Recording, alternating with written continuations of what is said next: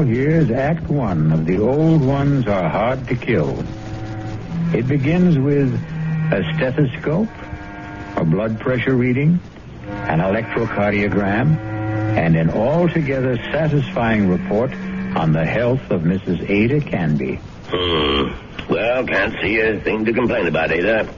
That little congestion you had last time is all cleared up.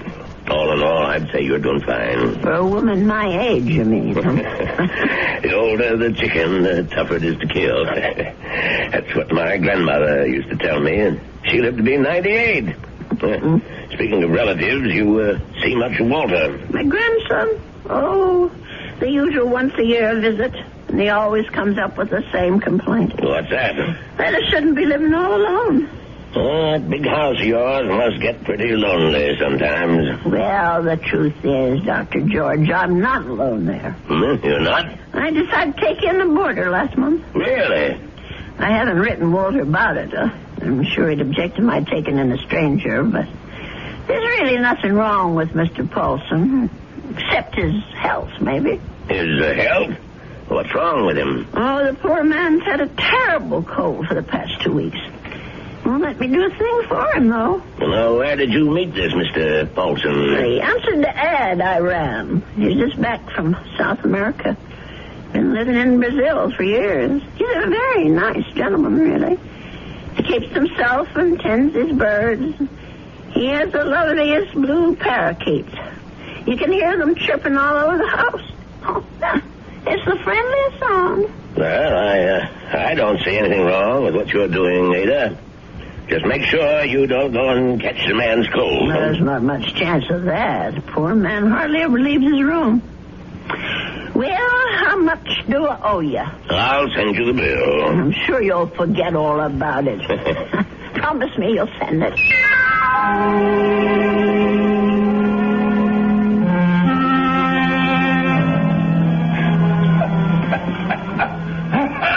Oh, dear.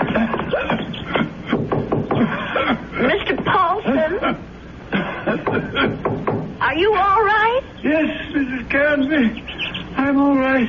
That cough sounds worse than ever to me. Why don't you let me fix you a little hot milk and honey? No, thank you, Mrs. Canby. Thanks very much. I'm going to try to get some sleep. Well, all right, if you say so. I guess it's time I was in bed myself.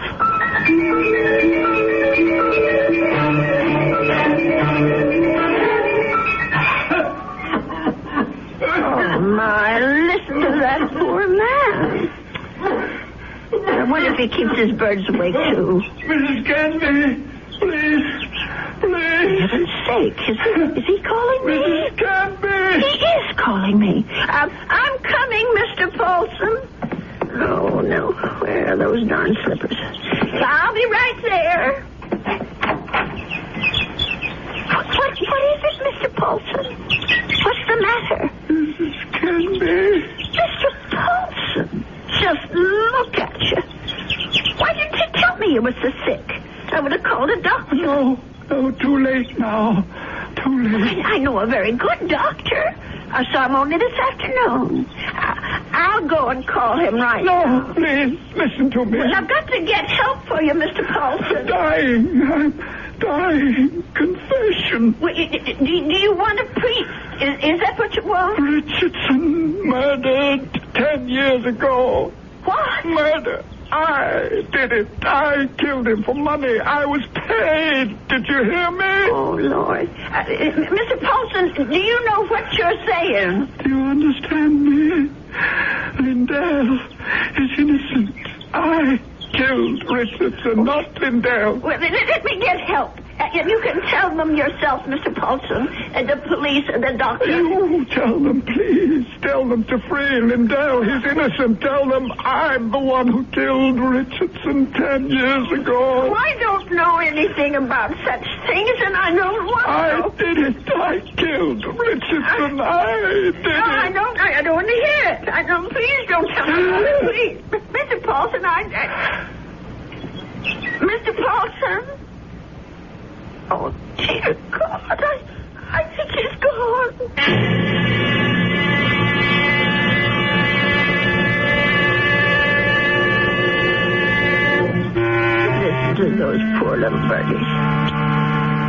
suppose they missed poor Mr. Paulson? I'll lay them in his room. Well, let's see about this letter now. Dear Walter, I hope you don't mind my turning to you for advice, but I really don't know what to do.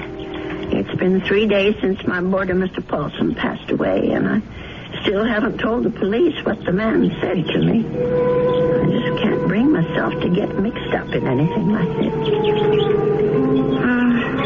Dear, what's the use of writing, Walter? He'll probably think I've dreamed it all up. No, I'll just forget it. Only how do you forget such a thing? Those names, I keep hearing them. Richardson, Lindell. Lindell is innocent. Oh, dear God, what if it's all true? If Mr. Paulson actually murdered this Richardson and Lindell is innocent? Only, well, who are they? I wonder if a telephone book, well, why not? Let's see. Richard, all right. C-H-A-R. Yes, here it is. Oh, Lord, there's dozens of them. Well, I'll try Lindell. That wouldn't be as common, I don't suppose. Yes, here it is. There's only about half a dozen, then. Oh, my heavens. Lindell and Richardson. Both names together. Lindell and Richardson Investments. 9 Concourse 4153132. I wonder if... Well, maybe it's the only way to be sure.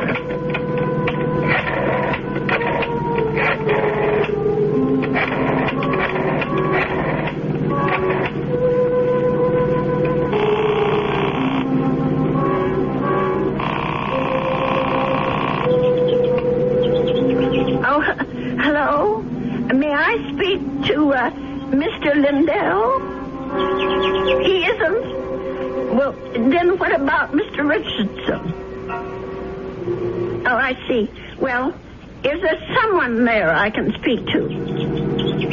Yes, please. Thank you. Hello. This is Mr. Chelton. May I be of service? Well, maybe you can. I want to know about your Mr. Richardson, about when he died. I think I did business with him once, a long time ago. Well, it's 10 years, madam, just about. But if you're interested in investment advice... Well, I'll think about it. Thank you very much. 10 years. Well, it could be a coincidence. I guess it all depends on how he died.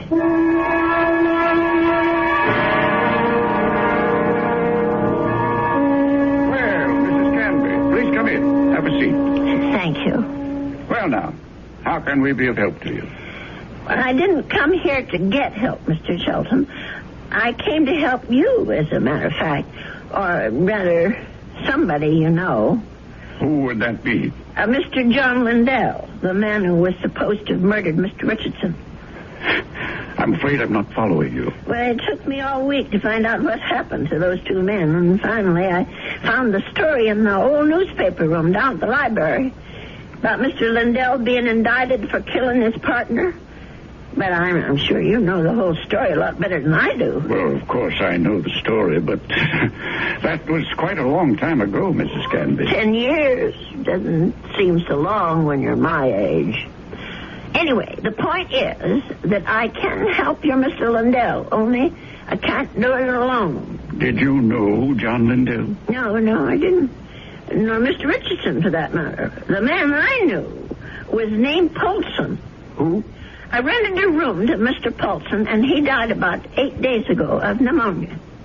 I was there when it happened. Well, that's unfortunate, but... Before he died, Mr. Paulson told me something about Mr. Richardson's murder. He said Mr. Lindell hadn't been responsible, that he, Mr. Paulson, had committed it. For money. Oh, Mrs. Canby, listen to me. It was this man Lindell that bothered him. The fact that he was in prison for something he didn't do. I thought I should tell you this, Mr. Shelton, because you knew both of these gentlemen. It said so in the newspaper. Mrs. Canby, my dear woman. What? I don't know what silly story you heard, but it's completely wrong. There wasn't any question about what happened. This boarder of yours, whatever his name is, merely had an obsession. Well, just the same, I thought you could follow through on this business. Yeah. Tell the police, because if it is true, Mr. Lindell should be freed. On evidence like that? Well, I don't know anything about evidence. I'm just telling you what I heard. Well, never mind. I suppose I should have told the police myself. Oh, wait, Mrs. Canby. Let me put your mind at rest. John Lindell is no longer in prison. He isn't?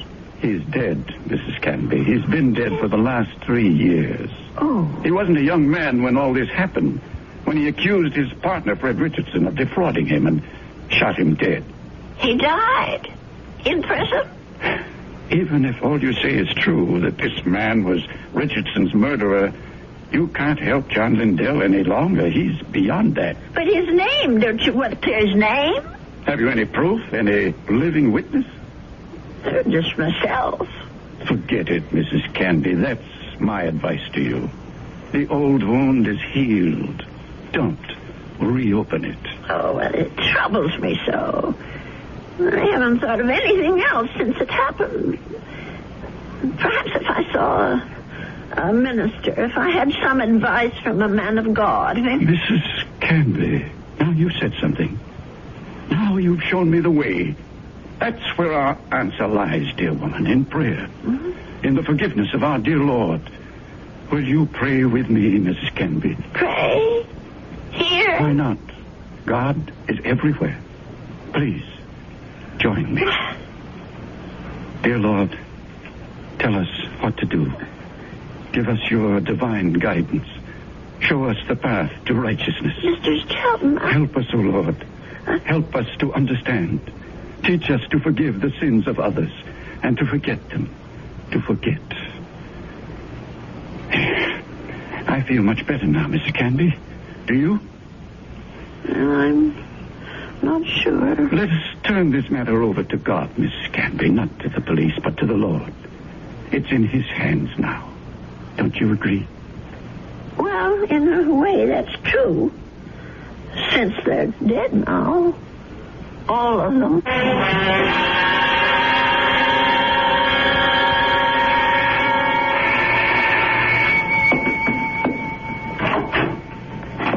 Yes? Mrs. Canby? Yes? My name's Stuart Winfield, Mrs. Canby. Mm-hmm. I understand you have a room for rent? Yes, I do. Well, I'm new in town. I just arrived from Philadelphia. I've been staying at a hotel, but I'd like something homier. Well, the room I have is $35 a week. I can't offer you any meals, but you can use the kitchen all you want. Well, that sounds good to me. Would you like to see the room? Yes, ma'am, I sure would. Well, come on in then. Thank you. By the way, how did you know I had a room for rent? I was going to place an ad this weekend. Oh, I guess someone at the hotel mentioned it. I forget just who. Say, this is a real fine old house, Mrs. Canby. Mm-hmm. I can see that I'm going to like this place. Just fine.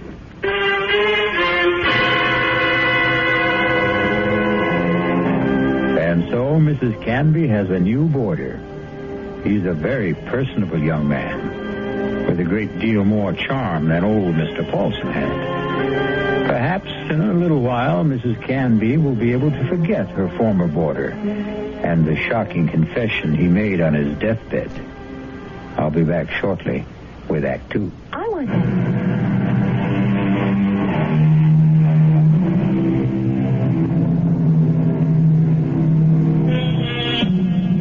Stu Winfield took no time at all to make himself at home in Ada Canby's big old house.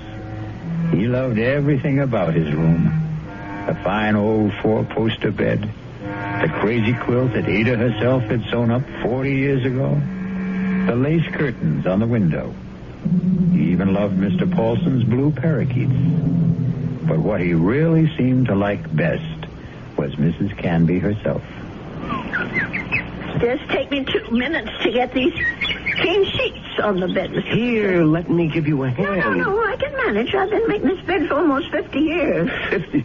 You've lived in this house that long? Moved in here when I got married back in 1919.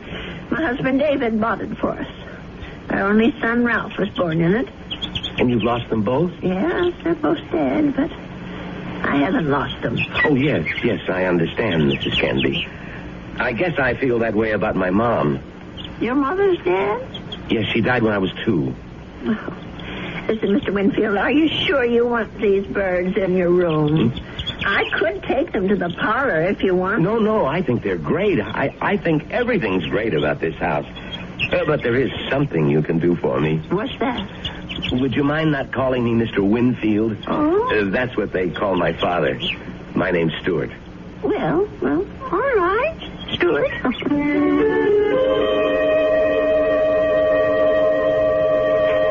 Dear Walter, I think it's about time I told you that I have a boarder in my house. Mr. Winfield is the nicest young man you could want to meet. He's a great deal friendlier than my first gentleman, Mr. Paulson, and he seems to like nothing better than to sit around evenings and talk. We talk about his home and his parents and his plans for the future. I think the poor boy misses his home and family, and I'm sort of a substitute for all that. You know, it isn't really fair, Mrs. Canby. You said I had kitchen privileges, but that doesn't mean you have to cook for me. Well, it's a pleasure, Stuart. I haven't had anyone to cook for in years. You're kidding. You mean to say you cook this good without practice? Oh, you're just being nice. I'm sure that stew is just plain ordinary. It's terrific, no kidding. It tastes like, well, it tastes like home, if you know what I mean. It depends on whose home you mean. Well, my mom cooks stews like this. That's what I meant. Your mom? Well, but she died when you were only 2. Oh, well, I guess I didn't mean my mom exactly. I was thinking of my Aunt Martha. I mean, she's the one who sort of took over the cooking and stuff after my mother died. And my father's sister, you know? I see. Well, that was lucky that you had someone to take her place. Yeah, that's right. Excuse me. My, Stuart, you're not coming down with anything, are you? No, I'm fine. Just a little case of the sniffles. Listen, if your room isn't warm enough, I have an extra blanket. No, the room's just fine. Don't worry about it. Oh, you be sure now. I know I felt a little guilty about poor Mr. Paulson when he got sick. Maybe I didn't take good enough care of him. Paulson? Mm-hmm. Was that your former boarder, the bird lover? Yes, that was his name, the poor man. Well, tell me about him. Well, I don't really know that much about him. He lived here less than 2 months. Well, what sort of a guy was he? Well, very quiet. He kept to himself. Did you say he was from South America? I don't remember if I did or not. Well, you must have said it. Yes, of course. He was American, but he'd been living in Brazil. I don't know why exactly. Although, come to think of it, maybe I do. What do you mean? Well, it just occurred to me that Brazil might be just the place for someone who came into a lot of money and wanted to leave the country. I don't understand. Oh, my. I really think you are getting a cold, Stuart. I'm getting that blanket out this minute. Now, wait, Mrs. Canby. I'd rather hear about... Never mind. I don't want to take any chances. I'll be right back. Yes, Mrs. Canby. Don't take any chances.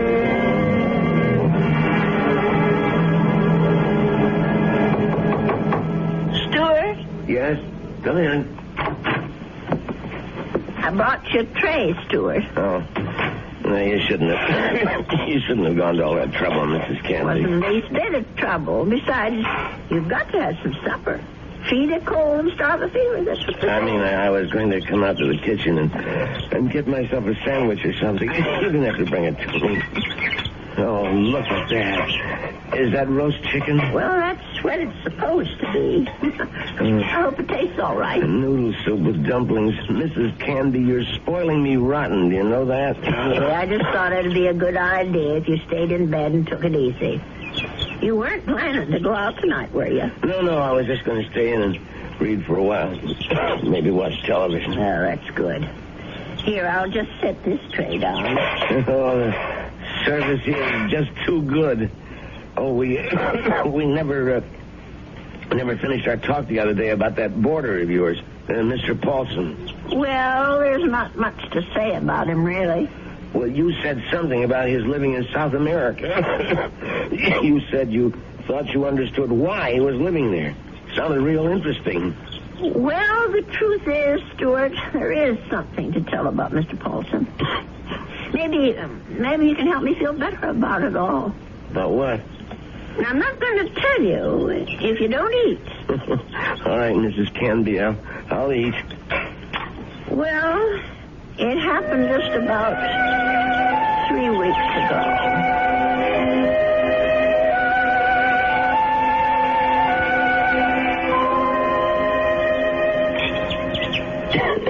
You know something, Mrs. Candy? That's about the best roast chicken I've had in years. I'm sure I spoiled your appetite with all my chatter. No, that was a really interesting story. But what do you think of it all, Stuart? No, the killer is the man who hired Mr. Paulson. Don't you see? Is it right that he should get away with it? Now, wait a minute. You're jumping to conclusions. No, I'm not. Mr. Paulson told me that he was hired to do this thing. Well, maybe he was hired by Lindell. Maybe Lindell hired him, and then Paulson got cold feet, and Lindell did the shooting himself. No, I'm sure that isn't true. You see, I read the newspaper article all about it. Well, you really were thorough about this, weren't you, Mrs. Candy? You poor man. That cold's gone to your chest now, hasn't it? No, I'm all right. Stop worrying about me. Let's talk about this other problem of yours. Well, maybe I'm making it more of a problem than it should be. Maybe if I just told the police everything, I could forget it once and for all. No, I really couldn't advise that, Mrs. Candy. Well, it said in the newspaper story that the two men were partners in that investment firm. Mr. Lindell thought that his partner Richardson was cheating, taking money out of the firm, and that's why he's supposed to have shot him. Wasn't there a witness to the shooting? Why, yes, I think there was. Come to think of it, it was Mr. Shelton. That's right. Well, doesn't that wrap it up for you? Well, it would if it wasn't for Mr. Paulson. Listen, Mrs. Candy, you know how much I like you. Why, in just a few days, you're more like family to me than my Aunt Martha ever was. Well, it's nice of you to say, Stuart. And that's why I want you to listen to me about this. That's why I want you to forget about this whole foolish thing. And listen to you. You sound awful, Stuart. Just terrible. No, I'm all right. No, you're not all right. I'm going to get you some cough medicine right this minute.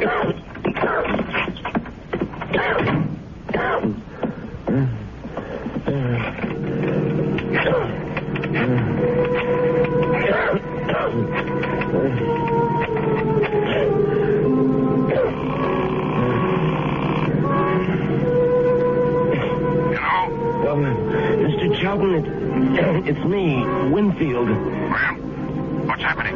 I think I better stick around for a few more days, Mr. Shelton. The old lady's beginning to get fidgety, if you know what I mean.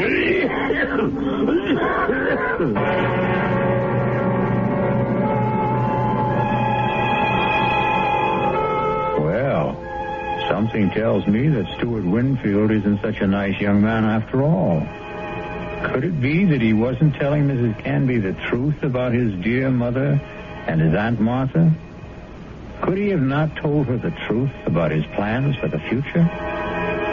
Of course, the real issue is, what sort of plan does he have for Ada Canby's future? I'll be back shortly with Act 3. If you want...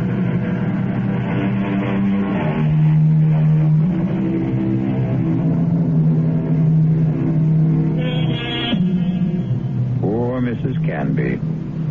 She isn't sleeping well tonight.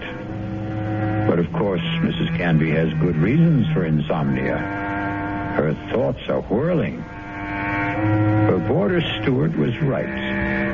She doesn't want the bother of going to the police. And she firmly believes in the old adage, if you don't trouble trouble, trouble won't trouble you. But still... Oh, my. I'm just never going to get to sleep tonight. Poor Stuart. He's still coughing. I'm sure that room is just too drafty. I never should have let any boarders in until I got the windows fixed. Oh, dear. That poor boy. I'll never forget the terrible night Mr. Paulson was coughing so badly. Huh? And the way he looked, all gray and shrunken. If only I knew he was so sick. No, if only he'd never even come to this house. Mrs. Canby, I killed Richardson. I did it. Do I ever forget the sound of that man's voice? Lindell is innocent. Lindell is innocent. That poor man. All the years he spent in jail for something he didn't do. Let sleeping dogs lie, Mrs. Canby. My Aunt Martha always said, let sleeping dogs lie. Oh, if only I could get some sleep. Let us turn this matter over to God, Mrs. Canby. Not to the police. Not to the police. Not to the police. What a strange man he is, that Mr. Shelton. The way he talked about God, praying at his desk. Of course, God is everywhere, but his desk. I killed Richardson. I murdered him for money. I was paid. Paid? Someone had to pay him. Mr. Paulson wasn't the only guilty one. Someone else was, too. Forget. Oh, dear Lord. Mr. Shelton. Shelton, what did that newspaper article say? The chief witness against Mr. Lindell was Arnold Shelton. But how could he be a witness to something that never happened? How could he be? I'll have to tell someone. I'll have to talk to someone. Yes, I'll tell Stuart about it. In the morning.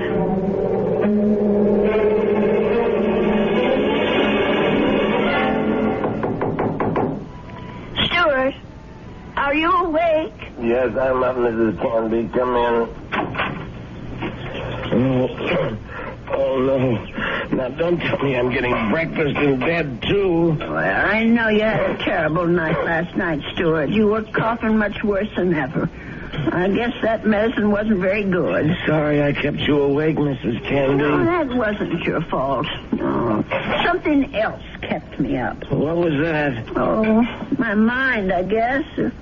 Maybe I should say my conscience. Oh, that sounds serious. But it is something serious, Stuart. Well, I might have let a man get away with murder. No, it's even worse than that. He did something worse than murder. You're talking about Paulson again. No, I'm talking about the man who hired Mr. Paulson. He didn't just have that man Richardson shot. He let an innocent person go to jail and die there. Now, that's like committing 2 murders, if you ask me. I have to tell you something that occurred to me last night. Sure, go ahead. Well, it's about Mr. Shelton. Mr. Arnold Shelton. Yeah?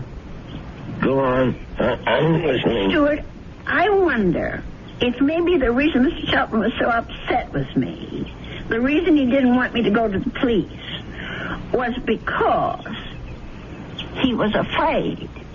Explain what you mean. Well, what I mean is maybe Mr. Shelton had good reason besides the one he told me. He was working for both Mr. Richardson and Mr. Lindell at the time of the murder. Well, so what? Well, he was also the chief witness at the trial. A witness for the prosecution. But he saw the shooting, didn't he? But that's just the part. point. He saw Mr. Lindell shoot Mr. Richardson. Well, that's not what you told me last time. I mean that he was an eyewitness. No, that's right. He didn't actually see the shooting. He was miles away when it happened. I don't quite remember the details. There was something about a phone call, maybe? Yes, that's what it was. He claimed that Mr. Richardson was talking to him on the phone when Mr. Lindell showed up at his apartment. He said that Richardson cried out something about Lindell having a gun. And then he heard the shot. But how could that have happened if the gun was fired by Mr. Paulson? If, Mrs. Canby, that's the big little word, isn't it? If. But don't you see what I'm saying, Stuart?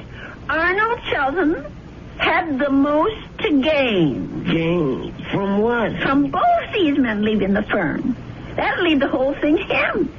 All those customers, all the investments he handles, all the commissions, or whatever they call it. Are you accusing this guy Shelton of being the killer? Yes. It's the only answer, Stuart. Well, look, if that was the case, the police would have figured it out. But they didn't.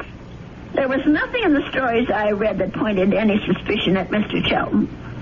I don't suppose it even occurred to them. And now, the company is all his. You don't call that evidence, do you?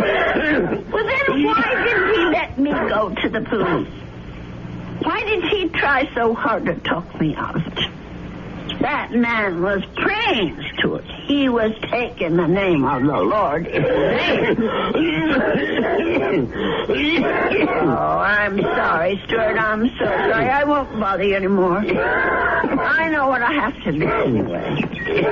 Mrs. Candy. I won't be gone long, Stuart. No, wait. But the minute I get back, I'm going to call Dr. George and ask him to come over. You're sick. Never mind the doctor. You're calling the police. No, I won't call them. You're right. I don't want them tracking mud in my parlor. I'm going down to the station house and talk to them.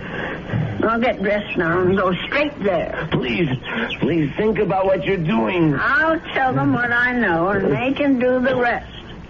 Now, you try to eat something, Stuart. Please. Mrs. Candy.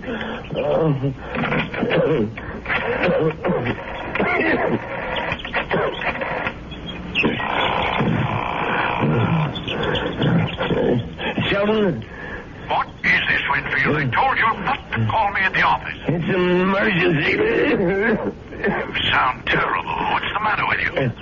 I'm sick. Only you're going to be a lot sicker. What are you talking about? The old lady. I can't stop her. She's decided to talk. What? She figured it out. Figured out exactly what you did, Sheldon, and how you did it. You fool. You've got to stop her. Do you hear me? That wasn't part of the deal, Sheldon. It's all of the deal now. The price didn't include anything like that. The price just doubled. Old ladies are always having accidents. Make her have one. Make her have one now, Winfield. All right. She's gonna have a fall down the cellar steps. Right now. I gotta get my robe on and my slippers. I gotta hurry.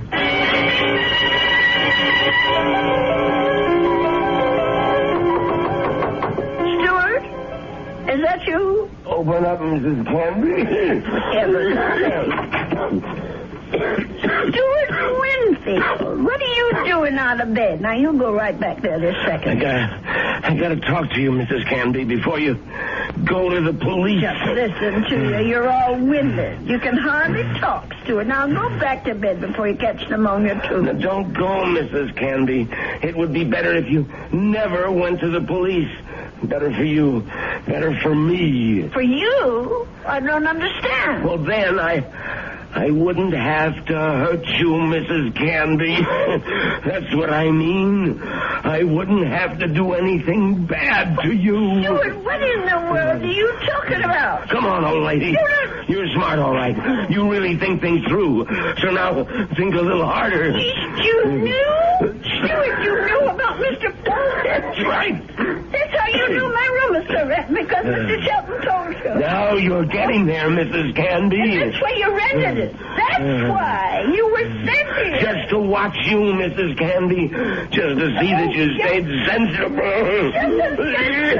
Mr. Shelton did. I was hoping you'd never change your mind about calling the police. No, I didn't want this part of it. This isn't the part I like. Oh, let me go. Just relax, Mrs. Canby. Just take it easy. Please, Why, you're as light as a feather, Mrs. Canby. Just like my Aunt Martha would have been if I had an Aunt Martha. Please, let me down. Please. We've got a date now, Mrs. Canby. Let me go. Don't put up such a fight, Mrs. Canby. I'm sick, remember? Just shut your eyes. Please, shut your eyes and don't look down. Oh, God. Those stairs. Shut your eyes, old lady. They'll all be over.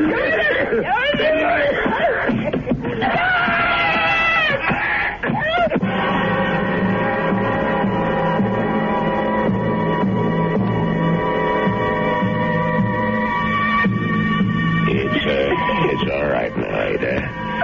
Just be glad that it wasn't you at the bottom of those stairs. Well, will he be all right, Dr. George? Now, what do you want to worry about that man for? Truth is, his injuries don't amount to very much. A couple of broken ribs seem to be the worst of it.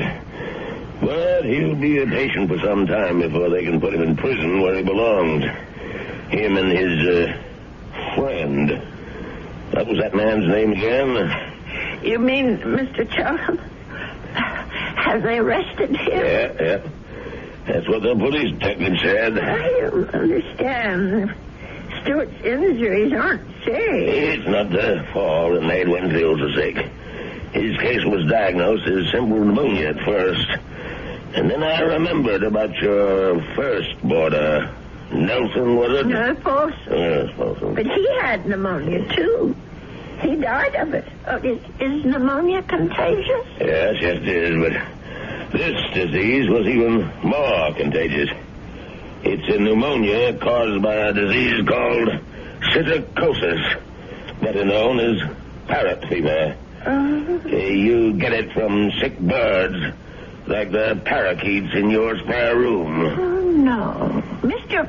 Paulson's bird. Sorry, Ada, but they had to be taken out and destroyed. Oh, what a shame. There's one reason I feel sorry for them. They saved your life. Made Mr. Winfield too weak even to throw a little old lady down a flight of steps.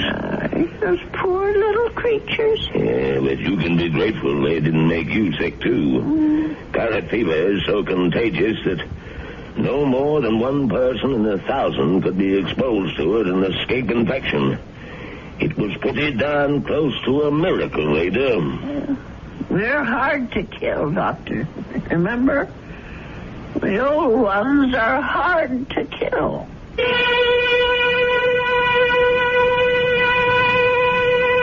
They say that people are living longer than ever before. And when we look at Ada Canby, we can understand why. She's a tough old lady. So tough she could withstand the threats of man, beasts, and bird. So let that be a warning to all those who think that our senior citizens are easy prey for crime. Watch out. They may turn the tables on you. Or the stairs. I'll be back shortly.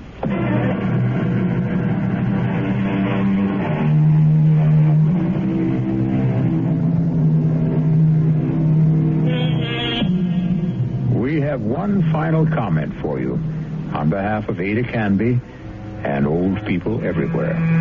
There's a saying, there's no fool like an old fool.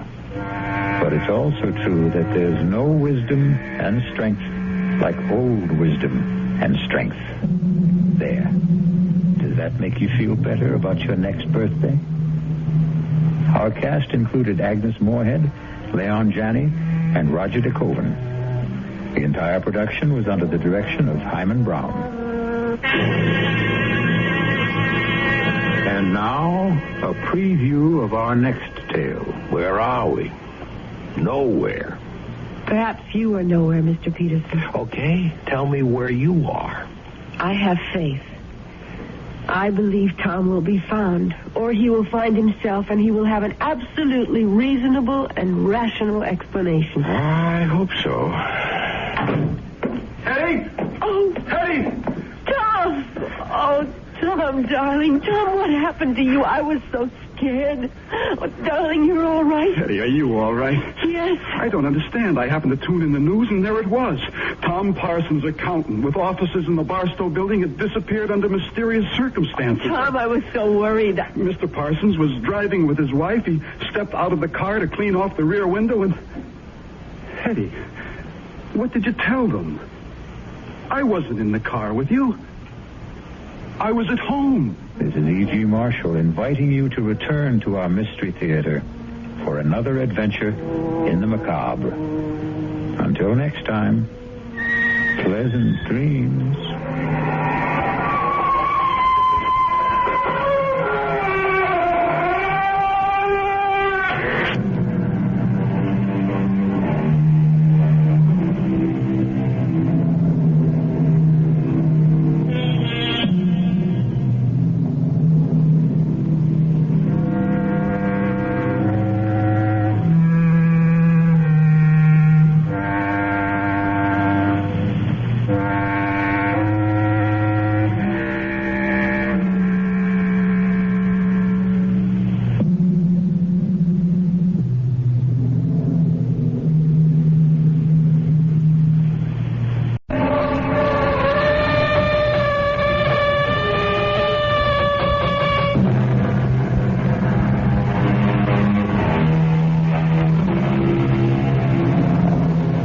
Come in.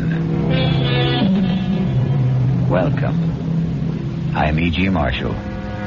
Welcome to the sound of suspense, the fear you can hear. For the next 52 minutes, we're going to take you into the world of mystery, into the world of terrifying imagination. The story you are going to hear concerns a question which has been asked since the first men on Earth were born and died. Is there a life after death? Is there a way to return from the grave? And if there is, can we come back in the body of a living creature?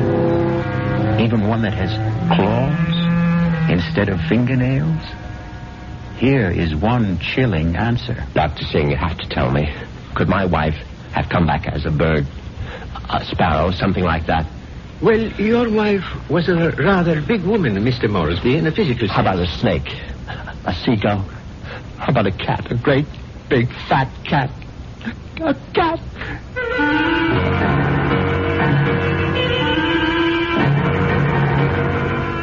Our mystery drama, The Return of the Moresbys, was written especially for the Radio Mystery Theater by Henry Slessor and stars Patrick O'Neill. I'll be back shortly with Act One.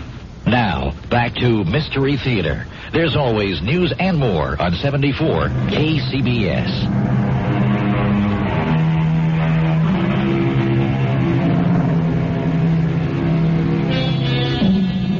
Now here is Act One. Like all murder stories, sooner or later, it reaches the office of a daily newspaper. You wanted to see me, Chief? You bet I want to see you, Prouty. Come in and shut that door. I bet I know what it's about. That story I filed on Richard Moresby, right? I got a flash for you, Prouty. This is a newspaper office, not a fiction magazine. You take this story of yours and see if you can sell it to Weirdo Digest or something. But get it off my desk. Now, wait a while, Max. I know it's offbeat, but I thought I handled it with a kind of a light touch. Stories about murder can't be handled with a light touch, not on this paper. But it's accurate. I mean, this is exactly what the guy Moresby told me, just before he died. Well, he must have been out of his head. He asked for somebody to hear his story. That's how I got to meet him.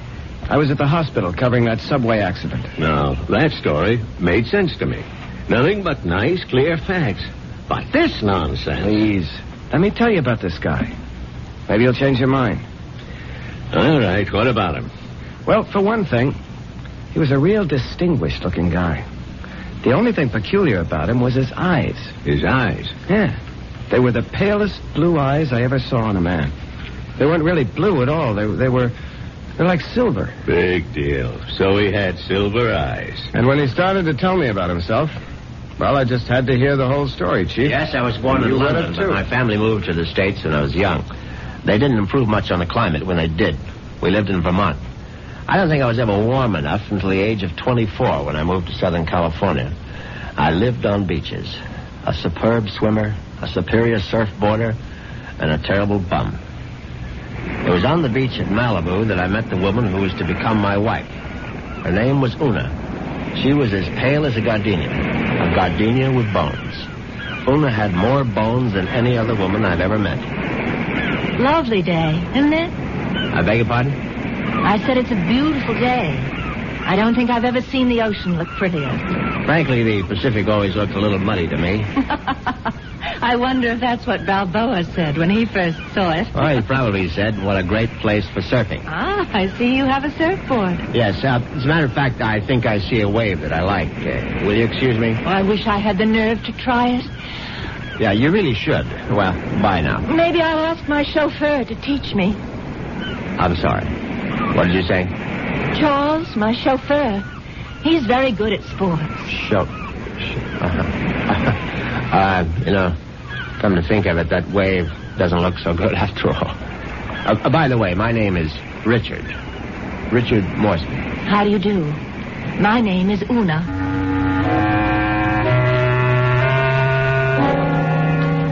Una Vandermeyer. That was her name. As soon as I realized that she was from the Vandermeyer family, she didn't seem half as bony as she did before. In fact, not only did I become accustomed to Una's appearance, I was even able to tolerate her inane conversation. Can't you just feel the mystery of the stars, Richard? Sometimes I feel their vibrations as if they're trying to communicate with me. Do you ever feel that? Well, sometimes, I suppose. I really think we must be one with the universe, don't you? I really believe there's just one great universal soul, and we're all part of it. Don't you think so, too? Yes, of course. Right on, as they say.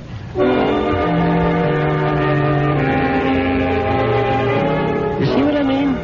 She talked that way all the time, from the first day of our honeymoon. Well, it was a fine honeymoon just the same. It lasted a whole year on the beaches of the Caribbean, on the French Riviera. I got browner and browner. Una got freckles. Finally, we returned to our home in Los Angeles and settled down to a quiet, comfortable marriage.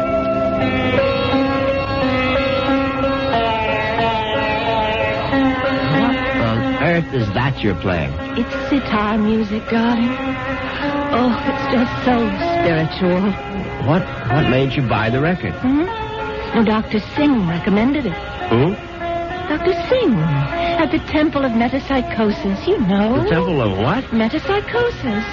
I told you about joining the temple last week. Oh, Richard, sometimes I think you don't listen to me. Now, as you may know, Southern California abounds in quasi-religious organizations. And she'd gone through a number of them without discovering the universal soul at any of their altars. Darling, please come to one of Dr. Singh's lectures. He's such a magnificent speaker. He emits such vibrations.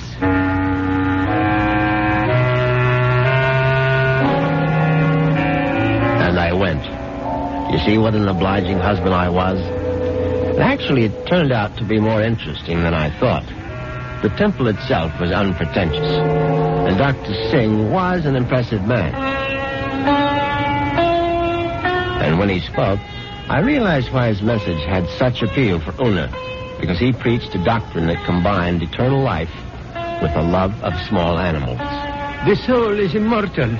The soul cannot die. The soul, upon leaving the body, must make its passage elsewhere. There is a science called eschatology, which deals with the last four things: death, judgment, heaven, and hell. It is the most ancient of all sciences, and from its wisdom has come the inescapable certainty of the transmigration of souls. Yeah, I know it's a bit weird, but stay with it. And where does the soul go? According to the wise men of all generations past, the soul departs from the mouth of the dying. It is consequently a small thing. A bird, a snake, a mouse, a dove, or a hawk, a dog, a cat, an insect. For these small creations of God are empty vessels placed upon earth for only one purpose: to house the departing souls of humanity, so that they need not wander forever in a trackless eternity. Yeah, it's pure rot, of course. But that's what the man said. And Una sat there and believed every single word. Oh, wasn't he marvelous, Richard? Isn't it wonderful that the soul never dies? That we can all come back as little animals? I'm not sure I want to come back as an animal. But you'd still be you, Richard. Oh, don't you see? Well, by the way, what was that envelope you handed Dr. Singh after the meeting? The envelope? Oh, that was my donation, of course.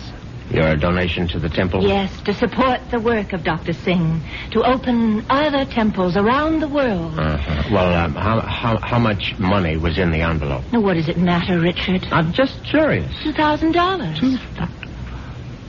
Una, you go to that temple once a week. Do you always give that kind of donation? Oh, it's all in a very good cause, Richard. Well, in an equally good cause, that of finding out exactly how much of my wife's money was supporting this nonsense, I sneaked a look at Una's checkbook. The answer astonished me. Not only had my wife put more than $30,000 into Dr. Singh's collection plate, she had also donated some $20,000 more to various institutions for the care and feeding of cats, dogs, and birds. It was so kind of you to honor us with a visit, Dr. Singh.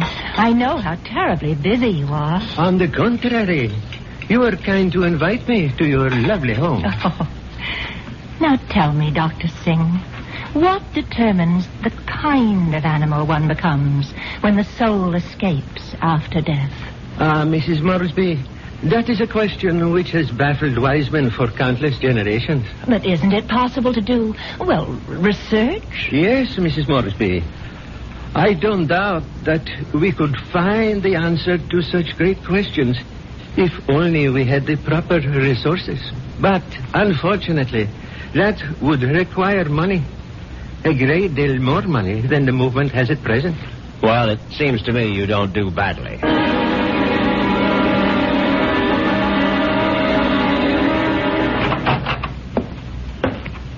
Well, there you are. Hello, Richard. Where have you been all morning? Right here, in my little sewing room. Don't tell me you were sewing. Oh, don't be silly. Actually, I've been composing something. A letter? Oh, something more important than that.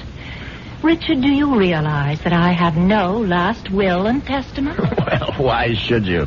Healthy young chicken like you. I can't call myself young anymore, Richard. You'll always be young to me, darling. Oh, that's very sweet. But just the same, it's only practical to have a will. Would you read it over, Richard, and see if it sounds legal enough? Certainly. Well, let's see now. I, Una Vandermeyer Moresby, a resident of the city of Los Angeles, state of California, residing at 8 Sheridan Drive, being over the age of 21 and of sound and disposing mind and memory. Darling, this is superb. Where on earth did you get the language? Well, to tell you the truth, I copied it out of Daddy's will. The one that left you $10 million? Yes. Well, I don't see how you could go wrong.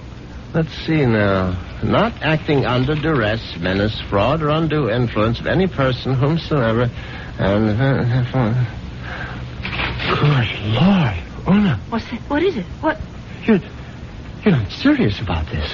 Oh, about making a will? Well, of course I am. I mean, this bequest to the temple, mumbo jumbo. What's wrong with it? Now, listen, darling, I told you how important Dr. Singh's work is, but it requires money to carry it on.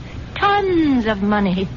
So the least I can do is to help the poor man as much as I can. But you're giving him 90% of your entire fortune. Ah, you'll still have $1 million if I go first, Richard. Isn't that enough? No, it isn't. I mean, the whole thing is ridiculous. Don't you realize that man is a fraud, a charlatan? What? Oh, for heaven's sake, Una, open your eyes. Don't you realize the simple truth? Your money won't build any temples. It's just going to line the pockets of that turbaned phony. Richard, what a terrible thing to say. Well, you told me you liked Dr. Singh, that you were very impressed by his theory of transmigration. Darling, I was only saying all that to please you. But now I'm telling you that the only thing Dr. Singh is planning to transmigrate is your money into his savings account. And frankly, I'm not going to let him do it. Richard, what are you doing? You're tearing up my will. That's right. How dare you do such a thing? It's my money, and I'll do whatever I please with it. Ona, darling, I just want you to have a chance to come to your senses. Oh, there's nothing wrong with my senses. I can see very clearly what the real trouble is. If I didn't leave a will, all my money would go to you, wouldn't it? Well, naturally, I'm your husband. You don't have any other relatives. And that's why you're acting this way. It's just plain and simple greed. Una, listen to me. No, it's all right. It's all right. I'm glad you tore up that will, Richard, because I realize now that I was quite wrong. Do you? Yes. It's a mistake to leave only $9 million of my money to the temple. I'm going to leave all of it to Dr. Singh.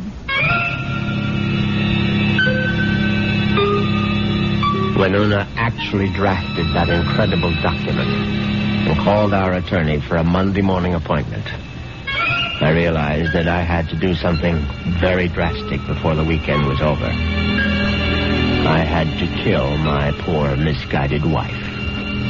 I had to make her one with the universe.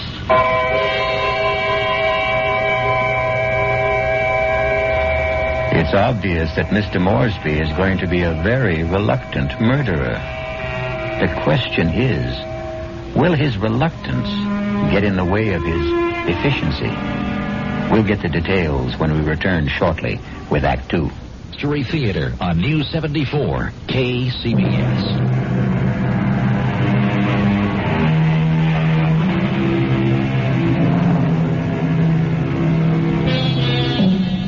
Now let's return to Richard Moresby. In order to find him, we'll have to search the highway, for Richard has taken his white Jaguar out for a spin. But there he is now. On Saturday morning, I took a little spin in my XKL and did some thinking on the open road. I didn't want to kill poor Una, of course. The whole idea was repellent. But on the other hand, the thought of Dr. Singh spending the fortune that was rightfully mine was even more abhorrent. However, I decided I would make one more stab at a reconciliation. Darling, may I come in? It's your living room, too. It doesn't feel like it. Matter of fact, I've felt like a stranger in this house for the past 2 days. I suppose that's my fault. Well, you haven't been exactly cordial, have you? I've hardly been home, Richard. I spent all day yesterday at the temple and all morning at the pet breast kennels. And how are all the little souls doing? You just won't stop being irreverent, will you? It's been my money all along, hasn't it, Richard? From the very beginning, you were attracted to my money. Well, now, darling, if you thought that, you would never have married me. I didn't want to believe it. I don't want to believe it now. Well, now, how can I prove to you that you're mistaken? Richard, do you really want to prove it? Of course, I'll do anything you say. All right. Now, I know exactly what you can do. You can let me leave my money to Dr. Singh and the temple.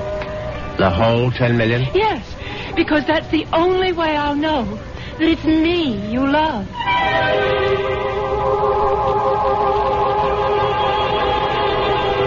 Well, you can't say I didn't try. But Una's decision now left me with absolutely no alternative. I was still deeply unhappy about the necessity of taking her life. However, fate was kind to me that very afternoon.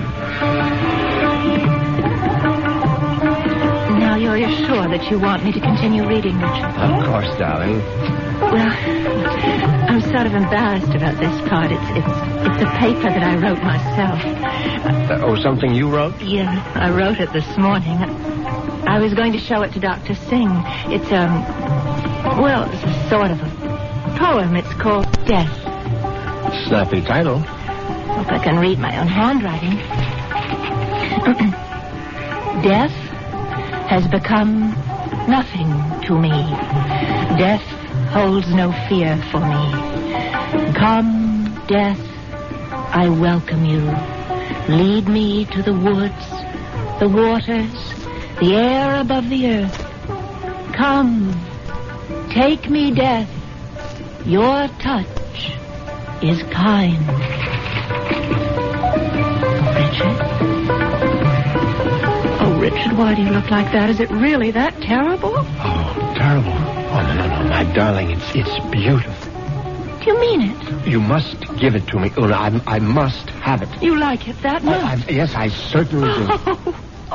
Well, I'll type it up for you, Richard. No, I must have the original. Now, just the way you wrote it. Oh, darling, I'm so flattered. What will you do with it? Oh, I'm going to put it in a frame, of course. And I know just where I'm going to hang it.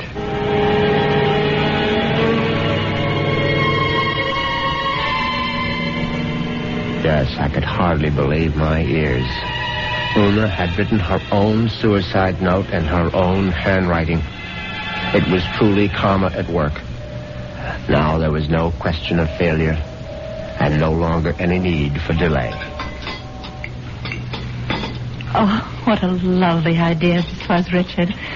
Candlelight dinner for two. Yes, I thought you'd enjoy it. So sweet of you to handle the whole menu with cook. You spoil me shamefully.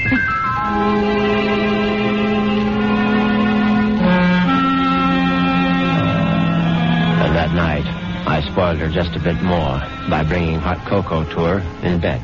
Oh, Richard, you shouldn't have bothered. But I know how you like your hot cocoa before retiring, Una. You can't get to sleep without it. No, but Parker could have brought it to me. Oh, no, this is something I had to do myself. No, drink it down now. Yes. I'm drinking it. Does it taste all right? Oh, it tastes just fine.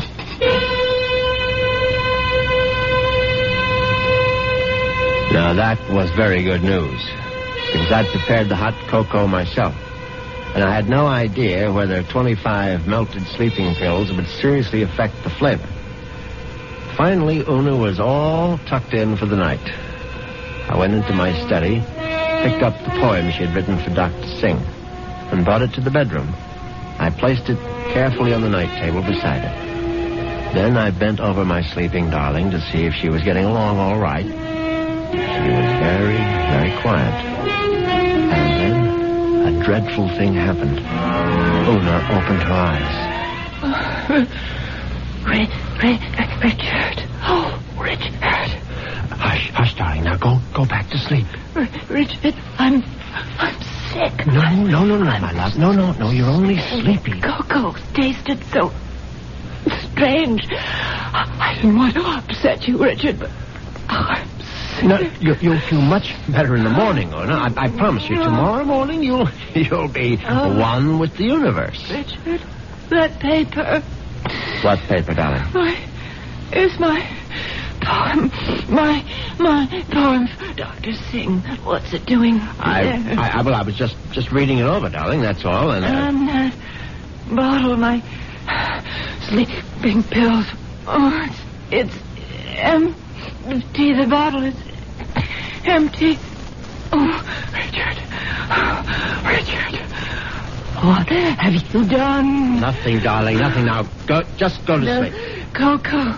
You put sleeping pills in it. All of them. Don't try to get up, Una. Please, now don't. Trying to kill me. You're trying to murder. No, for heaven's sake, Una, now stop saying things like that. Do you want the servants to hear? Help somebody. Help. Now, come on, lie down. Lie down, Una, for heaven's sake. Come on, now, lie down. Lie down. There. That's better. You won't get away with it. You won't get away with it, Richard. I promise you. Anything you say, darling. I'll come back, Richard. You know I'll be back. Yes, of course. Just welcome death, Una.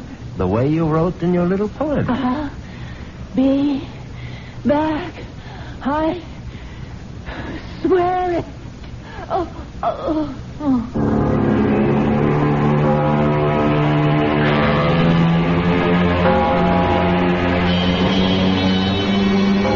The funeral was held 2 days later. It was a magnificent occasion, of course. I gave Una a farewell that was consistent with her vast fortune. Everything was the best. Coffin, flowers, preacher, everything. Her burial place was one of the choicest bits of real estate at Forest Lawn. The only discordant note was the fact that Dr. Singh insisted on saying a few words at the service. They were familiar words, but frankly, they gave me a slight bit of a chill. The body of Una Moresby is dead, but her soul lives on. The soul cannot die. The soul is immortal. It has left the earthly remains of this woman and has sought the body of a small living thing. There it will abide until the Almighty is ready to choose its next home. Mourn not the end of Una Moresby, for there is no end. I couldn't help congratulating myself on how well everything had gone. When I called for medical attention the night of Una's death, the physician was only too ready to declare her a suicide. The police had to be informed, naturally, and they, too, agreed with the doctor's verdict. Una had died by her own hand, and she had died without a will. There was simply no question that the matter would be probated in my favor. Suddenly I realized I was not only rich, but a rich widower. What vistas opened for me? The devil. Look out, you stupid mongrel! The dog trying to get run over. I admit I was shaken up by it. I mean, it was sort of a coincidence, you know? Right after the funeral and all that.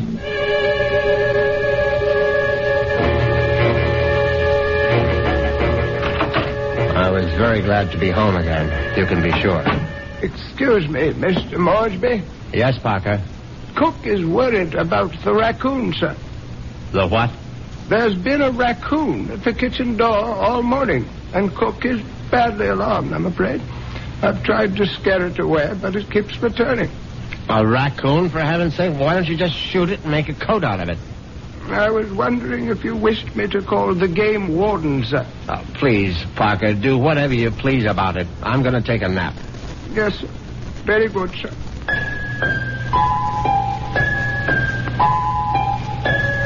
I went upstairs at once, undressed, and got into bed. It was a warm day, and yet I found myself cold.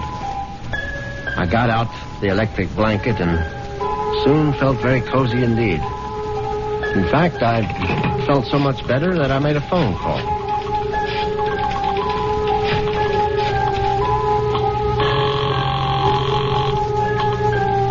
Hello. May I speak to Rachel? Thank you very much. Hello, Rachel? Yeah, who's this? Rachel, you probably don't even know my name, but it's Moresby, Richard Moresby. Who? You met me at the club numerous times.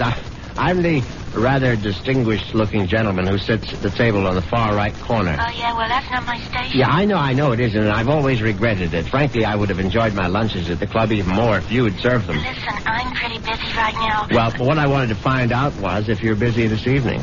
Oh, well, what'd you have in mind? Oh, a little, quiet dinner, perhaps? Is that all you had in mind? Why don't we just wait and see? I can pick you up outside the club whenever you're free. Yeah, how I know it's you. I mean, I'm still not sure which gentleman you are. I'll be sitting in an XKL Jaguar. Do you think you'll recognize it? A Jag? I get off at 6:30. See you then.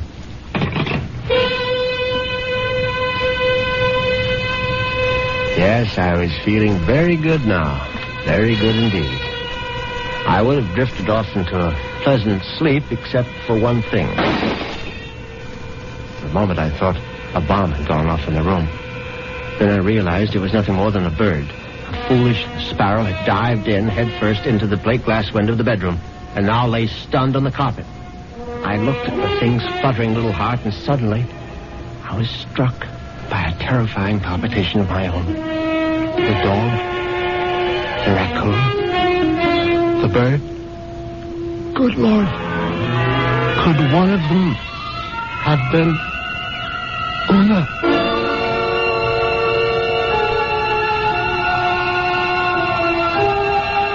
Has Una Moresby returned from the grave? Nonsense. Such things don't really happen. But perhaps we should reserve judgment until I return shortly with Act 3.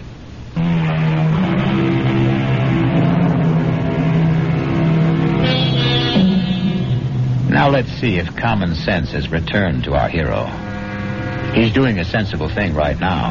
He's taking a good, refreshing shower.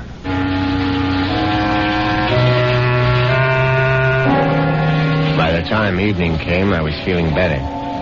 All my peculiar notions about Una's animal reincarnation seemed ludicrous as I stood in front of the shaving mirror. I thought about the delicious young woman that was waiting for me at the club. I'd admired Rachel's way with a tray for months, but ever faithful to my wife, I hadn't done more than gaze from afar. But now, things were going to be different. Yes, who is it? It's Parker, sir. Yes, come in, Parker. It's all right. Excuse me, sir. A bit of emergency in the kitchen. Well, what is it? A snake, sir. A what? Cook insists that there's a snake curled up in the telephone wire. Oh, that's ridiculous, Parker. Cook says it's there, Mr. Moresby. They do get into the house sometimes. Well, tell Cook she's seeing things. Tell her to stop nipping at the cooking sherry, and she'll soon stop seeing snakes. Yes, sir. What was that? I would guess it was Cook, sir. Oh, for heaven's sake, go down and see to it, Parker. I'll try, sir. But I'm not very good with snakes, sir. Well, what do you think I am, an expert?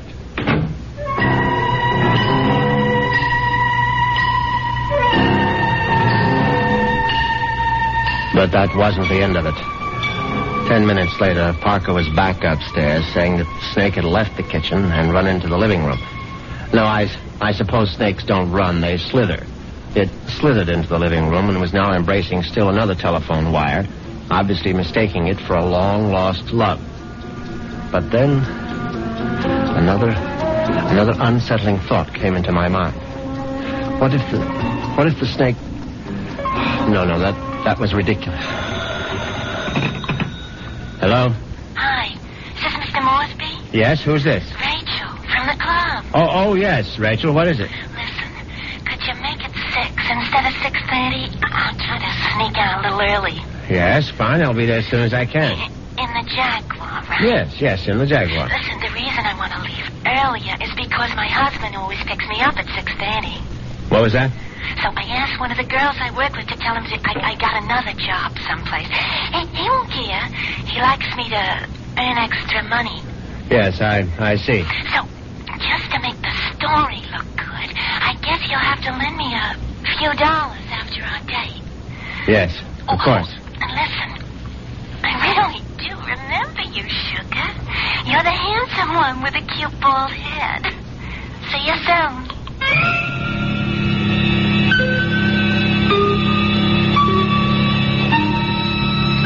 As it happens, I have a very full head of hair.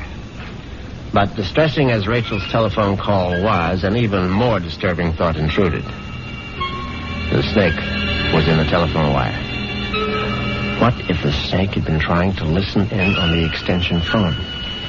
I knew the idea was absurd, but I couldn't help a superstitious shiver of dread. In fact, I was so troubled that I decided to forego my date with Rachel, the waitress. It wouldn't matter anyway. She'd be angry at some man at the club with a cute, bald head. The next day, I did the only thing that really relaxed me. I went to the beach. It proved to be an excellent idea. I stretched out on the golden sand and let the sun warm me. I listened to the waves beating against the shore. I listened to the haunting cries of seagulls circling overhead. Suddenly I was aware that the gulls which had been hovering over the water were now hovering over me. Now, instead of their cries being sad and plaintive, now they seemed menacing. I stood up hastily, but the gulls seemed to be increasing in number. I saw their sharp, pointed beaks, their raking claws. They were predators, of course. How many times had I seen them swoop into a dive and snatch up some poor fish out of the sea? And there was one seagull in particular. Its beady eyes seemed to be staring at me. No, it was my imagination, of course. I wasn't a fish. I was a man, but just the same, I found myself running down the beach. Running for dear life. And that's when I knew it was time to see a doctor.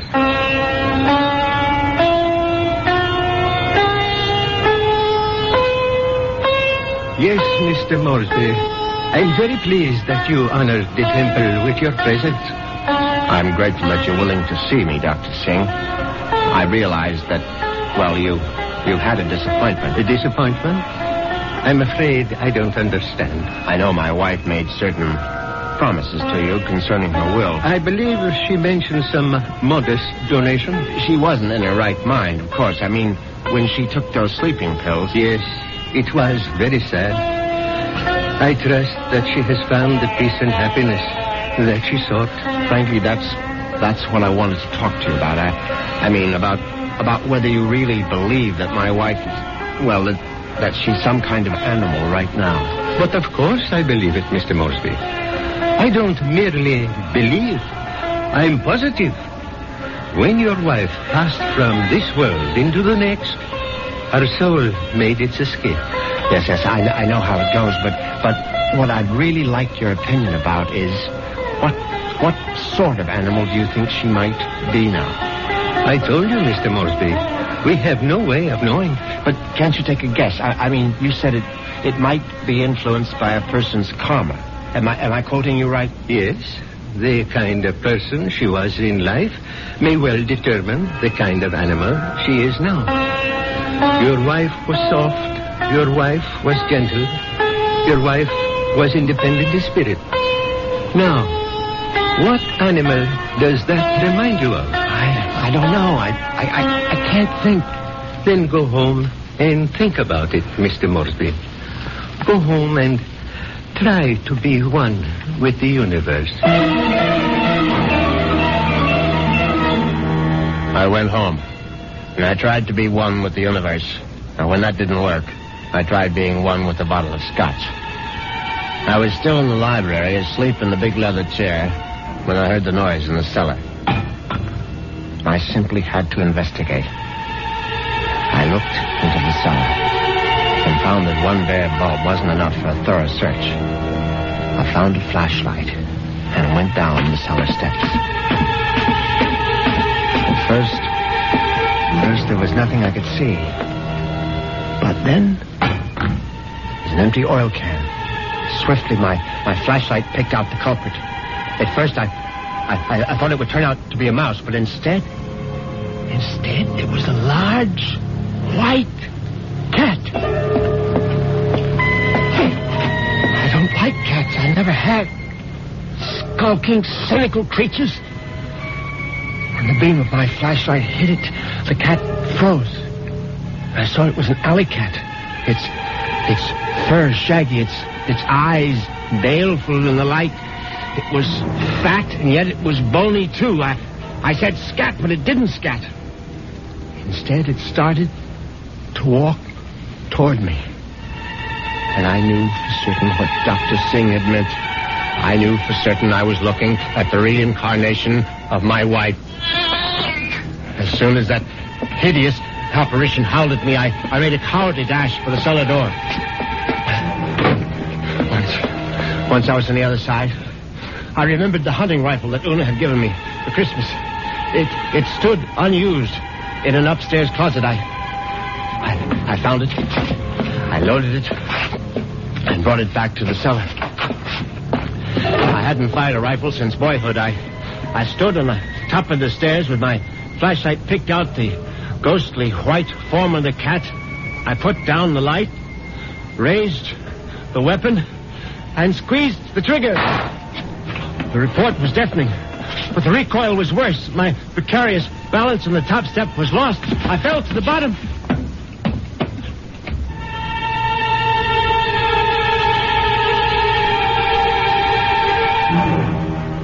I tried to get up again, but the pain in my right leg was agonizing. I found out later that it was broken. But the cat was still alive. And it was regarding me at eye level now. Its fur matted with plaster dust. Its eyes filled with hatred. I tried to crawl toward my fallen rifle. Just as I saw the creature advancing toward me, I screamed, "Una!" My hand was on the rifle now, grasping it. Too quickly in my panic, my fingers touched the trigger. The rifle went off again.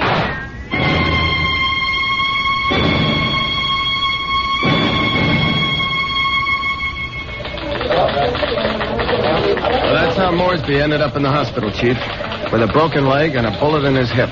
And then he died. But I think he was telling the truth. You could see it in his eyes. His silver eyes, right? Yeah, his silver eyes. And you really believe that the guy's wife came back as a cat to get her revenge? What does it matter? It's still a good story. Sorry, Prouty, I can't okay it. Well, what if I got more details? What if I talked to this Dr. Singh? If I went to the Moresby cellar and found that cat? And what would you do then?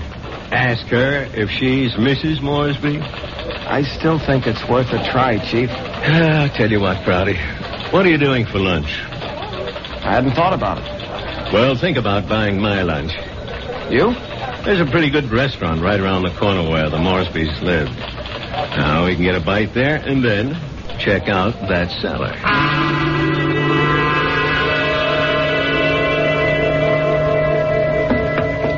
So, this is where it happened, huh? Moresby fell from these steps when he fired that rifle. Hey, you can still see the plaster dust where the bullet hit. Yeah, I see it. But I don't see any white cat. It might be hiding someplace. Or it might be a figment of his imagination. Maybe so. Hold it. Did you hear something? No. Listen. There it is. Look. It's a cat, all right. And it looks like it just found its supper. Oh, that mouse is still alive. Yeah, but not for long. Look at it squirm. He's eating it. Yep. And there goes your mouse. Oh, my God. What's the matter, Prouty? Never see a cat eat a mouse before? Chief, did you see that mouse? Sure I saw it. But didn't you notice something? Like what? Its eyes. Chief, did you ever see a mouse with eyes like that? They were so pale blue, they were almost silver.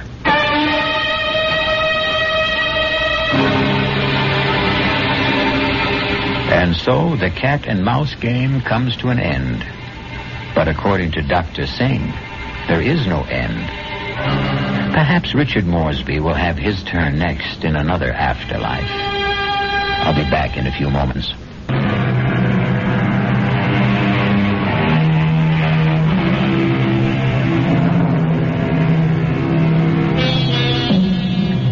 Do you believe in reincarnation? Do you believe the dead return? We have to believe it, because here we are, the reincarnation of radio drama. We hope you'll keep us alive by listening again to the Radio Mystery Theater. Our cast included Patrick O'Neill, Marion Seldes, Nick Pryor, and Dan Ocko. The entire production was under the direction of Himan Brown. The Bullet was written especially for the CBS Radio Mystery Theater by Sam Dan and stars Larry Haynes. I shall be back shortly with Act One.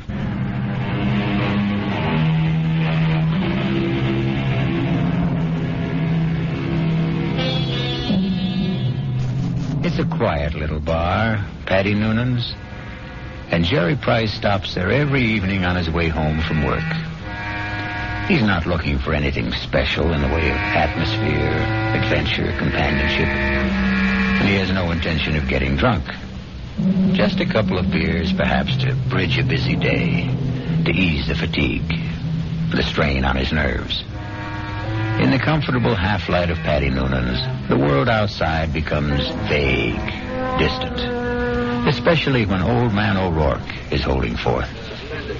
And he lay there, his head against the barricade, and the blood from him falling soft upon the pavement. I looked in his face, and I could see his death was upon him. "'Tis a bitter thing," I said, "to die at 17. And for a moment his darkening eyes held mine. And with his last strength he said, "'Tis a sweet thing to die for Ireland." Sweet indeed, Mr. O'Rourke. Any calls for one on the house? I thank you, Paddy Noonan. I see, Jerry Price. Excuse me. Good evening, Jerry. Hi. I didn't notice you come in. Well, when Old Man O'Rourke's in form, you don't see anybody, Paddy. The old man there, he carries his war. I know I carry mine. You ever think of yours, Jerry? No, never. Never? Nope. The day I came home from Vietnam, I put away the uniform. I also put away everything that went with it. The army, the war, like a snake sheds his skin. Now, the past is gone, Paddy. It's dead, so you forget it. You go on to other things. Hey, what's everybody drinking? This round's on me. Set 'em up, Paddy. Mr. Edward Clark himself. And what's the occasion? Hey, I got a little announcement. Guess what the old lady tells me this morning? Number 10 is on its way. Oh, that event around must be on the house, Mr. Clark. Just a quick one, Paddy. Hey, I got the truck outside. What are you hoping for this time, Ed? Boy or girl? Let's see. What do I got now? 4 boys and 5... No, I got 5 boys and 4... who can keep them straight? All I know is I'm always tripping over somebody. 10 kids in 12 years. Well, you can't tell me it isn't exciting to hear there's going to be a new baby. Oh, yeah. I know it's going to be a kid that'll wet its pants and keep me up half the night. It's another mouth I got to feed. Yeah, well, guys, I got to ride. I'll see you tomorrow. You know, Paddy, it's funny. People who don't want kids, can't stand kids, can't afford them, can't raise them, they can't help getting kids. Whereas, guess there just isn't any justice in this world. Well, there may be no justice, Jerry, but there's always hope. How long have you been married? Right after I got out of the army, it'll be 9 years. A fellow used to come in here, and they were married 15 years before they had their first. Am I really out of the army 9 years? Tell me, Paddy, you're an old philosopher. Where does it go, huh? Down the hatch and try another. Yeah, don't mind if I do. Oh, wait on the paying customer first. Where? A fella standing at the end of the bar. What are you saying, Jerry? There's nobody standing at the end of it. In the brown hat and a raincoat. Now, Jerry, what are you saying? I know. That's Paul. Tell me, what's the matter, Jerry? Paul. Jerry, listen to me. There's nobody. Paul. Hey, he was just standing here. Where'd he go? Where is he? Jerry, where is who? Are you all right, Jerry? Yeah, I'm all right. But I saw him. Who? A guy I was in the army with. The two of you. Were you close? He was my buddy. Well, when was the last time you saw him in person? The night he was killed. Have you ever seen him again? Like you thought you did just now? No, this is the first time. Well, maybe you need a rest, Jerry. Paddy, why now? Why tonight after all these years? Well, you say you saw him last the night he died in battle. Well, the sight of him dead must have stayed with you always. But that's not how I just saw him, Paddy. He wasn't in uniform. He was in civilian clothes. You might have pictured him as he looked at a happier time. I never saw him in civilian clothes. We met in the army. And, Paddy, I didn't see him as he was then. We were both kids, about 20. I saw him the way he'd look today, about 30. His face was more mature. Jerry, are you sure he's dead? He is dead, Paddy. I just saw him. I know I saw him.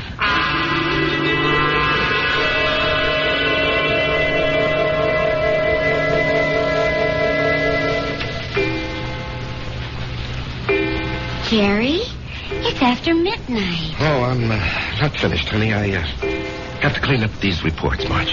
Honey, a new rule has just been passed in this house. All paperwork shall be done in the daytime. Marge, I have to call on customers. Be reasonable, huh? Am I the kind of wife who makes idle criticism? No, indeed. Constructive suggestions, that's my motto. Northeast Distributors can solve all your paperwork problems by hiring a girl. Honey, I'm lucky to have the job. No, Jerry. You're not lucky. They're lucky. Well, everybody knows you're a terrific salesman. Well, you could get another job tomorrow. More money, less headaches. Honey, I couldn't walk out on Joe Keller. Why not? Well, I'll never forget what that man did for me. I came home from the Army, a kid with no experience. I needed a job. He took a chance with me. Now he needs me. Oh. Well, I'm just worried about you, Jerry. You look so tired all the time. No, I'm in great shape. Will you go see Doc Steiner? I did, today. Oh, well, it's about time. You needed a checkup. Well, I didn't just go for the checkup, honey. I went for the other thing. Oh, Jerry. Well, he said some people, men, well, they're okay in every way, but it just doesn't work out for them. Jerry, it's all right. No, honey. It's all my fault. Honey. It's just unlikely there can ever be any kids. He said unlikely. What he meant was impossible. We've got each other. Yeah. If only you didn't want a child so badly. Now we'll definitely think about adopting. Okay? Yeah, okay. Sometimes that works out even better. Come on, honey. Let me see you smile. Marge, I don't know what I'd do without you. Oh, that makes us even. I don't know what I'd do without you. Come on, get to bed. Yeah, I'll just have a cigarette, huh? Well, honey, why'd you turn on the music? To make sure you don't try to sneak in some work. I know you can't concentrate with the music going. I'll just be a couple of minutes, honey.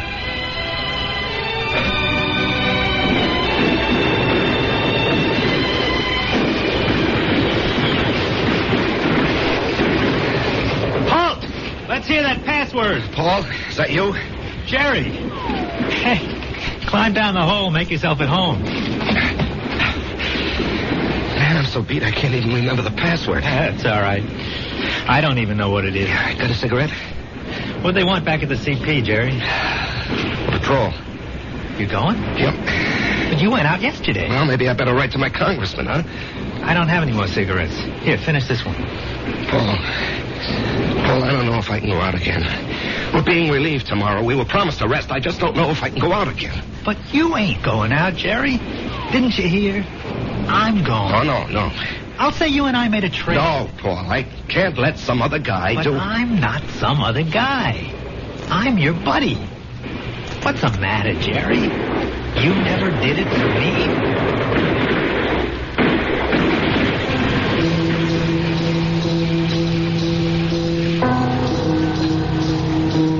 Can I have a drag on that butt, Jerry?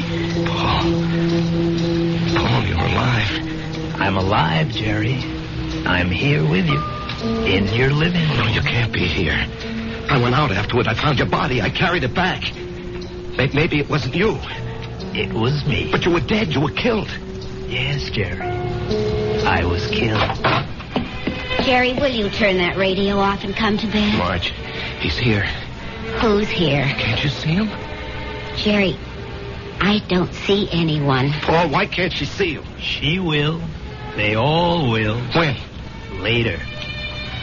I have to go now, Jerry. No, Paul. Paul, tell her. Jerry. She'll think I'm crazy, Paul. Paul. He's gone, Marge. He's gone. Jerry, honey, what's going on here? Marge, he was here. He was right here. No, you got to believe that. I'm not drunk, and I'm not crazy. I believe you. I believe you, Jerry. Now, here, just sit down. Don't do anything. Don't say anything.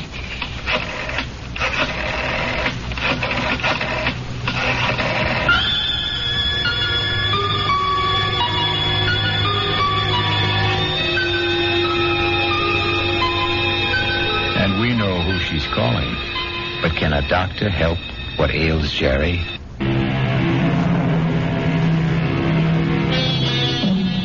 And now, Act 2 of The Bullet. Let us trace the path of the bullet. We have a worried Marge, a concerned Dr. Steiner, and a distracted Jerry. Tell me about this man, Paul, you called him Jerry. I said we were buddies, Doctor. That tells it all. Jerry, please don't be so hostile. Dr. Steiner's only trying to help. You were buddies. You came back alive and he didn't. Yo. There's an extensive medical literature on the subject. Oh, I'm sure there is. Jerry. I'm not being hostile, Marge. I know I saw him. Of course you saw him. Well, finally. But that doesn't mean he was there. You see, Jerry, the death of a wartime comrade remains an eternal reproach. All who survive are sentenced forever to feelings of guilt. No. Doctor, the wars are fought by kids in foxholes. The literature is written by doctors and officers. That's hardly fair, Jerry. I'm the authority on war, Doctor, because I was a kid in a foxhole, and I don't feel guilty about my buddy. You don't? No. Tell me why. Oh, you wouldn't believe it. Try me. All right. You see, there's a bullet, and it's designed especially for you. And if it's your bullet, it'll find you no matter where you are. You can't evade it, you can't avoid it. It was meant for you, it was meant to be. You and the bullet. Both of you were dust, originally. You were dust because the Bible says so. And the bullet was also just dust in the ground. Well, that bullet was mined and refined and cast into metal. It was shaped into a slug and joined with a shell. It was one of billions of bullets, but it was yours, all yours. And at the right time, there'd be a tremendous explosion of gases in a narrow chamber. And the bullet would be torn loose from the shell case and spun around the grooves of a gun barrel and hurled through space. This is the bullet you don't hear. You don't hear it, Doctor. You don't hear it whine past your ear or ping off a rock or thwack against a tree. That's because it's your very own bullet. It's coming to meet you, or you're going to meet it. It's been arranged. You see? It's an appointment that can never be broken. The dust that had become the bullet would encounter the dust that had become you. And after a while, both of you would become dust once again and return to the ground. Your original home. Jerry, I know you're overworked, you're overwrought, you're overtired. I keep telling him to slow down. Okay. I know I'm under a strain. I know I'm working too hard, but what can I do? Jerry, try to understand. Right now, you're having what is popularly known as a nervous breakdown. This alleged visitor from another world. I say he's an illusion. I say you have subconscious feelings about him which you're not aware of. And I say they burst through because of heavy pressure on your nervous system. Yeah, I knew you'd say that. Prove me wrong. How? Go away. Get out from under. Rest a while. Relax.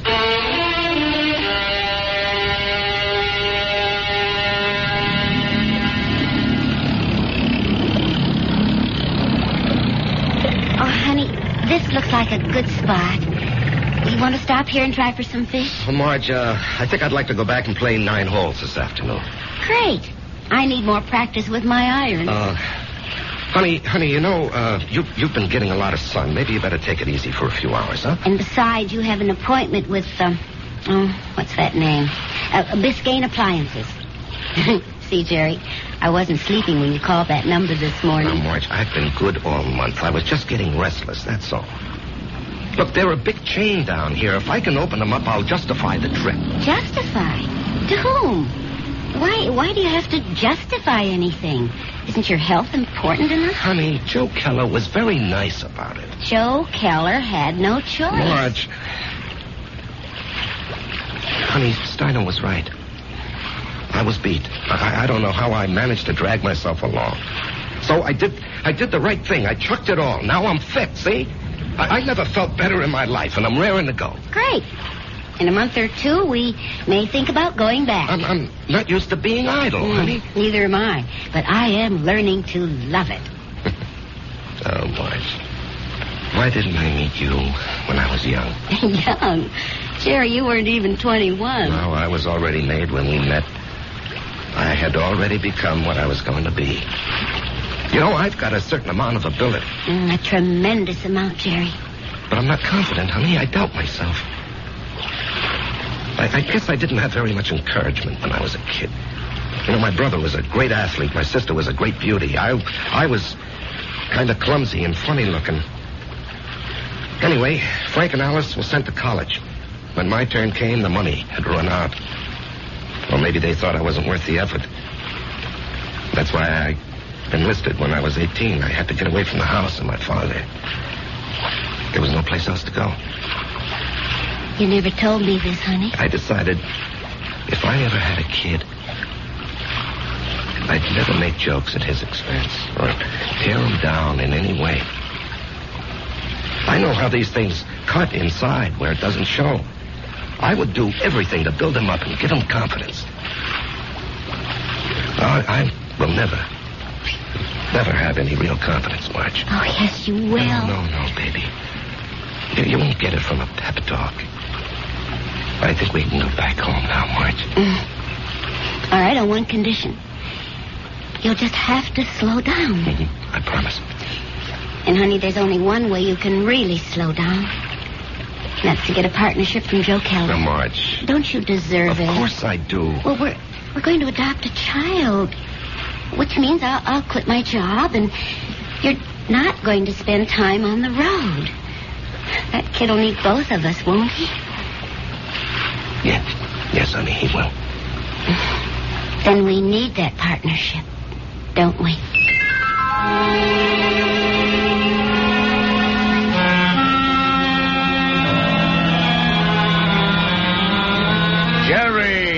Jerry, baby. You look like $1 million. Less 2% for cash, of course. Yeah, Joe. Now, hold it. Ramona, no calls. I'm in a meeting. I can't be disturbed. Well, anyhow, Joe, hello. I want you to take it easy for a while, you hear? Yeah, I'm ready for action, Joe. Oh, you think you're ready. Now, listen. I know you had a lot of expenses. I want you to take this little check. It's only $500. I'm strapped for cash this week. I had to pop for a whole new computer setup. But anyway, I decided to increase your bonus to 5%. That'll amount to a pretty sweet raise, huh? Now, Joe. Don't thank me, kid. You're entitled to it. We got to make sure you don't get sick again. Joe, I have to talk with you. Well, sure, kid. What about? Well, it's personal and important. Well, let me buy you lunch.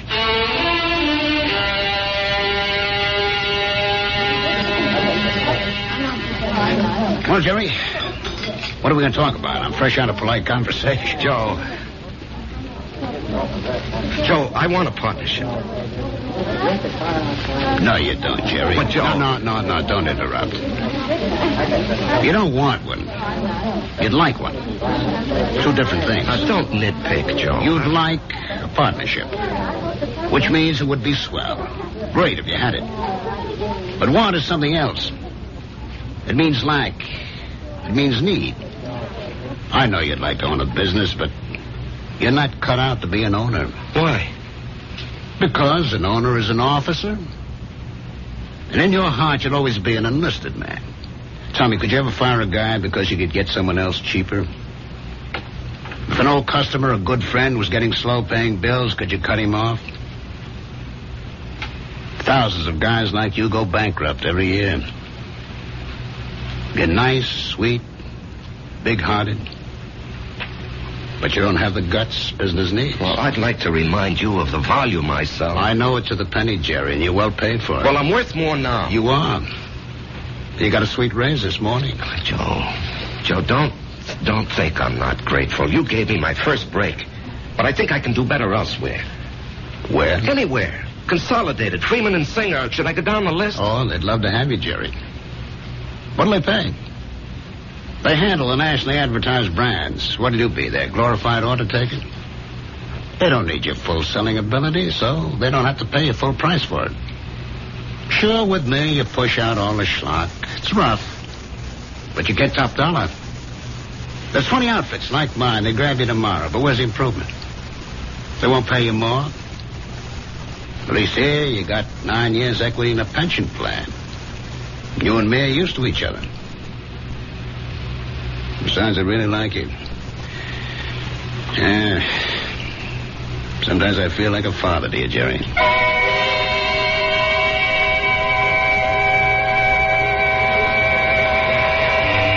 was a fiasco, Patty, a fiasco.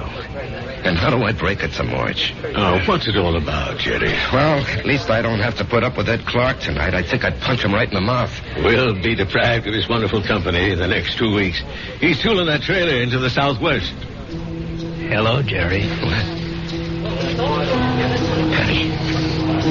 Patty, is someone standing behind me? No, Jerry. Paul, will you tell me why? I'll tell you everything, Jerry. When? Soon. I think maybe tonight. Paul, why do you keep popping in like this? I don't know, buddy. I can't control that. Yeah, but Paul. Patty, don't you see anyone? No, Jerry. Well, you didn't hear anyone talking to me either. No. Patty, do you think I'm crazy? Well, maybe you should see a doctor. I saw a doctor. Well, how about one of them psychiatrist fellas? I never even told my wife. I did see a psychiatrist. But after a while, I figured, why pay him $50 an hour when I can come in here and talk to you for nothing? Well, there must be more to them fellas than that. Oh, sure. He said that the roots of my problem go back to my unhappy childhood. But, Patty, I have a brother, Frank, who feels terribly insecure. He goes to a psychiatrist, too. Why? He had a happy childhood. Put it this way. If you see someone and I don't, the flaw can be in me and not in you. Drink? No. I better go home and face the music.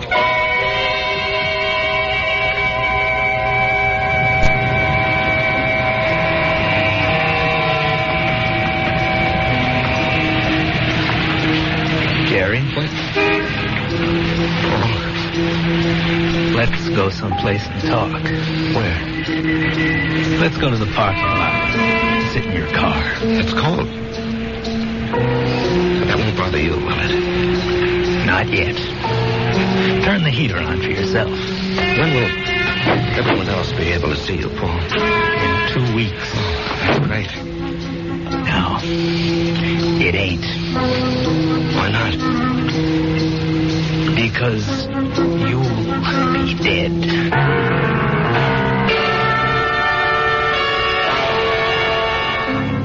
Because you'll be dead. Cold words from a warm friend. The chill inside the car becomes intense. But Jerry knows there's no point in turning on the heater. We'll rejoin these two friends when I...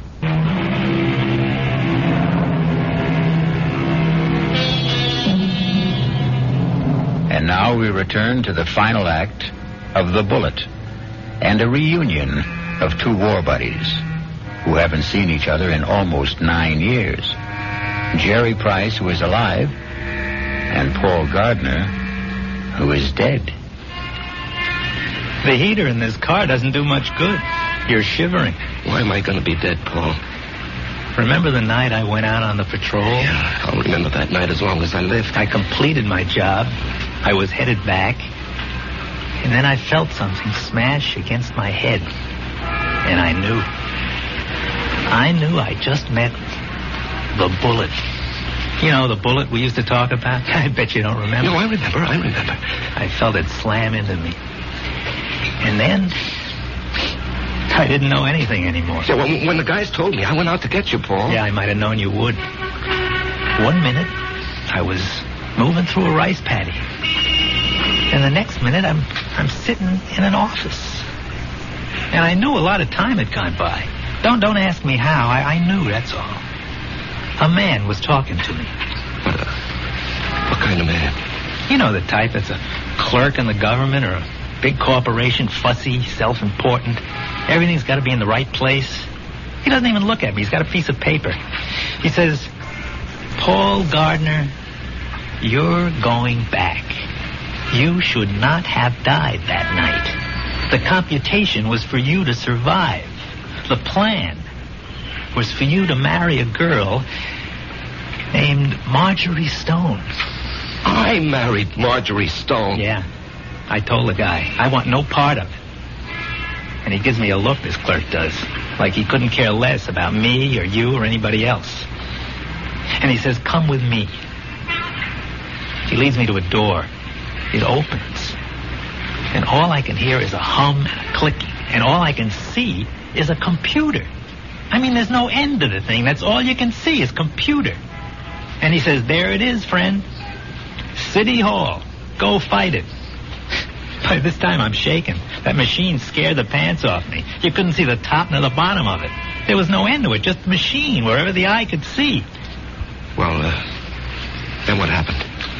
This clerk, he tells me there's a plan. A capital P plan. It calls for me to come home. Not you. Yeah, well, maybe that's fair, Paul. You were always the better man. No. You got more on the ball. You never got a break, that's all. I had a chance to go to school, become somebody. I could have gone into the old man's business, become the biggest hardware dealer in Atlanta. You and me. We both run away to join the army. You because you had nothing. Me because I had everything. But why are you coming back? Because Marge and I are supposed to have a boy. A certain kind of a boy. He'll grow up, I don't know, discover something, create something, or be somebody the world needs real bad. They wouldn't tell me what. Anyhow, 40, 50 years from now, he has to be here. And of all the millions of men and women, he could only be born to me and Marge. When am I leaving? I told you. In 2 weeks. How? 9 o'clock at night. A trailer truck will go past Patty Noonan's saloon. Just as you're crossing the street. Why does it have to be like that? Because you don't know how careful these things are figured. You could get killed a million ways. But the plan calls for a truck driven by a guy named Ed Clark. Oh, yeah, I know Ed Clark. He doesn't have a good record, so it'll be easy to prove he's a careless driver. He works for a big outfit, so Marge will have a good settlement. But why? I still don't understand. She'll need the money. You see, I won't be a good father. Not as good as you, for sure. Oh, I'll love the kid. I'll love Marge, but I won't be there a lot. You know me. I have to keep moving. But if you know how important it is for the kid... I won't know. Once I'm alive, I won't remember any of this. Now, you say it's all figured out, maybe not. The human element. How can the machine predict Marge would go for you, huh? With all due respect, Jerry, did I ever have any trouble landing any dame I had my sights on? Well, with all due respect, I can't see Marge falling for your line of chatter. She will, Jerry. I'll be there when she's having a bad time. She'll be all alone. She'll need somebody. Things will take their natural course. Sure, she'll see through my line, but after a while she'll get to like it. I'm different. You're quiet. I raise hell. You let things eat at your insides, not me. I pop off. Maybe my way's no better in the long run. And she's married to you, and she loves you. But deep in her heart, she loves my way better. She'll fall in love with me. Jerry, you have to believe I don't want to do this, but it was your bullet, not mine.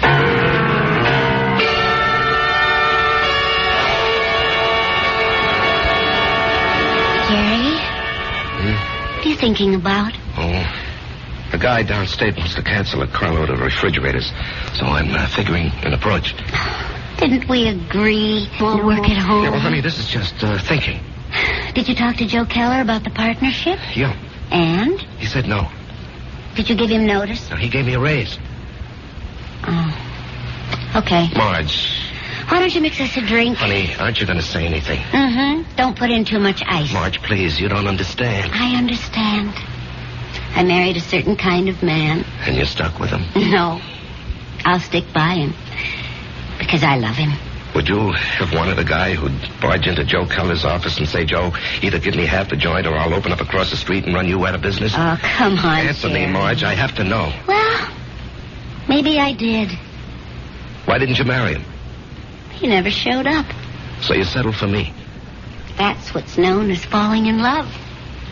Come on, honey, take me to the movies. No, I don't want to take you to the movies. Let's go downtown and see a play. But that's a lot of money. Are you going to worry about money?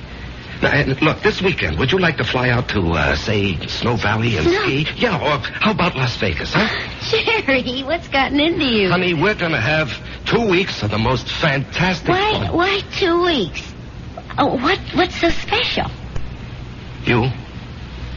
Me? I just want to spend the rest of my life having a ball with you.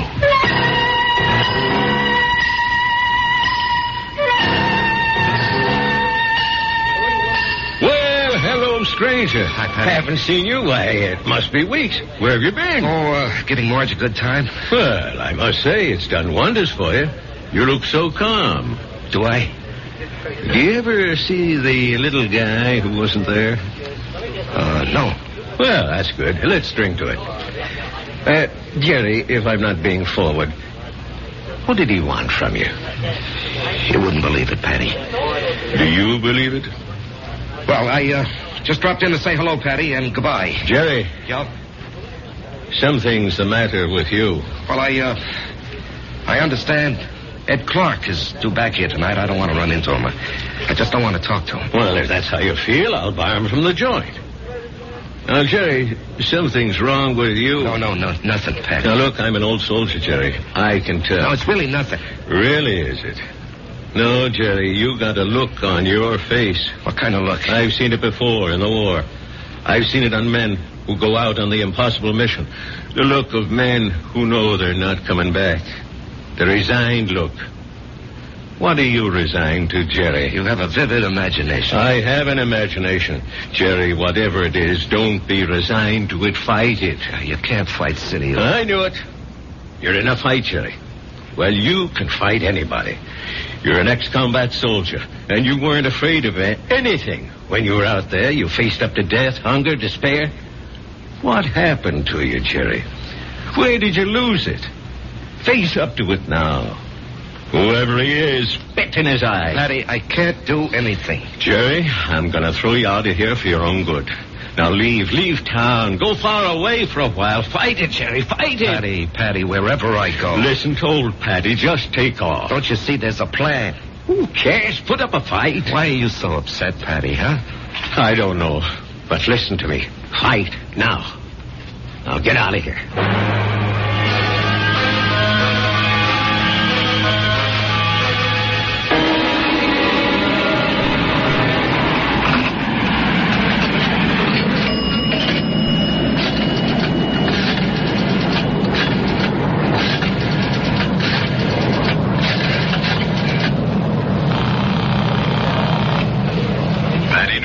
Patty, it's Jerry. I decided to fight it. Good boy, Jerry. You know, Patty, there's something about your place. I don't know how to say it, but I feel stronger, better, away from it. Well, I don't mind. So I'm going to fight. What have I got to lose, huh? Why should I do what he tells me? Why should I believe him? I don't know what it is, but I agree. I'll see you around, Patty. Universal Airlines, flight number 3 for Los Angeles and Mexico City, now boarding at gate 17. Who you calling, Jerry? Marge, I have to tell him. Oh, Jerry, don't do it this way. There'll be 100 other people on that plane. Do it the way it has to be done. Paul, I have to fight you. Why? Because it isn't fair. Was it fair for me to stop your bullet? Come on, Jerry. Ed Clark will be tooling by Patty's in less than an hour. Paul, I don't know if I have the nerve. I'll help you, buddy. I'll help you. Come on. Hello? Hello?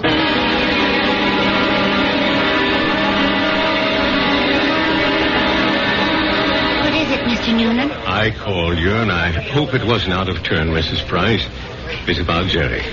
What about Jerry? He's sitting back there in the booth. Now, wait. Don't go to him yet. He's in trouble. Well, it can't be. We've had such a glorious 2 weeks. He's in trouble. Well, what kind of trouble? I don't know. We have to help him somehow. Is it that Buddy? I think so. Well, the time has come to lay that nonsense to rest once and for all. And I'm going to... That won't work. Agree with him.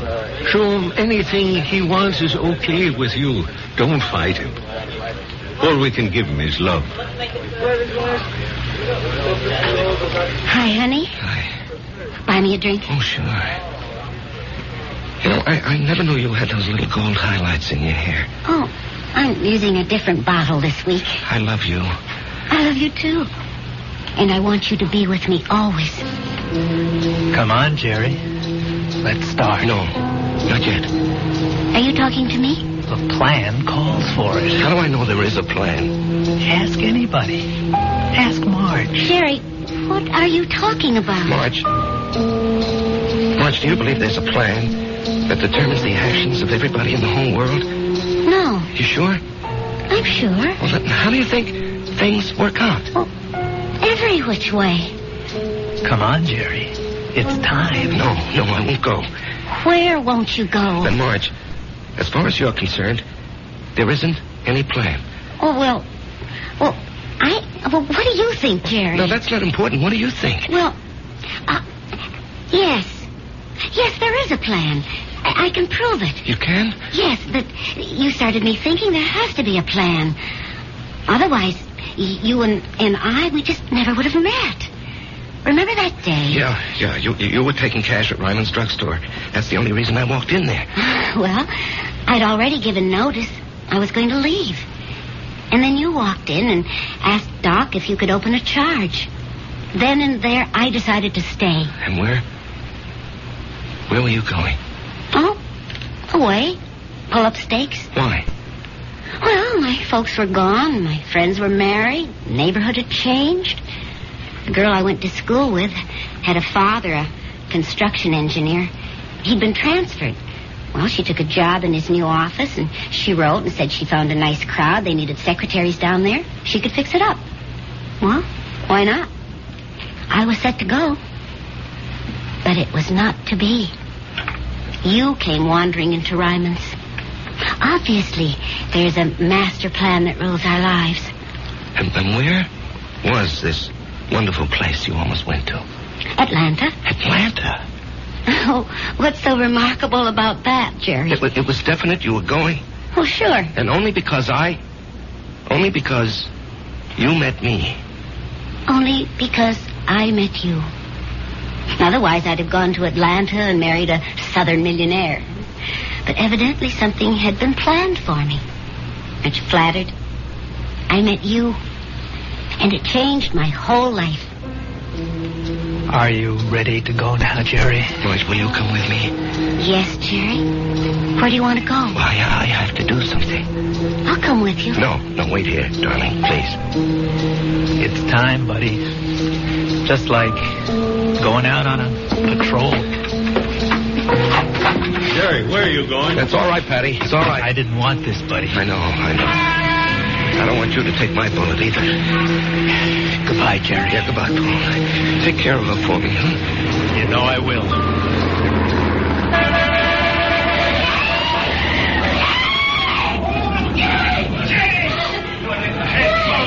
Call the police. Get an ambulance. Oh, Jerry. Barry. He's dead. Here, miss. Here, you're cold. Let me throw this coat over you. She's gonna faint. It's all right. I've got her. We'll bring her into that bar where it's warm. Give her a little stimulant. It's all right. Everything will be all right. Everything will be... It'll be all right.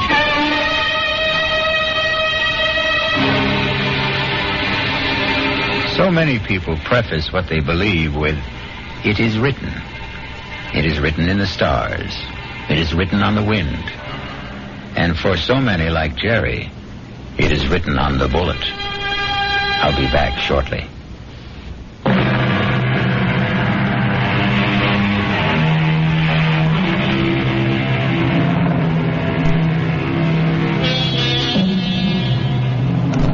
I remember an old soldier once told me he wasn't worried about the bullet that had his name on it. What really bothered him was the bullet marked, "To whom it may concern." Our concern is mystery, excitement, suspense, thrills and chills. Our cast included Larry Haynes, E.V. Juster, Martin Newman, Ralph Bell, Leon Janney, and Danny Acco. The entire production was under the direction of Himan Brown.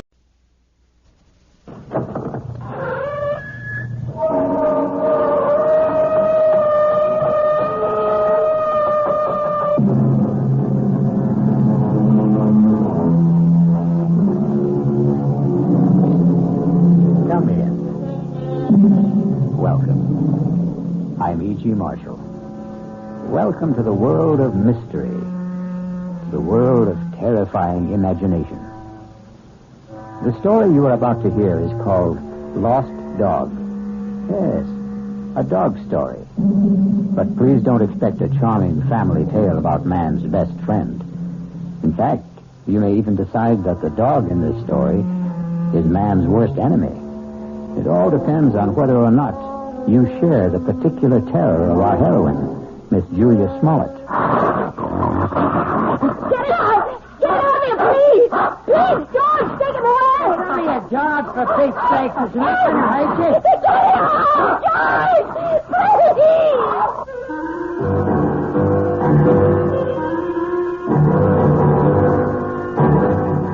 Our mystery drama, Lost Dog, was written especially for the Mystery Theater by Henry Slessor and stars Kim Hunter. It is sponsored in part by the Kellogg Company, makers of Kellogg's Special K cereal. I'll return shortly with Act One.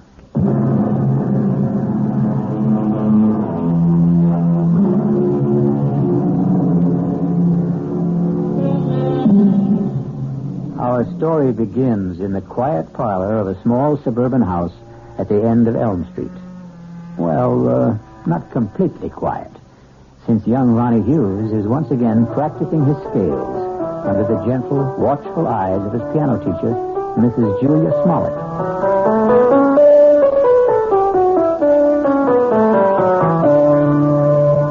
Well, that was very good, Ronnie. That was much better than last time. I still wish we could skip this scale stuff, Mrs. Smollett. I mean, I'm not saying that I'm ready to play concertos yet, but just the same... Why does it bother you so much, Ronnie? Well, playing scales makes me feel like a little kid, I guess. Oh, that's silly. All the finest pianists had to learn their scales before they could play any composition. I guess it's my fault for starting to learn to play so late in life. Ronnie, 19 years old isn't very late in life. I'm 20, Mrs. Smollett. Are you? Already? Oh, now don't tell me you've been coming here a full year. No, just about 4 months. But my birthday was last week. It was on Thursday. You weren't well last Thursday. Oh, yes, that's right. You still don't look well. Listen, why don't we see how well you know the chromatics? Your cheek, it's swollen. It's still swollen. Does it hurt? No, it doesn't hurt at all. It was silly of me to stumble and fall that way. I know that your husband hit you, Mrs. Smollett. Now, that's a very silly thing to say. You can't tell me it isn't the truth.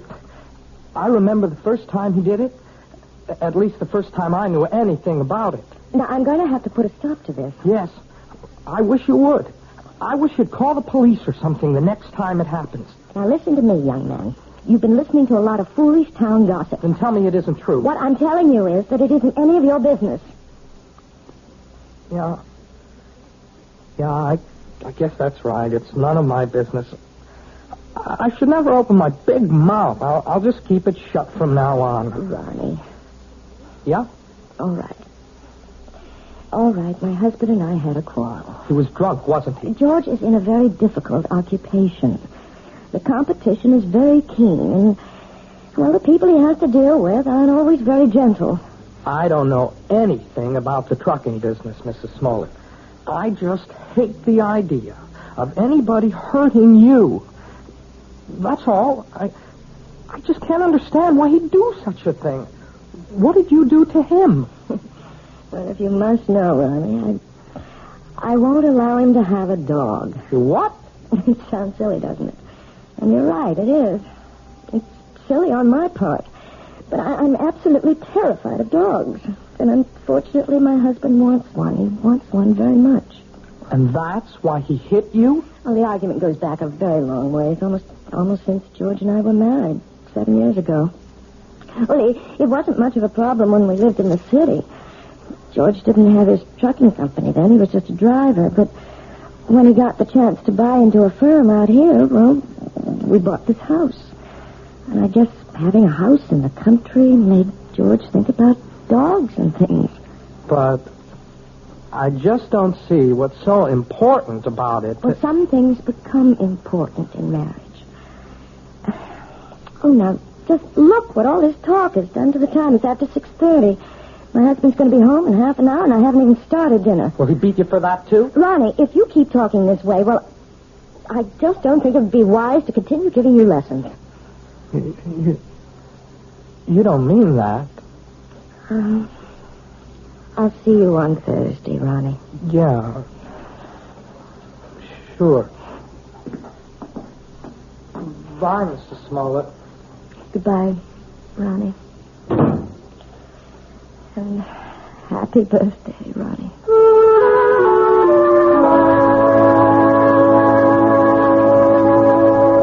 What else could I tell the guy? I had 2 semis in a repair shop. If I wanted the job, I had to use his equipment. Well, fine. Only nobody was going to hook me for a $500 premium. Hey, are you listening, Julia? Yes. Yes, I'm listening, George.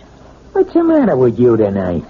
I'm a little tired, I suppose. Tired? You? From what? Lifting the piano cover?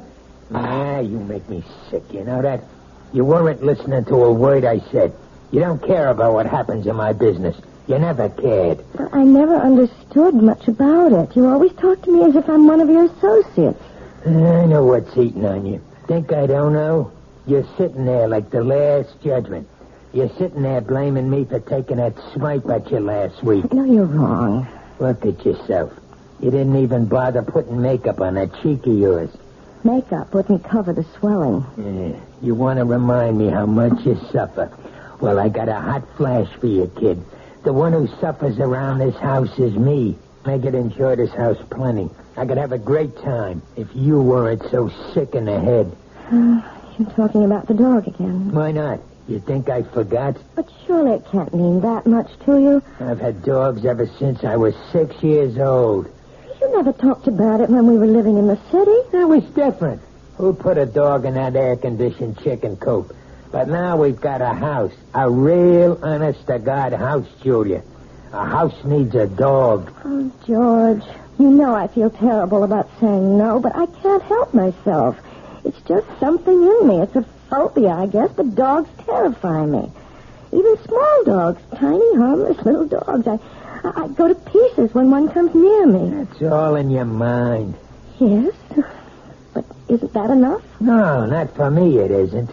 Can't you understand that it's like a sickness, like a disease? Okay, so if it's like a disease, how come you never got cured? How come you never saw a doctor about it? A doctor? Yeah, that's right. You're telling me you're sick? We'll just find out. Well, where are you going? I'm going to get you an appointment, a doctor's appointment. I'm calling Dr. McCann right now. At this hour? I'll call him at home and make an appointment for tomorrow. We're going to settle this thing once and for all.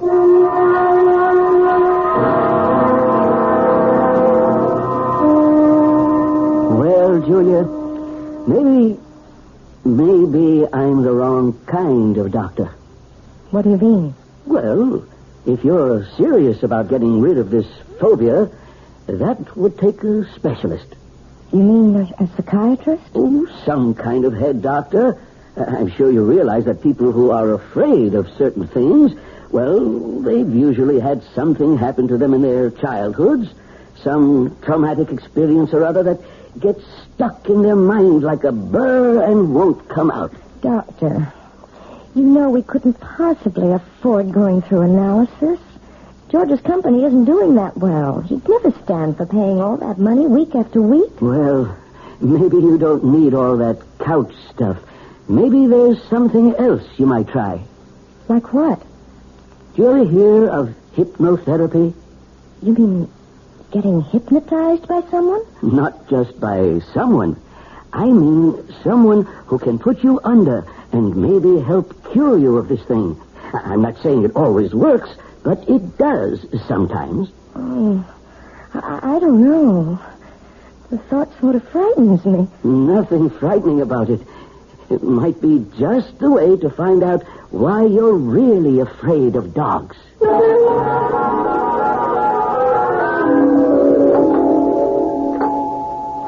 1 minute. What'd you do, forget your key? Yes, George, I'm sorry. Where you been so late? It's almost 7:15. I went to a movie after I saw Dr. McCann. I was just so nervous. I had to get out of myself, so I went to this movie, and it lasted longer than I thought it would. Oh, that's great. Just great. Now what happens to my dinner, huh? Dinner's all ready. All I have to do is heat it. That's a fine thing. I come home early to surprise you. You're not even here. I'm sorry, George. Do you think you should have more to drink now? I mean, it won't take me more than 10 minutes to get dinner on the table. Never mind how much I drink. Besides, I'm in no hurry for dinner. I want to know what the doctor said. Well, it's just as I told you, George. There's nothing Dr. McCann can do for me. It's not something that can be cured with a pill. There's gotta be some way. Well, he suggested that maybe a different kind of doctor, a hypnotherapist. A what? Someone who hypnotizes you, who tries to make you go back into your past. It sounds like a lot of junk to me. Well, it might do some good. I really don't know. I'll tell you what would do some good. A little direct action. That's what you need. What are you talking about, George? The only way to learn how to swim is to jump in the water, right? Well, that's what you need, Julia. I simply can't make you understand, can I? Well, maybe I can make you understand. Forget it. You want to get that dinner ready? I'm hungry. Yes, I'm going now. Look, why don't you change first? Change? Yeah, your clothes. Get more comfortable. Well, yes, I think I'd like to do that, George. I won't be long.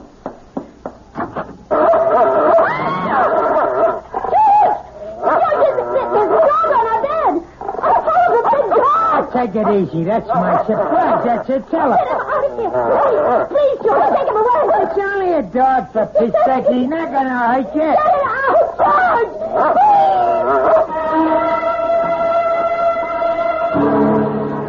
George. It only goes to prove that there are more terrors in this world of ours than anyone imagines. But the question in the Smollett house is, which one is the real terror? Attila the dog or George the husband? We'll learn more about both of them when we return shortly with Act 2. This is WOR New York, your station for the Mystery Theater.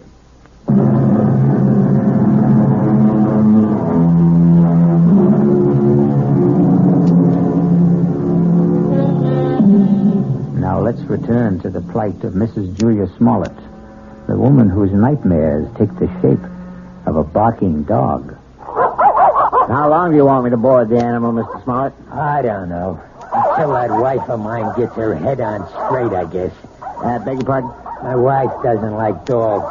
Took one look at Attila and screamed the house down. Well, some women get scared of Dobermans. This dog's only 6 months old, for Pete's sakes. Practically a puppy. Can you board my dog until my wife gets through with her treatment? Treatment? I don't think I understand. Just give me a straight answer. Oh, yes, sir. Certainly. We'll take the dog for as long as you like. We'll see how long that is.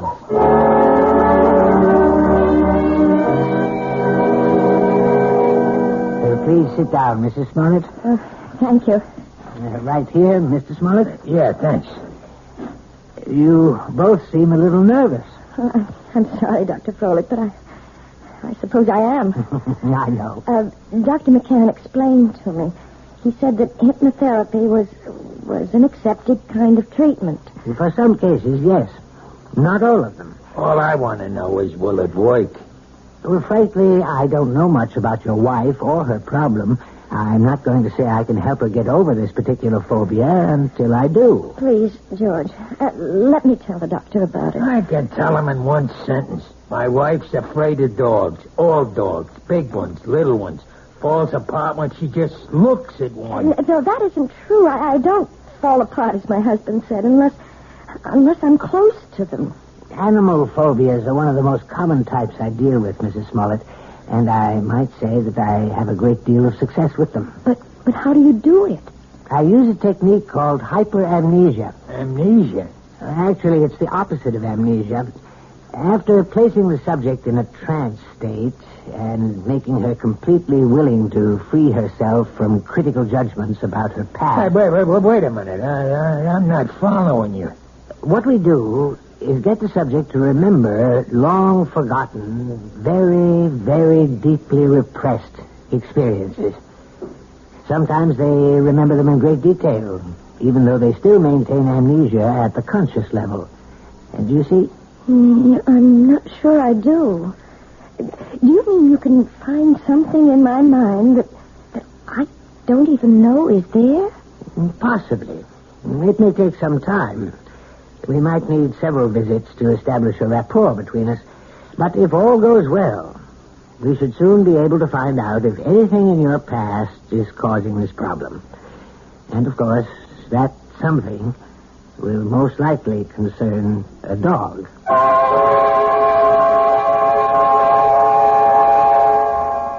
That wasn't one of Hank's longest passes, but it was a bullet right at Joe Flax, deep in enemy territory. George? 3 minutes left in the half. You home already? Whether or not the Raiders will try to go all the way. Well, what happened? How'd it go at Folix? It was all very strange. Well, come on, let's hear it. Did he get you hypnotized or didn't he? Look, I just want to hang my coat up. Look, I'm missing a big game just because I want to hear. You might as well turn it on again, George, because all that Dr. Folek did was what he called the first stages. What does that mean? I mean, well, he put me under all right. There wasn't any problem about that. Yeah, I figured that. Tell me what he said about the dog. He didn't say anything, George. Oh, what do you mean? Just that. He didn't start talking about my problem. That's going to have to wait until I'm more receptive. What's he trying to do? Keep stringing you along until he bleeds me dry? Those visits cost $50 each, you know that? I know it's expensive, but you're the one who insisted that I go. $50 a week plus kennel charges. A couple of months of that, and I'll be hocking half of my trucks.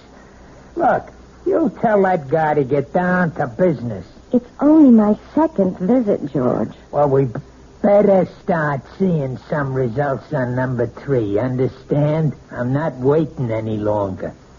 There doesn't have to be a number 3. As far as I'm concerned, we can stop right now. What are you talking about? George, I don't want to do this thing.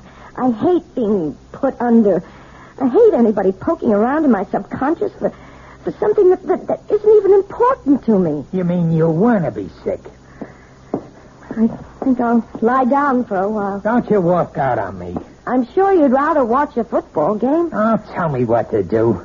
I know. You think I'm Mr. Lowbrow. But let me tell you something, kid. You're no fairy princess anymore. Maybe that's what you used to think you were back in the old days. But the only fairy around this house is that piano student of yours. I don't like to talk to you when you're like this. That's what you always say when I'm drinking. Well, I'm not drinking now. And you better listen to what I'm saying. Oh, please, George, don't touch me. Yeah, I knew that was coming next. Don't touch. That's your favorite phrase, night and day. Don't touch, George. You're hurting me. That's the only thing you understand. The only touch that means a thing to you. Let go of me. Stop being such an animal. I'll show you what animals do. No, George, please, don't. I'll show you what kind of an animal I am. I'll show you. Don't, George, please don't. Please.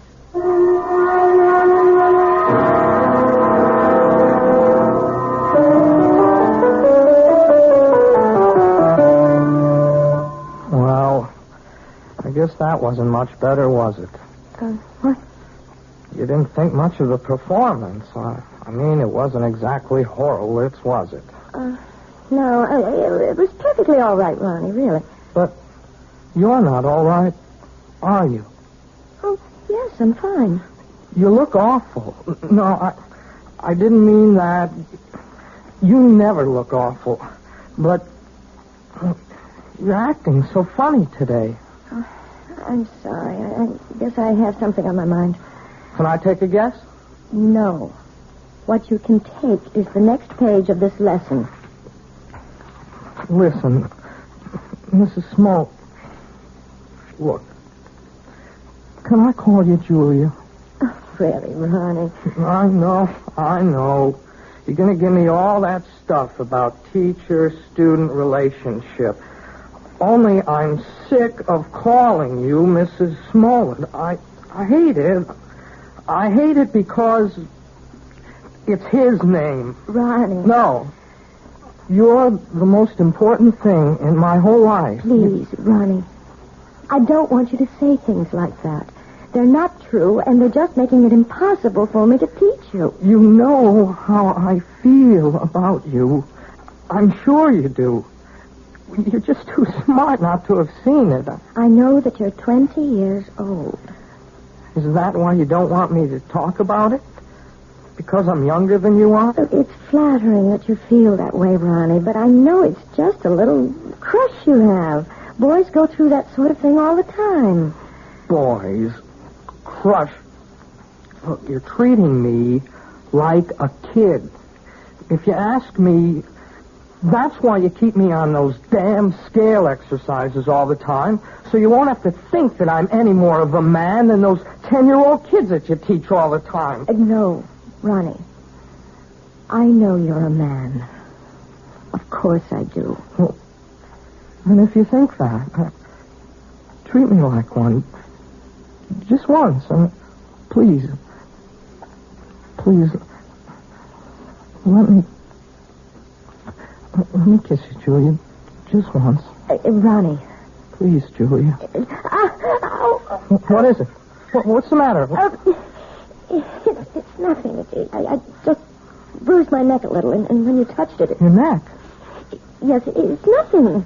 Is that why you're wearing the scarf today? Let me see. No, Ronnie, don't. Oh, my God. It was just an accident. Nothing but an accident. You're all bruised. Your whole neck. Look at it. I can see more bruises. Down the shoulder. What did he do to you? Please don't talk about it. I can't bear to talk about it. You don't have to. Julia, you don't have to. But he's going to talk about it. With me.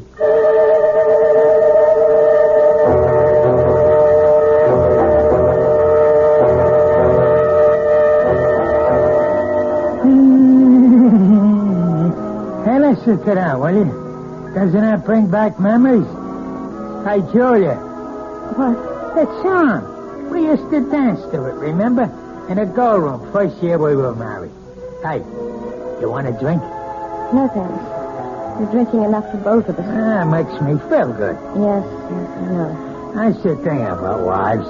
They ought to do what their husbands do. A man needs a pal, not just a wife.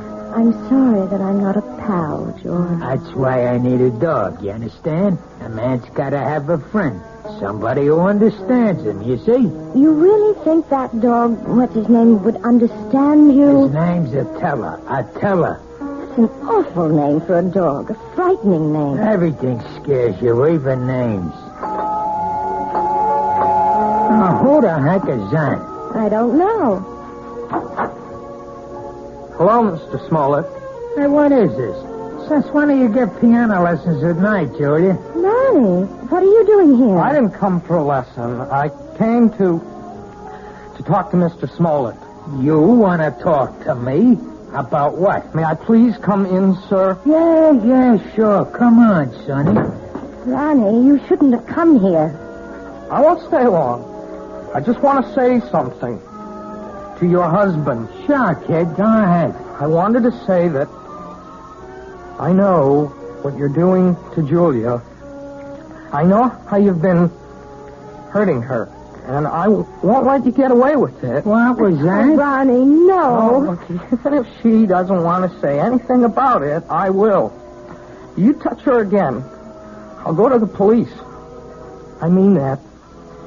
See, there are laws in this country. I think maybe I'm hearing things. I swear, Mr. Smollett, you ever hit her once more, you're going to go to jail. So I'm going to jail her, and you're going to put me there. Ronnie, I begged you not to do this. No. It's okay, Julie. I like hearing this. I mean, I want to know what the younger generation is thinking. You don't want me to hit my wife anymore, is that it? That's it.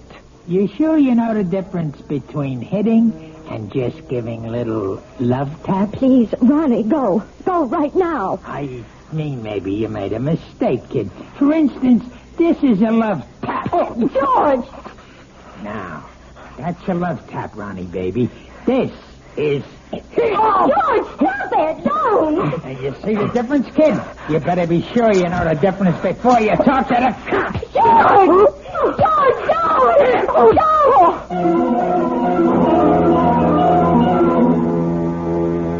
Yes, it's sad to realize that all men who love dogs aren't necessarily lovable themselves.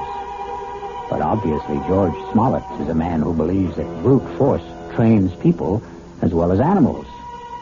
He may be right in some respects, but perhaps he should be aware of the old saying that every dog has his day. I'll be back shortly with Act 3.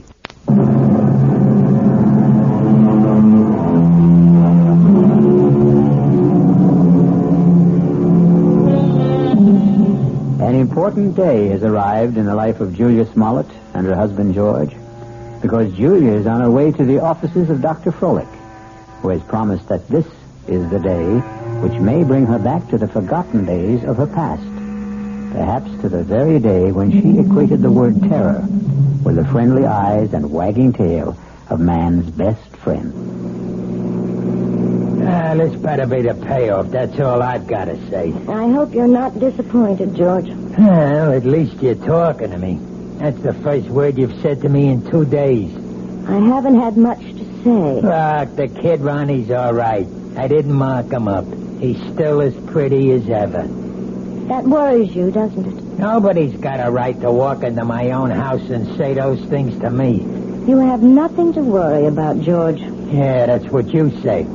$50 a visit is something to worry me, and $40 a week for the dog, and a lot of other things. We've also lost a piano pupil. I suppose you realize that. Who cares about that? Ronnie paid $20 a week for his lessons, George. I won't miss it. Not as much as you'll miss your little Prince Charming. Well, what about it? About what? You're going to miss him, right? You're not going to have any shoulder to cry on, are you?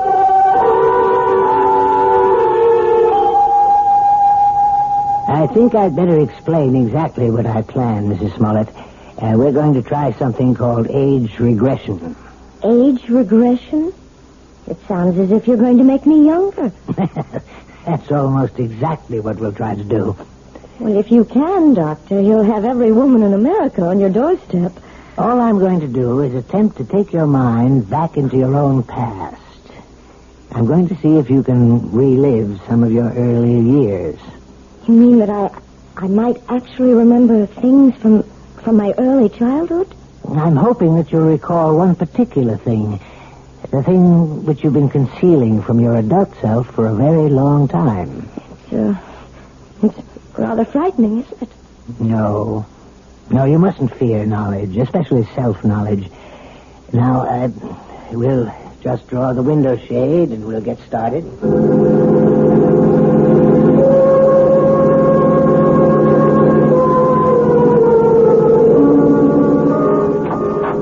Mr. Smollett, would you like to come inside?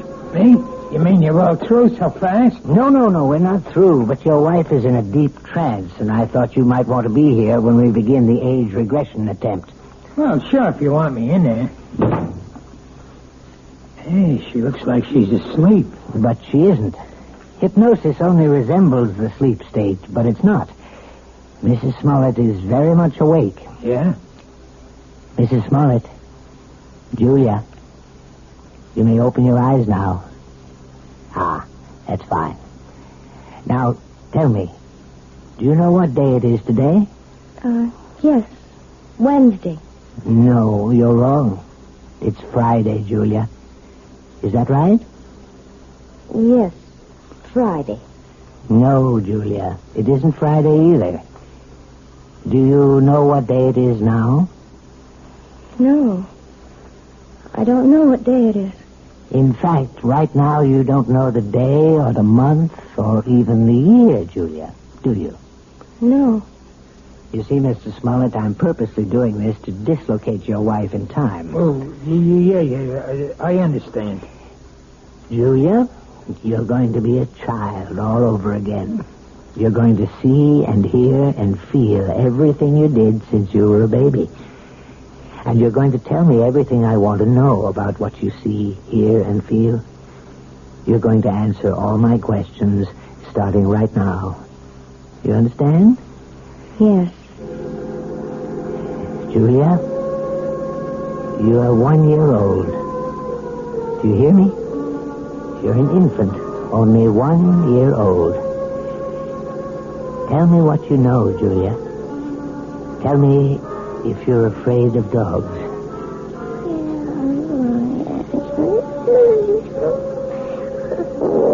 Oh, my God.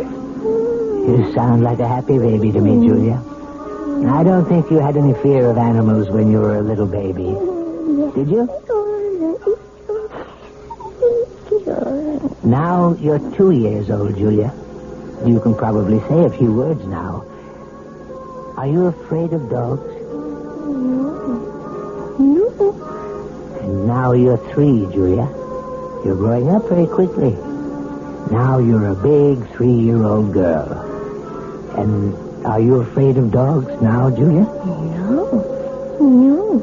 I'm not afraid of Bow Wow. You're 4 years old now, Julia. Tell me if you're afraid of dogs now. It's all right to shake your head as long as you tell me, Julia. Now you're 5 years old. What? Still not afraid of dogs? No, I'm not afraid. Now you're 6, Julia. 6. This can go on forever. Please, Mr. Smollett. Not afraid at 6, Julia?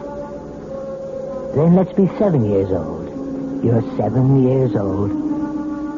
Still not afraid, are you? Now, what about 8? You're an 8-year-old girl now. Topper. What was that? Topper. Poor Topper. What's she saying? Julia, who is Topper? Is Topper a dog? Topper's my dog. Where is Topper now, Julia? Topper's dead. They put Topper away. They killed him, and it's all my fault. What's your fault? What did you do, Julia? No. It's his fault. It's Bobby's fault. Who's he, Julia? Is Bobby a friend of yours? I hate him. He teases me all the time. I'm glad I did it. I'm glad. Only don't kill Topper, please. Please don't kill my dog. Does all this mean something? Yes, it means a great deal, Mr. Smollett. Julia, now please listen. I want you to tell me all about Bobby and Topper. Bobby lives next door. He's 10. He teases me. He pulls my hair. He tore my dress. He put mud in my shoes, and he hit Topper with a rock. Mommy! What happened, Julia? Why are you calling your mother? What's happened to Bobby? He's killed him. He killed him. Who? I warned him. I told him what I would do. I told him. Was it Bobby you warned? Sick him, Topper. Kill him. Kill him. Oh, my God. Quiet. Hey, Julia, listen to me. I want you to explain everything to me very clearly. Did you tell your dog to hurt Bobby? Yes. Did he hurt Bobby? Did Topper kill him? No, he hurt Bobby. He didn't kill him. He hurt Bobby in the neck, but they killed Topper. They killed my dog. And it's my fault. It's my fault. Well, I think we found the lost dog.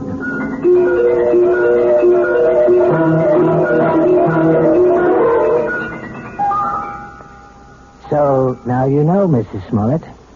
Now you may be able to understand. It was this one incident in your childhood, this one tragedy of your past innocence, which is responsible for your phobia. More than anything, you have a strong feeling of guilt. You blame yourself for what happened to little Bobby, when in all likelihood you were not in any way at fault. No, Dr. Froelich. You're wrong about that part. It was my fault. I remember it all now.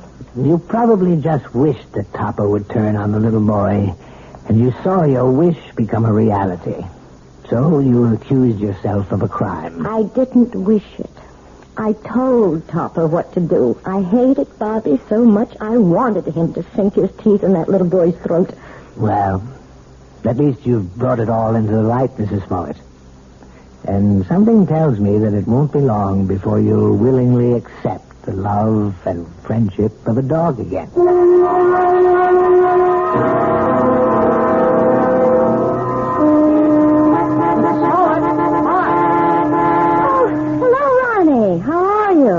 I'm okay, I guess. That looks like a brand new car you're driving. Oh, yeah, it is.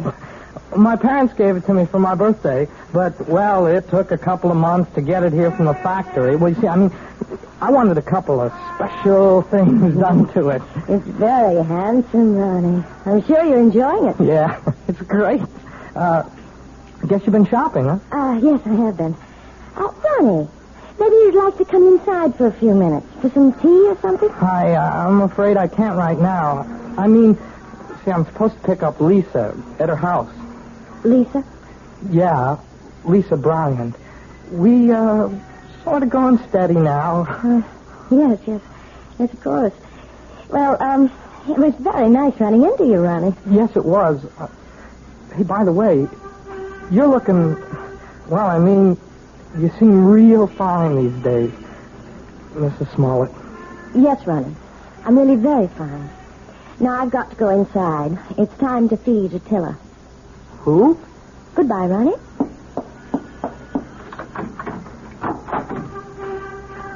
Attila! Where are you? Attila? Here, boy! Oh, where's that animal? Oh, well, I suppose he's playing in the yard or something. Oh, or maybe he's in the bedroom. Attila? No, not in there. Oh, I see George's jacket's back from the cleaners. I hope they haven't taken all the smell out of it. No, they couldn't do that. Nothing will ever take the smell of George out of anything. Now to find that animal. Attila! Where are you? Attila? Are you here? Oh, there you are. Oh, for heaven's sake. Are you still tied up, you poor thing? Well, don't worry. I'll have you out of that in a minute. We can't have you tied up, can we, boy? We can't play our little game if you're tied up. Yes, that's a good dog. Good boy, Attila. Now, let's play our little game. See the jacket, Attila? See?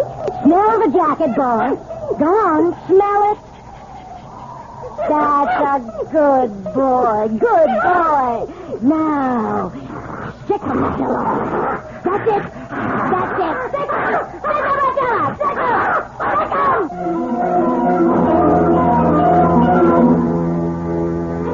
Who said a dog has to be man's best friend? Why not woman's best friend? Especially a woman like Julia, who is just learning how really helpful a dog can be. Or rather, she's remembering how helpful. And one day soon, George Smollett will come home to a very surprising greeting from his own pet. I'll be back shortly.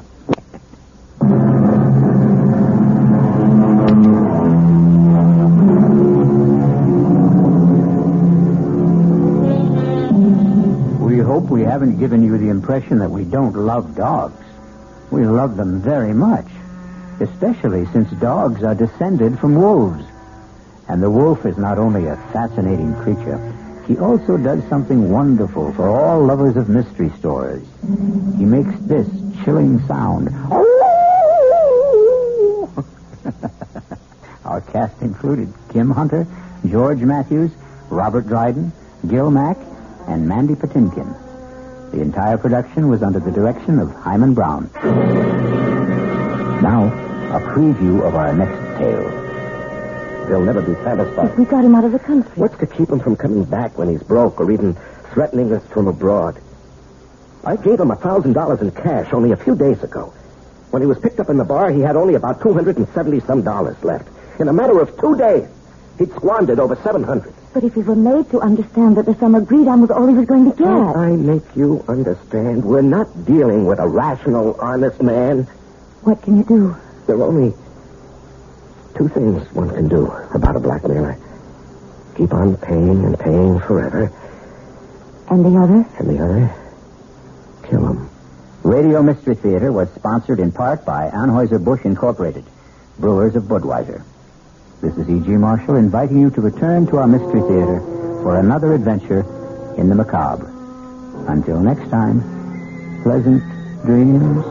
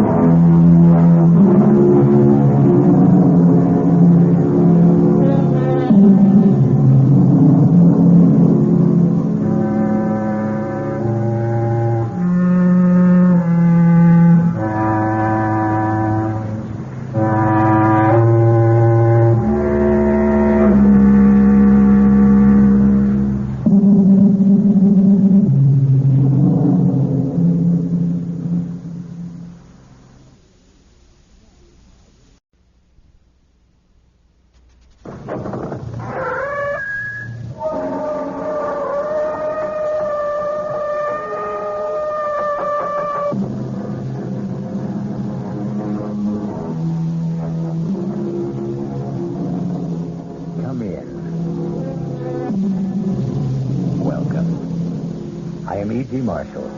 Welcome to the world of terrifying imagination. Our story deals with fate. Some call it luck. Whatever it is, it works in the strangest ways to reward us or defeat us. Fate walked into Charles Powell's life in the person of Clint Livitz. Now, look, Clint, or whatever your name is, I don't like you, and I don't like your insinuations. Now, if you don't get out of my office and leave these premises immediately, I'll have you put out. You must be putting on an act, Mr. Charles Powell. Maybe this will jolt your memory. 3541063. What? Yeah. I thought that would do it, Charlie. I thought that might help you remember.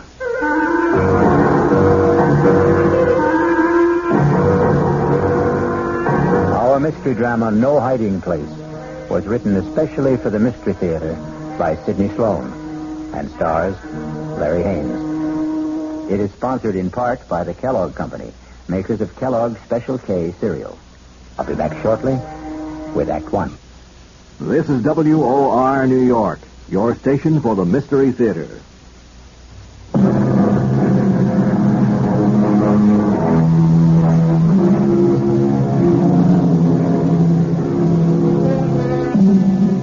Everything looked right to Charles Powell that crisp September morning when he walked into his executive office at the J.P. McCready Company. And why shouldn't it? Charlie Powell was a big shot there. At 37, executive vice president of one of the largest manufacturers of heavy construction equipment in the country.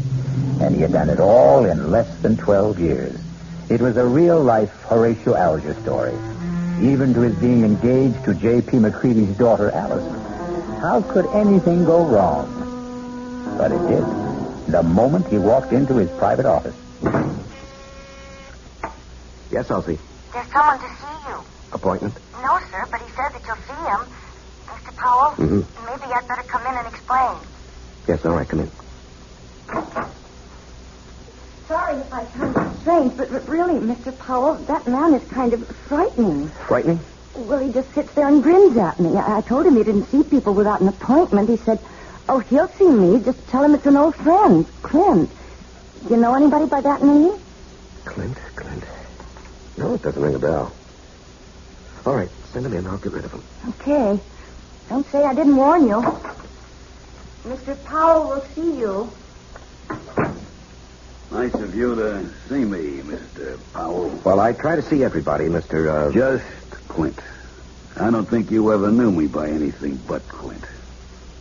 You must remember, Mr. Powell. Well, I'm sorry, but I don't... Come on, give it a try. Give it a good try. Now, look here, I'm busy, and I have neither the time nor the patience. You must be putting on an act, Mr. Charles Powell. Maybe this will jolt your memory.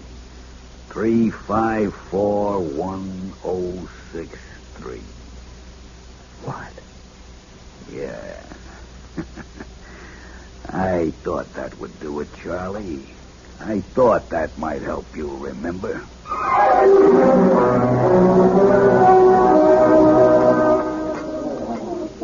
Charles? Oh, I'm sorry, Mr. McCready. I guess I was daydreaming. Something bothering you, young man? Oh, no. I hope not. Here I take you to the best French restaurant in town. You pick at your food, gaze into space, send your dinner away hardly touched. Oh, did I send all that good food back without eating it? You did? I particularly wanted to see you alone, Charles, because I have a little news for you. News? What kind of news, Mr. McCready? And that's another thing. You're so damned formal with me, Mr. McCready. Do you realize that in exactly 5 weeks you're going to be one of the family? Yes, of course I realize. How could I overlook it when Allison keeps reminding me regularly? Very well, then. Do you think it proper to call your father-in-law to be Mr. McCready? If you don't start calling me John... Okay. John, it'll be. I'm going to leak a little information to you. Yes? As you know, I've been thinking of stepping down from the presidency of the company. Yes, well, it has been rumored, but I wish you'd reconsider. Now, sincerely, the place wouldn't be the same without you. Oh, I'll still be there, Charlie. I'm not giving up my stock. The name of the company will still be J.P. McCready Company. The only difference will be that you will be sitting at my desk. Sitting at your desk? Well, I thought Hedges was slated to take over when you stepped down. No, Tom was seriously considered, but he's a bit too old for the job. No, the company needs young blood. Well, I'm really bowled over. I've watched you grow. Come up on merit, ability. You're going to go far, my boy. Of course, the board will have to vote on your appointment, but that, as the saying goes, is in the bag. Well, there's something you've omitted, John. You haven't asked me if I wanted the job. Is it necessary to ask? I remember another lunch with you several years ago. We got talking about ambitions, and you said that you would never be satisfied with second best. It had to be the top job, or you'd move on. Yes. But that was before this morning. What? Nothing. Just mumbling. I'd like to know how you feel about it, Charles. Well, even to be considered for the position is an honor, Miss John. And your answer? Let me think it over. I must think it over.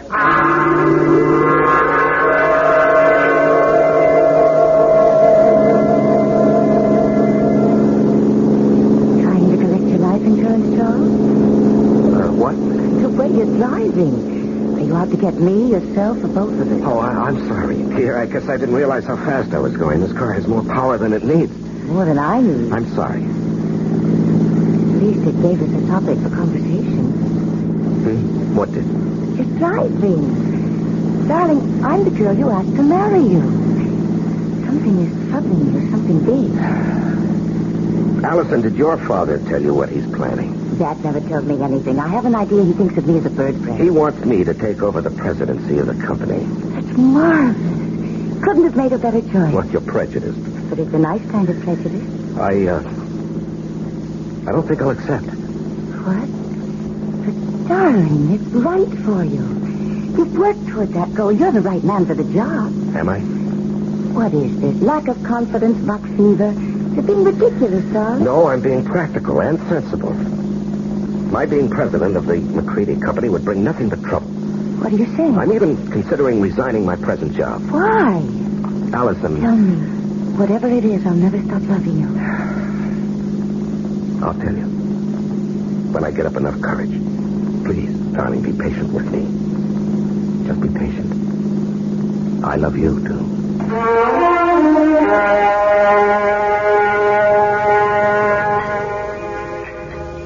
So you finally got here. Thought you were going to forget our appointment. Now, you didn't really think that, Clint. Oh, I knew you'd come. You wouldn't dare not to come. Sit. You got it with you? Yes, I've got it. In small bills. 5s, 10s, as specified. Let's have it. Here. And a pretty manila envelope, too. Nice and neat. Thanks. Now, look, I don't know how much longer I can do this. You'll do it as long as I say. And if I run out of money? You'll just have to scrounge around and find more. Well, I'm thinking of quitting my job. You wouldn't want to do that, Charlie. Well, suppose it gets too much for me and I say, go ahead, spill what you know. No, you wouldn't do that. You're going to marry a very rich girl. A couple of extra yards ain't going to change your manner of living. Even a couple extra grand. How long are you going to suck my blood? I don't like the way you put that, Charlie. I'd rather you'd think of it like it was sort of sharing the wealth. You got the bread. I got nothing. This way, we both got something. I got a nice living, and you've got your freedom.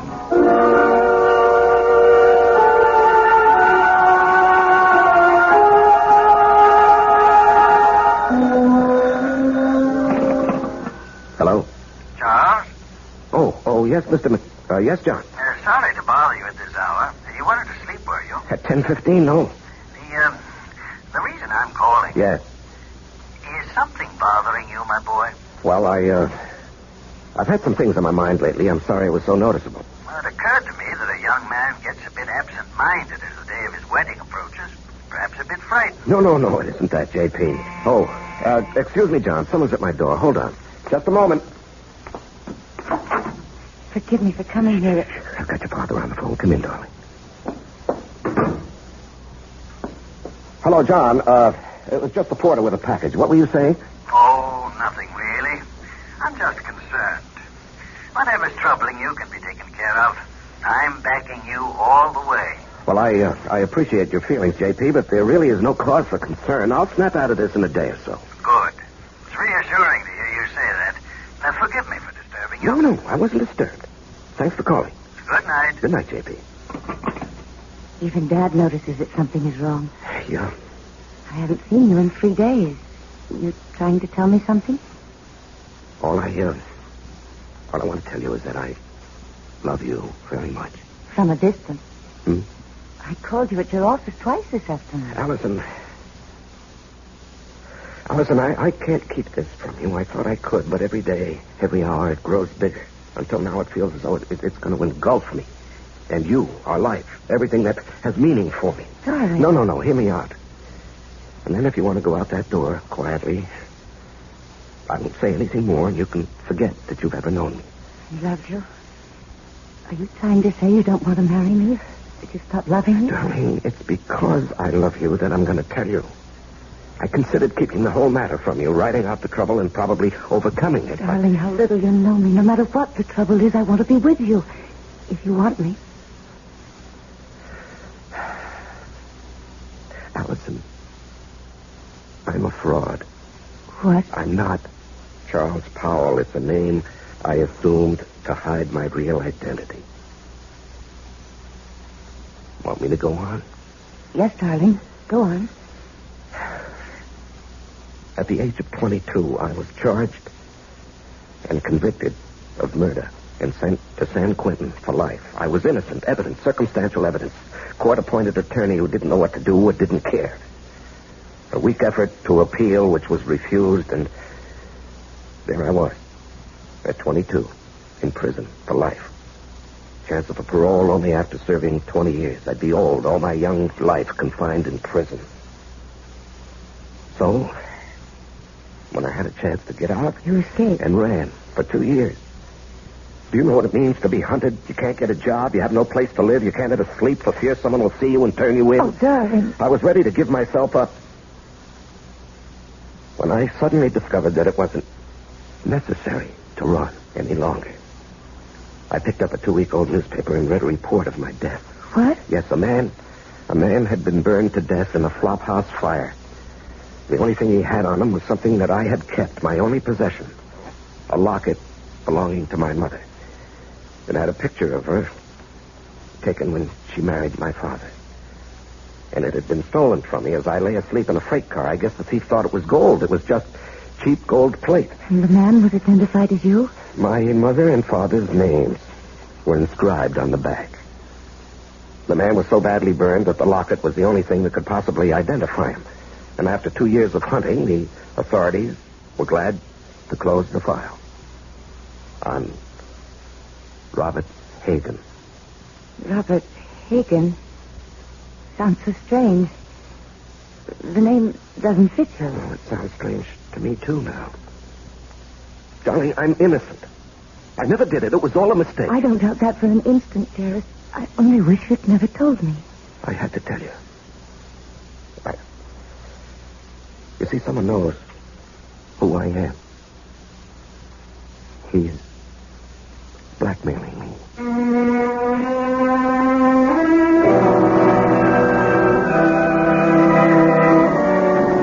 When you're being blackmailed, you don't have many alternatives. Charles Powell's whole life, his future, the happiness of the woman he loves, all hang by a very thin, flimsy thread. I'll be back shortly with Act 2. I'm Himan Brown, producer of Radio Mystery Theater. And as you may imagine, I'm excited about this new adventure in modern radio, this new statement of radio's marvelous power to stir the imagination. Now, we're wondering about your reaction, about who you are and how you like what we're doing. So to encourage you to get in touch with us, we're holding a drawing for 3 weeks. 50 prizes a week, 2 AM/FM stereophonos, 2 travel clock radios, and 46 anthologies of modern suspense. Just mail us your name and address, and you're eligible. Of course, we'd like knowing whether your glad radio drama is back, but name and address will do it. To Mystery Theater, Box 50, Radio City Station, New York, 119. That's Box 50, Radio City Station, New York, 119. Offer good everywhere unless locally prohibited.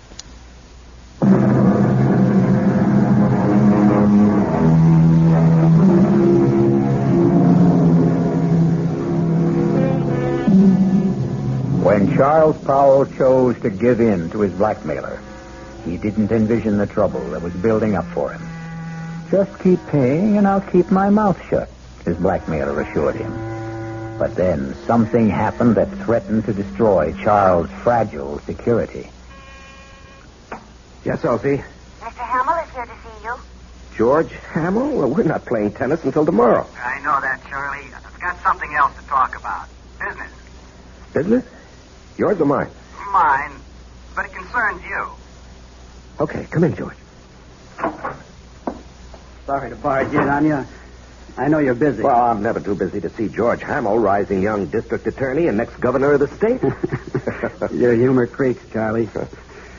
Seriously, I've got something that sort of disturbs me. Oh? What does? Well, last night in a bar over on the west side, a man was bashed over the head with a bottle. He's in serious condition. Well, what has that got to do with me?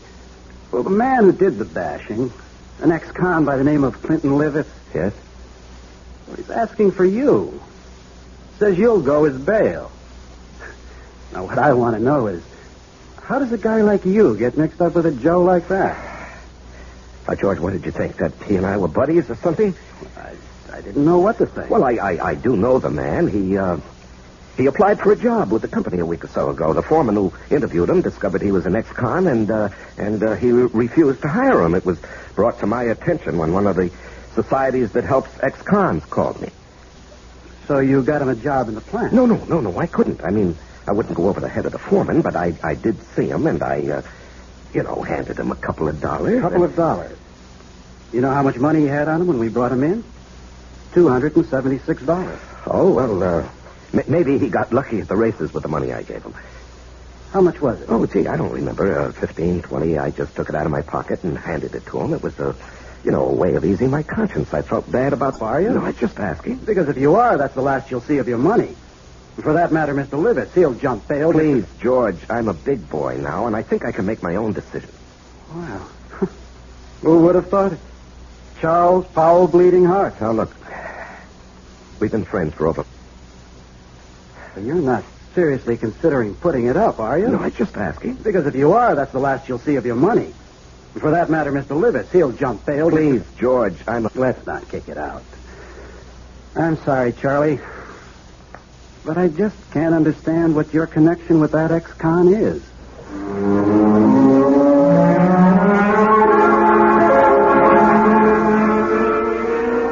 And Mr. Powell, kick that all out because of some stupid disagreement. No. Let's not kick it out. I'm sorry, Charlie. But I just can't understand what your connection with that ex-con is.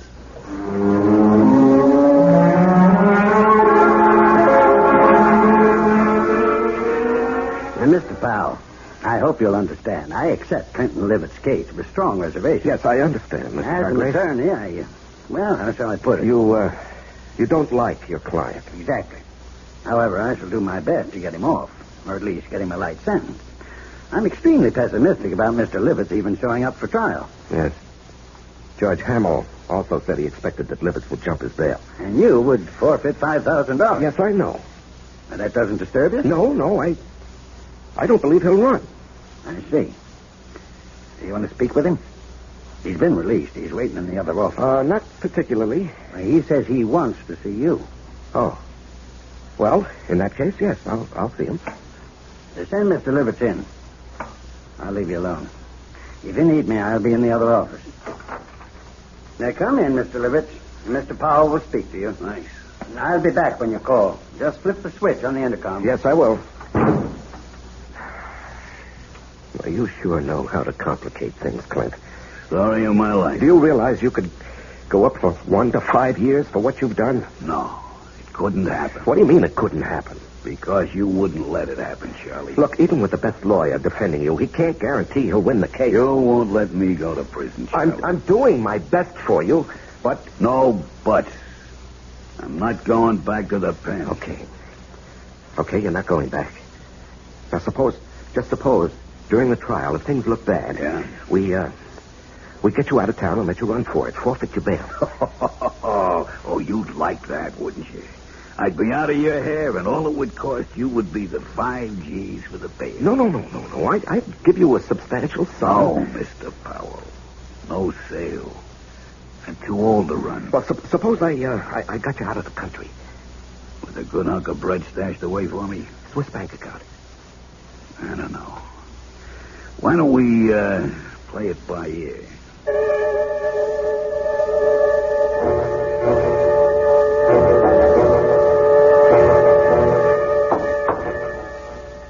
Come in. You wanted to see me, J.P.? Yes. Can you spare a minute? Yeah, sure. I've heard it on the grapevine that you were... how shall I put it? That you were aiding some ex-convict in trouble with the police. Is that true? Yes, it's true, John, and I think I know what kind of grapes grow on that grapevine. All right. Now, George Hamill. Oh, that damn busybody. Why can't he stick to his job and... Now, George is a friend. He tells me that the man you're protecting is a rather reprehensible character. Will you let me explain? It's just a matter of policy, my helping this man. Policy? Well, yes, you did ask me a few days ago to consider taking over the job of running this company. You're going to accept? Well, I was going to tell you today. Wonderful. Wonderful news. Allison will be delighted. I know she's been worried about your seeming reluctance. Oh, no, not reluctant any longer. In fact, I've got all sorts of ideas about what I want to do. This business of giving a hand to ex-convicts is just one of them.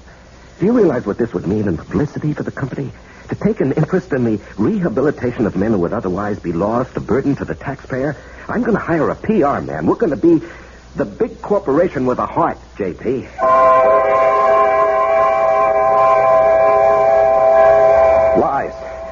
Lies, and more lies. How can I keep all these phony stories straight, Allison? It's like a long, dark tunnel with no ending. It will end, and it will all turn out all right. Don't lose your courage. Now, I love you and need you. We'll worry this out together. You know what I've considered? What? Going to the authorities and saying, look, I'm Robert Hagen, the man you think died 13 years ago. No, darling, they'd throw you back into prison. Well, I'd hire the best lawyer. No, don't. Please don't take such a chance. What would I do without you? Darling, I don't know how much longer I can stand this pressure. I've got to do something to free myself. Why not give him a lot of money and ask him to go away? Promise to stay away forever. In Hargrave's office, I suggested that he jump bail and get out of the country. What did he say? Well, when I mentioned a big sum, I didn't exactly say how much. A Swiss bank account. He was interested. Did he say he would accept? Well, we were interrupted, and he didn't say definitely. Offer him anything. Just get him to go. Well, how would I get a large sum of money together? I have some small investments, a fair bank account, but what he might want would be beyond me. You forget you're marrying a very rich girl. Oh, no, I wouldn't think of that. Don't give me that male ego business. I've got money. Dad was nice enough to give me a big hunt when I was 21. Now, look, Allison. With all my earthly goods, I thee endow. We're not married yet. You're not going to back out now, not after I've endowed you with all my earthly... Or is it worldly goods? You are the nuttiest woman I've ever known. See, I've got you laughing. Darling, all our troubles are going to evaporate, vanish. No. It won't work, Allison. It'll never work. Richard said... No.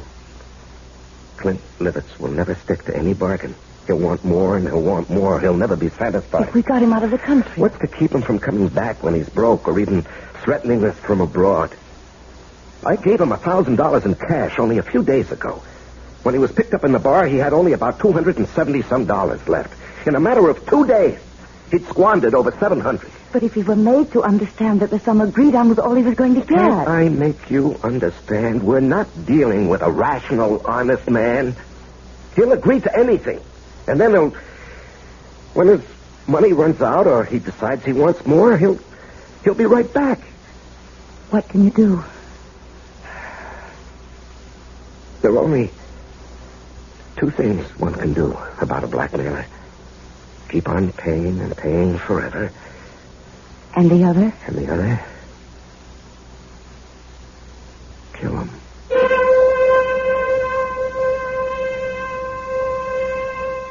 Just 2 ways to deal with a blackmailer. Charles now must face his conscience. The thought that has been in the hidden recesses of his mind has been spoken aloud. We will be back shortly with Act 3. This is WOR New York, your station for the Mystery Theater.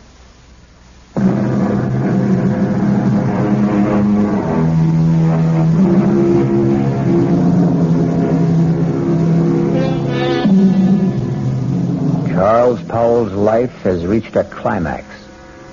He must make a decision to rid himself forever of his blackmailer. And perhaps that very decision will destroy his life and the life of the woman he loves. The alternative is to keep paying and paying, never feeling safe.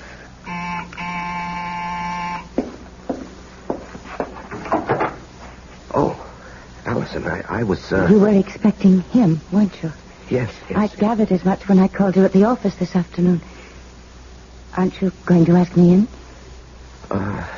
Yeah, come in. You were so evasive. Well, he, wanted to see me this evening. He, wants more money. And you're going to give it to him? Well, I haven't many choices, have I? You mentioned one. No, Allison, I'm sorry I let that slip out. I didn't mean it. I couldn't go through with that if I wanted to. I could. What? Honey, you don't know what you're saying. I know very well what I'm saying. How long do you think you can keep this business hidden? Well, I don't know. Maybe forever. Look, he's not a young man. All those years in prison, the kind of life he's led. How many years do you think he has left? He could die tomorrow. He could do something tomorrow that would expose the whole game, and then where would we be? No, Charles, I love you. I want us to marry and live a good, peaceful life. How can we with all that hanging over us? Oh, Allison, darling, you don't really know what you're suggesting. Look, maybe if we could get him to leave the country. You said there were only 2 ways to deal with a blackmailer. To keep paying? No, to murder him is unthinkable. George Hamill asked me to stop by at his office this afternoon. Why? He's not stupid. The story you gave my father about helping ex-convicts as a public relations stunt didn't wash with him. He wanted to know what I know. Well, he was just fishing. The best way would be to make it look like an accident. Allison, we... Hear me out. A car accident. How? If I cracked up with Clint in the car, I might be the one who gets it. And what guarantee do we have that he would die? No, you can't be in the same car. If he were in another car and you were following him, and if you raced ahead of him and cut him off and forced him to crash off the road. Oh, if. It's too iffy. It's so impossible. It's so dreamlike. It was a dream. Last night I dreamt you were in a car with me. We saw Clint up ahead of us. I said, there's Clint ahead of us. Cut him off and make him crash. Faster, faster. We'd nearly caught him. Now we're alongside him. Fuss him over. Cut in front of him. Then I woke up. I was calling out. I was afraid someone had hurt me. Oh, my darling. It was all so real. Oh, that's Clint now. Honey, you go out the back door. I'll phone you later. I'm going to stay and meet him. No. I'm staying. I've got something to say to him. He won't like your being here. Well, it sure took long enough. What's the idea, Powell? This is my fiancée, Allison McCready. What's she doing here? Will you come in and stop being childish? I ain't saying a thing. You got nothing on me. And remember, Mr. Powell, you got a lot more to lose than I have. You're not going to lose anything, Mr. Livitz. You're going to gain by my being here. Yeah? Mr. Powell has told me his story, and I agree that it must not get out. Go on. I've a lot more money than... Let me put it this way. Charles and I are going to be married. We want you to leave the country. I bet you do. Look, Clint, you'll do better by accepting our proposition. We intend to hand you $50,000. And an airplane ticket. One way. And never come back. And never come back. Well, I always wanted to travel, but... What? 50 G's. Just chicken feed. Well, that's all there is. Not enough. I'm thinking around $250,000. Out of the question. I'm not going to bargain with you. I can raise $100,000. No, Allison. It's worth it, Charles, if we can depend on Clint to wipe the whole matter out of his memory and just go away. Oh, you can depend on me. I'll keep my bargain. Then it's a deal? A deal. Good. It'll take about 10 days to raise the money. I ain't in a hurry. You are. And, speaking of money, that was the reason I, came tonight, Charlie. Yeah, here. That's $500. What? I said a G like the last. That's all I could raise in a hurry. When that runs out, I'll have more. You went through that first 1,000 awfully fast. Well, I got rolled in that bar where I had the trouble. Oh, that reminds me. Your trial comes up in less than 3 weeks. Yeah. Lawyer called me at my hotel to see if I was still around, I guess. Our plan is for you to jump your bail. I'll forfeit the $5,000 I put up for it. And get you out of the country. With a keister full of green. Now, wait. I ain't got a passport. Oh, that can be arranged, Clint. Just leave that to me. Okay, friends. You got yourself a deal.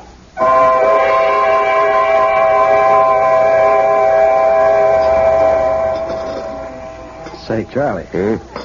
You're going to put this meal on your expense account, I hope. Too rich for your blood, George? Too rich for my pocketbook. That's JP's favorite French restaurant. Oh, yeah. Nice to have wealthy, high-paid executives for friends. I'm a simple man. I like simple things. And I like simple answers. Meaning? How long are you going to cling to that cockamamie story about your helping ex-cons rehabilitate themselves? Well, it's the McCoy, George. That guy got something on you, Charles? Pardon, monsieur, the telephone for you. Oh, yes, thank you. Where is it? It is here, monsieur. I will plug it in for you. Thank you. Just like the movies. Yeah. Hello? Charles? Oh, yes, Allison. I know George Helmel's with you, else he told me you were lunching with him. Listen to what I'm going to say, but don't let on to George. Yes, dear. Allison says hello, and to remind you that in 2.5 weeks, she wants to see you at the church promptly at 11. I'll try to remember. Okay. He's all set, darling. Now, what's so important? It's got to be tonight. I'll have the house all to myself. Why is the color scheme so important? The housekeeper and her husband are going into town to see their 15-year-old son in the high school play. Well, I don't see that that's such a problem. Choose whatever color will make the bridesmaids happy. Rent a car and let Clint take it to drive out and be here promptly at 9. Do not come together. You come out in your own car, but first report it broken down. Have it picked up tomorrow morning. You bring it back after it's all over. Understand? We did not see each other. You couldn't get here because your car was out of order. Oh, yes, I follow, dear. I follow. I'm not sure I agree. I have a .22 target pistol. I know how to use it. Yes, I know you have to ask him to come, dear, but then what do we do with the unwelcome guest? There's a spot about 100 yards behind the house. We get him out there in a wheelbarrow. There's a hole, an old cesspool. We drop him in, quicklime. Gardener's got several bags. But, suppose the gardener wants to supply some flowers for He's been it. gone over a year, fired. We didn't hire one after that. As soon as it's all over, we'll take the rental car and dump it over the edge of the road near town. You know that bad place where there's no shoulder on the road and only a flimsy guardrail? Mm-hmm. Yes, I know. We dump the car there. Let it smash up. If it catches fire, so much the better. Then you take me back to the house and rush back to the city. Report the rental car stolen. You've been in your apartment all evening. Understand? Yes, the color scheme suits me fine, dear. You sure have it all planned. No baubles, no slip-ups. All planned. Yes, I'll be in my office till late tonight, 9 at least, if you want to reach me. Good. That was for George's ears, wasn't it? Yes, that's correct, Allison. Now, look, I have a report to get out. If you've completed your instructions, I'll get back to my lunch with George. Goodbye, dear. Wow. And that's only the beginning, Charlie. Wait till she gets you signed on the dotted line.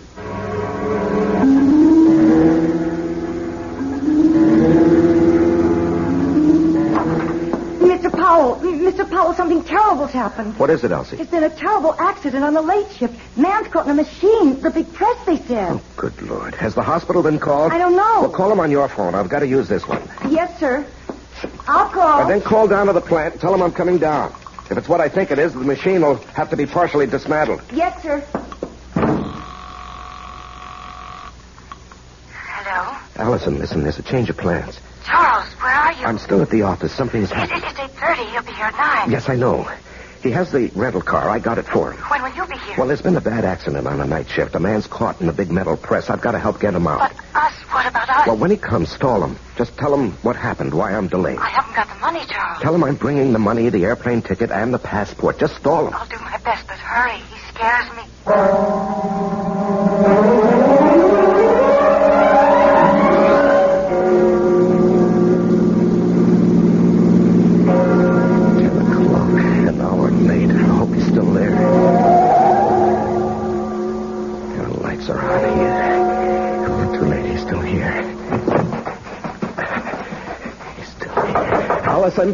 Allison, open up.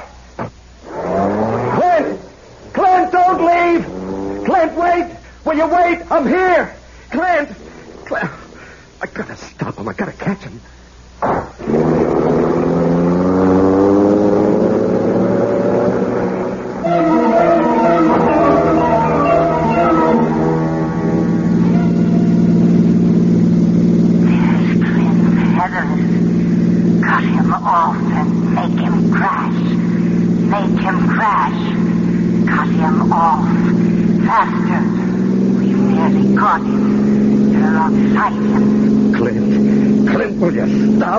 I'll run him off the road.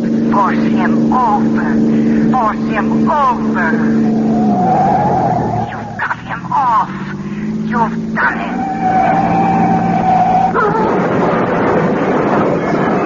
it. And burning. Let him burn.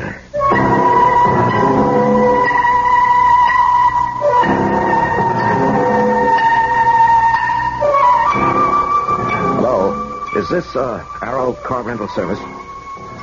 Well, I rented a car from you people this morning. No. No, there's nothing wrong with the car. I just want to report it stolen.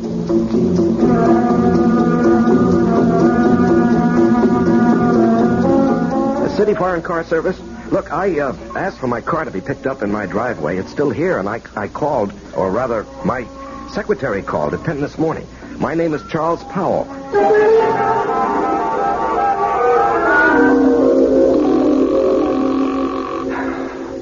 Come on. Will you answer the phone? Oh. Yeah, just a moment. Oh, George. George, it's kind of late for a visit. Come in. Thanks.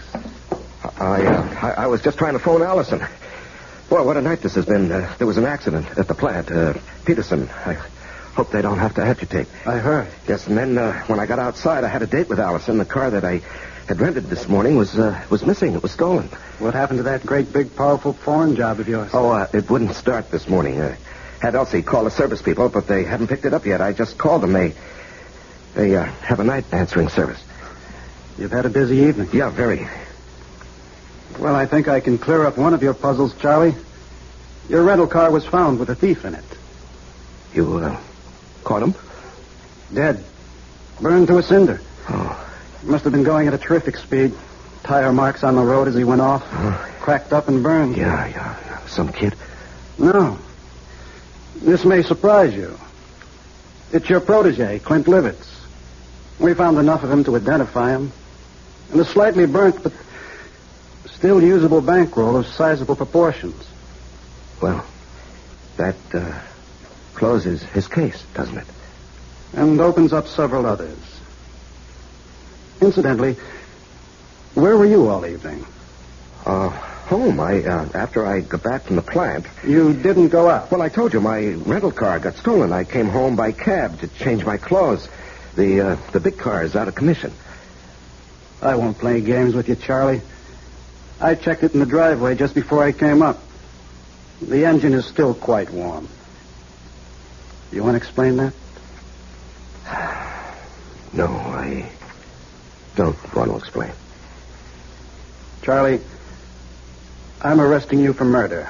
I must warn you that what... George, what are you talking about? Are you accusing me of Clint Livitz's death? No, that was obviously an accident. I'm holding you for the murder of Allison McCready, the girl you were going to marry.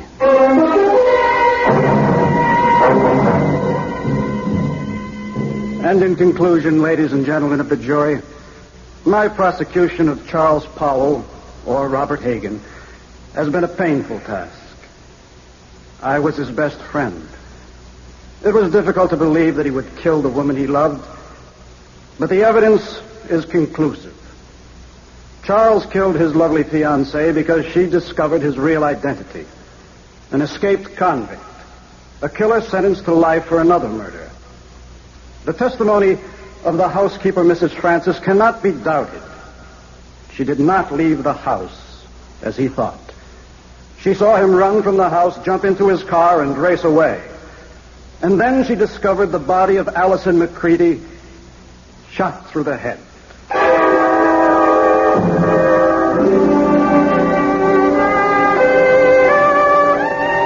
Your Honor, may I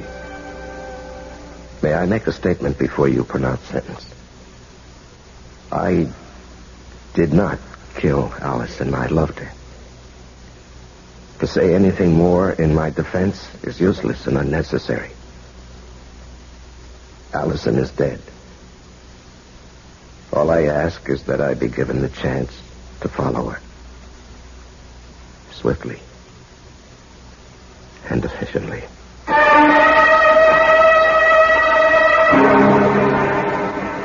And so a man is twice accused of murder and twice sentenced for the crime. A weary man who asks only to be allowed to follow the woman he loved. I'll be back shortly.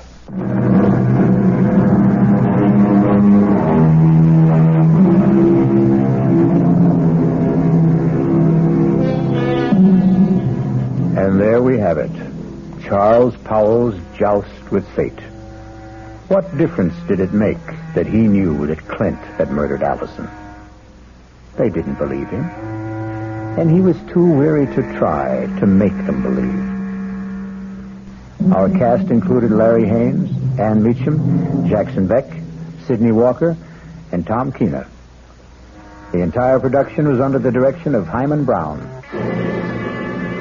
Now, a preview of our next tale. I don't understand it. Tub's bone dry, ma'am. Hasn't been used. Now, not tonight, anyway. His clothes. Howard's clothes. He'd empty his suitcases and put his clothes in the closets. His suitcases, too. Just ladies' clothes. Yours, ma'am? Yes. Hey, look, this dream you had. It was no dream. Okay, so maybe you imagined... I didn't imagine anything. Do you imagine a husband? Do you imagine a month-long honeymoon? Do you imagine a man in a chair with a knife in his chest? Radio Mystery Theater was sponsored in part by Anheuser-Busch Incorporated, brewers of Budweiser. This is E.G. Marshall inviting you to return to our Mystery Theater for another adventure in the macabre. Until next time, pleasant dreams.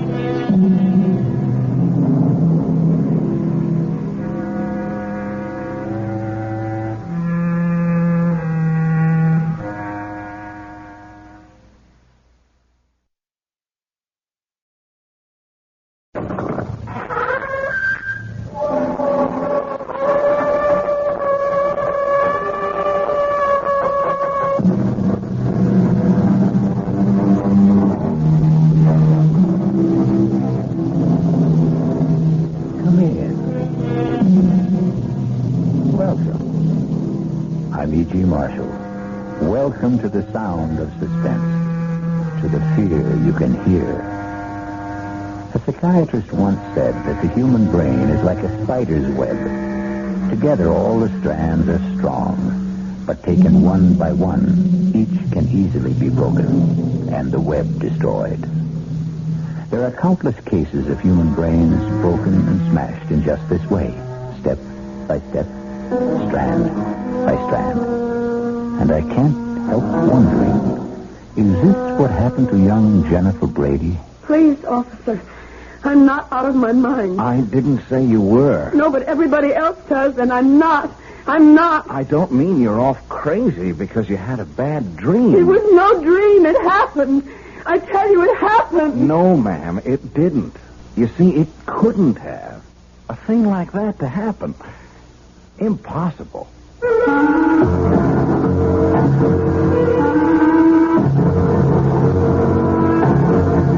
Our mystery drama, Honeymoon with Death, was written especially for the Radio Mystery Theater by George Lothar and stars Lois Nettleton. It is sponsored in part by Anheuser-Busch Incorporated, brewers of Budweiser, and by the Kellogg Company, makers of Kellogg's Special K cereal. I'll be back shortly with Act One.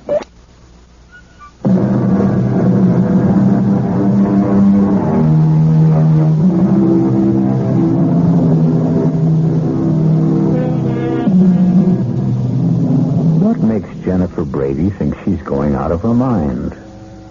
What strange thing happened that couldn't have happened?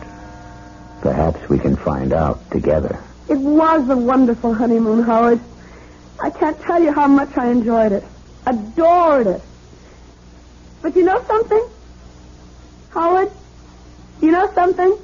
What, Jennifer, what? It's wonderful to be back home. These last 10 days driving back from San Francisco, I kept thinking, when, oh, when will I be back in my own bedroom, in my own bed, in my own little old New York brownstone house? Oh, I shouldn't have said that, should I? What? Said what, Jennifer? Am I bothering you with all my chatter, Howard? Bothering me? How could you possibly bother me, sweetheart? I'm just trying to catch up with all that mail Margaret left on the living room table. Oh, hey. I haven't seen that negligee before. I saved it for a homecoming night. Like? I can see a whole month of honeymooning hasn't changed you a bit. When I've got a bride as beautiful and sexy as you, our whole life is going to be a honeymoon.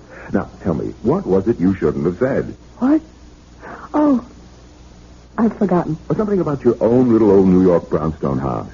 Oh, well, what I meant, it's not just mine anymore. It's yours now, too. And your sister Maggie's. You both inherited this old brownstone from your father. Though I must say I think that we, have the better of the bargain. What do you mean? I much prefer this top floor apartment, don't you? Oh, yes. Luckily, Maggie always preferred the downstairs part. No climbing stairs. Well, stairs won't bother me. I'll take them 2, 3 at a time, knowing that you're waiting at the top of them. Oh, darling. Well, you better finish brushing your hair. I'll finish that mail in the living room. Howard? Yes? About the car. Well, what about it? You think it's safe parked out in the street? One night won't hurt. I'd feel awful if anything happened to us. You know, sometimes on a honeymoon trip, I couldn't help wondering which you loved more, your new car or me. Oh, well, I guess one night in the street is safe enough. You can find a garage tomorrow. Howard, you locked the car. You have the keys, haven't you? Howard? Howard, can't you hear me? I asked you.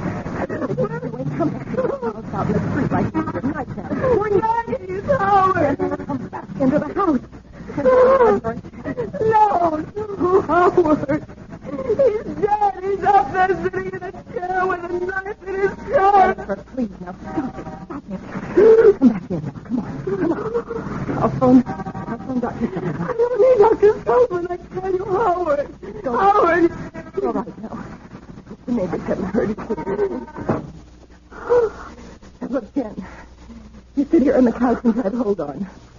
I'll phone Dr. Sullivan. Maggie! Howard is dead. He's up there in our apartment. Dead. Jennifer, please, now try to control yourself. There's no one named Howard here. What do you mean? No one named Howard? You know Howard Lansing, my husband, the man I've been on a honeymoon with for a whole month and home just a few hours ago. Stop looking at me like that. All right. Now look, Jennifer, I'll tell you what I'm going to do. I'll go upstairs, and I'll see if anybody's there. Howard's there. All right. If this Howard is there, and if he's dead, then I'll phone the police. All right? Yes. But if he isn't, then I'm going to phone Dr. Sullivan and have him come right over. Is that agreed? What's that? It's just the front door bell. Oh, yes, officer? Officer Helmuth, ma'am. Ed Helmuth. Anything wrong? No. What do you mean, no? My husband's been murdered. He's upstairs dead, a knife in his chest. Jennifer, please. Officer, there is no one upstairs, dead or alive. Well, then what was all the screaming about? I'm walking the beach just up at the corner, and I hear all this screaming. It's nothing. Believe me, it's nothing. Officer, will you do me a favor? Oh, sure, if I can. Would you go upstairs, please, and see for yourself? Officer, my sister is a highly emotional woman. Please? Would you please? Sure. Make you feel any better? Sure. Oh, Jen, what am I going to do with you? You know what Dr. Sullivan said. Dr. Sullivan? He said if you had another one of these attacks, you were going to have to be... I am not having an attack. I am as sane as you are. Don't look at me like that, Maggie. I am. Well, officer? Well, there's nobody up there, ma'am. Nobody. But there is somebody. My husband, Howard. He's sitting in a chair with a knife in his chest, blood all over. No, ma'am. But that's impossible. Impossible, I tell you. It's impossible. I couldn't. Maybe you want to see for yourself, huh? I'll go up with you. Officer, thank you very much, but there's no need. I do want to see for myself, will you? Sure. I'll come with you. Well, no, on second thought, what's the use? I mean, I'm really very tired of this sort of thing. What sort of thing? Never mind, officer. Just, you go ahead. Now, is this the room where you, thought that, huh? I can't believe it. It's impossible. You can see for yourself. 5 minutes ago. 5 minutes ago, I tell you. In this chair. He was sitting back in this chair, and there was a knife sticking out of his chest. The mail was scattered all over the floor. Mail? We'd just come back from our honeymoon. We'd only been in the house a few hours, and Maggie had left all the mail that had collected for a month on the table, on this table. Well, you can see, ma'am, no mail. And blood. There was blood on the carpet, some of the mail. Well, no mail, no blood. You don't mind me saying so. I think you... Well, maybe you had a dream, a nightmare, huh? Please. I'm not out of my mind. I didn't say you were. No, but everybody else does, and I'm not. I'm not. It don't mean you're out of your mind because you had a bad dream. It was no dream. It happened. I tell you, it happened. Howard was here in the living room reading the mail. I was talking to him from the bedroom. I had just taken a bath, and I was brushing my hair. Wait. I know. I hadn't emptied the tub. The water's still there. It must be. I'll show you. I don't understand it. Tub's bone dry, ma'am. Hasn't been used. Now, not tonight, anyway. His clothes. Howard's clothes. He'd empty his suitcases and put his clothes in the closet. His suitcases, too. Just ladies' clothes. Yours, ma'am? Yes. Now, hey, look, don't cry. Hey, look, this dream you had. It was no dream. Okay, so maybe you imagined... I didn't imagine anything. Do you imagine a husband?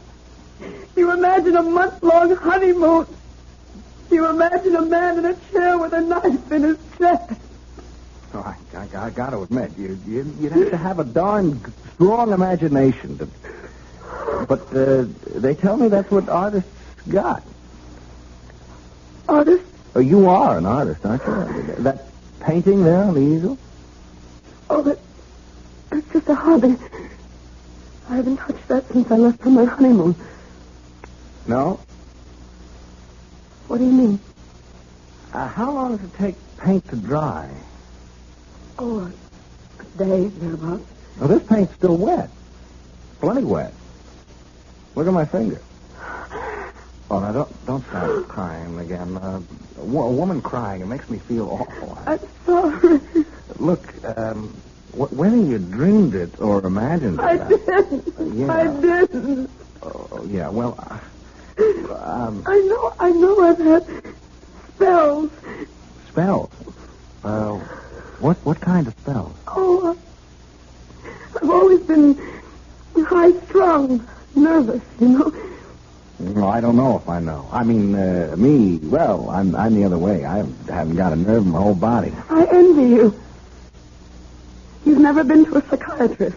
A shrink? No, me. You ask me, anybody who goes to a shrink ought to have his head examined. That's a joke. You get it? Well, then laugh a little bit. Come on, do you good. I can't. No, of course you can't. I'm sorry. I should have known better than to even try and make a joke. You go to a psychiatrist, huh? Yes. Not regularly. Sometimes. What time? Oh, when I sort of get all keyed up and start having crying spells and feeling so sad. so sad I could die. Well, what's to feel sad about? Chick like, excuse me, a pretty girl like you with everything in life to live for. What's to be sad? I don't know. Some people feel sad for no reason at all. They just suffer from depression. Oh, excuse me? Oh, yes, ma'am? Jennifer, Dr. Sullivan is on his way over. I just phoned him. All right. And, officer, thank you very much for trying to help. Oh, not at all, ma'am. Not at all. Glad to do what I could. I'll show you out. Oh, that's okay. No, sir, I'll come with you. I'll be just a minute, Jen. Officer, I wanted to ask you, you don't have to say anything about this, do you? I mean, put it in your report or anything? Oh, no. There's been no damage or anything like that. Does she get this way often, your sister? Well, often enough. She hallucinates, you see. Huh? Come again? Hallucinates, it means, well, just what you saw. She was totally convinced there was a murdered man up there. Her husband, no less. Well, you saw for yourself. Husband. Jennifer's never even had a boyfriend. A cute doll? A pretty girl like that? Well, it's all part of her condition. She's afraid of people, men especially. I wish she could become less afraid, more outgoing. If these spells of hers get any worse, she may lose her mind altogether. Oh, say, I hope not. A sweet kid like that, I sure hope not. I know, so do I. Well, looks like we've had a little shower. Street's wet. It was drizzling a little when I came in. Well, good night, ma'am, and if you need... Wait! The car! The car? What car? Howard, the little red sports car he was so fond of. It isn't there. But it was. I know it was. Officer, thanks again, and good night. Good night, lady. Jen, dear, until Dr. Sullivan gets here, I think you should lie down and rest.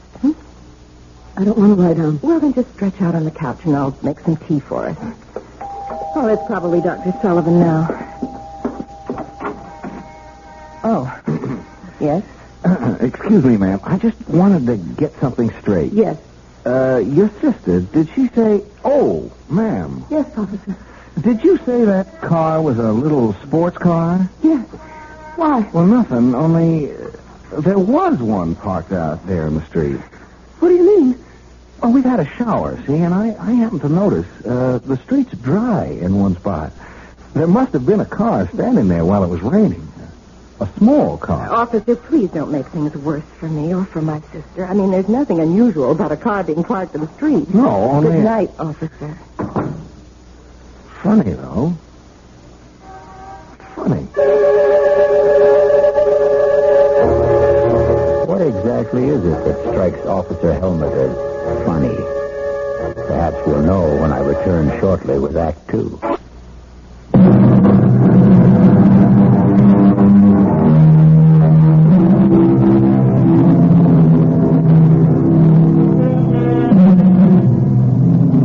Has a horrible murder been done? Or is Jennifer Brady losing her mind?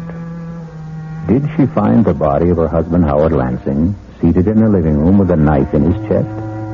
Or did she imagine the frightful scene? Is she married?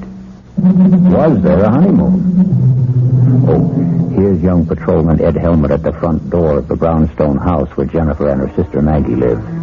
And it's the following morning.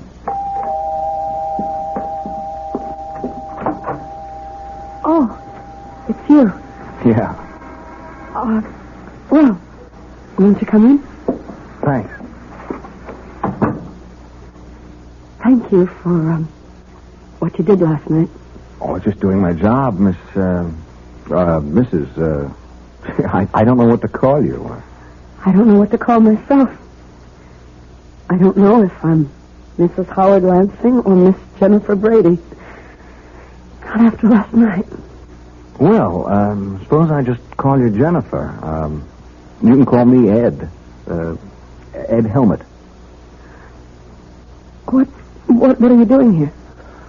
Well, I'm off duty, see. I'm on the 4 to midnight beat, and I just thought I'd drop around and see how you were doing. Oh, well, I'm all right.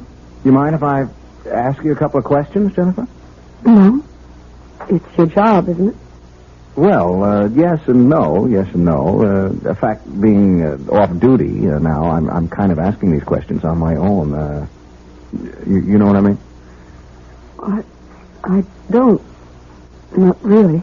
Well, I tell you, that car of your husband's... If I didn't just imagine a husband. Yeah, well, if you didn't, that car of his, that little red sports car you mentioned, well, there was a car parked out front last night, and it was a little sports car. If it wasn't there when you left... Well, the space it left. It rained, remember, while the car was standing at the curb? Oh, yes. So at least you were right about there being a car. I mean, you didn't dream that up. It could have been anyone's car, as Maggie said. Oh, that's for sure. Still, though, it could have been a car belonging to a guy named Howard Lansing. Couldn't it? Why are you doing this? Come again? Well, you know that I'm not well. That all my life I've had nervous problems. Oh, I can't believe it, but I must have dreamed it all up. Howard Lansing, marrying him, going on a honeymoon across country and back, coming home last night, finding him murdered. I must have imagined it all. Maggie says I did. Dr. Sullivan says I did. So why are you... You know something? I don't know. Maybe it's because, Well, what? I kind of like you, and, me, I didn't get much sleep either last night, thinking about this whole thing, thinking about you, and, I'm kind of wishing I could straighten things out for you. That's very sweet of you, officer. But... Call me Ed. Ed? It's sweet of you. But you're wasting your time. I'm mentally... Oh, come on now, don't cry. You had a bad dream, that's all. A nightmare. Oh, it was more than that, much more than that. When you dream something, you wake up and you know it was a dream. I'm still living it. I remember the ceremony, the hotels we stayed at, the things we did. Even Howard's constantly fussing with his new car. Yeah, there's that car again. What do you mean, fussing with it? Oh, just that he was always polishing it, checking this and that. Fussing, that's all. And you remember all about the ceremony and the hotels and like that? It's all as vivid as if it had actually happened.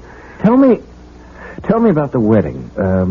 Who married you? Nobody married me, Ed. I imagined... Okay. So where did you imagine you got married? A little town in Jersey. By a justice of the peace. What little town? What JP? I don't know. It was night and we just pulled off the Garden State Parkway. Howard had said he knew a place, a justice of the peace. Okay. What about hotels? Well... I remember we stayed at the Ambassador in Chicago and the Statler in St. Louis, the Beverly in Los Angeles. And... Oh, that you, Maggie? Yes, Jen. Johnny called. Well, Oh. Hello, Miss Brady. Aren't you the policeman who was here last night? Yeah, that's right. You're wondering what I'm doing here now, huh? Well, yes, I am. I just dropped in to see how Jen was doing, that's all. Jen? Excuse me, Miss Brady. I was never much for being formal. Yes, obviously. Have you been here long? No, 10 minutes or so. Well, I don't mean to hurry you, officer, but Jennifer and I have an appointment in 1 hour with her psychiatrist, Dr. Sullivan. Say, would that be Dr. Martin Sullivan on Park Avenue? No, Dr. Arnold Sullivan on East 82nd. Oh. You seem terribly interested in Jennifer's psychiatrist. Me? Oh, no. I just ask a lot of questions. I trained myself. You trained yourself? You're going to laugh. I know you're going to laugh, but would you believe I want to be a detective someday. Of course I believe it. Why shouldn't I? Ask my sergeant. He thinks I'm something else wanting to be a detective. Laughs himself silly. Well, I certainly wouldn't laugh. I think it's commendable. Do you think I could make a detective? Of course you could. Well, say, that's a real shot in the arm. I mean, someone like you thinking that someone like me, just a cop and new on the force. As I said, officer, I don't like to hurry you, but I'm going, Miss Brady. Going right now. Nice seeing you again, Jen. I'll show you out. Oh, that's okay. Some detective I'd make if I couldn't find the front door. Why, Jennifer, would you answer that, please? Of course. Oh, my God. Jennifer, what is it? Help me. Oh, my God, Maggie. Ed, help me. What? He's there. At the front door, he's there. Howard. Oh, I'm sorry. Is something... What's all the trouble? You're dead. Murdered. What? Last night after we got home from our honeymoon, I found you in your chair, stabbed to death. Last night, honey, stabbed. Maggie, what is this? Jen's having another one of her spells, Howard, that's all. Oh, I see. What do you mean, you see? You see what? What, just...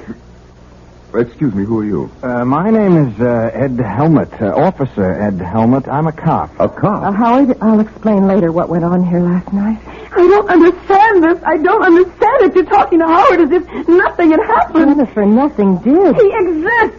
He's standing right here. He exists.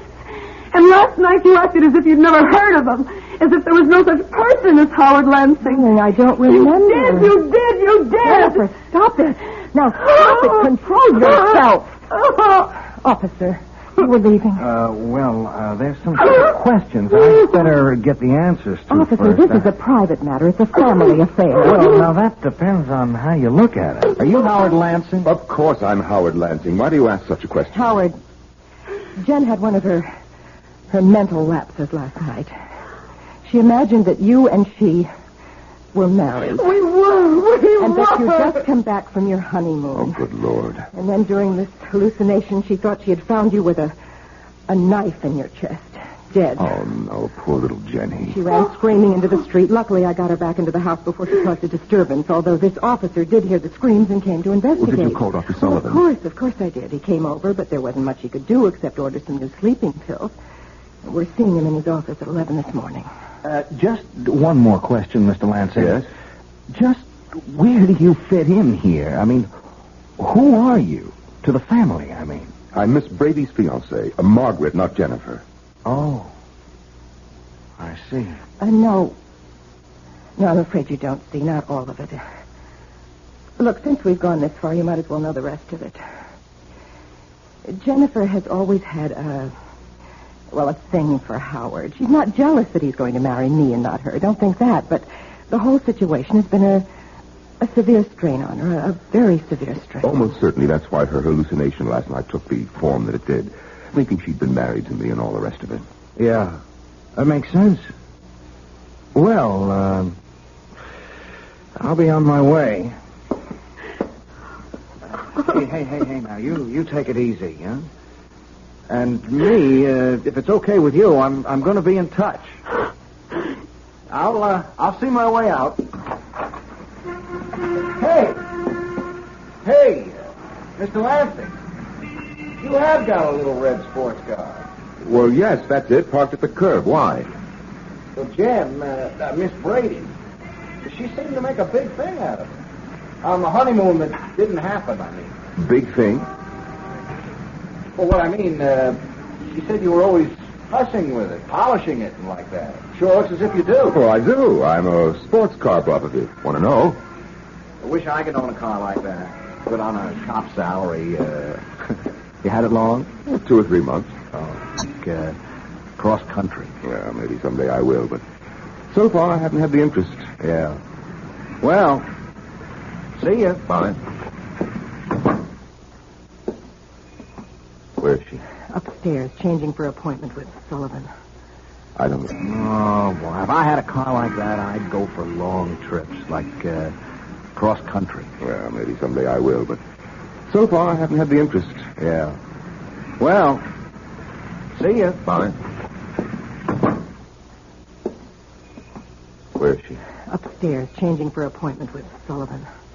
I don't like this, Maggie. You don't like it. You don't like it.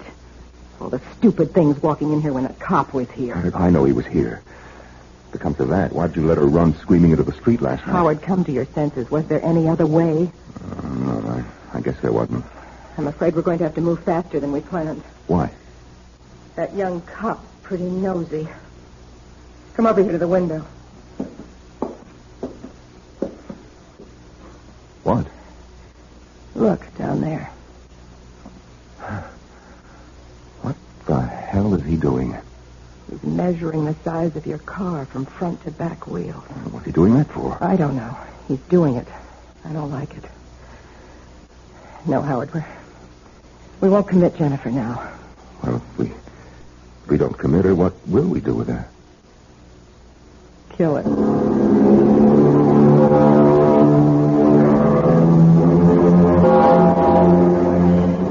Clearly, Maggie and Howard faked his murder. But how could they have managed it? And how will they kill Jennifer? We'll return shortly with Act 3.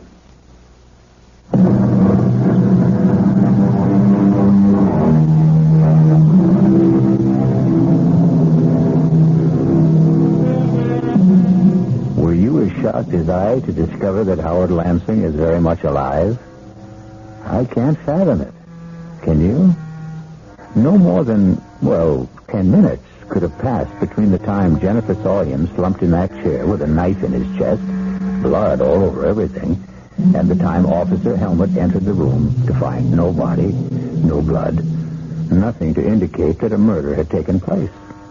It would have been impossible for Howard Lansing and Margaret Brady to restore perfect order to that room in so short a time. Even to Howard's clothes and luggage no longer in the closet. A bone-dry bathtub. And the rest of it got me puzzled. Well, we'll soon have the answer as we rejoin Maggie and Howard. Kill her. There's nothing else we can do. Oh, we can do what we planned originally. Commit her. It won't work. Not now. Why not? Your answer is right out there in the street. The cop was just finished measuring your car.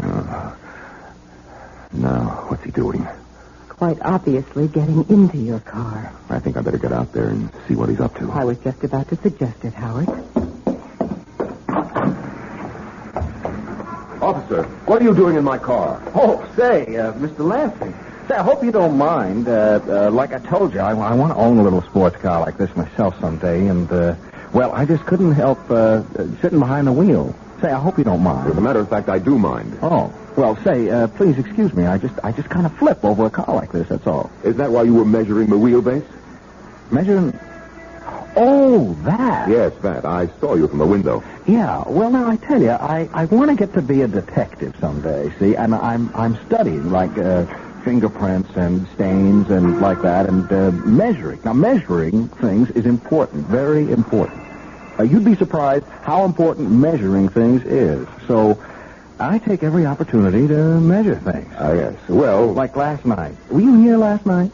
Oh, no, I was not here last night. Funny. What's funny? Well, last night, Jennifer, Miss Brady, she said a car, in fact, your car, was parked outside here. Only it wasn't. I mean, when we looked, no car. Well, I just told you that... Yeah, but there had been a car. You see, it had rained, and the car was standing out here during the rain and left a dry space in the street. And I measured that, too. Couldn't help myself. It's become a habit, you know. Well, I fail to see what this has to do with Identical. Same wheelbase. That car and this one. Look, there are probably thousands of sports cars in New York. I'm not saying it was the same car. Oh, no, nothing like that. I'm only saying the wheelbase was the same. Very interesting, I'm sure. But if you don't mind now, Just leaving when you came out. I apologize if I upset you getting in behind the wheel without permission. That's all right. Yeah. Well, goodbye. Oh, by the way... Now what? You got 11,243 and 9/10 miles on the speedometer. 1,000 or so more than you said you had. I just thought you'd like to know. Thank you. I'm deeply grateful for that information.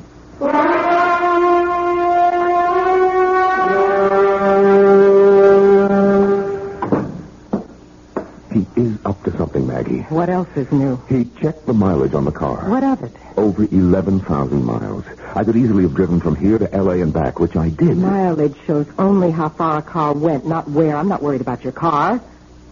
I'm worried about him nosing around. The quicker we kill Jennifer, the better. Now, look, I didn't bargain for anything like murder. Neither did I, but that's the way it is. How will you do it? How will we do it? Sleeping pills.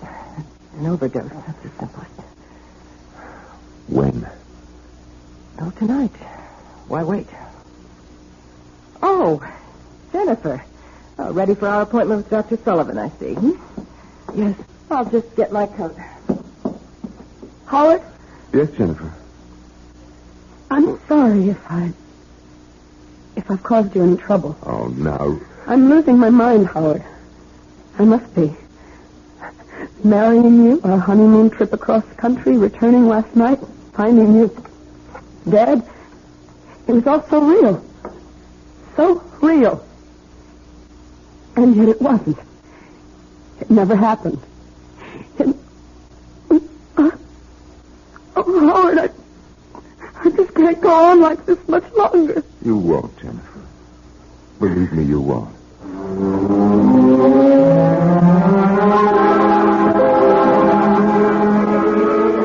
You sure of that? Did you check all marriage license applications? And there's no Howard Lansing and Jennifer Brady, huh? For you at Beverly Hotel, Los Angeles. Right there. Okay, sorry I troubled you. Thanks. Hello? Yeah.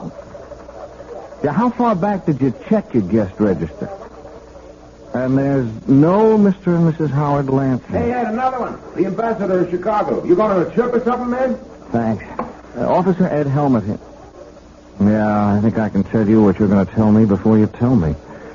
No record of a Mr. and Mrs. Howard Lansing. Yeah. Well, thanks. There's got to be a clue. There's got to be.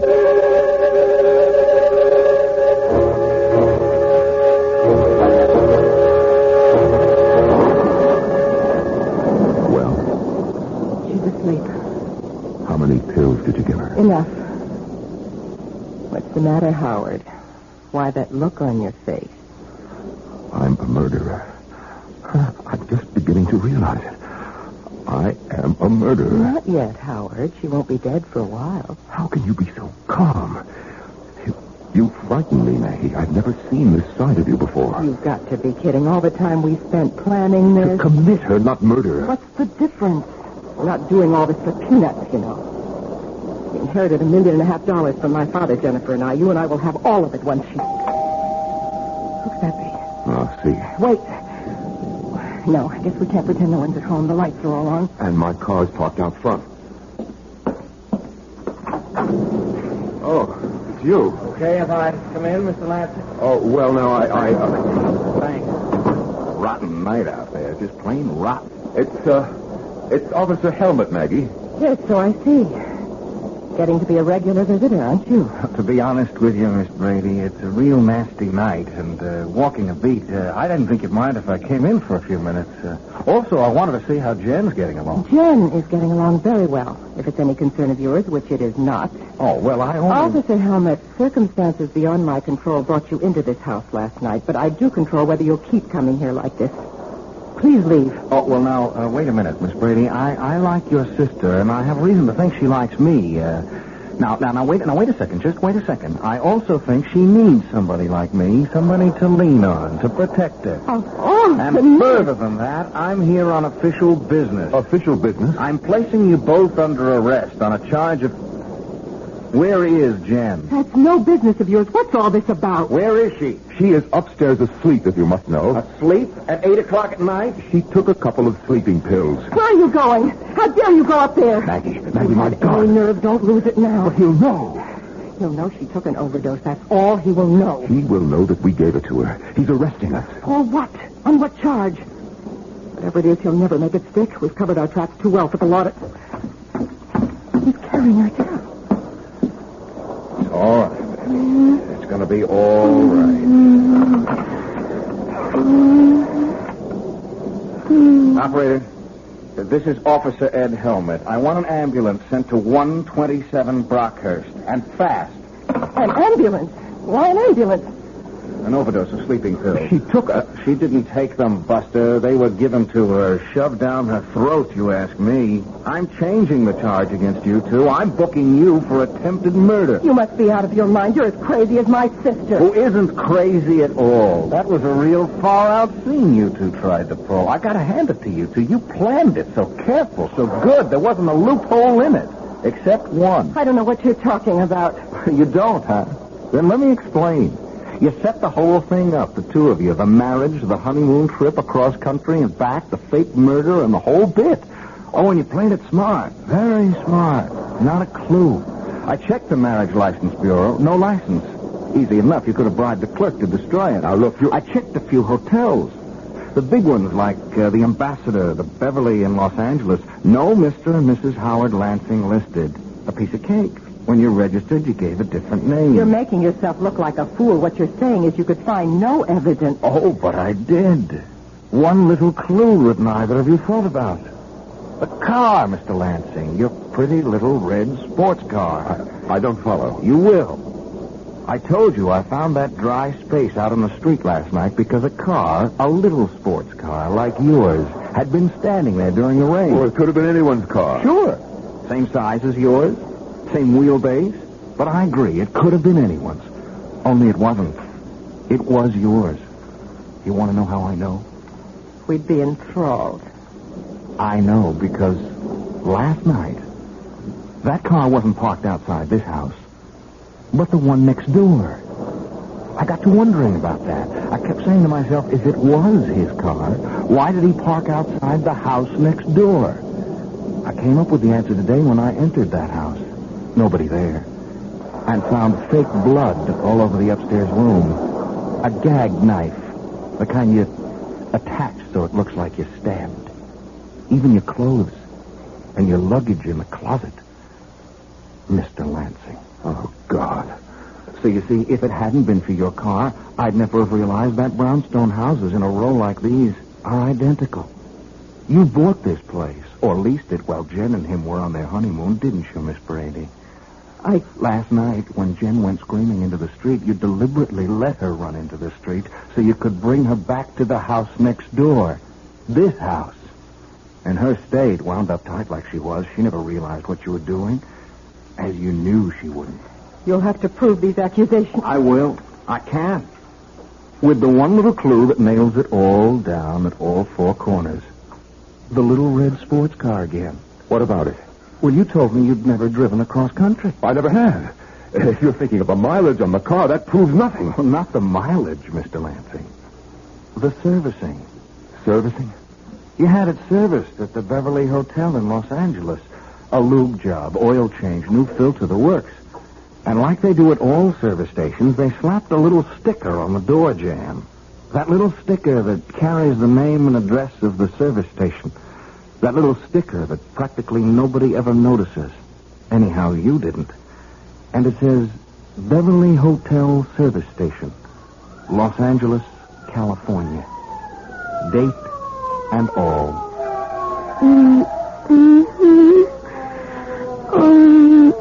Easy, Jen. Easy. You're going to be okay. From here on in, you're going to be just fine.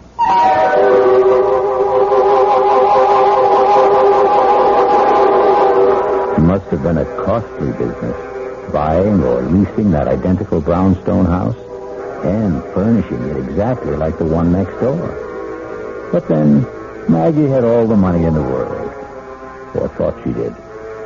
I'll return shortly.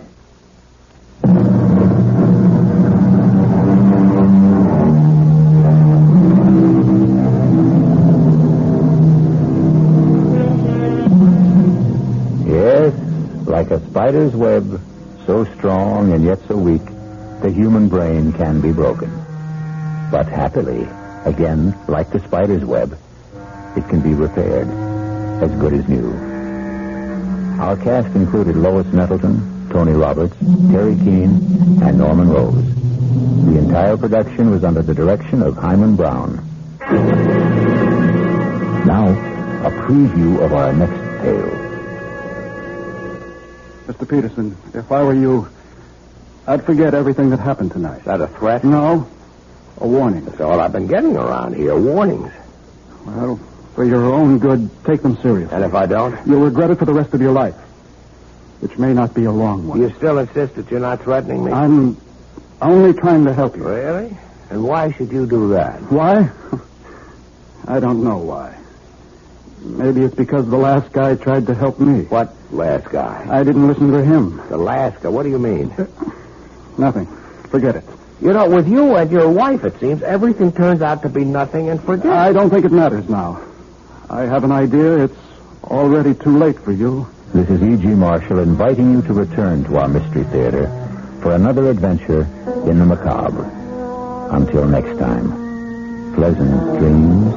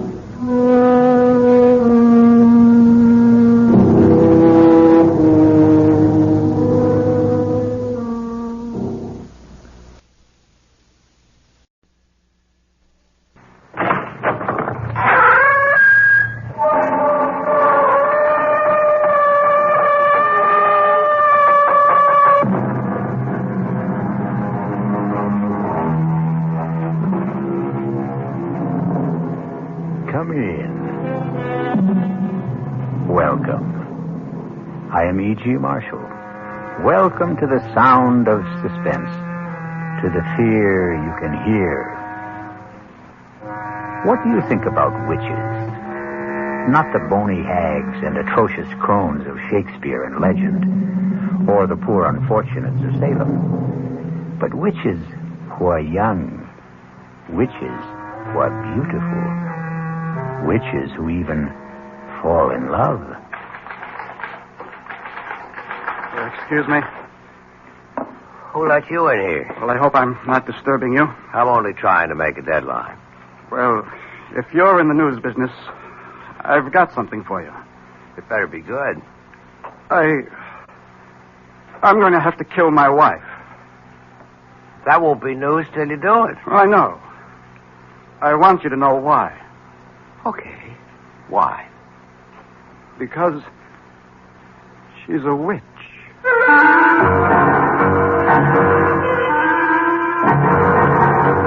Our mystery drama, I Warn You 3 Times, was written especially for the Mystery Theater by Sam Dan and stars Joan Loring. It is sponsored in part by Anheuser-Busch Incorporated, brewers of Budweiser. I'll be back shortly with Act 1.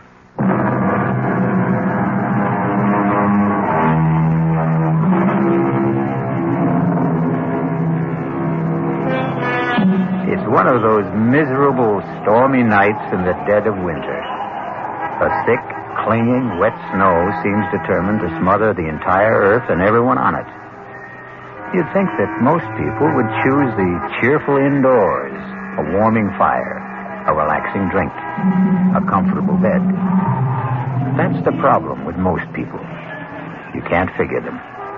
For instance, consider that line of cars crawling down Main Street, bumper to bumper, skidding, sliding.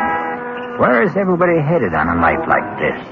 Have we become a race of lemmings? Do we follow some mysterious, unconscious drive? An interesting speculation, but we won't pursue it. We'd better consider the traffic, which has come to a complete standstill. A car seems to be stuck at the intersection. Let's go, sister. That light's green. Oh, officer. Well, what are you waiting for, lady? My husband. Your husband. The light was red, and he said he wanted to step out and clean off the rear window. Hey, mister. You finished back there? He just stepped out. It was a moment ago. Tom? Well, maybe he slipped in the snow. Tom, are you all right? Lady, there ain't nobody around the back. But he just went out. To clean the rear window. That's what you said. But what could have happened? Just sit there a minute, lady. Hey, lay off of that horn. I know you got one. What's wrong, officer? Did you see a guy get out of that car up there? Did I see a guy get out of the car? Yeah. Did you? Huh? Are the police after someone in a escape Oh, car? come on, Buster. Just tell me. Did you see a guy cleaning off the rear window of that car up front? Well, to tell you the truth, I wasn't paying any attention. I was listening to the radio. Now, there could have been somebody, but then again, I couldn't say there was. It's not that I'm not trying to get involved, officer. I'm a citizen. I know my duty, but... Well, thank you. Officer, where is my husband? He was just there. Lady, he disappeared. How could he disappear? I don't know. I do know he ain't here. What am I going to do? Well, you can't keep blocking traffic, lady. You gotta move on. Where? Well, it beats me. But you must find him. Look, you got troubles with your husband, that's your problem. But when you hold up traffic, that's my problem. Will you feed her a little gas, please? Come on, let's go. I can't. Lady, you gotta go somewhere. I can't go anywhere. I don't know how to drive.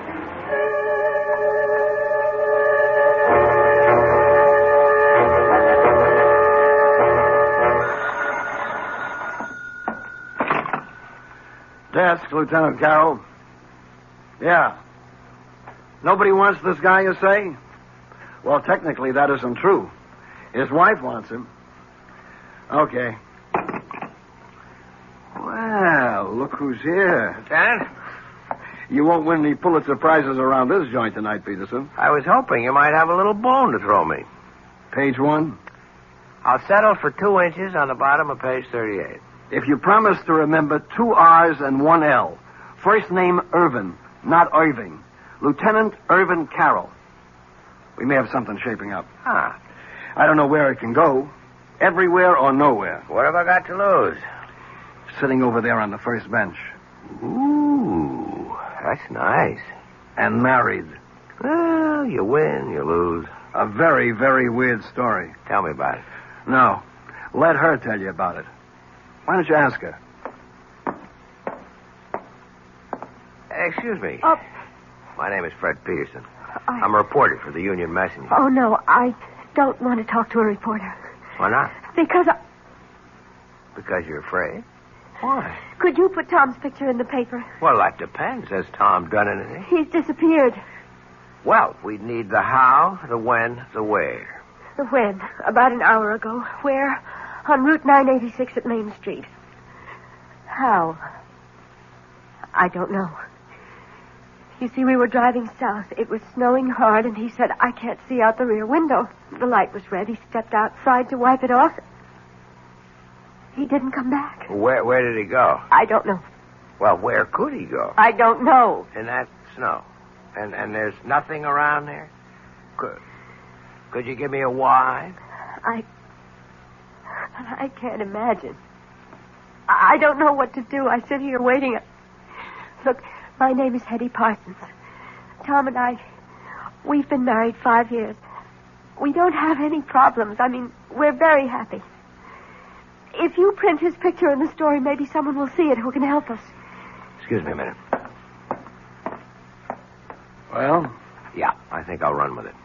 I don't blame you. I was always partial to girls with honey-colored hair and baby blue eyes. Ah, so you noticed, too. Have you run a check on her husband, Tom Parsons? Well, he's not one of the known bad boys. No record at all. And what did she say he did? He's an accountant. He has his own business in the Barstow building. You looked him up in the phone book? Checks out. They were headed south, huh? That's what she says. If it was a trip, there should have been bags. There were. His and hers? His and hers. How does it look? What do you want from me? I don't solve crimes. I sit here behind the desk. Come on, Lieutenant. Now, this is one for you, Fred. How could a guy disappear just like that? And in that storm. There's no place to go. He could have had a car following in back of them. A friend was driving it, maybe? Well, he had to go somewhere. But why? Right now, we're treating it as missing persons. It's all we can do. He's not wanted for anything. He's a legitimate citizen, as far as we know. He hasn't even done anything to her. At worst, he left her in a car. He hasn't even deserted her. Yet. Who was driving? He was. She can't. Well, that's abandoning her, isn't it? No. At best, we'd have him for abandoning the car. Yeah. Yeah, excuse me a minute. Listen, Mrs. Parsons. Yes. Why don't you go home? I've got my car outside. Oh, no. I want to be here in case they find Tom. They'll let you know if they find him. No, I don't want to be home alone tonight. I just want to stay here. But it may be hours. It may be even days. Don't say that. I'm sorry. I'm just so jumpy and so nervous. I can't believe what's happened to me. Well, if you're going to sit here, you should have some coffee and a sandwich. Oh, I couldn't think of food. I'll be right back.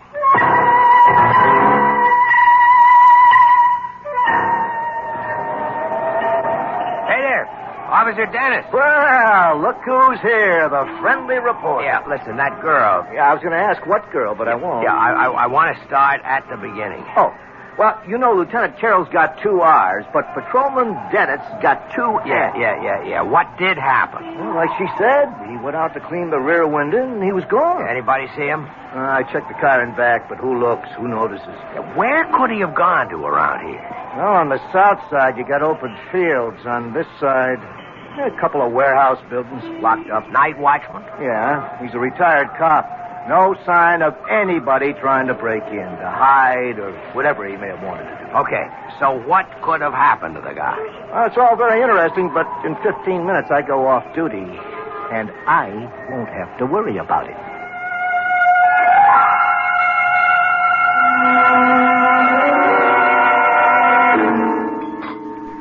Oh, thanks. I didn't think I could touch a thing, but I must have been starving. Has there been any word? Yeah, you'll hear the minute they know. Now listen, Hetty, I can help you, but you have to help me. I'll do whatever I can. We have 2 basic roads to explore. 1, somebody was out to get your husband. Oh, no. No. Tom is the mildest, sweetest, most obliging guy on earth. He has absolutely no enemies. That you know about. Tom and I have no secrets from each other. Everybody has at least one enemy. Tom is incapable of hurting anyone in any way. He sounds too good to be true. If he does have a problem, that's it. All right. The second road to explore. He wasn't pushed, he jumped. What does that mean? It means he walked out on you. Oh, it's inconceivable. Why? I've had a liberal education tonight, Mr. Peterson. Call me Frey. No, not yet, or maybe never. I've been introduced to a new world. I've been thrown in with people who basically don't believe in anyone, don't trust anyone, and perhaps they have good cause. Perhaps that's how life is in their world. Perhaps their world is the real world, but it isn't my world. May I ask, do you come from another world? It's entirely possible. I won't call you Fred unless and until we become friends. But that's just a little thing. The policeman who brought me here is a confirmed cynic. So is the lieutenant. And so are you. I must plead guilty as charged. All of you proposed 2 basic hypotheses. A, my husband was ambushed by enemies. B, my husband abandoned me. You can't conceive of people who... they simply don't make or have enemies. You can't conceive of people who are completely in love. I'm not a fool, Mr. Peterson. I read these attitudes. What a wonderful world you live in, Mrs. Parsons. I hope you can stay there always. We're so dependent on each other, Tom and I. We need each other. We're so complete together. But we still have the basic fact of his disappearance. Yes, but all you can see are 2 alternatives. There is a third, you know. Really? Perhaps he was taken ill, suddenly, and he just wandered off. Oh, maybe I should go back there. I've already been back there. There's no place he could have wandered off to. Tell me, does he have a history of any sort of illness, amnesia, anything like that? No, nothing like that. Well, then, where are we? Nowhere. Perhaps you are nowhere, Mr. Peterson. Okay, tell me where you are. I have faith. I believe Tom will be found, or he will find himself, and he will have an absolutely reasonable and rational explanation. I hope so. Hetty! Oh. Hetty! Tom! Oh, Tom, darling. Tom, what happened to you? I was so scared. Oh, darling, you're all right? Hetty, are you all right? Yes. I don't understand. I happened to tune in the news, and there it was. Tom Parsons, accountant, with offices in the Barstow building, had disappeared under mysterious circumstances. Tom, I was so worried. Mr. Parsons was driving with his wife. He stepped out of the car to clean off the rear window, and... Hetty, what did you tell them? I wasn't in the car with you. I was at home. Well, here we have the story of two people who love each other deeply, who trust each other completely. It sounds like the Garden of Eden. But we all know what happened back there in the traffic and the snow. We shall return shortly with Act 2.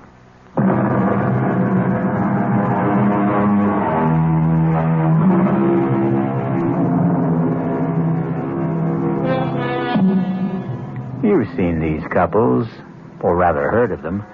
They dwell in a sea of perfect harmony, never a ripple of discord. But when they do have a disagreement, well, it's a beaut. Here we have Fred Peterson listening to Hetty and Tom Parsons having a fantastic difference of opinion. Tom, how can you say that? Hetty, darling, I was not in the car with you. I was home. Home. You said, let's get out of this miserable cold and snow. Let's head south for a couple of weeks. Hetty, when did I say that? How could I say that? You know I'm swamped with work at the office. You came home this afternoon, Tom. You said, how would you like to leave for Florida tonight? And I said, give me an hour to pack. Excuse me. Who's he?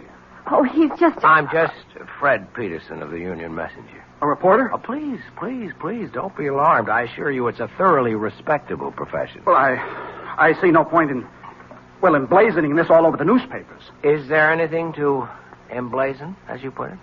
This is a private affair. Tom, tell me what happened. What happened to you after you left me? Hetty, I told you I never left. Tom. How could I have left you? I wasn't with you. Oh, no, Tom. This time I have witnesses. The police officer, he knows you went out to clear the rear window. How does he know? Because you told him. Mr. Parsons, now, obviously your wife seems distraught. I would suggest... Keep your suggestions to yourself, Mr. Peterson. Don't you dare imply that I'm overwrought or nervous or hysterical. I am completely calm, extremely rational, and absolutely in command of myself. I know what happened this evening. Mr. Peterson, this is obviously a private matter between my wife and me, and nobody's business but ours. What did you mean, Mrs. Parsons, when you said that this time you had witnesses? Have there been other times when... Hetty, it doesn't do us any good to air this in public. All right, Tom. Take me home. Let me talk to that officer at the desk there. Find out if there's anything we have to do.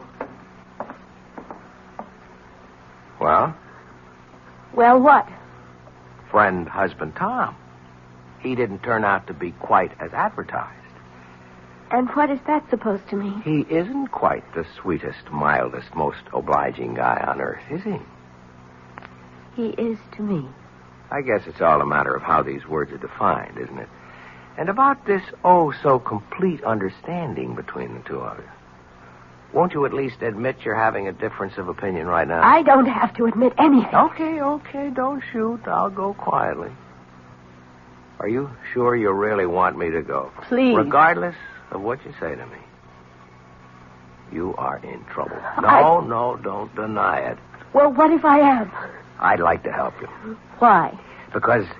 Would you want to help me if I were middle-aged and fat and sloppy and ugly? It isn't 10 minutes ago. You accused me of living in a world where no one trusted the next fellow or believed in him. You accused me of being a confirmed cynic. Is it possible you don't remember what you say from 1 minute to the next? I'm sorry. Don't be. There's a great deal to what you said. You're kind, but no one can help you. I could try. And no one should try either. Why not? It's too dangerous. That was the wrong thing to say to me. I'm warning you. You're only getting me in deeper. Please, For Fred. openers, my business is to take chances and get myself into... Hey, you know what happened? What? You called me Fred. I'm sorry. I shouldn't have. But you did, and that means we're friends. Look, I only want... You're the one who set up the ground rules for this thing. First names are for friends only. Please, forget what happened here tonight. I warn you. You've already warned me twice. It won't work. I can only warn you 3 times. Do you mean you keep score? Please don't joke, Fred. You keep saying the wrong word, or I should say the wrong name. The wrong name is Fred. You can't call me Fred and expect me to forget everything. I warn you. I warn you for the 3rd time. Forget all about tonight for your own sake, for your own safety. And after saying all that, you still expect me to forget about it. Tell my husband I'll wait for him outside in the car. Wait a minute, Hetty. I warned you, Fred. I warned you 3 times. Now, goodbye. Where's my wife? She said she'd meet you in the car. Mr. Peterson, if I were you, I'd forget everything that happened tonight. Is that a threat? No. A warning. That's all I've been getting around here, warnings. Well, for your own good, take them seriously. And if I don't? You'll regret it for the rest of your life, which may not be a long one. You still insist that you're not threatening me? I'm only trying to help you. Really? And why should you do that? Why? I don't know why. Maybe it's because the last guy tried to help me. What last guy? I didn't listen to him. The last guy? What do you mean? Nothing. Forget it. You know, with you and your wife, it seems, everything turns out to be nothing and forget it. I don't think it matters now. I have an idea. It's already too late for you. I'm sorry. Good night, Mr. Peterson. Hey, Fred. Fred? Yeah, Lieutenant, I'm coming. Well? Well, what? There's nothing there for us boys in blue. What's in it for the 4th Estate? Looks like he's trying to drive her nuts. It could also be the other way around. I don't think so. Because of that honey-colored blonde hair? Lieutenant, you always know where the exposed nerve is. Just stop and figure it. Couldn't this also be her way of trying to drive him nuts? As a reporter, I would have to say yes. But, as a man? I don't know. Well, you got a problem, Fred. How are you going to tackle it? As a reporter? Or as a man?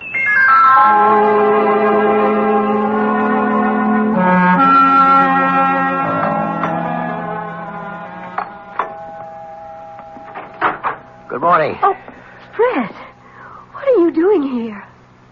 Won't you ask me to come in? Well, You could also offer me a cup of coffee. It's been a long drive on a cold morning. Oh, well, I suppose you might as well come inside. How gracious. I'm sorry. I'm still upset, and you should know why. Come into the kitchen. I was just pouring myself a cup. Thanks. Charming place you have here. Thank you. I suppose Tom is generous enough when it comes to money and things. The implication being that he is not generous when it comes to what? Fred, if you insist on talking about Tom, I'll have to ask you to leave. Okay, let's talk about you. No. We can't talk about me either. What can we talk about? The weather, politics, sports. You'd be surprised. I'm a very well-informed person. We could talk about art or literature. I didn't come here to talk about those things. I know why you came here. Do you? Fred, I'm a married woman. But you're not a happily married woman. I'm happy enough. Okay. Let me tell you why I'm here. As a reporter, that is. It doesn't happen very often that you get a chance to be in on a story before it's a story. You follow me? No. Last night, all I could have gotten out of it might have been a squib on the back page, or maybe nothing. But something's happening here. Something's building. I don't know what it is. But one of you is lying. One of you is trying to destroy the other. And you think you can stop it? Oh, no, that's not my job. But there's going to be an explosion. And I want to be there when it blows. Because then I'll have a story. And that's all this is. That's all I am to you. A story. I was talking as a reporter. But as a man... Yes? As a man, I'd like to help you, Hetty. Even if it meant losing your story? Yes. I'd like to believe that. Why can't you? I tried to warn you, Fred. Look, we had all that last night. I can't warn you anymore, but remember, I did warn you. Yeah, sure. Don't brush it aside, Fred. Hetty, on the general subject of warnings, I've had a few in my day. From gangsters, from politicians. I mean from people who had clout. But I did warn you. Look, if you want me to, I'll sign a receipt. Let the record show that you warned me. You were right. He is trying to destroy me. Ah, finally. Why? I don't know. Okay, let's go through the standards. Is he after your money? I don't have any. Another woman? I don't think so. Is he tired of you? I don't know. Well, none of this is very helpful. I'm sorry. What was this business you were giving me back in the station house about your perfect marriage, about your perfect husband? Because he is. It's just... Well, now and then he imagines things like last night. What's now and then? Oh, every few months. One time he stranded me up in Maine. Another time we were supposed to go to Europe. He told me he would be delayed and to get on the plane he would make the next one. And there I was, all by myself in Paris. He denied everything. Has he seen a doctor? Yes. And? It hasn't done any good. Is he overworked? Oh, yes. Well, maybe he needs a long vacation. I'm sure of it. It all sounds pretty simple to me, except for one little item. Why have you insisted on warning me? Because it was the right thing to do. I don't understand. First, you imply that everything is so simple. Then, when I start to believe it, you drop a little suggestion that throws me off balance. I can't seem to get anything definite out of you. Oh, but you did. What was that? A warning.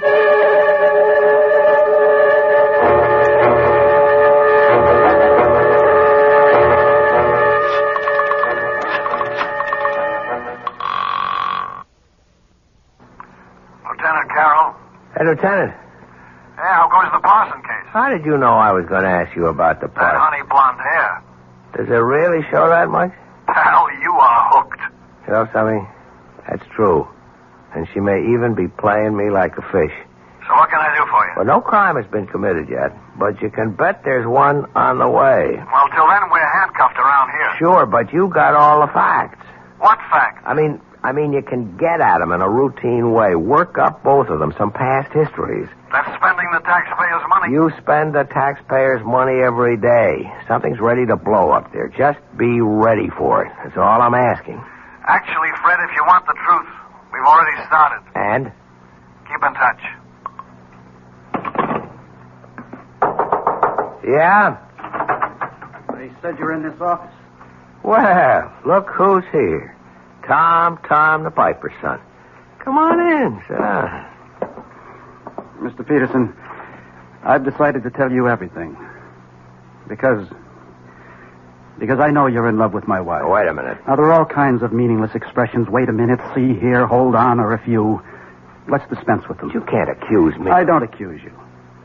I state a fact. Well, then let's be fair. I only met your wife last night. I admit she's attractive. I don't even know her. That's what I told him. That's what you told who? The last guy. The last guy she was married to. I wish I knew how to start this. Well, start at the beginning. Okay. I'm an accountant.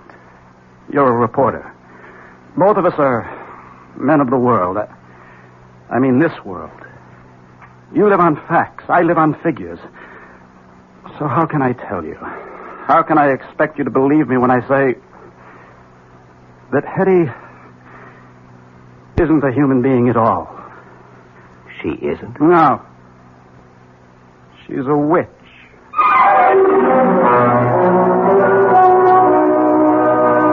A witch? Yes, that's what he said. A witch. But how can it be? Wasn't all that witch business over and done with more than 200 years ago?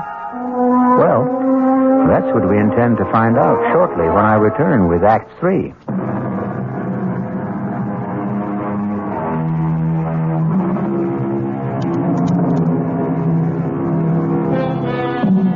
Tom Parsons and Fred Peterson sit in a newspaper office. Both are young, alert, stylishly dressed, every bit the modern, sophisticated men of today. And yet, the subject, the very serious subject under discussion is witchcraft, of all things. Well, it isn't every day a man accuses his wife of being a witch. It isn't every day a man finds out he's married to one. I can only say it's incredible. I know. That's what I said when he told me. When who told you? The last guy. Tell me about the last guy. I met Hetty on a cruise ship about 5 years ago. She said her husband had just somehow disappeared. She was distraught. You know, she does the distraught bit to perfection. I know nothing of the kind. What happened? Had he fallen overboard? Well, that's what she made everybody think. Till we got a radiogram from shore. He claimed he knew nothing about the trip. Well, either he had boarded the boat or he hadn't. Okay, let's get all of that cleared away. There was a ticket in his name. There were some people who claimed they had seen him. The trouble is, there was a pretty drunk bon voyage party. Most everyone was in no shape to remember anything. Oh, yes, the steward did claim to have seen him aboard, but... What? I'm convinced the steward was bribed. So I bought her story. I fell in love with her. Just as you did. And I helped her kill him. Just as you're going to help her kill me. You know what I think? I know what you think. You think I'm a nut. You could look it up. 5 years ago, Stacy's Mountainville Lodge in the Adirondacks. She called me. She was desperate. Come up here. He's going to kill me. I flew up. I found them. They were near a cliff. She was screaming for help. I started fighting him off. I guess he slipped. He fell over the side. He was killed. Look it up. Coroner's office. You'll see. An accident. Let's assume I buy all this. How does it make her a witch? Oh. She told me. She'll tell you afterwards. She's a witch. She falls in love with men, gets tired of them, and destroys them. I think you must be... I know. I'm here to warn you. But I'm going to kill her first. Let me get you a cup of coffee. You're a fool. I'm here to save your life. Sure. Okay. Look her up. I mean that. See if you can find a trace of her. See if you can find out where or when she was born, who her parents were. She has absolutely no background, I tell you. Don't get excited. Lord, this is all so familiar. All of this is what he said to me. And what I said to him. Back there, before I killed him. Now, nobody's going to kill anybody. I don't know you. But you look like a nice guy. Take my advice. Save yourself. Save yourself.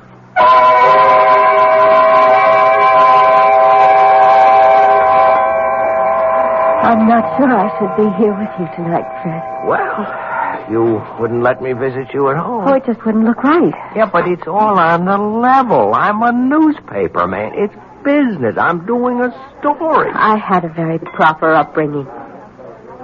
Where were you raised, Hetty? I'd rather not talk about it. Why? Well, I told you it was proper, but it wasn't happy. I shouldn't say this, but there were times when I thought my parents were ogres. Fred, is something wrong? No. Gee, I just hope I didn't spill anything on you. No. I didn't have a happy childhood. I don't like to discuss it. Here's something we should discuss. I spoke with Tom this morning. I think I know what he told you. So far out, I even hesitate to mention it, but obviously he believes it. I insisted that he see a psychiatrist. In fact, we both went. And it's the doctor's opinion that Tom is riddled with guilt. You see, he thinks he murdered Larry. Larry? My first husband. But Larry was a brute. I was very young, and we're really too young to know anything about people. Larry was a drunk. I didn't know that either. And when he had a few, he would abuse me. Well, I shouldn't have done it, but I was terrified. I called Tom, and he came up and got into a fight with Larry, and... Well, there was that accident. But why should he get that far-out notion about you? According to the doctor, it had to be something... Well, something he could live with, something that could justify what he did, and he really has a vivid imagination. Strikes me as a very sober-minded person, aside He was from... a lit major at college. He became an accountant because he had to make a living. I don't know what I'm going to do about him, Fred. I've had so much trouble in my life, and he's really a wonderful guy, and I love him. Why does he want to destroy us? Why should he have a guilty conscience about Larry? Whatever happened was in self-defense. Well, look, everything will turn out all right. Oh, you're only saying that because you have to say something. No, I believe it. Hello? Tom? Yes, it's Tom. But you said you were working late. Well, I am. I just took a break for dinner. Join you? Please. Fred, you obviously didn't hear a word I said this morning, did you? I heard every word. Heard them all and listened to none? Tom, you're not well, and I think we... Oh, I know what you think. You think we should go away for a rest and all that. Forget it. I know what I have to do, and I'm going to do it. Poor Fred. I feel sorry for you. You're in love with her. To keep the record straight, I'm a reporter. There's a story here. I aim to get it. Sure. That's what you tell yourself. Let's go along with you, Tom. Suppose what you say is true. Suppose she's what you say she is. Why not walk out, get a divorce? I can't. Why? I hope you never find out. You see, she destroys you. She takes away your capacity to love. Your feelings, your mind. It's as if you're only just nourishment for her. And when everything you have to give is gone, she discards you for someone else. Tom, for your own sake, I think you should be under a doctor's care in a hospital. I suppose I should. But I want to save you. It'll make up for Larry. I must apologize, Fred, for exposing you to all this. I shouldn't have come here. But you wanted to expose him to all this. That's why you came here. You knew I always eat here when I work late. Tom, I'll do anything you want. Just tell me. Disappear. As a supernatural person, you can arrange that without any problem. Please, Fred, go now. Leave us alone. But I don't want to... He's my problem. I have to live with it. And if you stay, well, an audience always excites him.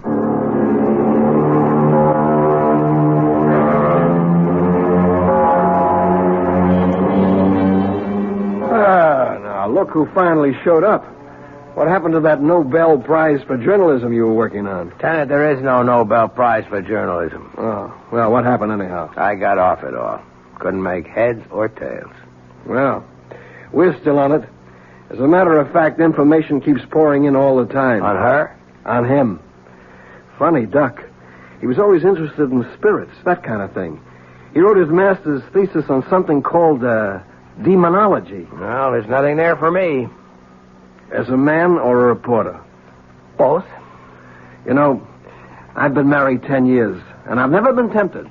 But if I could be, she could do it. Oh, that dame is something. I'm surprised at you, Lieutenant. But there's hope for you. If what you say about the husband is true, he winds up in the loony bin, and after a respectable interval, she could be yours. That's what's in your mind, right? You are the most cynical person I know. Come off it. We're two of a kind. I'd even wait for her myself. Lieutenant Carroll. Is Fred Peterson there, please? Hold on, I'll see. It's the girl you love. Cut it out. Okay, the girl we love. You hear? Yeah, I guess I'm here. Take it. Hello? Fred, I'm scared. What's the matter, Hetty? Don't ask any questions. Just come to my place. Quickly.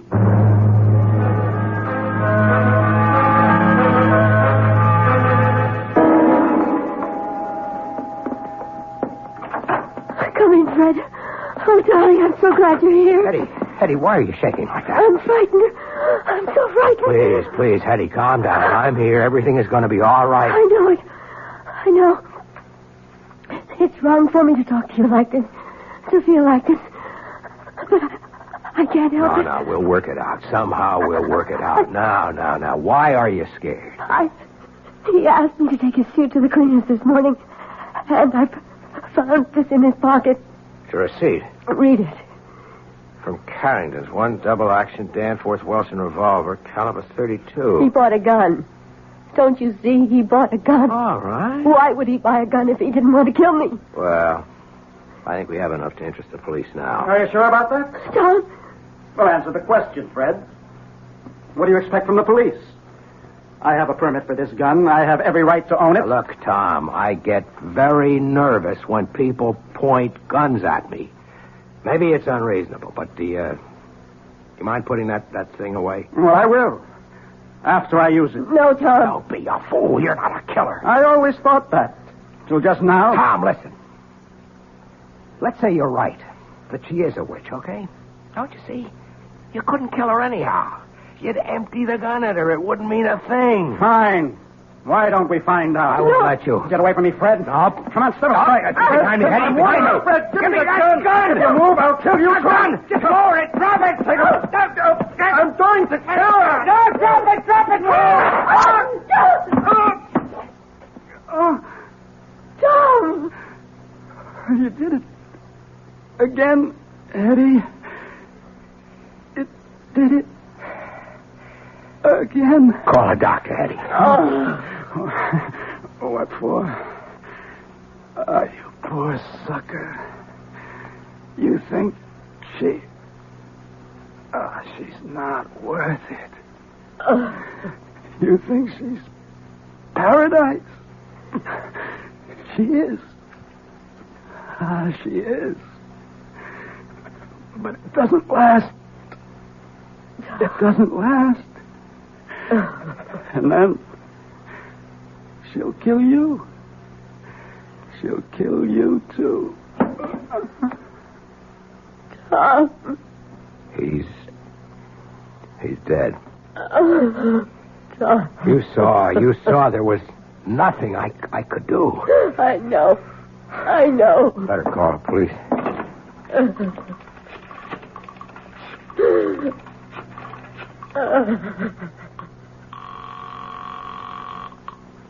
Lieutenant Carroll.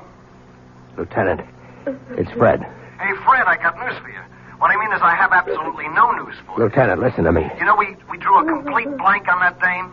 We traced her back to St. Louis City Hall, where she married a guy named Larry Bellows. She gave her home address as Charterville, Illinois. But there's no such place. Listen, Lieutenant. It's as if this dame just materialized out of thin air. No background at all. Wait a minute. Eddie.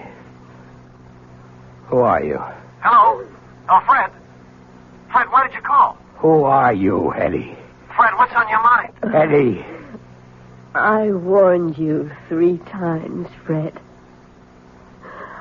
I warned you 3 times.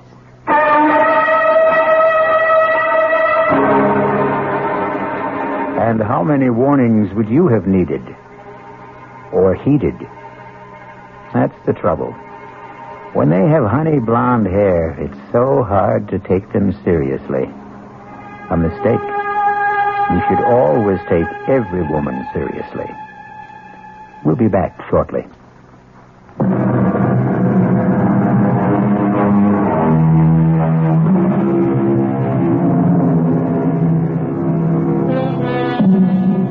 Are there really witches? Everyone must keep his own counsel on the matter. However, if you should happen upon a damsel in distress, and she has honey blonde hair and baby blue eyes, remember, we warned you 3 times. Our cast included Joan Loring, Mason Adams, Tom Keena, Alan Manson, and Sam Gray. The entire production was under the direction of Himan Brown. Now, a preview of our next tale. Look at me, Mama. Listen to me call you that, Mama.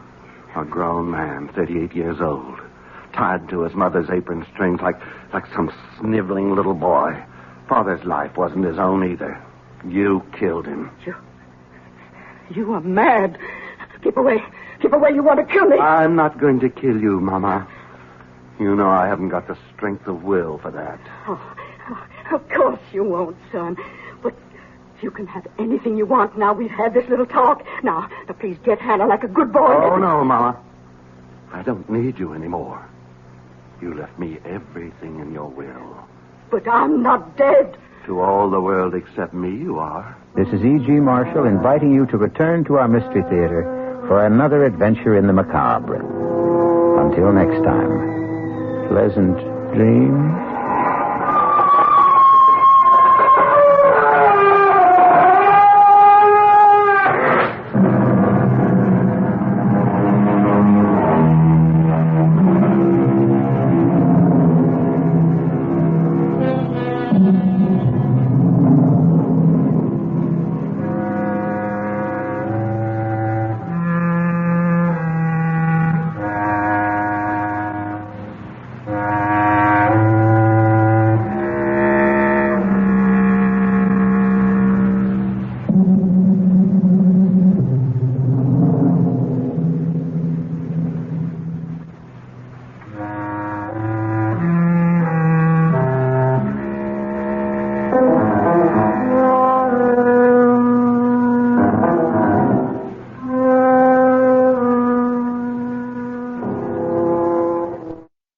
The preceding Mystery Theater program was furnished by the CBS Radio Network.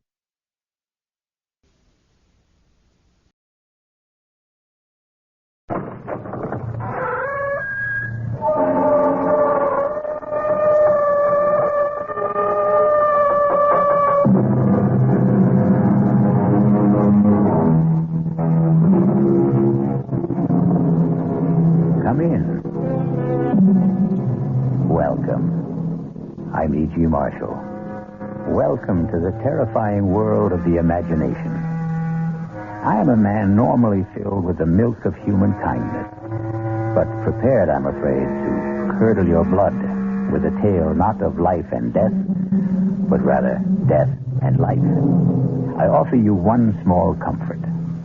It could hardly happen today. But in the last century, on the old Montgomery estate in Maryland, in the great, dark, rambling house called Westerly, it was easier to be marked for death than in this one. Yes, Mother. You look at home in your coffin. Sleep fast. It's taken many years, but you've made your son a very happy man. It's all mine at last. Westerly, I'm running the jewels. I'm my own man. How I've hated you the way you kept me on a leash like some old hound dog. Well, now the money's mine. And you'll hardly need those rings they've let you wear to your grave. I'll take them so I can buy me. You'd hang on to them even if that... But you're alive. You're not dead. Help me up. I should have known you'd come back to haunt me. Even before we got you to the grave.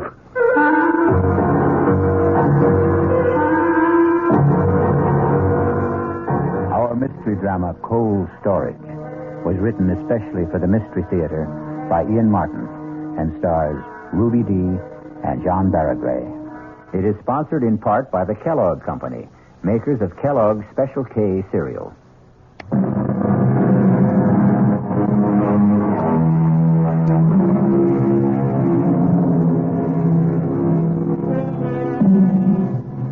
Some ghouls robbing a grave. Many years before Buford Montgomery found himself engaged in essentially the same activity, were every bit as shocked when the corpse whose rings they were tearing off suddenly sat up, alive. An epileptic seizure in other times could counterfeit death. The ghouls, of course, had a recourse. They ran away. Buford Montgomery has to stay and face his problem. Buford, will you put me down? When I'm ready. I am quite able to walk. I want to make sure you don't run. What are you talking about? What are you doing? Locking me in?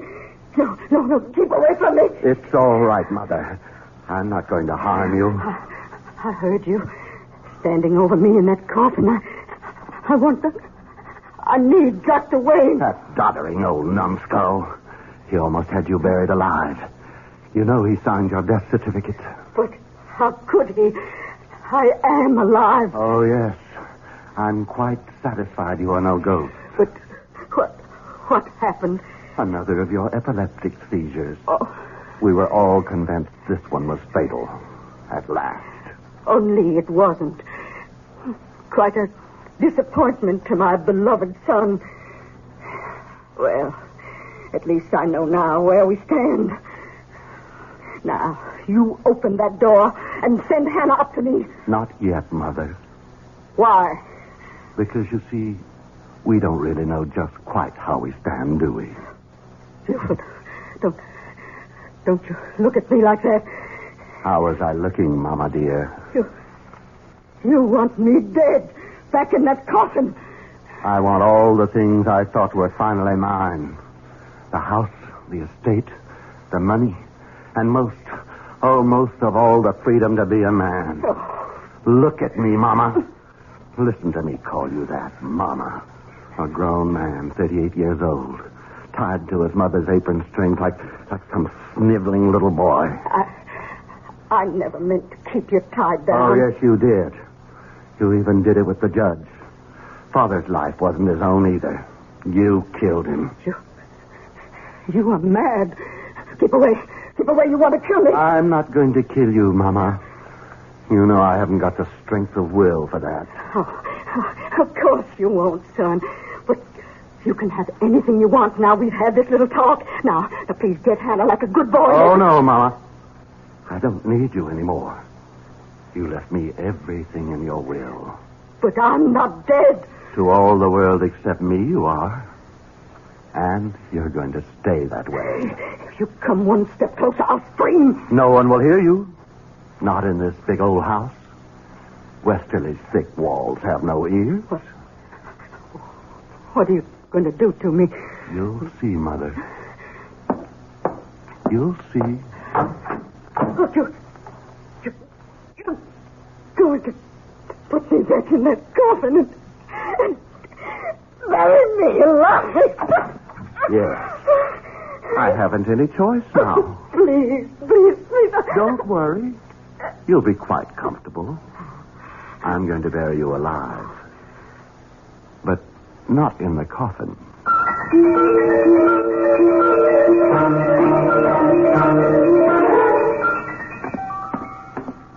Hannah. Yes, Master Buford.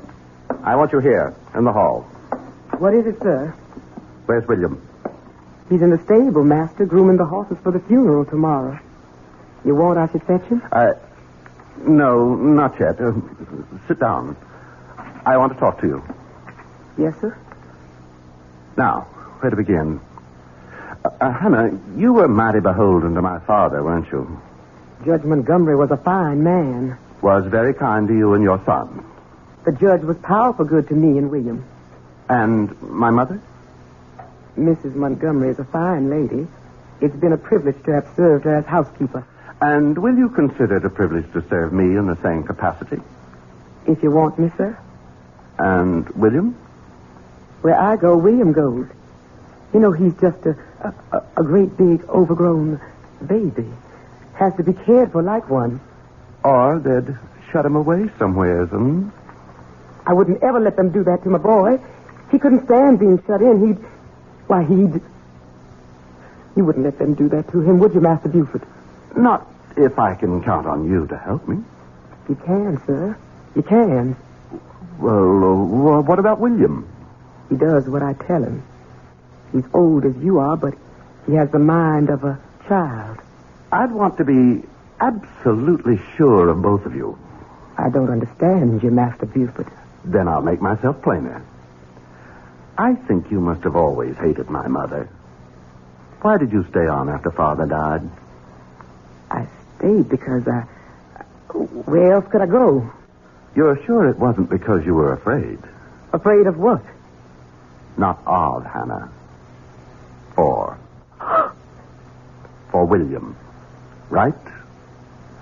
Oh, don't look so terrified and trapped. I know it all, Hannah. I know it all. Master Buford, How you must really hate us all. Even Father at the end. Not the judge.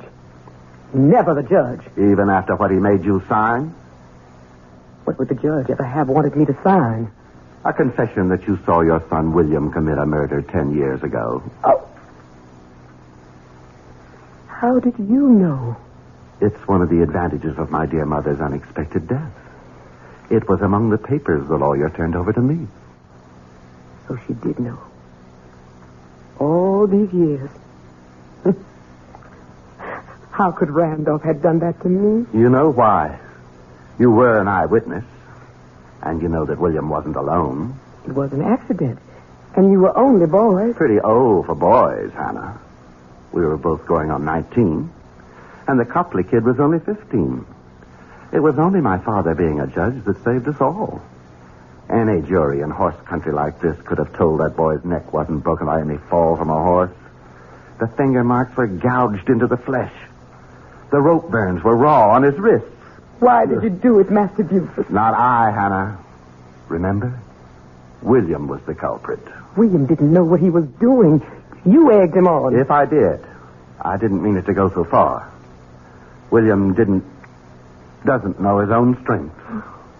What does it matter? It's nearly 20 years ago.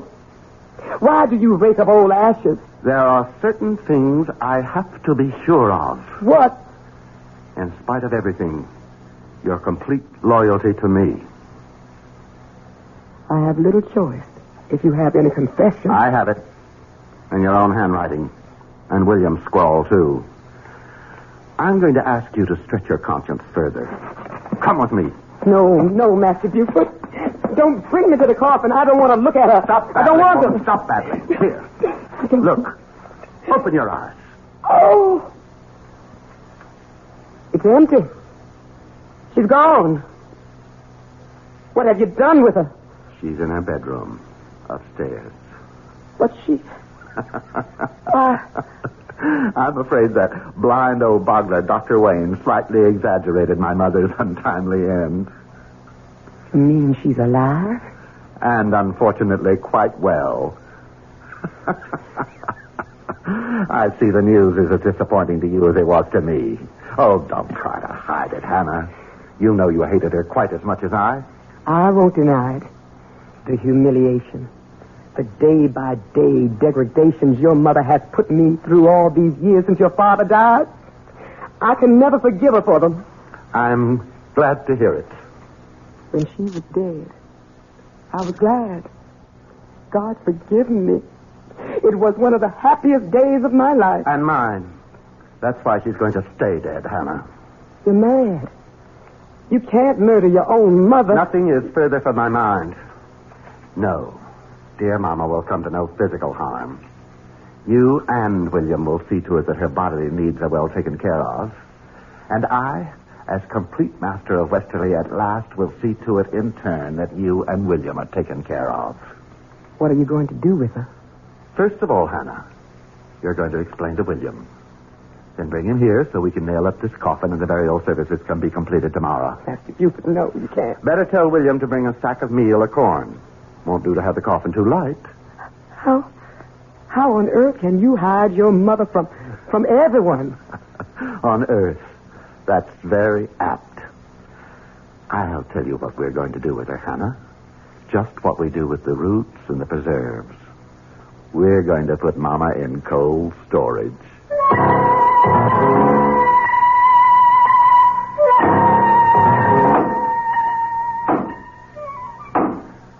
Make sure to drive them home, William.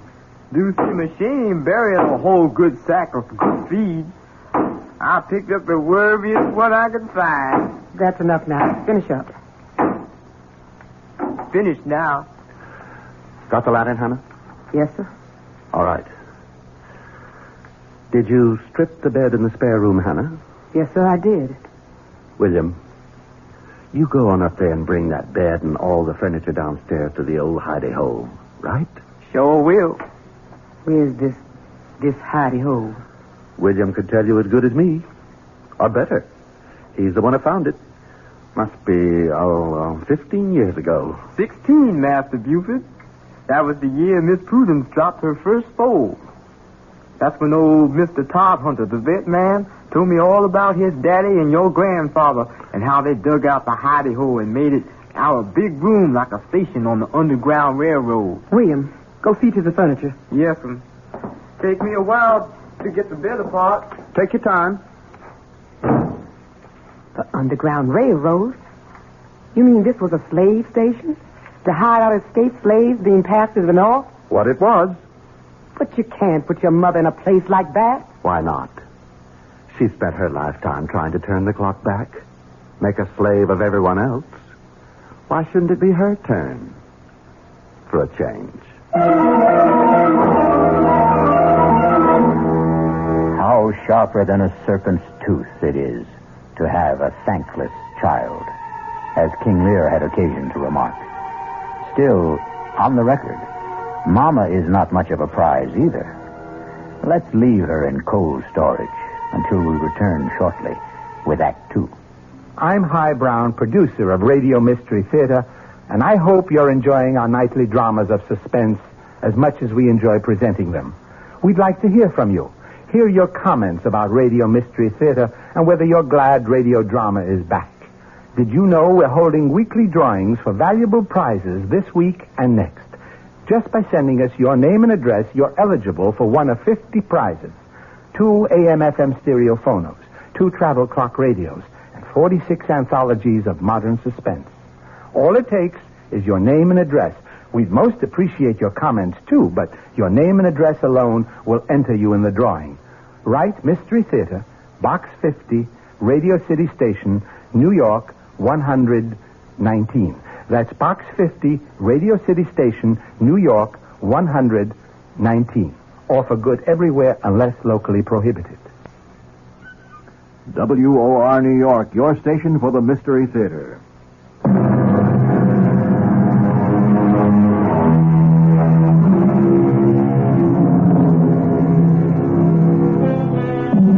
In the weeks that pass, Mrs. Randolph Price Montgomery is finding her quarters somewhat less elegant than she liked. But at least they are less confining than a coffin. Buford, her son and now heir, has been living as high as he promised himself in cutting a swath as the county's most sought-after bachelor.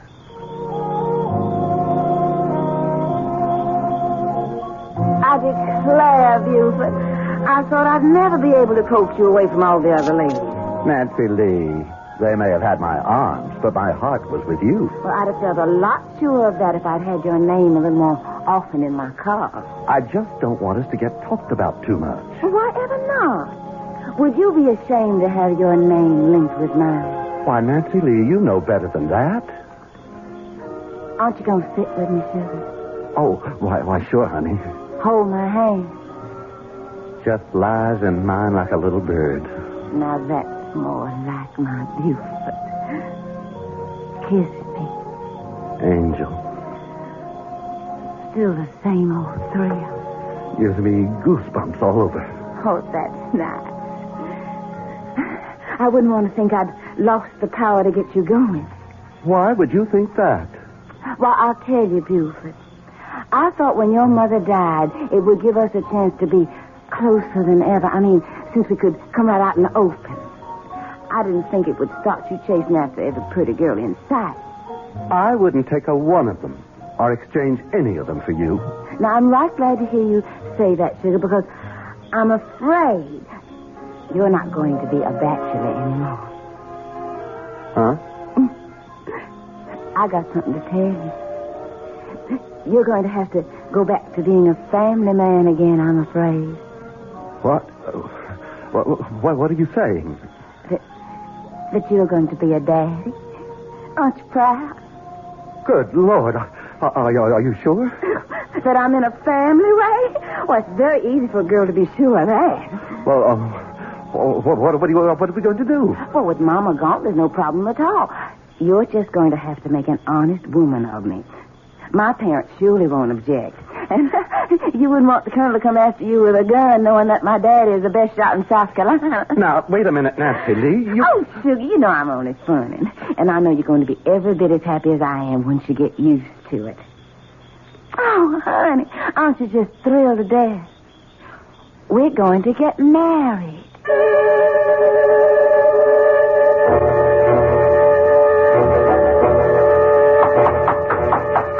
Come in.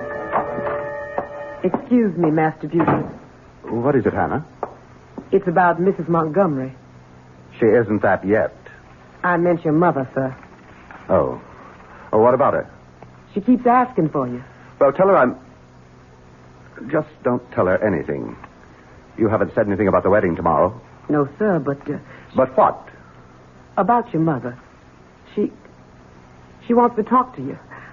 And it does seem so inhumane to keep her locked up alone. She sees you or William every day, doesn't she? Yes. Her quarters are comfortable and clean, aren't they? Yes.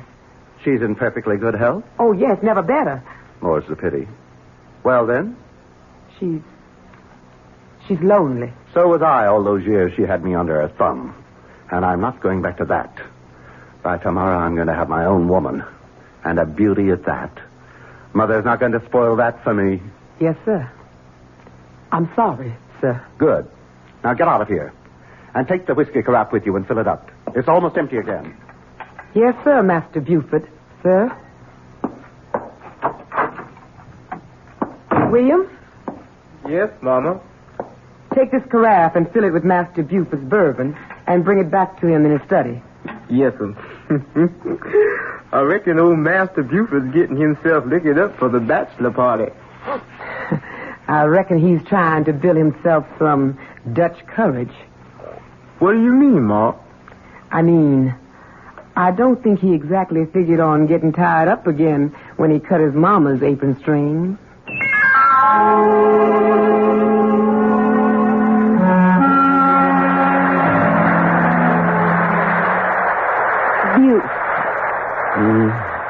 Oh, look at that. It started into rain. Such a pretty night, too.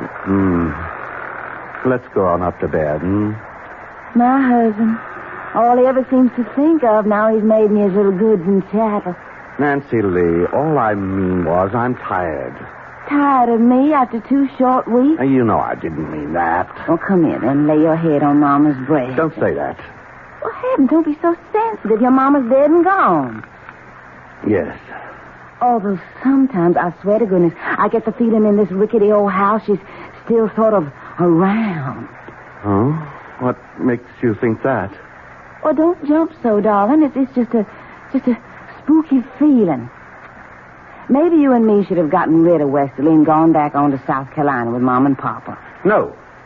We can't leave here. Well, all right, sugar. Don't take on so. I didn't mean to jump at you. Oh, of course you didn't. You were just so kind to little old me, and you were so generous to lend the Colonel all that money to go back south with Mama to build up our old, lovely old plantation again. It must be the size of half the state what it's costing to restore it. Well, it had gotten run down, sort of, but you've nothing to worry about, Buford. You'll get the money back. Of course, Nancy Lee. What is it? Oh, this old porch. It's starting to leak like a sieve. I'll have William look at it in the morning. That big old lame brain. Buford, if we're going to stay here at Westerly, I want some changes made. I'd like to do some rebuilding. We can discuss that in the and morning. I want some new servants. I don't want that silly old William and Hannah around. They've got to go. No. But, Buford... Whatever happens, William and Hannah stay. And we stay. That's final. My Buford, you are so masterful when you get mad I could just swoon. Come on, let's go on up to bed. And I'll show you just how wonderful it is to be married. I came out with your mother's tray, Master Buford, and she nearly caught me. What the Sam Hill was Nancy Lee doing in the cellar? I don't know. She didn't see anything. I'm sure not. Does she suspect anything? I don't think Damn that woman. That's her now. Get out, Hannah. I'll handle this. Yes, sir. Nancy Lee, what the devil were you doing down in the cellar? No need to take on, so I was just making up my mind where to put the wine cellar. What wine cellar? The one we're going to build in the back there. What for? Well, I intend to start entertaining, having guests to stay. Well, bring this house alive. No. No wine cellar and no guests. And you stay out of that downstairs. Don't you order me around. I'll do what I want in my own house. What did you mean by locking me out of our bedroom last night?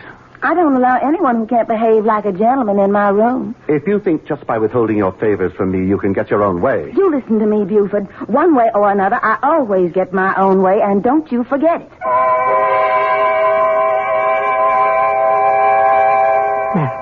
Master Buford, you can't sleep here on the floor, sir. What? Oh, yes. Got to, Hannah. Own wife won't let me in bedroom. Come on, sir. You've been drinking. I've made you up a bed in one of the guest rooms. Want to sleep on bedroom. Not guest room. Ironic, isn't it, Hannah? Don't have much luck with the ladies, huh? Out of the frying pan into the fire. She's got to go. Except can't. Because of baby. Got a child to think of. Can't figure that one out.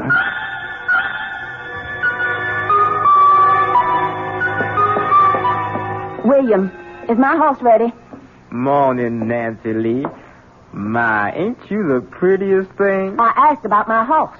Oh, yes, Miss Nancy. I combed and curried and shined that old horse. Would you bring him around to the front? Yes, sir, Miss Nancy. And the name is Mrs. Montgomery. Yes, Mrs. Montgomery. Oh, get out of my sight. When you bring him around, let me know. I'll be in the parlor. Buford? Here. Hannah said you wanted to see me. I want to talk to you. I'm afraid I don't have time. I'm going riding. That's what I want to talk to you about. Do you think it's wise? What? All this riding. In your condition. In my condition? Oh, land. I'd near forgotten. Forgotten? How could you forget the baby you're carrying? I'm sure I wouldn't if I were. Only I'm not. I never had one. What? Oh, Buford, don't splutter so. If you'd half a brain in your head, you'd have realized that long ago. It was all a trick to get me to marry you. At the time, you seemed such a catch, and the competition was a little heavy, so I thought I'd just make sure of you. And it worked. I'm really sorry to have disappointed you about the child. Disappointed? You don't know how relieved I am. Now there's no problem. What do you mean, no problem? To end this marriage, to get a divorce. You think that's no problem? It shouldn't be.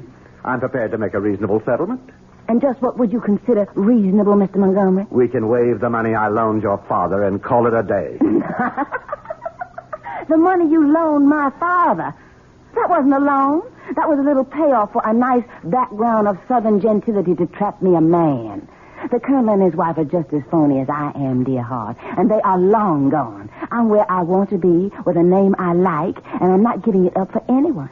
You are never going to get rid of little Nancy Lee. No how, no way at all. Now, if you'll excuse me, dear husband, Why, Hannah. Hello. Did you get a nice earful? The door was open, Mrs. Montgomery, and William asked me to come in here and tell you that he's waiting outside with your horse. He could have told me himself. And I hope that damn beast throws her and breaks her neck. All right, Hannah, what are you waiting for? It's your mother, sir. She's in a state. She insists on seeing you. No. I've had enough of Montgomery women for one day. Tell her I... No. Forget that, Hannah. I've changed my mind. I think I will pay Mama a visit. I have a little surprise for her.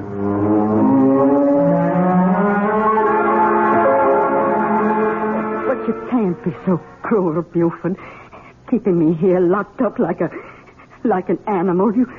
You've got to let me go. You know I can't do that, Mother. I've explained again and again why you can't suddenly turn up alive. Oh, but I can't stand it anymore. It's like being buried alive. Oh, Buford, it's so lonely. I know that, Mama. And I know it just plain isn't fair. So I thought of a solution. What, dear? How would you like to have a nice, permanent companion? Did I make an unguarded statement that Buford was no match for the ladies? Perhaps in one sense that's true. But in another, well, it seems that Nancy Lee is going to have cause to regret her match with Buford. We'll find that out shortly when we return with Act 3.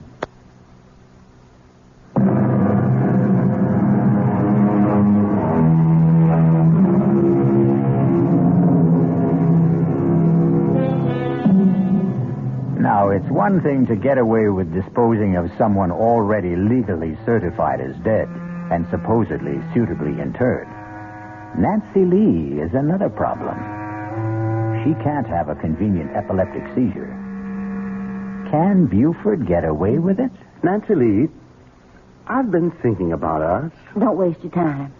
Nothing's going to change. I've got nobody but you and nowhere in the whole wide world to go. I'm a permanent fixture, Buford. Oh, I know that, honey. And I was wrong to think anything else. Don't you know I really want you here with all my heart? On my terms. Don't you try to fancy talk me. Won't you please let me tell you what I was thinking about? If you make it short. And sweet. What I was going to suggest, just to clear the air, sort of, and give us both a chance to get a new perspective, was a trip. I don't want to go anywhere with you. Oh, I didn't mean together. I meant just you alone, sugar. Washington, Baltimore, Philadelphia. You could buy yourself a whole new wardrobe. Like it was the trousseau you never really had. Oh, Washington, Baltimore, Philadelphia. Even Paris, France, if you want. Paris, France. Oh, Buford. Do you mean it? Anything's worth trying just to work things out for us. And to prove I mean it, you just go tell all your friends and everyone around that you're on your way. Oh, won't I make them squirm with envy? Washington, Philadelphia, Paris, France. Then you'll go? What woman will pass up the chance? Well, I'll ride everywhere this week and let everyone know. Just one thing, Buford, you ought to understand. Well, what's that, sugar? This doesn't change anything. I'm still going to spend the rest of my life right here in this house. Oh, I know that, Nancy Lee. I know that for sure.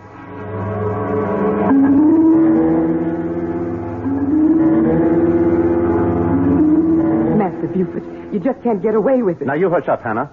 I'm going to. But what will other people say? There's nothing for them to say. Nancy Lee went off on a little trip, and she never came back. Master Buford, you're flying in the face of God. Hannah, to the devil with it. Now, you do as I say, here? Yes, sir. Now, you and William have already got the extra bed set up downstairs and the chest of drawers and so on. Yes, sir. Fine. Then get busy and take all Miss Montgomery's clothes downstairs. Shouldn't take you too long. Most of her wardrobe is already packed. What am I going to tell your mother? Ever since we moved the extra furniture in, she's been like to drive me out of my mind asking questions. You haven't told her who to expect. You said not to. That's quite right, Hannah. We have to preserve the proprieties. I think it's my place to introduce my mother to my bride.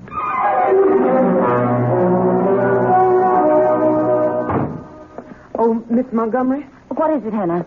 Master Buford asked me to have you go right downstairs as soon as you got back from riding. But I want a bath and change. He said right away, the moment you got here. Why? He said he had a little surprise for you. Oh, very well. Buford? Nancy Lee? Yes, what do you want me for? Come on down, I'll show you. Oh, for goodness sake. Hold that lantern a little higher, I can't see. How's that? Better. Right over here by the back wall. Hannah said you had a surprise. Why, Buford, you're going to do it. Do what? Put in my wine cellar while I'm gone. Something like that. Of course, we'll have to build regular bins instead of these old rickety shelves. You know what I thought when I was looking about down here before? Oh, what was that? If we tore down these shelves... Well, what I mean is, I was sort of stepping off the house upstairs, and it's some longer than this cellar. Is it? Yes, I walked off the cellar, too. You suppose there might be any room behind there we could sort of scoop out to make it bigger? Now, why don't you and me just try and find out? Why don't we? Of course, I reckon you'll need help. Oh, I don't think so. It might be quite easy. Like this, for example. It's a secret door. And a room. There's someone in there. A room you're going to be sharing for a long time. No. No, I won't go in Oh, there. yes, you will. I'll scream. You'll do as you're told. You bit my hand. You can't. Get in there. You can't keep me in here. I'll scratch your eyes out. Oh, no, you won't. You'll keep your mouth shut for once and do as you're told. Oh, no, I won't. You wouldn't dare shoot me. Don't tempt me. Buford, put that pistol down. No. It can't be. Who are you? Don't you remember the first Mrs. Montgomery? But your mother. Your mother's dead. A popular misconception. Let's just keep this private, shall we? You're really Judge Montgomery's wife? Certainly. Buford, what is this slut doing here? Now, Mama, that's not nice. Isn't this that Nancy Lee person I warned you to stay away from? Yes, sir. Maybe about the one time you were right, Mama. Well, get her out of here. I don't want her. And I demand you release me, too. You know I can't do that. The best I can do is provide you with Nancy Lee. You're not going to lock me up with this horrid old woman. Now, that's no way to talk to your mother-in-law. Her what? Oh, I'm sorry, Mama. In all the excitement, I forgot to tell you. Nancy Lee's my bride. We got married. Oh. That makes you both Mrs. Montgomery. That's how come I thought it would work out real nice to have you roommates. Sort of keep it all in the family.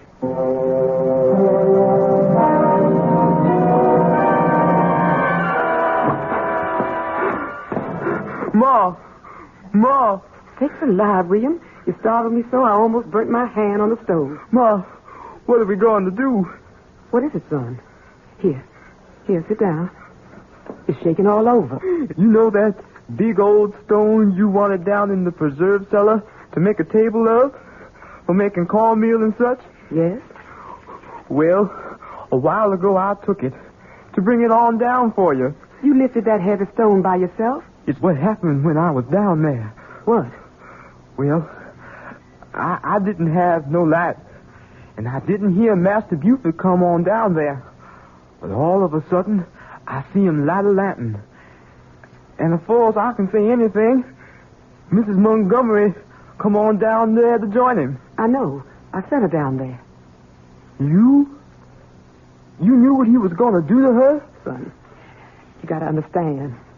I can't help myself. You knew he was going to throw her in that hidey hole with old Mrs. Montgomery? I knew. But she's so pretty. And he hurt her, Ma. Master Buford hurt her. He took that little girl that's like a little chickadee bird. And he's going to shut her up in there.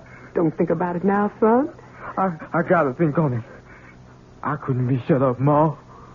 I couldn't be shut up nowhere. I know that, son. I'll just take my own throat with my hands like I done with someone a long time ago. Don't, William. Don't do that to yourself. No. Not to me. To Master Buford. To Master Buford, unless he lets her go. That's who I got to. No, William, no. Listen to me. Let me explain. Let me go, Ma. Let go. William, you've got to understand that Ma? Ma, you all right? I hope I didn't hurt you. Ma?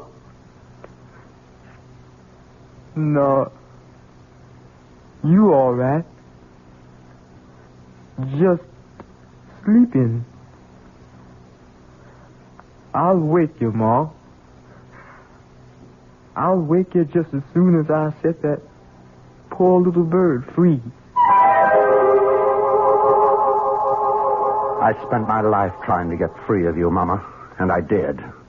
Then I got myself trapped again. Now I've got to get free of Nancy Lee, too. Goodbye. You'll never see me again. You can't leave me here with this old woman. I can't be shut up anymore. You've been drinking again. You look drunk. I feel drunk. Drunk with relief. Hannah and William are all you'll ever see from now on. As far as I care, you can both rot. Oh. funny smell. My head. I need a drink. What? Who's that? It's me, Master Buford. I'm sorry for what I got to do. Master Buford. Master Buford. I didn't mean to do nothing, Master. I didn't mean to do nothing. It was just a bird has to fly free. You can't keep it locked up. William? William? Are you down there? I'm here, Ma. What are you doing? What's happened? Where's Master Buford? I'm glad you woke up, Ma. Something's happened to Master Buford. Oh, my God. Move aside. Let me see. I didn't mean him no harm. It was just Miss Nancy. I didn't want to hurt him, Ma. Ma? He's dead. Oh, William. William, you killed him. I never even touched him, Ma. How would you know? Poor, twisted mind. How would you know? Heaven help me. What are we going to do now? I've got to think.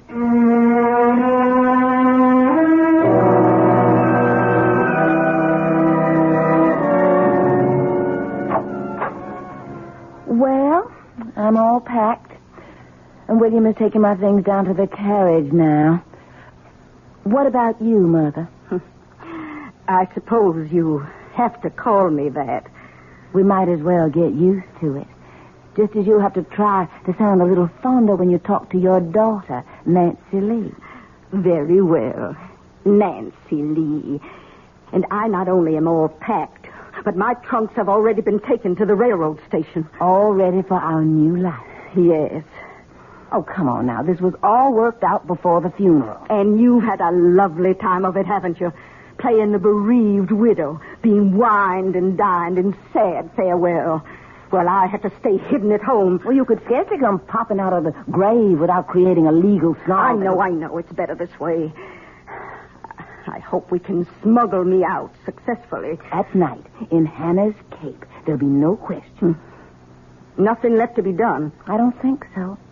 Hannah and William will stay with the house until the estate is sold. And the lawyer will forward us the money wherever we settle. Wherever we settle. You and I. Not much of a life to look forward to. It's the best your son left us. Your husband, Buford. I wonder about his death. Why? The doctor certified it as a heart attack. You don't think William... Oh, no. William is so simple-minded that if he says he never touched him, he never did. No, it was something else. What? That was the same doctor who wrote out my death certificate. You don't suppose Buford, by any chance, could have had epilepsy? It's a disease that does run in the family, you know.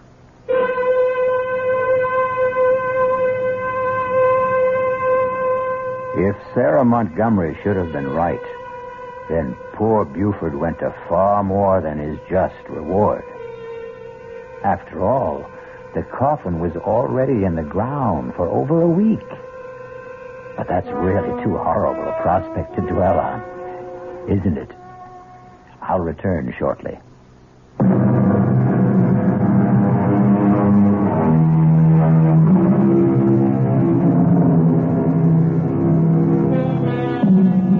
Before I go, I really do owe you an apology for that quite dreadful picture of poor Buford Montgomery awaking to far more confined quarters than he condemned his mother to. But as a storyteller, you have to agree, the irony is perfect.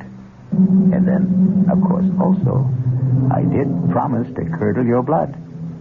Our cast included John Barragray, Ruby Dee, Bryna Rayburn, Roxy Roker, and Todd Davis. The entire production was under the direction of Himan Brown. Now, a preview of our next tale. I'd say it was a crush. Girls like Emily don't have crushes. She was in love with you, and you know it. Admit it. What is this, an inquisition? If she fell in love with you of her own accord, Well, that's a tragedy, but it's her tragedy. But if you made her fall in love with you, you're guilty of murder. Why? Because you knew it would kill her. The fact that you were only playing with her would kill her. All right. Maybe I did lead her to believe that I was in love with her. And it's murder in the first degree. Radio Mystery Theater was sponsored in part by Anheuser-Busch Incorporated, brewers of Budweiser. This is E.G. Marshall inviting you to return to our Mystery Theater for another adventure in the macabre. Until next time, pleasant dreams.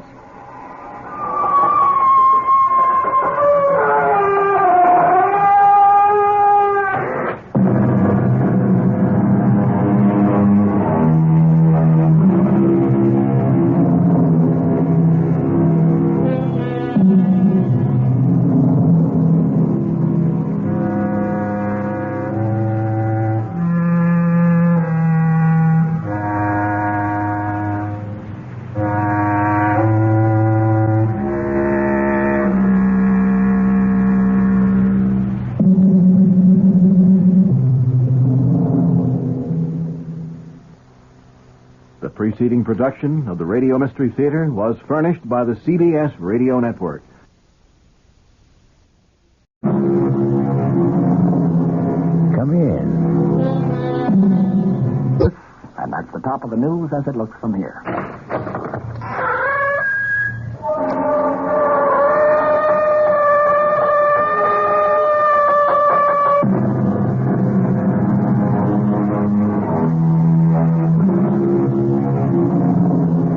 Come in. Welcome. I am E.G. Marshall. Welcome to the sound of suspense, to the fear you can hear. For the next 52 minutes, I will be your trainer. I say trainer because we are concerned with a horse, a remarkable, powerful stallion who not only runs, but who thinks. And what does he think about? In our spine-tingling tale, he will think most about revenge. Go, Spartacus, go! You'll find him. You'll catch him. And when you do, he's yours. All yours. Emily! Emily, here I am! See him, Spartacus. See him. I'm here, Emily! Get him. Go, get him.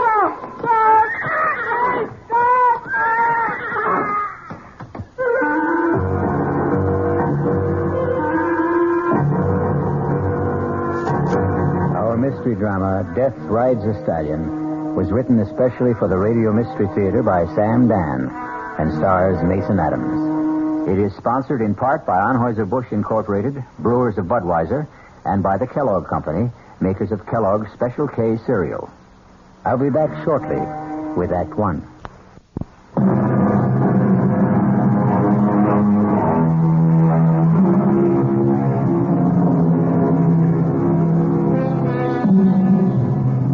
He's a big 5-year-old chestnut stallion. He's in the prime of his glorious life. He has fire in his eyes and steel springs in his legs. The powerful muscles ripple beneath his shiny, velvety coat. And he also has a mind of his own. He's a rebel who acknowledges no master. That's why he's called Spartacus. But if he has no master, he does have a mistress. A slender, freckle-faced girl named Emily. And he will respond to her slightest touch, her softest whisper. Whoa, Spartacus. Right here. Steady, boy. Steady. Good boy. Listen, Spartacus. Here he comes now. Here I am, Frank. Oh, good morning, Uncle Harry. Oh, morning, Emily. Do I detect a faint tone of disappointment? Disappointment? Oh, why, Uncle Harry, you're my favorite human being. Oh, I have the impression that you were expecting someone else. Who, me? Well, I wasn't expecting anybody. Oh. Look, I don't say that Lollygag here is in a class with Spartacus, but we challenge you to race. Well... How about here to Parsons Creek? Now? Unless you just want to stand around all day. The truth is, Uncle Harry, I am waiting for somebody. Oh, that's the secret of your early morning rides. And who is your partner in these assignations? Frank. Oh. Well, there's no accounting for taste, I suppose. I think I'll commune with nature on my own. Up, Lolly, here. Uncle Harry, wait. Whoa there, Lolly. Emily, if everybody listened to you the way the horses do, you could rule the world. Uncle Harry, do you know what I think? No, ma'am, you're too deep for me. I think this morning Frank's going to ask me. Ask you what? Ask me what? Ask me to marry him, of course. Why would Frank do that? Why would he? Oh, I suppose I'm not really pretty enough for a man to ask. No, Emily, I never meant to imply that. Why, you're even prettier than Judy. No, I'm not. Nowhere near. Well, it's just that I thought... What did you think? Well, Emily, it's obvious that Frank really... What's obvious is that you dislike Frank, and therefore you don't even bother to know him. Frank looks for more than a pretty face. Has he given you any indication? Well, of course he has. Really? Well, what did he say? He didn't say anything. Does he have to? It would help.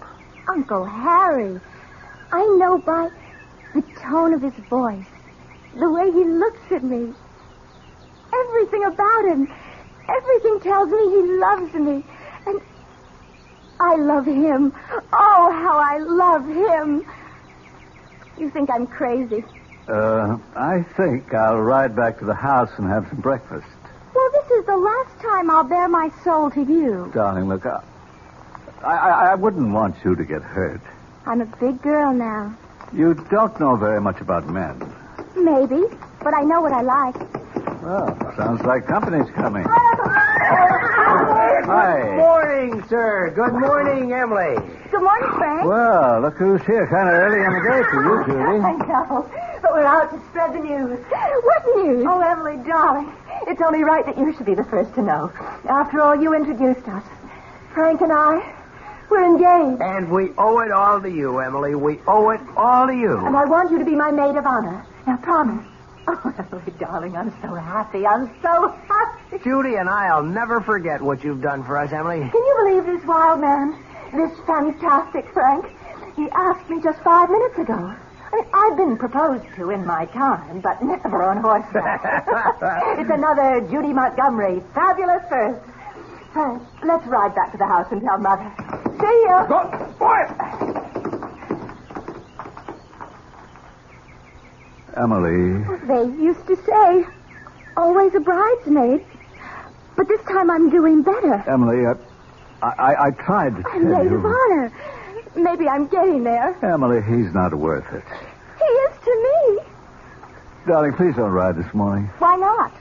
You're upset. I'm not upset. Oh, I can tell. All right, I'm upset. Emily, you'll get over it. I'm over it now. Emily, dear, one day you'll meet... I'll never get over Emily, it. believe me. Let's go, Spartacus. Go. Oh, Emily, wait. Emily. Go. Emily. Come on, Spartacus. Emily. Come on. Slow down. Faster, Spartacus, faster. Emily, you'll hurt your horse. Faster, Spartacus. Emily, please, you'll kill yourself. Go, Spartacus, go. Emily, look out. Jump, Spartacus, up. Emily, stop. Up, Spartacus, up.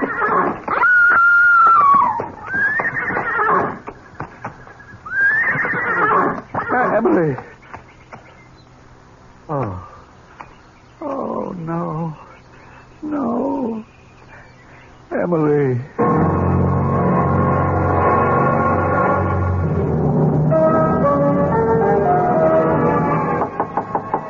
Come in. You wanted to see me, sir? Oh, it's you, Frank. Yes, sit down. Thank you. Wait till I shut off this music. Oh, let it play. It was her favorite Rhapsody. So it was. Oh, how are the ladies? Well, Judy and Mrs. Montgomery have gone to bed. It's been a terrible ordeal. But with the coroner, why was all that necessary? You have to establish the cause of death. Well, wasn't it obvious? What a thoroughly obnoxious man. Why did he have to ask so many questions when he knew from the start that his verdict would be accidental death? There isn't anything that I could do about it. But I disagree with the verdict. Well, what other verdict is possible? Murder. Murder? What? Do you mean someone killed her? Yes. Who? You. Me? Yes, you. But that's impossible. Why is it impossible? Well, because I wasn't even there. You were there. What are you saying, sir? You don't have to call me sir. Don't pretend with me. I can see through you. You're a young hustler on the make. You have no right to accuse me of You used Emily to get to Judy. You're going to marry Judy for her money. I don't think I have to sit here and listen to There's nothing intrinsically wrong with marrying for money. Does anyone seriously believe that poverty improves the quality of love? I married Mrs. Montgomery's sister for her money. Yes, I married her for her money. She married me for my looks. And both of us knew it. And we've had a perfect marriage. But you're a scoundrel. And you won't even give Judy her money's worth. Now, look here, sir. I said don't call me sir. You can relax with me. Don't be afraid. Even though every word I say is true, I couldn't prove any of it. None of it's true. You accuse me of killing Emily. That's a lie. You say I was there. You know I wasn't there. I was with Judy. We were riding back to the house. You know it for a fact. Have a drink. I don't drink. Don't say it so smugly. You have other vices that are worse. I say you were with Emily. I was not. No, don't interrupt. Since the very day you met Emily or arranged to meet her, you've been with her always. I think you're mad. That's my saving grace. But to say that I was with Emily when you know... You were with her as far as she was concerned. I don't know what you're talking about. So few girls like Emily in the world. Oh, what a shame that you had to waste one of them. You knew that she was in love with you. Well, love, I'd say it was a crush. Girls like Emily don't have crushes. They fall in love only once, and it's forever. She was in love with you, and you know it. Admit it. What is this, an inquisition? I don't have to put up with it. Of course you don't, but don't try my patience either. I'm doing this for your good. For my good? Make it difficult for me, and I'll wash my hands of the whole business. Why do you say for my good? If she fell in love with you of her own accord, well, that's a tragedy, but it's her tragedy. But if you made her fall in love with you, you're guilty of murder. Why? Because you knew it would kill her. The fact that you were only playing with her would kill her. The fact that you were only using her would kill her. All right. Maybe I did lead her to believe that I was in love with her. And it's murder in the first degree. Premeditated. I didn't know she'd take it this way. You knew. You knew it would destroy her one way or another. Okay, Harry. I killed her. That's what you want me to say, isn't it? Yes. Well, maybe she'll forgive you. Oh, come on, Harry. That's unworthy of you. Sure, I killed her. And you know why it doesn't destroy me? Because she was a girl who walked around saying to the whole world, kill me. Please, somebody kill me. She was so trusting, so naive. Anybody could have broken her heart. Anybody could have betrayed her. Nobody has a right to be that defenseless. I was just a guy who happened along. Yes. Well, despite it all, she'll forgive you. Sure, Harry. Don't humor me. She loves you. And when she loves forever. A little thing like death isn't going to stop her.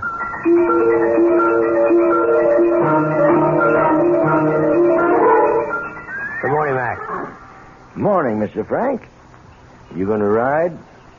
Who do you want? Spartacus. You do, huh? Saddle him. Saddle him, the man says. What's the problem? The problem's right there in the corral. You can look at the problem. You can listen to the problem. You want to ride Spartacus, Mr. Frank? You go in there. You put the saddle on him. How long has he been acting up? More than a week now, since we lost Miss Emily. How long can he go on like that? Oh, for another 5 minutes. Or for the rest of his life. Poor Spartacus. He's kind of in mourning, that's all. Oh, Miss Judy said she'd wait for you at Parsons Creek. I got Bolivar saddled up.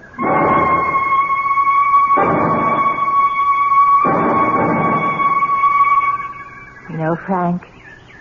Ever since I was a little girl, nice things have always happened to me here at Parsons Creek. You're not listening, Frank. Judy, darling, I wait breathlessly for each word. No, your mind is somewhere else, and I won't have it. I want all of your attention. Now, what have you been staring at for the past few minutes? Judy, look straight ahead toward that clump of birches at the edge of the field. Why? There's a horse standing there. I don't see anything. Big chestnut. If I didn't know that Spartacus was back in the corral... Have you had breakfast? No, but that doesn't... It's the most important meal of the day. You're probably seeing things because you're faint with hunger. What do you mean you don't see anything? And it gives you a bad temper, too. Judy, don't joke with me. Missing breakfast is no joke. We're going to go right back and get you some. That's Spartacus standing there, and someone is on him. Wait. Whoever it was just moved behind the trees. Come on. Where? We're right over there. I'll prove it. I didn't see anything. I don't have to prove anything. Wait here.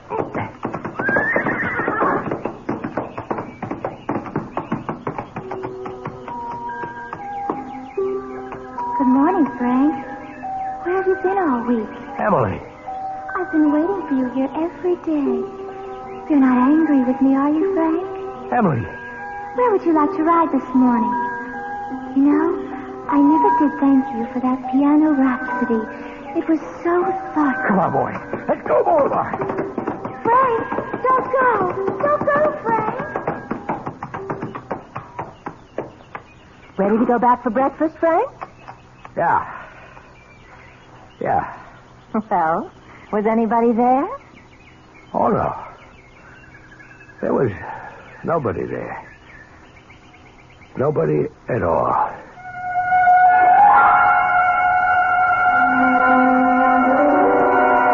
It could be a bad dream, and everything will be all right when Frank wakes up. But how can he wake up when we all know he hasn't been sleeping? We'll return shortly with Act 2.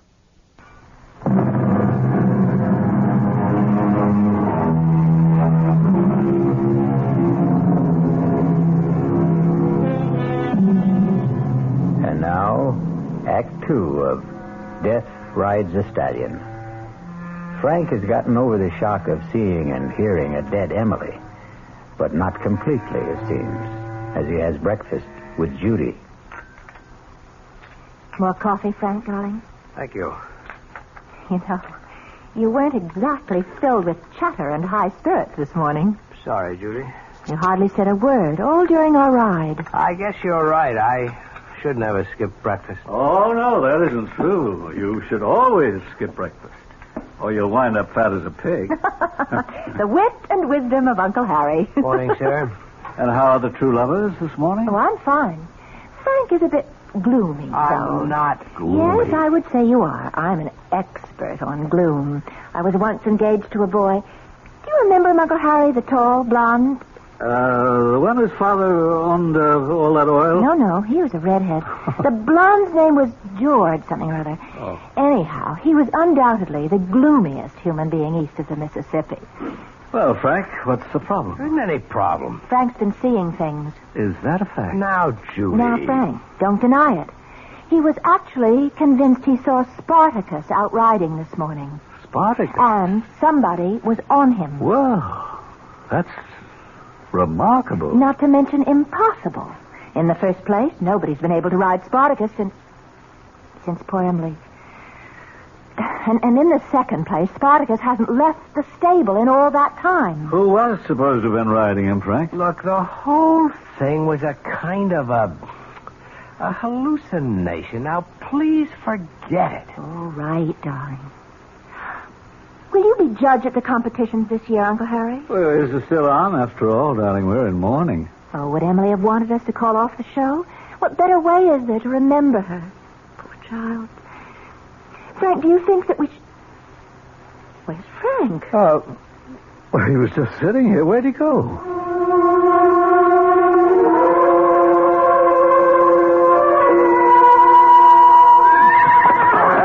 Come on, Spartacus. Come on, calm down, boy. Calm down. Everything's all right. Everything's going to be all right. I want it kind, all right? Oh, good morning. That's Spartacus. Still can't do a thing with him. You don't have to play that game for me anymore, Mac. Game, Mr. Frank? Tell me the truth, or I'm going to beat it out of you. You raise your hand to me, and I'll be forced to break your jaw. There's nothing the matter with Spartacus. He was out riding this morning.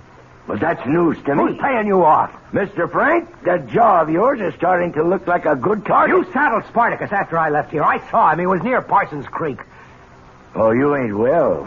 You want to sit down? I'll get you a glass of water. Now, just get sit your down. filthy hands off me. Frank, what's the matter? Nothing is the matter, Judy. Mac?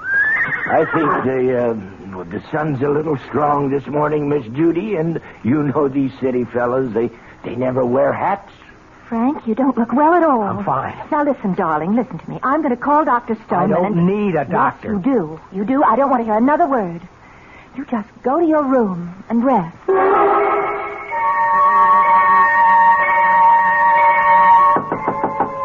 Come in. Oh, it's you. Darling, I don't want to hear another word. Just go to your room and rest. Well, I could tell who's going to wear the pants in your family. Not to mention the shorts and the slacks. When $26 million tells me to go up to my room, I go. There's a bit of an exaggeration there. She only has 23. Well, it won't change my style of living. What's this I hear about you hallucinating? I'll admit you had me going, Uncle Harry. I had you going? For a minute back there, I believed. Oh, did I ever believe? What did you believe, Frank? I believed, and listen to this, I believed that the dead returned.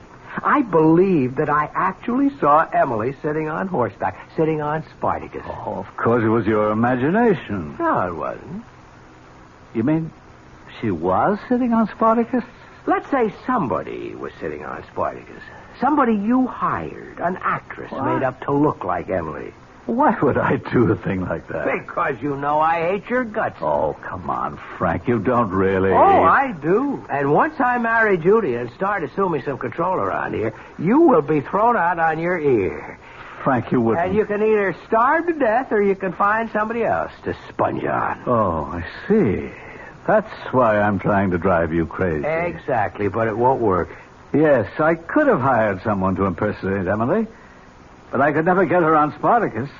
That horse is completely unmanageable. I think you're bribing that fool down at the stables. Oh, don't let that pose of his throw you. He's far from a fool. Actually, he's a physicist. You plan to put this girl, this actress, on Spartacus, and my vivid imagination would then do the rest.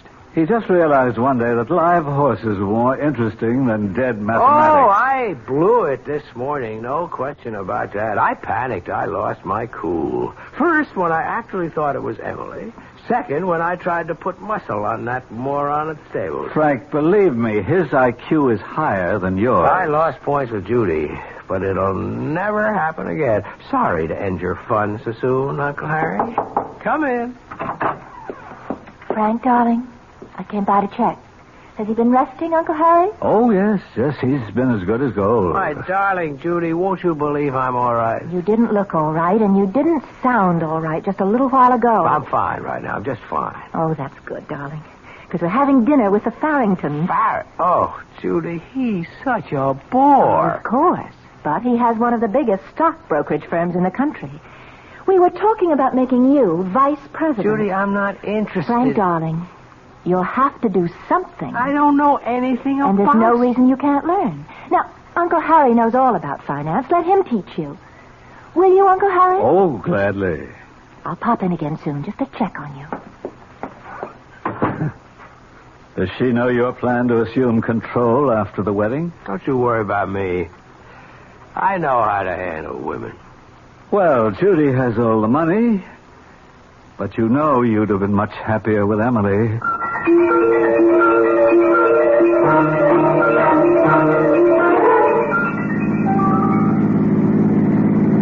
I was so proud of you this evening, Frank. You were so attentive and so interested. You hung on Jim Farrington's every word. I'm going to work for him. No, dear, not for him. With him. After all, Mother and I are major stockholders in Farrington and Company. Now, don't you find stocks and bonds fascinating. Slow down, Judy. What? Slow down. Look out, Judy. Judy, you all right? Oh, of course I'm all right. Why did you make me skid off the road? There was somebody up ahead. I didn't see anybody. Yeah, there was somebody up ahead on horseback. On a horseback? At 11 o'clock at night? I could have sworn. Now, maybe it was the shadows. Oh, you have this thing for people on horseback, Frank. Oh, I'm never going to get out of this ditch. We're less than a mile from home. Let's walk.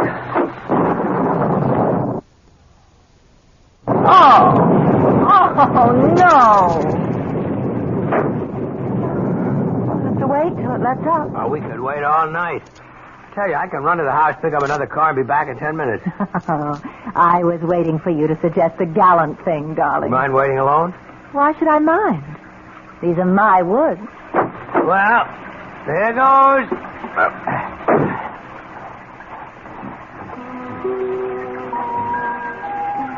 Hello, Frank. What? Emily. Poor Frank. You're getting soaked. Climb up. Ride with me. Emily, what do you want? I want you to come with me, Frank. Where? Where we can just be together all the time. Just you and me, Frank. You love me. This is some kind of trick, but it isn't working. Harry, he hired you. No, Frank. I'm Emily. Really. When I saw you this morning, you mentioned the piano rhapsody. Harry knew about it. He coached you. No, Frank. Only you and I know about the day we met. Only you and I. Excuse me. I think this is my seat. Oh, it is. Look, my ticket stub says R1. So does mine. Hey, look at the date on your ticket. It's for tomorrow. Oh. Well, look, you take the seat anyhow. Oh, but I couldn't. I insist. Now sit down and enjoy yourself. And we met in the lobby at intermission. And you bought me a lemonade. And when I said my name was Emily Montgomery, you said... Of the Montgomerys? Well, yes, that's what we're called. Hey, I had no idea I was buying a lemonade for an heiress. Oh, I'm not an heiress. My stepsister Judy has the money.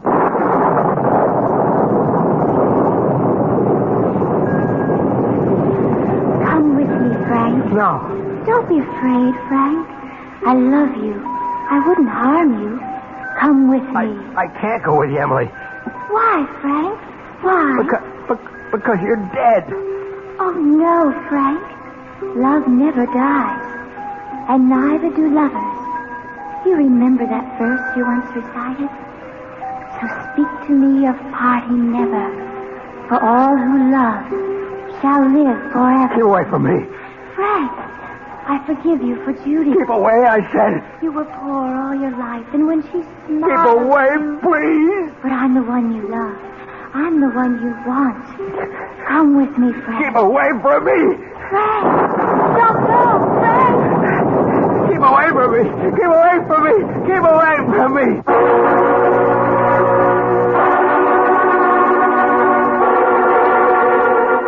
And so, we have here a man who is sprinting down a country road at midnight in a pouring rain, shouting, "Keep away from me." And his urgent plea is directed to a dead young lady. And yet, 12 hours ago, he was convinced that the dead do not return. We'll return shortly with Act 3.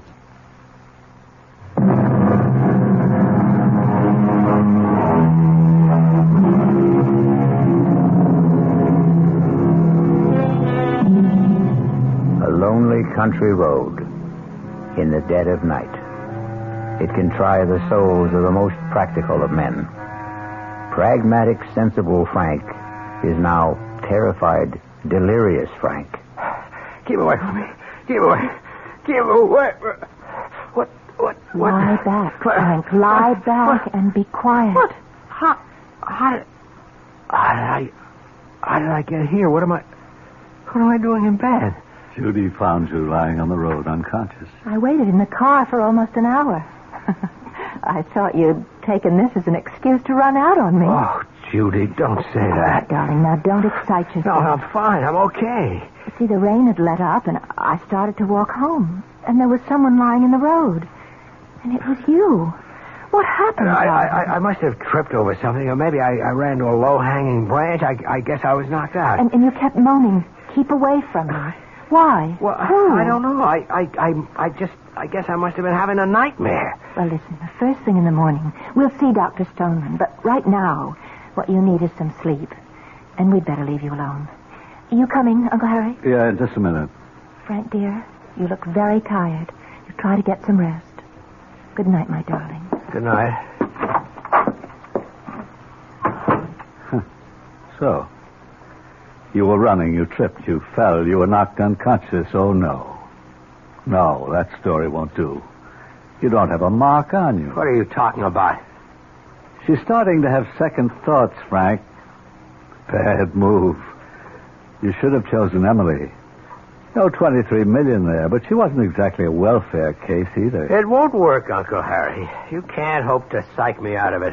Nobody can psych me out of it. Little things, Frank. Little straws in the wind. For instance, she just said, I waited in the car. I thought you'd taken this excuse to run out on me. What she really meant, Frank, she might be looking for an excuse to run out on you. Enjoy yourself, Harry. I've been with that girl through, it has to be at least a dozen engagements. Each one is like a fever. It runs a predictable course. And you can always tell when she's reached the crisis. She becomes thoughtful.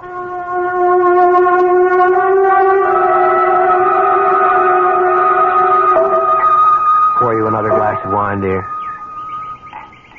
Judy, more wine? No. Oh, thank you. What a glorious spot for a picnic.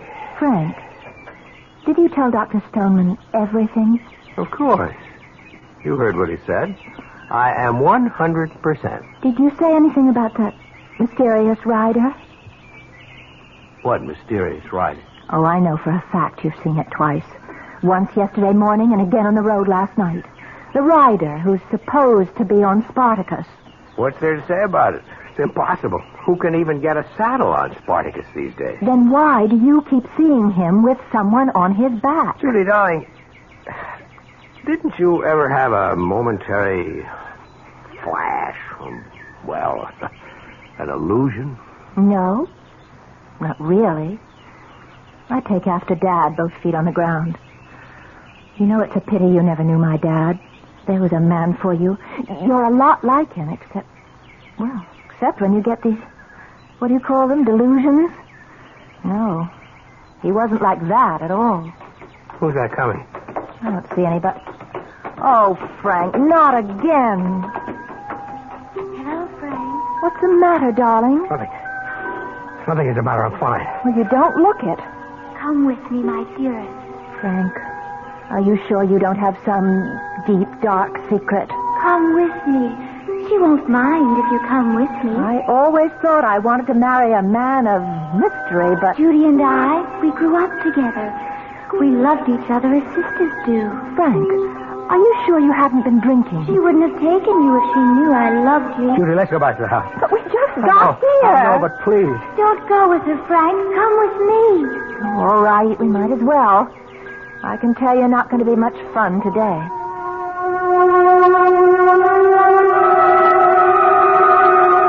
Good morning, Mr. Frank. Do anything for you? Matt, Spartacus has been here all morning, hasn't he? This time you don't have to take my word for it. The vet's in the stable. He's been here all morning. Ask him. Want me to call him? No, never mind. Hey, you look nervous, Mr. Frank. You ought to get some rest. Yeah, sure. The vet's been here all morning, and so is Spartacus. Why do you keep asking? How long will it take you to saddle Spartacus? The way he is now? Forever. I'm going to ride Spartacus. Mr. Frank. Now, that is a damn fool thing to do. If you won't saddle him, I will. I tell you what, Mr. Frank. This is a bad time. Towards evening, he kind of simmers down a bit, and that's the best time to try.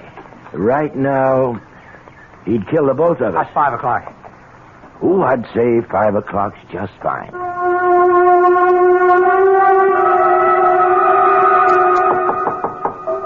Come in.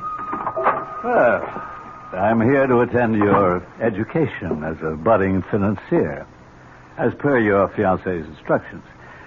So, let's begin with something right up your alley. Let me tell you about watered stock. Oh, shut up. People have been talking about you. Mac in the stables, for one. He tells me that you intend to ride Spartacus. That's right. Why? Harry, at first I thought you were out to destroy my mind with an actress who was impersonating Emily on Spartacus. But that's impossible. Might have been fun at that. Now I know for sure that I am having hallucinations. I keep seeing Emily. Oh, that's bad. But as long as I'm aware of it, I can handle it. It's my own mind, and I can control it. Hooray for you. The key to this thing is Spartacus. If I can break that horse, I can break this whole psychological hang-up. Oh, that's what you think it is, a psychological hang-up. Absolutely. Judy's also been talking about you. She's a little disturbed. I didn't notice. Yeah, key sign.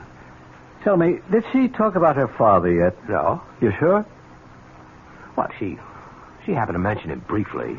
But his name did come up. Just in passing. Oh, bad news for you. Why don't you get out of here?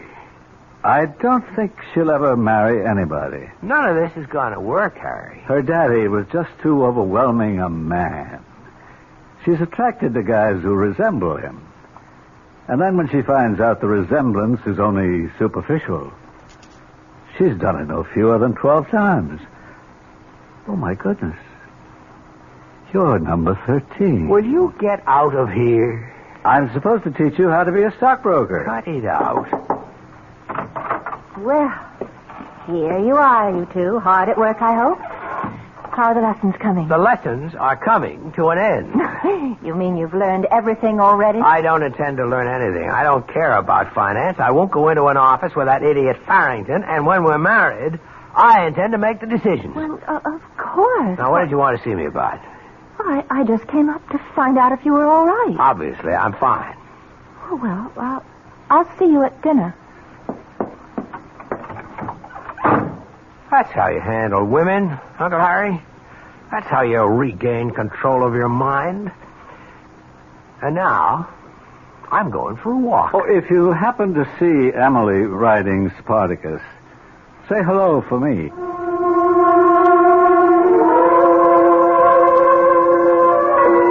Hello, Frank. Emily, you're either in my mind or you really are out there. I'm out here, Frank. Either way, I can live with it. You won't destroy me. Oh, my darling. I'm not here to destroy you. I'm here to save you. Emily, I don't love you. Believe me, I used you. I used you to meet Judy. No, Frank, that's not true. You love me. Some stranger. Something. Someone who's alien to your very nature was attracted to Judy. Oh, Frank, she won't marry you. She doesn't love you. She will marry me. I've come for you, Frank. We'll be together, always. Go away from me. Speak to me of parting never. For those who love shall live forever. Emily, I don't want you. Yes, you do. Oh, how badly you want me. How you need me. I can live with this. I can keep seeing you and talking to you. It won't destroy me. I'll just get used to it. I will get used to it.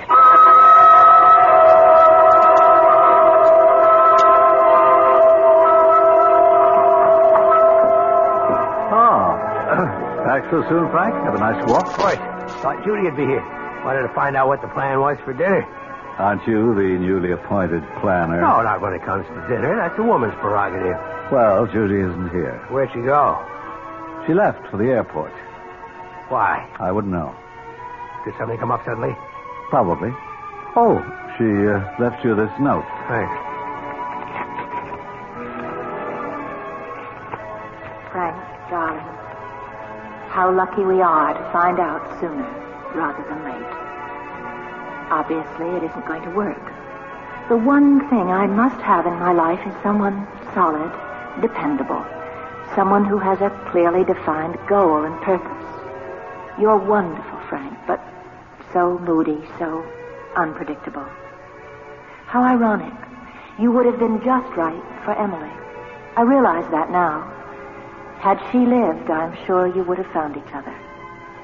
I hope we can meet again as friends. Judy. Well, Frank, I'm sorry. Let me pour you a drink. I'll ride that damn horse. I'll kill him. Frank! Yes, Mr. Frank. You saddle Spartacus. No, sir. Saddle him. I have strict orders from Miss Judy that no one shall ride Spartacus at this time. Anyhow, sir, he's impossible. No. He's standing there very quiet. Well, that's just for the moment. Frank. Oh, Frank, darling. There's Miss Emily. She's getting ready to ride him. Miss Emily? There she is, right beside him. You see Miss Emily? Of course. Come with me, Frank, darling. We'll be together now. Yes, Emily. I was so foolish. Mr. Frank, please tell me, who are you talking to? Miss Emily. Come, Frank. Yes, Emily. You're all I have.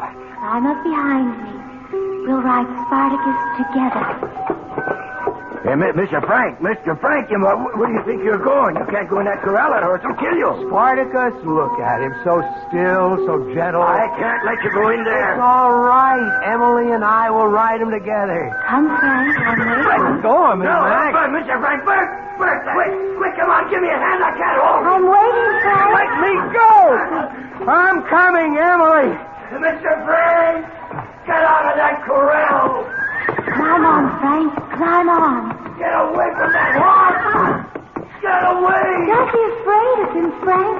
Climb on. Don't touch it, Mr. Frank. Back away. Here. Let me help you. Back away. Take my hand, Frank. Take my hand. Yes, Emily, yes.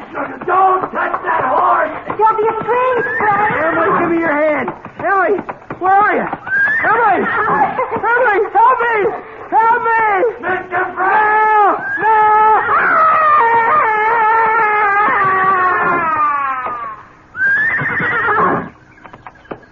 Bert, get a rope.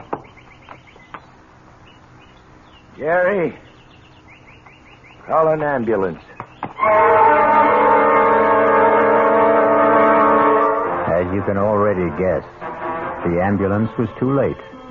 But, as the poem says, those who love shall live forever. If Frank truly loved Emily at the end, then both of them will be together somewhere, forever. I'll be back shortly. This is WOR New York, your station for the Mystery Theater.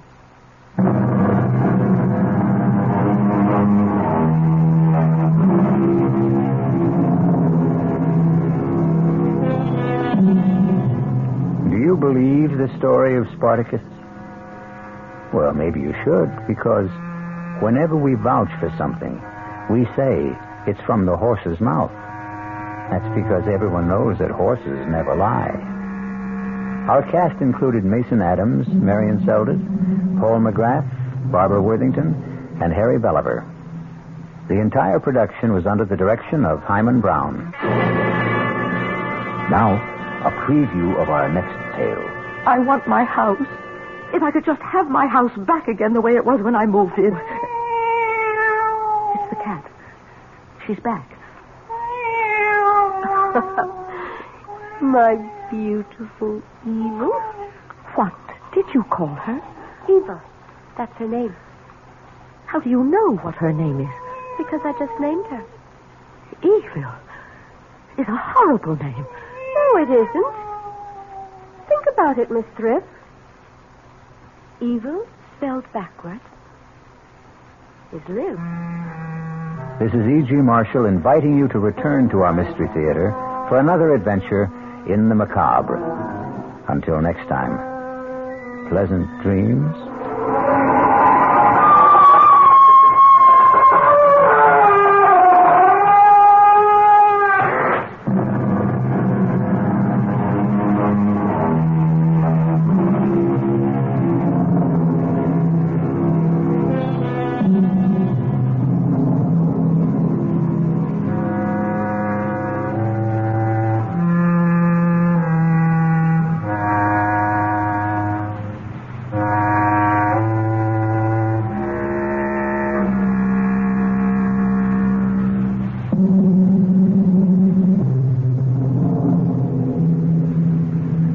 preceding Mystery Theater program was furnished by the CBS Radio Network.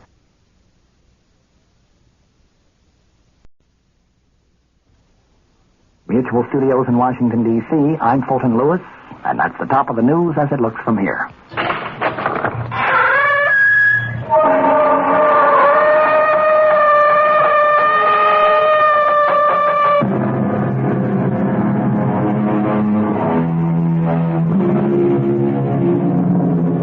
Come in.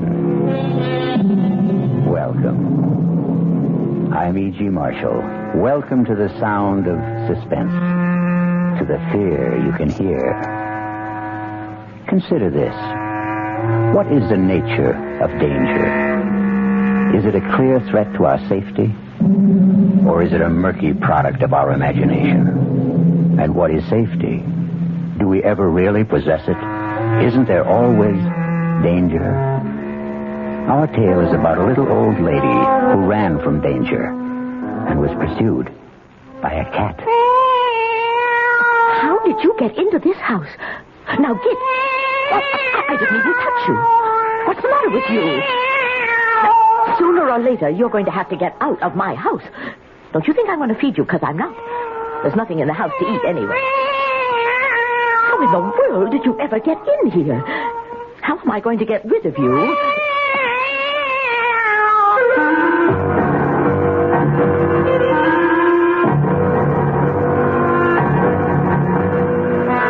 Our mystery drama, The Resident, was written especially for the Mystery Theater by Elspeth Eric and stars Carmen Matthews. It is sponsored in part by the Kellogg Company, makers of Kellogg's Special K cereal. I'll be back shortly with Act One.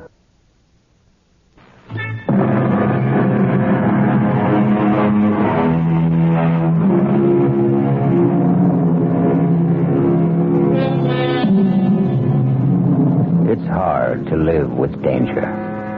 Hard if you're old, elderly. Hard if you're a woman. And hardest if you're alone. Miss Malvina Thripp is elderly, a woman, and alone. Oh, my. Oh, how many years since I lived in a place with stairs? 40 at the very least. Well, how am I going to navigate up and down 6-8 times a day at my age? Well, I wanted to get out of the city, and here I am. Oh, but it's a nice house. It really is a nice house. What was that? Was that a cat? Didn't I hear a cat? I'm sure... All right, Malvina.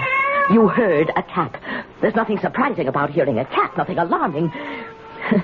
The thing is that I haven't lived in a house since I was a child. It makes me feel very alone. Not that I'm not used to being alone. I like being alone. But in the city, there was always somebody around. Other tenants. Not necessarily anyone you'd want to know or even talk to, but you'd meet them maybe in the elevator and exchange a few words. Not that I even knew their names or cared to. Also, there were the children at school. But I never knew what to say to them either. What I really liked was to talk to people on buses. Because sooner or later, one of us had to get off. Quiet out there, Cat. Cat, go away. Honestly, Cat, I will not let you in my house. Well, where are you? After all that racket, where are you? Cat? Gone off to howl at somebody else. Well, good. All that meowing. Well, how in the world did you get in here? Did you skitter through the door without my seeing you? Now, you're a big cat, aren't you? Big yellow eyes. And you're sitting in my chair, you know that. My favorite wing chair. And probably getting cat hairs all over it. So, I think you'd better get down. Come on, Cat. Get down. Get off my chair. Get... I didn't even touch you. What's the matter with you? Who could that be? Maybe somebody looking for you. I devoutly hope so. Mailman. Mail? For me? Nobody knows I'm here. I just moved in. One letter. Addressed to resident. You the resident of this house? Oh, I'm the resident, all right. As of this morning. Yeah. Here's your letter. Thank you. It says Sam's Garage. Circular. Sam runs a good garage. I don't have a car. Better luck next time. Mr. Mailman. Huh? Do you know anybody who's lost a cat? You found a cat? It's in my house. It doesn't want to leave. Crazy about you, huh? I wouldn't say that, no. Maybe if you leave the door open, it'll sort of wander out. Well, is that safe? To leave the door open? In this town? Are you kidding? Well, it's good to hear that. I had a cooperative apartment in the city. Every cent I had was invested in it, and I traded it for this house. To be safe. Everybody here was born here and is about to die here. I'll inquire around if anybody's lost a cat. Oh, thank you. I'd appreciate it. Oh, no. Leave it open, he said. Safe, he said. Well, now, Cat, anytime you're ready, the door is open. You can... Where are you? Where have you gone to? Are you still in this house? Looking for someone? Oh, you frightened me. The door was open. I left it open for the cat. You have a cat? No, I don't have a cat. It just showed up here a little while ago, and it didn't seem about to leave, so I... Did you want something? Something in particular, Miss... Viola's my name. Viola? What? I've forgotten. Oh, you have a little scratch on your arm. Well, the cat did that. What did you do to the cat? I just wanted her to get out of my chair. Why did you? Well, it's my favorite chair. No wonder. It's nice. Oh, you don't want to sit in it? Yes, I do. Well, it has cat hairs all over it. These old dungarees have been up against worse than cat hairs. Okay to drop my knapsack here? Oh. You live alone? I just moved in. This morning. I saw you. You did? I should think you'd want a nice cat living here with you. Well, I don't. Anyway, it seems to have disappeared. Maybe she went upstairs. You think so? I think it's possible. Well, I must go and have a look. Good idea. If you want to be on your way now... Not quite yet.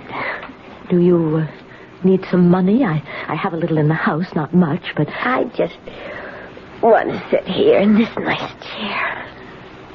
You go ahead. Go upstairs. But I won't steal anything. Oh, I didn't mean to suggest. There's nothing to steal. Well, if you want to rest yourself... I do. I really do. Yes. Well, you rest yourself, and I'll just look upstairs. Maybe I'll take a hot bath and change my clothes, because I'm going out for dinner. Out? There's no food in the house. I don't like leaving you here. You want me to come with you? Oh, no. No, I'll go by myself. Oh, wait. You forgot your letter. Oh, that's nothing. I guess it's yours. Resident. Is that you? What a nice name. My name is Malvina Thrip. Malvina Thrip. I think Resident is a much nicer name. It could be anybody.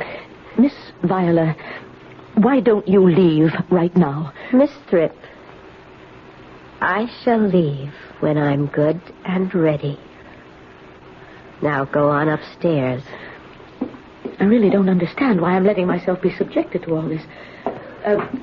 I'll be back shortly. Oh, why, Miss Thrip, you were born to be subjected to all this and more. One bedroom door closed. You are a natural victim, Miss Thrip. Other door closed. Rest well, Miss Thrip. Pull the pretty pink and white Afghan up around your shoulders and rest well. There's excitement in store for you.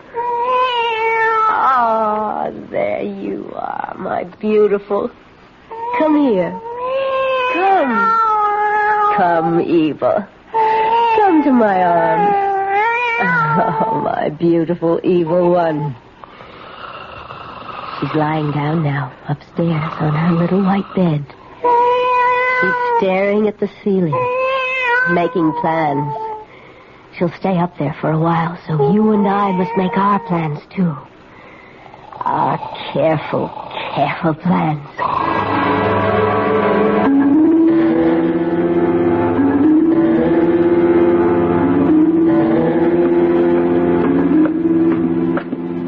Feeling better, Miss Fripp? You're still here. You've changed your clothes. What on earth are you doing? This is our dinner. I'm going out. I told you. A barbecued chicken and a bottle of wine. What on earth? I had them in my knapsack. On the road, I buy a chicken and a bottle of wine every day. Have a drumstick. I couldn't. Not hungry? Not a bit hungry. Oh. You pack up your chicken and your wine and your knapsack and you get out of my house. Miss Fripp, you sit down. Sit down. You old fool. Now listen to me. You're a selfish old lady. Here you are with a little gem of a house, 2 bedrooms, and you won't even share a little corner of it. Well, it's my house. It's my house. Mine, mine, mine. What a way to talk. But it is my... Don't you know what it is to share? Why should I share my house with you? With anybody, if I don't want to. It's sharing that makes life beautiful, Miss Fripp. Don't you know that, for heaven's sake? No. Well, then you are going to learn. Here. Have some wine. Well, perhaps I'd better. Of course you'd better. There you are. Do you like me, Miss Fripp? Well, I'm sure you're a very nice girl, really, but don't you think you ought... I mean, do your parents know where you are, what you're doing? What are parents? Your father, your mother. Oh, my biological predecessors. Do they know what you're doing? Wandering about with a knapsack, living off of chicken and wine? Let me fill your glass. They don't care. And I don't care. It's very strange. Only the very weak cling to their families. Well, I know I'm not strong, but on the other hand, I'm not weak either. I don't think I am. Wishy-washy. I've supported myself. I've lived alone. I haven't complained. You call that being strong? Well, it isn't being weak. Anyway, I've never thought it was. You've endured, Miss Fripp. Strong people don't endure things. They change them. Well, they take things and they change them. I wouldn't know how to change. To take. If one way doesn't work, try another, that's how. The thing is, get what you want. Well, I want my house. I want my house. Take it. If you just go. Make me. If the cat would just go. If I could just have my house back again the way it was when I moved in. You want more chicken, Miss Fripp? Oh, no. It's the cat. She's back. You like those bones, do you, my lovely? My evil? My beautiful evil? What did you call her? Eva. That's her name. How do you know what her name is? Because I just named her. Evil is a horrible name. No, it isn't. Think about it, Miss Fripp. Evil, spelled backwards, is live. Think about that.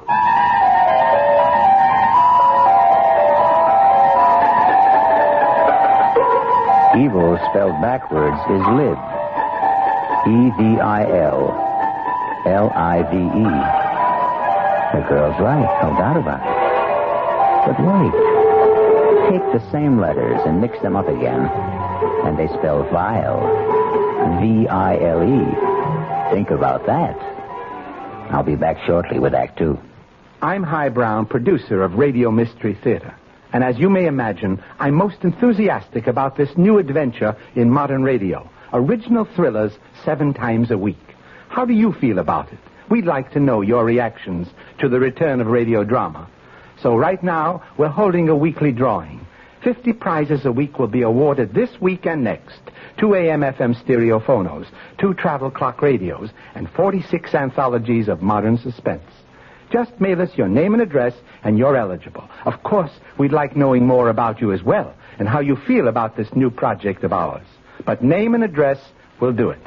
To Mystery Theater, Box 50, Radio City Station, New York, 119.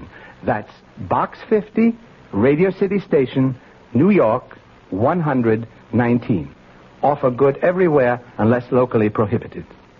This is WOR New York, your station for the Mystery Theater. Now, ShopRite does the can selling ShopRite brand of vegetables and cans. For quality that you can trust, for tasty corn, asparagus, for peas and beans, and gourmet beans, for beef that beat all other treats. The only vegetables that can compare at all with ShopRite brand are vegetables you feed yourself instead of picking off our shelf. Now's the time to shop at ShopRite Can Blast. Now's the time to stock up while the values last. Stock up on ShopRite soda 10 12-ounce cans for 79 cents. ShopRite Cutter French-style green beans, 5 15.5-ounce cans for $1. Potatoes that will make the meal, and carrots that have big appeal. Succotash that makes a splash. Spinach that won't finish last. Now's the time to ask yourself, so why pay more? Now's the time to shop right now at ShopRite stores.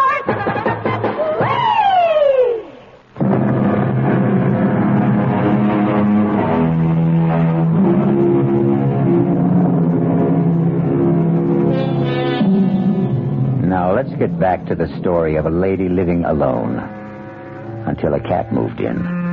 A cat named Evil. Until a girl moved in named Viola. And the lady no longer lived alone. Wake up, Miss Thrip. It's morning. Time to wake up. What happened? You went to sleep on the couch, that's all. Why did I do that? Who are you? You know me. I'm Viola. Why are you holding that cat? This is Evil. Evil slept upstairs with me on my bed. Your bed? Don't you remember anything at all? I wanted the cat to get out of my house. And Evil wouldn't go, would you? You lovely thing. And then you walked into my house, a total stranger. I won't be a stranger for long. You can count on that. I want you to get out of my house. You and the cat, both of you. Can't you understand that? This is my house. Where's the telephone? I don't have a telephone. Why? Look at you. You've got my dress on. Why don't you have a telephone? How dare you put my dress on? My dungarees were dirty. Why don't you have a telephone? I haven't had one put in yet. Now, I'll have to go out. You're leaving? I have to go out and get some food. We have to have breakfast, don't we? I don't care about breakfast. I want my house back. Miss Thrip, you really must stop being so selfish. I just want what belongs to me. That's not selfish. Listen, old lady. I'm going out, but I'll be back. Don't get any ideas in your foolish head that you can keep me out. I'll get the police. I'll tell them. Tell them a girl is in your house and a cat. Tell them they moved in and ate chicken and drank wine, and so did you till you fell asleep on the sofa. But it's true. Does it sound true? But I'll show them. They'll see. I'll hide. Where? Where would you hide? Under the porch. Behind a bush. Up a tree. In the attic. In the cellar. Under the stairs. Oh, I know how to hide. You've done this before. You've moved in on people before. I do it all the time. I have to live, don't I? Well, I've got to get going or we'll all starve. Please, take the cat with you. And leave you all alone? I want to be alone. It's what I'm used to.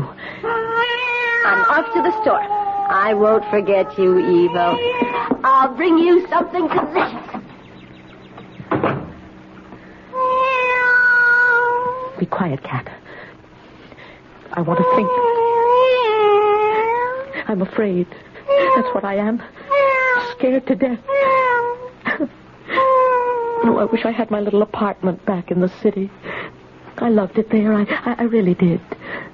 Well, no use thinking about that. Those people have it now. They'd never let me have it again and take back this awful house. Why, you're purring, aren't you? Are you talking to me? What are you saying? Tell me. Oh, tell me. Because I'm not just frightened. I'm panicky. I don't know what to do. I don't want to do anything foolish. And when people are in a panic, they do foolish things. Anything I did might be foolish. There's no use locking the door, is there? Or there's no use going to neighbors. They don't even know who I am. They've never seen me before. Neighbors. The police. Well, those are things I do in the city. Sensible things. Practical things. Not here, though. No, I'm in a strange place. In very strange circumstances. You're a very extraordinary cat. I'm not going to pretend I like you. I couldn't fool you anyhow, could I? Of course I couldn't. But you're very unusual. I'm sure you're very wise, very knowing. You must know strange things, secret things that I don't know, couldn't possibly know. Evil things. Evil, spelled backwards, is live. And I want to live. And I can't live being afraid like this. Fear is an impossible thing to live with. So tell me, Cat, tell me what to do. I'm sure you know. And I'll do whatever you say.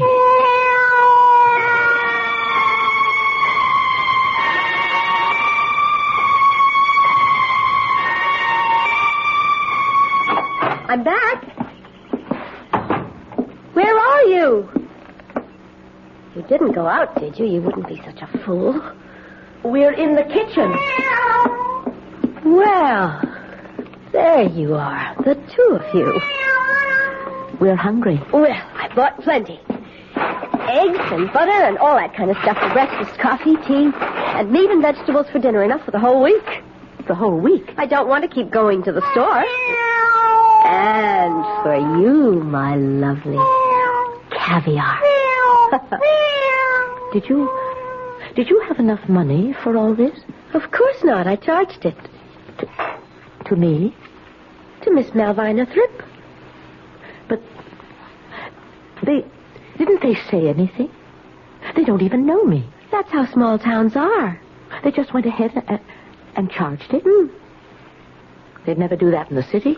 They gave me a couple of applications to fill out for charge accounts. I said I'd drop them by tomorrow. You'd better sign them. In the city, I always pay cash. You're not in the city now. Oh, I know. So sign them. There. That fixes that. Viola, did you tell them at the store that you were me? I said my name was Malvina Thrip, so I guess they thought I was Malvina Thrip. Are you just going to sit there? Or are you going to fix us some breakfast? What should I fix? Well, I don't know about you, but I want grapefruit and fried eggs and toast. Oh, and open the caviar for the cat. Put the coffee on. And start the eggs. Before the coffee's ready? And put the bread in the toaster. Well, I haven't unpacked the toaster. Well, then butter some bread. Cut the grapefruit. There's no knife to cut the grapefruit. Oh, let's have a little efficiency around here. There's no frying pan. Hurry up! I can't. There's the butter. There's the bread. Now put the butter on the bread. Use your fingers. I can't understand why I'm doing all this. I am telling you to. There's no reason. And you like it. I don't. You like being told what to do. I hate it. All right, Miss Thrip. You may not like it now, but you'll get where you like it. Never. I won't. You'll get where you can't live without it, Miss Thrip. You just wait and see. You're a very passive person, Miss Thrip. And passive people need someone to tell them what to do. And then when they do it, they get a pat on the head and they are very, very happy. Is that how it is? That's how it is. To the end of time. The coffee's ready. People like you need people like me. I tell you what to do and you do it, and that's what makes the world go around. Pour the coffee. Very nice. Hot and strong. Thank you. Pour yourself a cup. Thank you. I will. You're getting the hang of it. Of what? Of doing as you're told. Am I? Now, let's see. What'll I have you do next? I'm not going to do anything next. Yes, you are. No, I'm not. Get out! You get out of my house! Coffee all over my dress! It's not your dress! It's my dress! It's not your coffee! It's mine! And it's my kitchen! And my house! And One more word about your house and I'll slap you again! Now, I am going upstairs and change these clothes and put something on those burns. And when I come back, I want you to be in control of yourself. I can't possibly be in control of myself as long as you're in this house. You told me wrong, Cat. It didn't work. You told me to give in to her and do everything she wanted. And it didn't work at all. I don't think I want any more of your advice. She was asking me to be her servant. Pretty soon it would have been sweep the floor, scour the sink, take out the garbage. I'd be her personal slave for as long as she stayed here. Suppose she stayed forever. Suppose I never got my house back. Is that possible? Sooner or later, surely somebody would what? Come to the door? Who? Oh, I wish I had friends. People who cared about me and would miss me and worry about me. I used to think I only needed someone to talk to now and then, and not for very long, but that's not true now. I need someone close, someone who cares.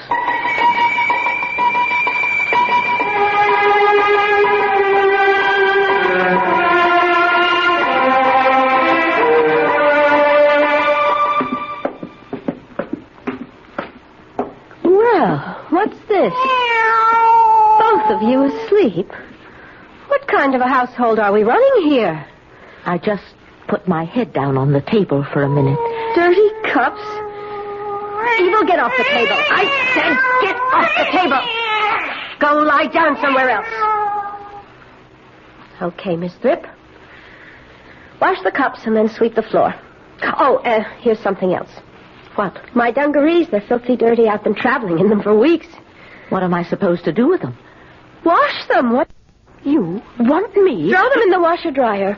I don't have a washer-dryer. Everybody has a washer-dryer. And if I did, I wouldn't wash your dirty dungarees in it. Then you're just going to have to do them by hand. No, I am not going to wash them by hand. And I'm not going to wash your clothes, or buy your food, or cook your meals. We had an arrangement. You had an arrangement where you'd swagger around this house, my house, and give orders, and act as if you owned the place, and I would do what you told me. And that's the way it's going to be.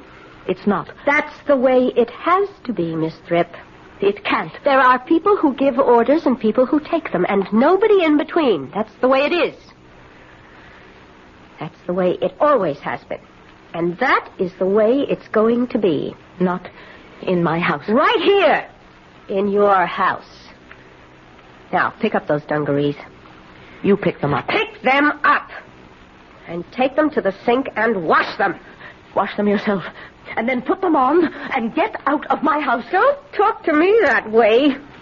You stupid old woman. I'll show you if I have to kill you.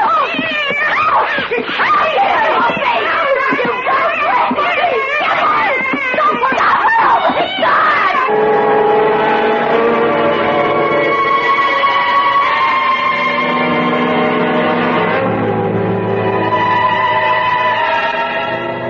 It's true what they say. Put two women in the same house, it never works out. Or am I being catty?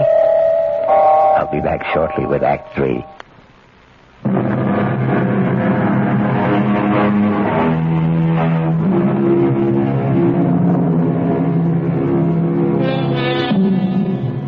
Two women in the same kitchen, plus a cat. Teeth are bared. Claws are unsheathed. Fur flies. It's a cat fight. What else could it possibly be? Did she hurt you? My arms are bleeding. Your face is bleeding, too. And my hands. What got into her? I can't imagine. I thought she was asleep. Have you got some iodine?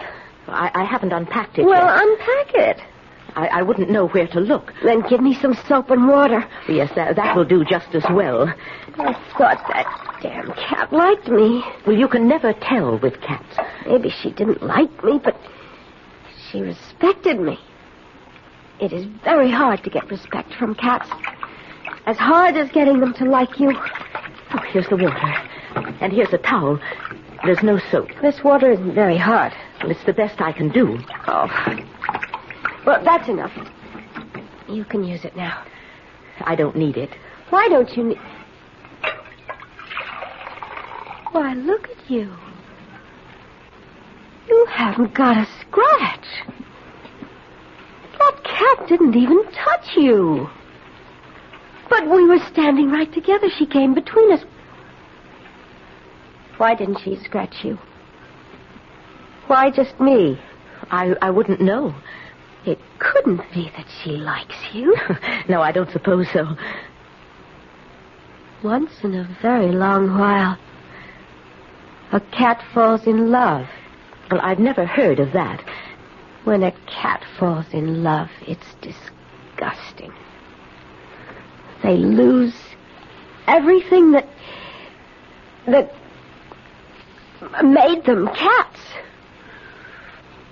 Proud, beautiful animals, aloof, untouchable, sitting in the softest spots, staring at things no one else can see, thinking their secret thoughts. Why, the ancient Egyptians worshipped cats, kept them in temples, bowed down to them. They knew what cats are.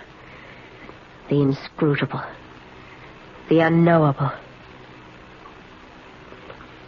But when a cat falls in love, everything is changed.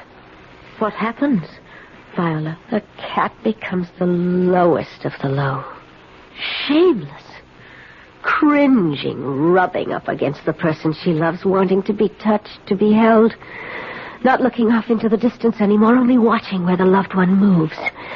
And when will he return to the cat who is waiting so patiently, loving and longing without dignity, without pride?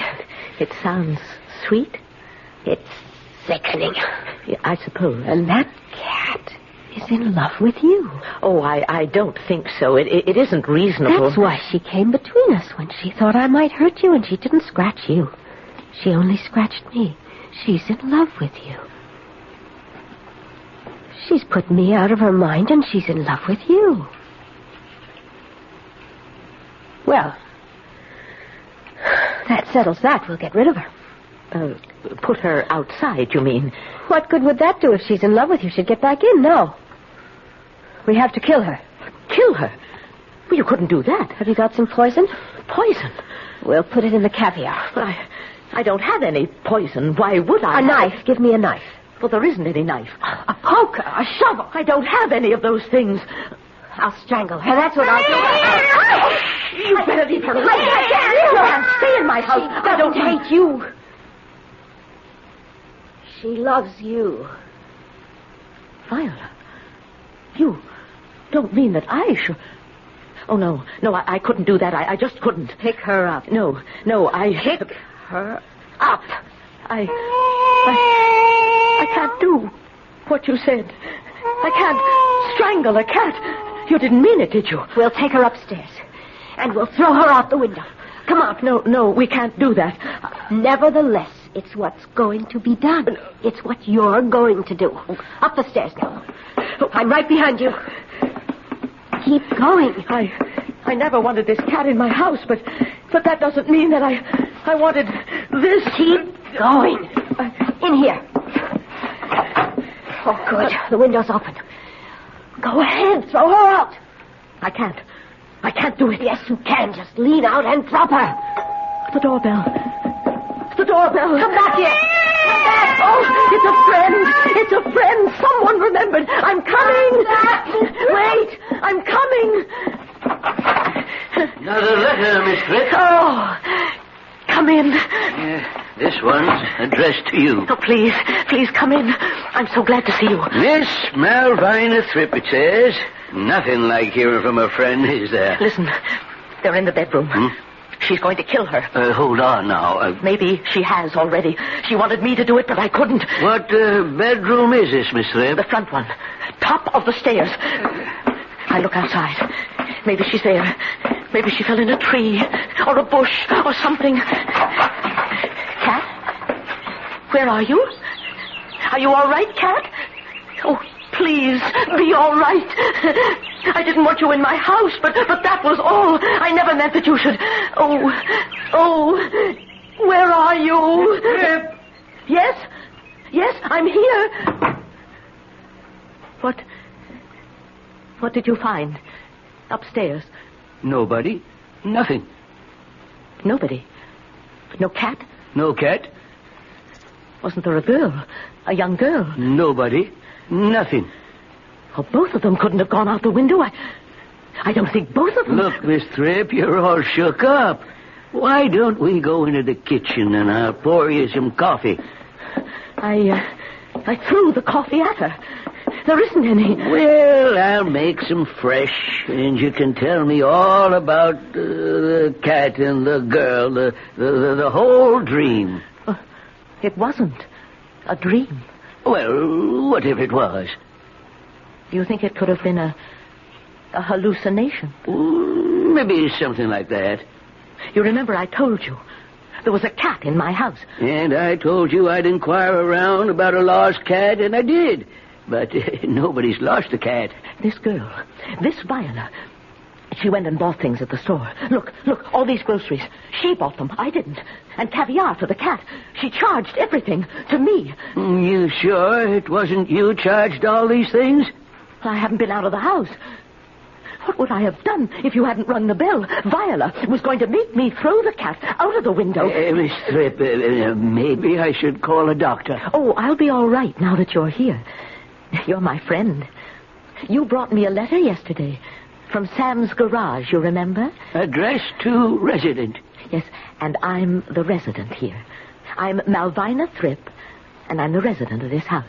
Sure you are. Although for a while there, I didn't know if I really was the resident of this house. Well, I wouldn't have taken the letter from you if I wasn't, would I? Resident means anybody who's living here. And I'm living here. I was at the time, and I am. Of course you are.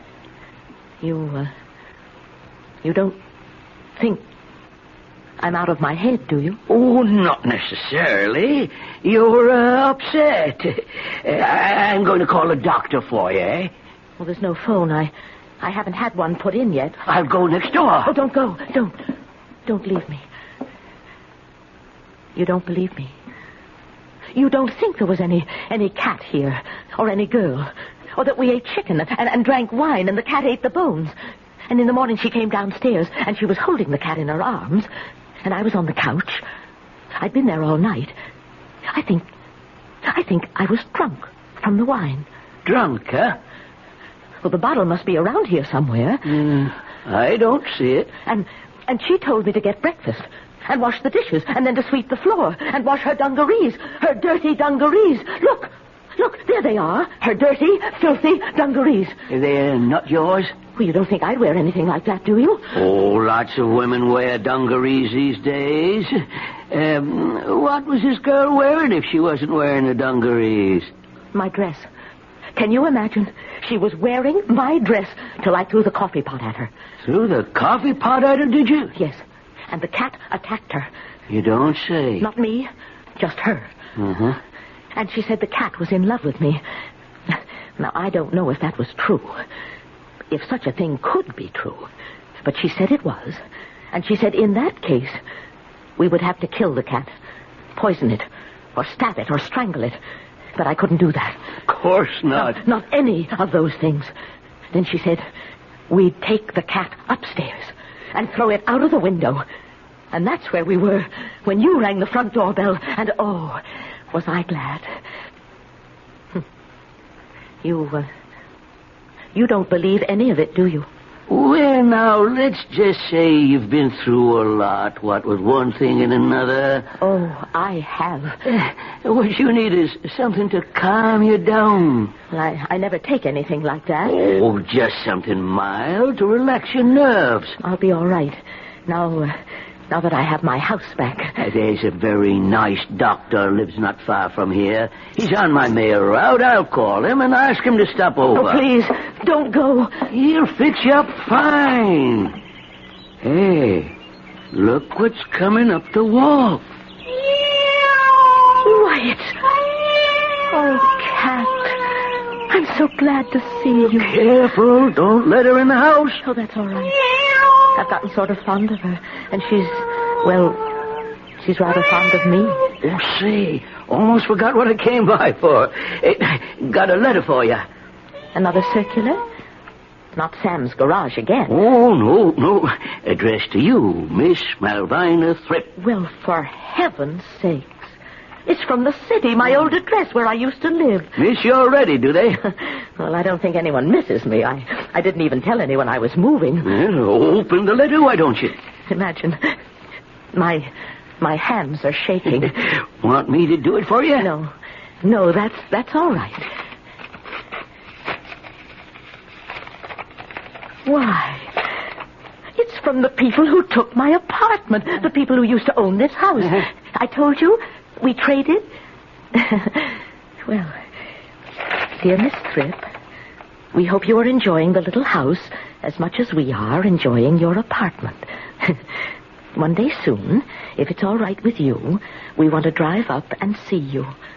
Well, and how you're getting along. Also to pick up our cat. We came away in such a hurry, she got left behind. Will you be kind enough to let her share your house until we can make arrangements? She's a dear, sweet thing. Her name is Viola. And we know you will love her as much as we do.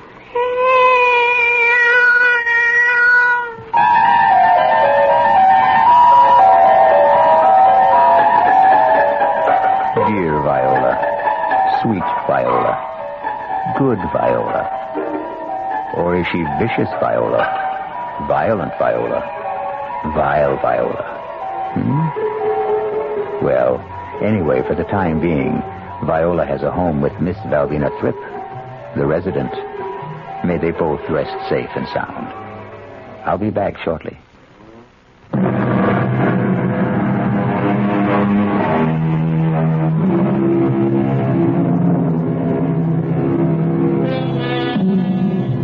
There's so much good in the worst of us, and so much bad in the best of us. It scarcely behooves any of us to talk about the rest of us. So the poet said. Think about it. That's what I'm going to do.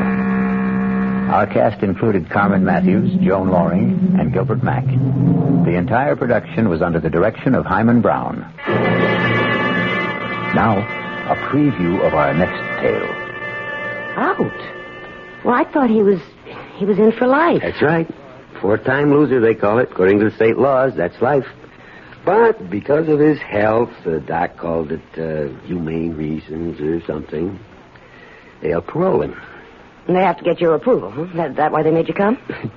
Something like that. They want me to be responsible for him. It's either that or die in prison. Oh, I told him. No, I wouldn't have it. Now, Phil, you know you're going to take him in. No, I'll never have him in my house. Let that jailbird die where he belongs. Let him die in prison. Radio Mystery Theater was sponsored in part by Anheuser-Busch Incorporated, brewers of Budweiser. This is E.G. Marshall inviting you to return to our Mystery Theater for another adventure in the macabre. Until next time, pleasant dreams.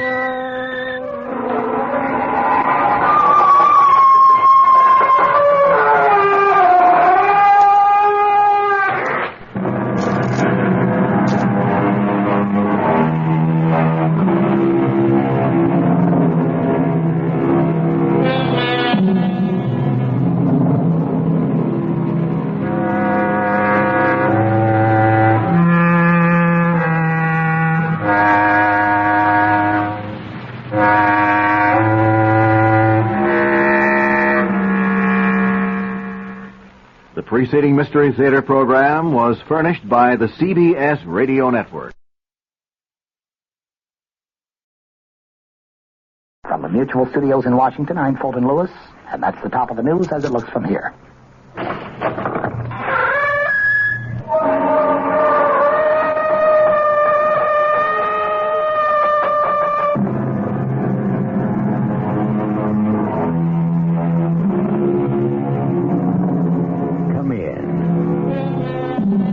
Welcome. I'm E.G. Marshall. Welcome to the sound of suspense, to the fear you can hear. I have an unusual story about a father and son. You know, it is said that love and hate are two sides of the same coin. If this is so, Phil, the son, never believed it.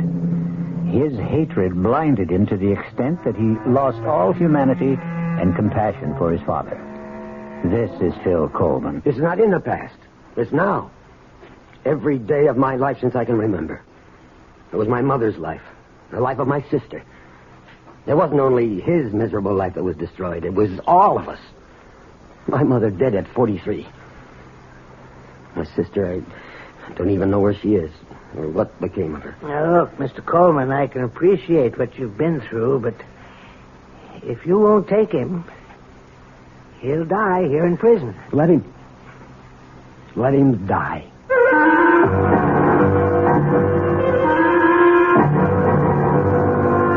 Our mystery drama, Accounts Receivable, was especially written for the Radio Mystery Theater by Sidney Sloan and stars William Prince.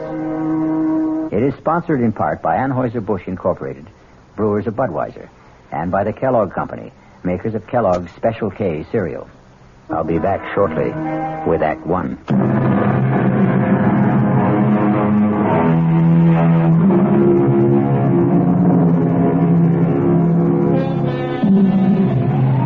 Phil Coleman parked his battered pickup truck in the prison compound marked for visitors.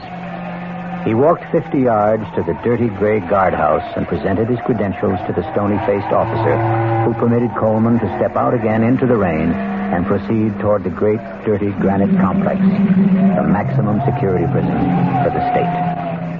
Once inside, Coleman was ushered into the office of the chief prison doctor. Mr. Coleman, will you have a chair? I just want to get out the file on your father. I'm sorry I had to come out on such a nasty day. Let me see here. Coleman. Richard.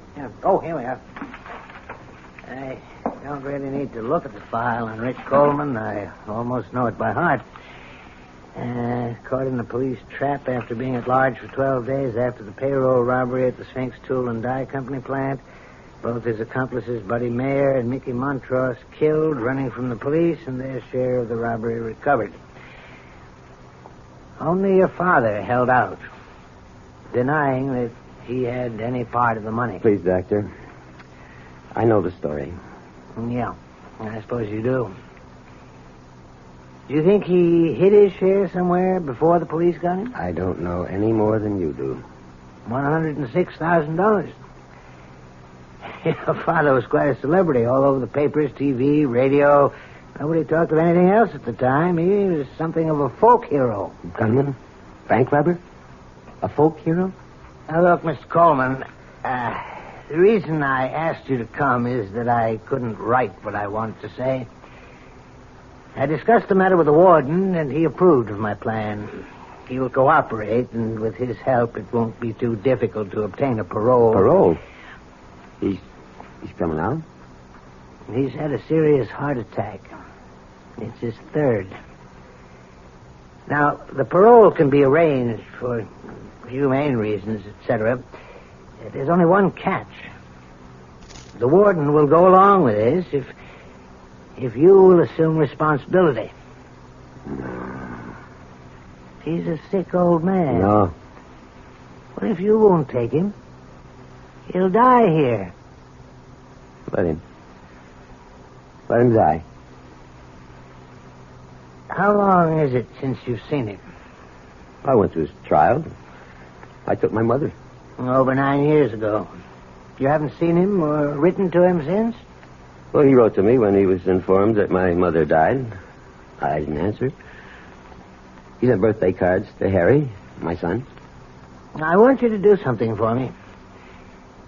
I want you to see him. No. No, I couldn't. I want you to do it for me. I won't ask anything else of you. Don't take long, Mr. Coleman.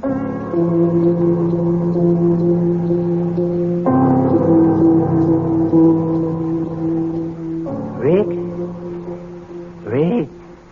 Think you can wake up a bit and talk? Yeah. Oh, it's you, Doc. What do you want? I brought someone to see you, Rick. Hello? Rick? Who is it? It's your son, Rick. He's come to see you. Phil? You? Yeah. Yeah, Rick. How are you feeling? I feel fine. I've been a little under the weather. How's the kid? Oh, Harry's fine. He's going to school. Fine. Nina, how's she? I only saw her that one time at the trial. Oh, she's okay. She's getting on. Hey, Phil, I wonder if when you get back, would you send me a picture of Harry? Oh, yeah. I guess so. I'd appreciate that. Well, sure. Sure, I'll send you pictures. Well, only, Phil, if you don't mind, I'd like to have my grandson send it.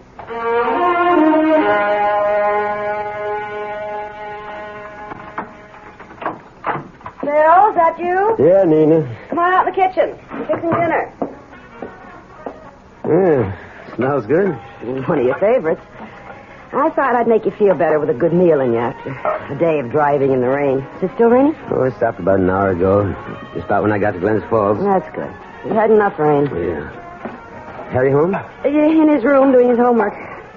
But was that radio going? He says he concentrates better. Ames call? Yeah, twice. About 30 minutes ago. He seemed angry. That's too damn bad. I wish you and him got along. It'd make it so much easier. But he never does his share of the work at this station. If he has to go out and pump a tank of gas, you'd think the world was coming to an end. He hardly gets his hands dirty. Well, now, you knew he didn't know anything about the gas station business, Phil. Okay, I needed his money, but I can't carry him on my back. I gotta buy him out. Well, ain't you gonna ask me? I know you'll get around to it in your own time. I saw him. Talked to him. How is he? Hardly recognize him. Gotten so old. I don't think he knew me at first. He's been sick. Heart. Doc said it was his third, a bad one. That why they wanted you to come see him? Partly. They had something else up their sleeve. They're going to let him out. Out? Well, I thought he was in for life. That's right. 4-time loser, they call it. According to the state laws, that's life. But because of his health, the doc called it humane reasons or something, they'll parole him. And they have to get your approval, huh? That why they made you come? Something like that. They want me to be responsible for him. What? Want me to take him in, take care of him. Well, maybe he wouldn't want that, Phil. He's got nothing to say about it. It's either that or die in prison. Oh, Phil. I told him. No, I wouldn't have him. Now, Phil, you know you're going to take him in. No, I'll never have him in my house. Let that jailbird die where he belongs. Let him die in prison. Had this hot tip in the 7th that I Sketch. Just a minute, Lou. Can't you see I'm busy, Coleman? All right, anyway, so what happens? I plunge. I put 20 on his nose. Sketch, cut it short, will you? I want to talk to you. Lou, I'm sorry. I'll have to continue this later. Boy, have you got a nerve. Your damn telephone call's so important you can't wait on a customer. That punk, I knew he was there. Give me $2 worth. I'm trying to discourage customers like that. Looks like you're trying to discourage all of them. We're losing people every day to Ray Damon at People's Corner. Good. Why don't you buy me out and go join up with your buddy Ray? You make me very happy. I can't talk to you anymore without getting into a fight. I want out, Coleman. I want it quick. Buy my half of the business and run things your own crooked way. Crooked? What are you saying? I'm wise to you, Coleman. I've known about you for the last 3 years. What? I should have known it 4 years ago. I could have avoided all this. Avoided what, Ames? Okay, buddy, if you want it cold and clear like a weather report, your father's a jailbird. Go on. Why should I go on? You get what I mean. No, I don't. I'd like to have you spell it out. All nice and slow. You know the old saying, like father, like...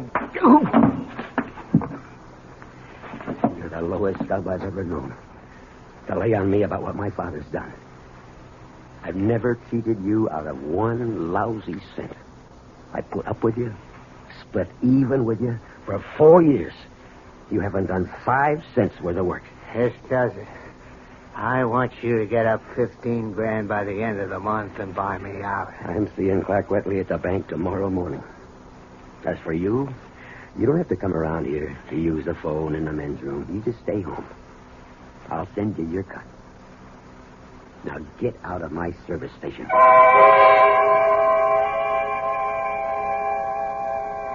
Hello, Mr. Wetley. I want you to excuse me for calling you at home after business hours. Well, you see, I can't make it down to the bank during the day. I've been trying for over a week. I'm kind of short-handed. Who, Ames? Oh, well, that's why I'm calling you. I want to buy him out. You see, it's a good business for one owner, but when you divide it in two... Well, what I'm trying to say is I'm going to need a big loan from the bank. 15. Yeah, that's what he wants for his share. Well, he won't take less than that. Yeah, I know it's tough trying to do this over the phone. Maybe tomorrow morning. Oh, thanks. I appreciate that. Well, how'd he sound? Oh, I don't know. That's a lot I'm asking for. Phil, suppose you can't get the money. What can Ames do? He called me on the phone at the station today. He says he's talking to his lawyer. And if I can't make it, he says he can force a sale of the property and a division of the proceeds. You know what that would amount to after we paid off the $5,000 loan to the bank and legal fees? Maybe $5,000-6,000 each. $5,000. Out of work. How long would it last? You know, I'm desperate.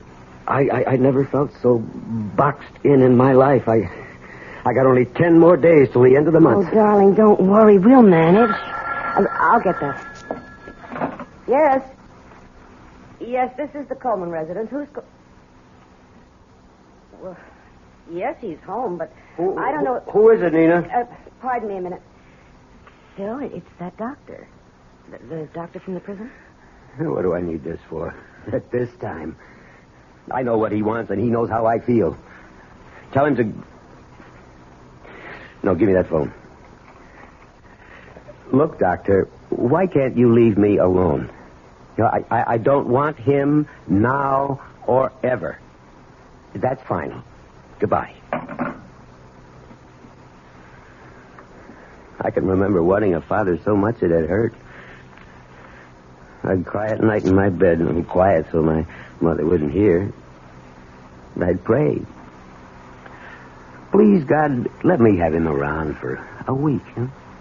A whole day. An hour. That's when I really believed in a God. I swore that if I ever had a kid, I'd love him, take care of him. Clean and honest like his father. I've never taken a cent that didn't belong to me, Nina. I know that, dear, and I love you for it.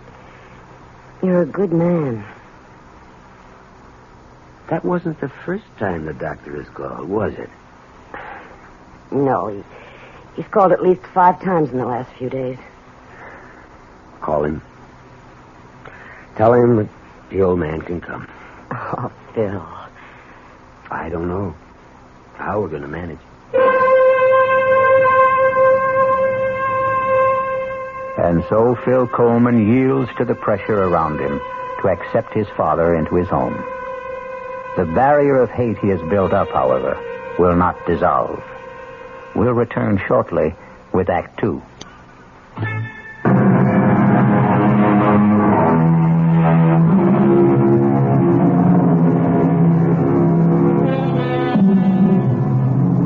first of the month has come, and Phil Coleman has not been able to raise the money to buy out his partner. Another event is taking place which brings him no joy. His father is coming today to become a permanent member of the household. It's them, Mom. They're here. It's Dad's pickup truck for Grandpa. Now, Harry, take it easy. You know how excited you get about things. Now, remember, he's an old man, and he's been very sick. I know. Mom, I'm really glad to see him. Well, go open the door. Dad's carrying the suitcase. Welcome, Grandpa. Here, let me take this suitcase. Dad, I'll show him to his room. Well, come in. Don't just stand in the door. Sure. Thanks. Let me take the suitcase. Huh? Oh, yeah, here. Follow me, Grandpa. I'll show you where you bunk. Harry, take it easy. Give him a chance to catch his breath. You want to sit down, Rick? Okay to sit, Phil? Sure. If you want anything, coffee or tea or anything. I ain't allowed to drink coffee. Oh. Well, if you're tired, No, I ain't you can go to bed. Don't sit up to be polite. I ain't tired. Oh, Nina, I'm going down to the station. I got a little work to do. Well, Eddie called up at 7 when he closed up, Bill. What's the point of going there at this hour? Well, today's the first of the month. I said I'd pay my bills. Some people do, you know. Phil, your father just got here. I got bills to pay, Nina. How about a game of checkers, Grandpa? Homework, Harry? I did it this afternoon so I'd have a chance to spend some time with Grandpa. How about it, Grandpa? I'm going to show you how to play that game. I was a champ at it.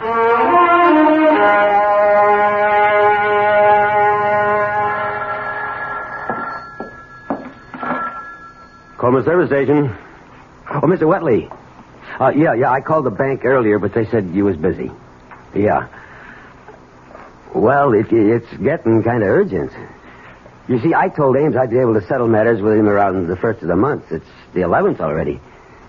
He calls me every day. Mr. Wetley, I'm desperate. I gotta get that loan. What? Well, when can you let me know? Well, couldn't you make it sooner? Okay, Mr. Wetley. I know you're doing your best for me. Pardon me, Mr. Wetley. Someone wants gas. Please call me as soon as you know. Thanks. Goodbye. Coming. Oh, I'm sorry to keep you... This the way you do business, Coleman? You're going to run this joint into the ground in 3 months. Well, I'm sorry, but Eddie's out to lunch. Or something, Skitch. Mr. Ames to you, Coleman. Fill her up. Sure. Reason I dropped by, Coleman, my lawyer's drawing up papers to dissolve our partnership and... Well, I was just talking to the bank when you drove in. Good. When are you getting the cash? Soon. What does that mean? Either you're going to get it or you ain't. Don't try stalling me with soon. You said you'd have it before the end of last month. You know what the date is today? I'm doing my best. It ain't good enough. Give me a little time. Now, you'll get your 15 grand. I'll give you another week. Thanks, Ames. You know why I think you're going to be able to come up with the money? Your old man is living with you now. What the hell are you driving at? Everybody knows he's got over 100,000 stashed away from that job he did about 10 years ago. You fat pig! I'll pull you out of that car. Oh, my God, you're choking me. Okay. Now get out of here.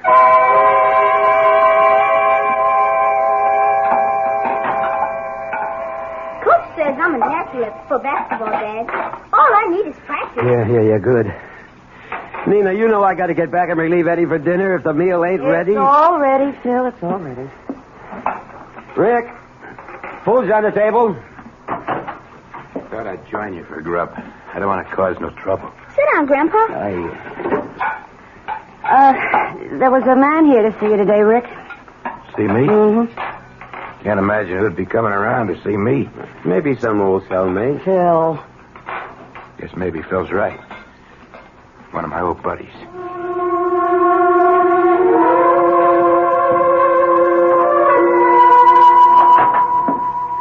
Yes, sir. What can I do for you? Mr. Coleman? Yeah. Sorry to bother you during business hours, but seemed like the best time to talk to you alone. Oh, my card. Herbert, McCauley, Chandler, Nepping. International Insurance. I'm an insurance detective. Let me explain.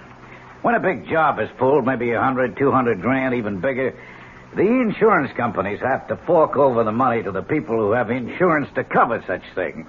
The money that isn't recovered, that is. You get me? Yeah.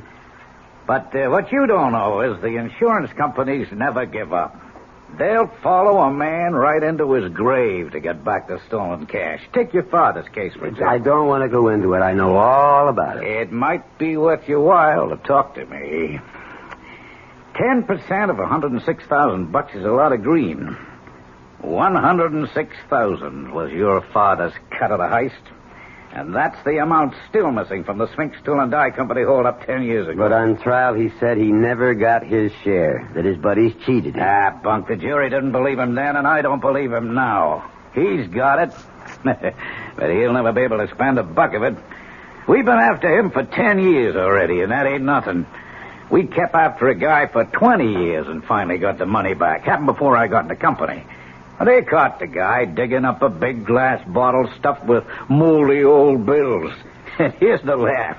The bills were the big old size, printed before they changed over to the small ones. He couldn't have spent the money. It was out of date. Yeah, I'm a busy man, Mr. Yeah, Macaulay. I was over to your house yesterday to talk to Rick, but I figured it'd be better talking to you. Oh, so that was you. Look, I'm short-handed here. You're keeping me I guess you didn't hear what I said a moment ago. You could get 10% of 106 grand just for helping me get the money back from your father.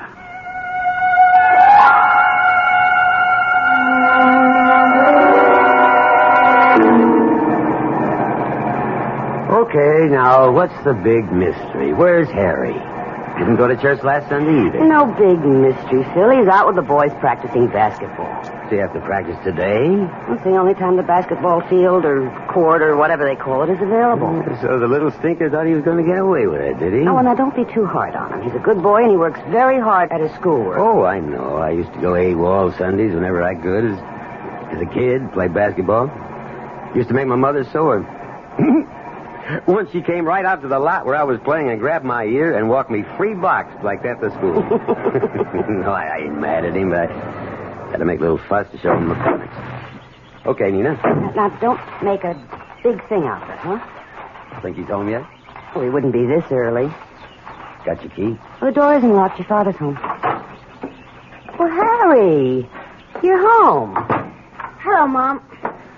Hi, Dad. This is Mr. Kanaki, my gym teacher. Hello, Mr. How do you Coleman. do? I'm sorry to bother you, especially on a Sunday, but... Anything wrong? Well, Mr. Coleman, let me tell you that I know Harry's a good boy and an excellent student, and nothing is going to be done to spoil his record. Well, what are you driving at, Now, Mr. don't lose your temper, Phil? Mr. Coleman. It's just that Harry and 2 other boys have been playing basketball in the school gymnasium on Sundays. Well, what's so bad about that? Well, they had to break into the school to use the gym. And now, although they're all 14 and wouldn't be prosecuted for criminal action at that age, breaking and entering is a serious matter. Breaking and entering. When we found the locks jimmied last week, we set a trap this Sunday. And what do you intend to do? Oh, well, frankly, we are not going to do anything. But we expect that the boys' parents will exert some sort of influence to keep this from recurring. You've talked to the other parents? Oh, yes, on the phone. 3 boys caught busting into the school. You call and tell the parents of the other 2 kids about it on the phone. But Harry's folks get a personal interview. Why? Well, you see, this is sort of difficult to explain, Mr. Coleman, but... Maybe I can help you. Wait, Phil. Harry, you go to your room. No, he better stay right here. Sit down, Harry. Now, Mr. Kanaki, I'll tell you why you came here to talk to me, personal-like. You know the name Coleman for a long time, don't you? Read about it in the papers? Well, really, it was your son who revealed that Rick Coleman was his grandfather. He turned in a theme last week to his English teacher, Mrs. Margolis, which rather shocked her. He used bad words? Oh, no, that wasn't it. He seemed proud of the accomplishments of his grandfather, extolled his talent, so to speak. Now, aren't you making a lot more out of this than is really there? Well, I told Mr. Gilchrist I didn't want to come here, but he insisted.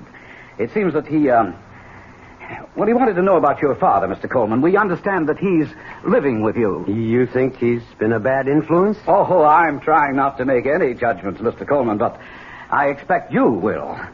And now I think I've said enough. Please excuse me for spoiling your day. Goodbye. You can always be in a hurry. Bye, Mr. Kanaki. Go to your room, Mary. Yes, Dad. I got a lot of homework anyway. Well, what are you going to do, Phil? I don't know. But I'm going to start out with him. With Rick.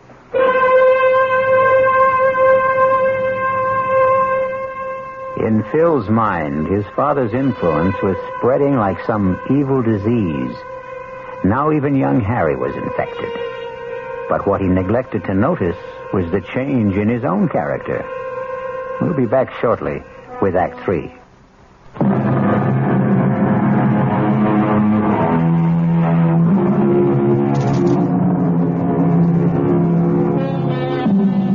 Despite Phil's resolve to speak to his father immediately, so many other matters converged on him that it was several days before he had time to get Rick alone for the soul-searching talk that he envisioned. Strangely enough, the conversation, when he finally got around to it, took an entirely different course.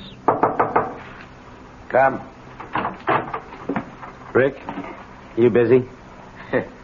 Doing what? I've been expecting you for the last couple of days. Harry said you wanted to talk to me. Yeah, but I've been busy. I've got lots of troubles. I'm only one, huh? Well, you want I should pack up and... What are you talking about? Only place I gotta go is back to Stir. Now that the kid gets wrapped with a charge of breaking and entering. I figure this is it. Time for me to pack Well, up. why did you give him all the stuff on you? The story he wrote for his teacher about your life. He told me he was going to write it. He asked me for help. I told him don't do it. It'll get you in trouble. So he goes down to the library. And they let him see the old newspapers and microfilms. Oh, so that's how he got it. Ask him. No, I believe you. First time in your life, I felt. What? That you believe me. Yeah, maybe. Rick, you know Macaulay, insurance detective? Him. That old troublemaker. First couple of years I was in Stir. He was practically my only visitor. Yeah, well, he came to see me with something on his mind. Don't tell me, I know. That old story, huh?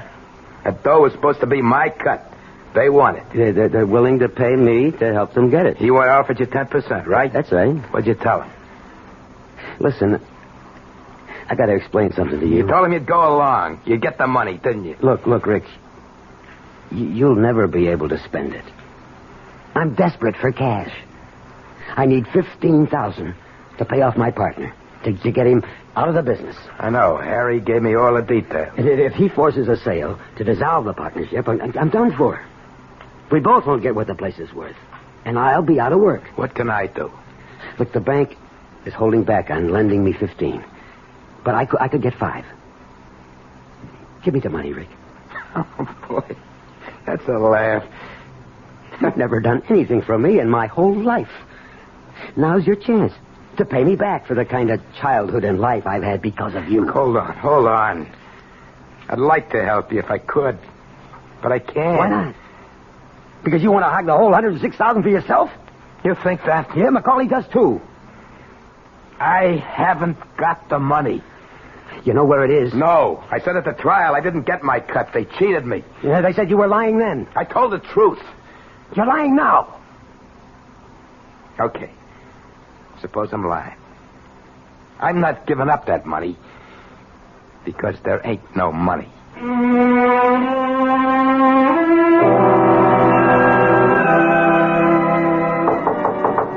Yeah? Busy? Dad? Come on in. I didn't want to bother you, Harry, if you're doing your homework. Nearly finished. You want to talk to me? Yeah. Yeah, Mom's in the kitchen doing the dishes. I thought this would be the best time to talk to you alone. If it's about that trouble. You know the Sunday basketball business? Don't worry. I had a long talk with Mr. Gilchrist, and he's going to forget the whole matter. Also, in spite of the fact that Mrs. Margolis didn't like the subject matter of the theme. She gave me an A- for effort and research. Yeah? Yeah, that's good. I won't make stupid mistakes like that again, Dad. You can bet on it. Yeah. Look, what about Rick? What do you mean? Well, where does he go when he goes out? He hardly ever goes out. He sits around in his room most of the time. I asked him about it. You know something? He's been locked up for so long in a jail cell that he isn't used to having any freedom. He told me he doesn't feel safe outside. How do you like that? But when he does go out, where does he go? Once a month.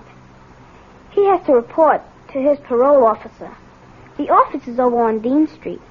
I walked over there with him once. He wanted my company. Well, any other time? I mean, does he go out maybe when you're in school or nobody's home? You know, slip out, kind of secret-like? Why would he do that, Dad? Well, I'm just asking. You know, I'm responsible for him. I know, but you don't have to worry about Grandpa. He told me he doesn't want any more trouble in his life.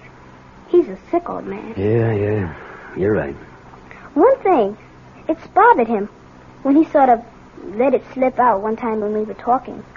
It bothered me, too. What was that? About the money? What money? Oh, you mean the money they think it's hidden? He doesn't have the money. He never had it. Yeah, that's what he told me. You don't believe him? Well, let's forget I ever brought it up, huh? If Rick convinced you, that's all that counts. That's what I was trying to tell you. That bothers him. You and Mom, you both call him Rick. Yeah? He's your father. Couldn't you... What do you want me to call him? Daddy? No, not that way. But just once, be nice to him.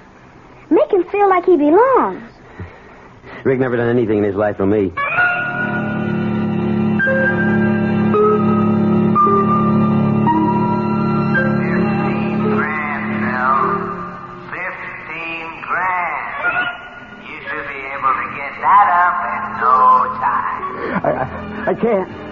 I can't. The bank says I gotta get more collateral. Everyone knows he's got over 100,000 stashed away. I wouldn't touch that. I wouldn't touch... 10% of 106,000. I'll keep my mouth shut. 10%. That's fair. I wouldn't touch that dirty money. Take the money. All of it, Bill.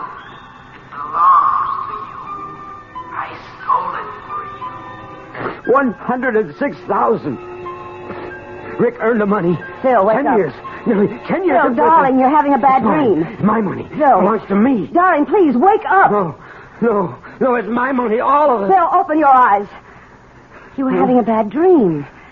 I could hardly wake you. Oh. Are you all right? Oh, yeah, I'm all right. Do you want a glass of water or something? No, I'm okay now. You were dreaming about that money, weren't you? You kept saying something about 106,000. And then you said, it's mine, it belongs to me. Oh, that's just a dream, you know. Forget it. I'm getting up. Phil, it's 1 o'clock in the morning. You've only been asleep 2 hours. I'm getting up. Mind if I switch on the light? No. I'm going out, Nina. Out? At this hour? When will you be back? Later. I don't know. I don't want you to say anything to Harry about this. Or to anyone. Understand? No. But I won't say anything if you don't want me to. Well, I'd like to explain, but there's no time.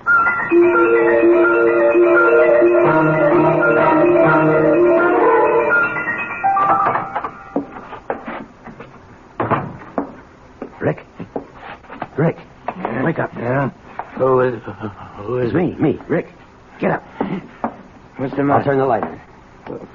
What's going on? Get your clothes on, Rick. What time is it? It's the middle of the night. Get your clothes on. Yeah, sure, fellas. Sure, if you say so. Come on, hurry up. Get dressed. Sure. But I don't get it. But I do. What? What you owe me. Oh. What do you mean for room and board? Oh, sure. Look, Rick, I don't want to play games with you. I want the money that you hid away for 10 years. You owe it to me, and I need it. You really think I got it? You really think I got it? I will... Get up! Get up! Don't you laugh at me. Don't you ever laugh at me. I wasn't. It just struck me that you believe I got that loot stashed away someplace. Just like everybody else. That's right. And I want it. Now, you and me are going to go where that money is. Phil, tonight. I swear I ain't got it. I never had it. Get out. Come on, get out. I told you the truth, Phil. You never told the truth in your whole rotten life. But you're going to come clean with me now, Rick. We're going out tonight, and we're going to get that money. All of it. Phil, you're acting crazy. It's mine. That money. You owe it to me. It's kind of like what they call accounts receivable. It can't work, Phil. It can't work. Why not? Because there ain't no money. There never was. I never got any. Rick, you all right? Yeah, just fine. Well? Okay, let's go. You win.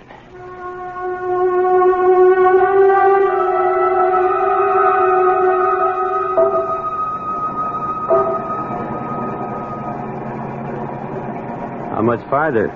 We've been out nearly an hour. Keep going. It's near Plainfield. I'll tell you when.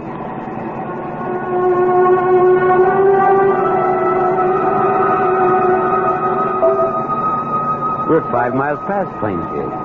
It's near here. I recognize it. I see it. Stop here. Okay. Now where? Here. See this here path? Up to the top of the hill. Wait till I get the shovels out. You feel all right? Sure. Let's go. It's not easy climbing up ahead. Keep going.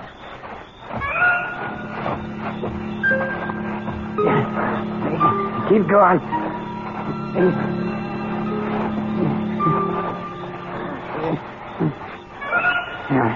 Here. This is it. Here, start digging.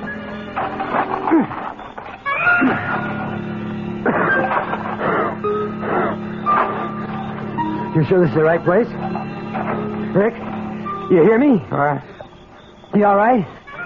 I was asking you if you could have been mistaken about the spot. The spot where you hid the money. No mistake. No. Down over 3 feet now. Deeper. Okay. I'm getting pushed. Give me a shovel. I'll help. No, I'm okay. Give me a shovel. Give me. Sure. I don't know why you want to. You're too weak to do much. Here. Want to know why I want to dig? Why?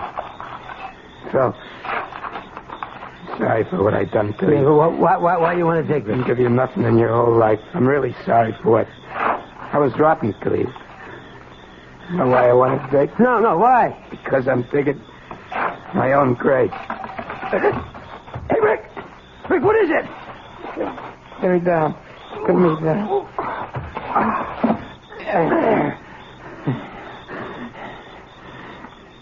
There ain't no money, Phil. Not a damn cent. No dough. I was telling the truth once in my life, and nobody believed me. Okay. I believe you. No, take it easy. You're going to be okay. No, never. So, why'd you want to go through with this whole digging business if you knew it wasn't there? I wanted to show you what wanting money can do even to an honest Joe like you. Now maybe you can understand the kind of mug your father was. Oh, Rick. Rick, listen. Everything's going to be all right between us from now on. Sure. Only one thing. Yeah? Call me something besides Rick. Yeah. Sure, I've been wanting to. I've been wanting to. That easy for me to say it. Pa? Pa? Get well. Don't die, Pa. Thanks, Phil. Thanks, son. Pa! Phil Coleman searched for a father all his life and lost him at the moment of finding him. I'll be back shortly.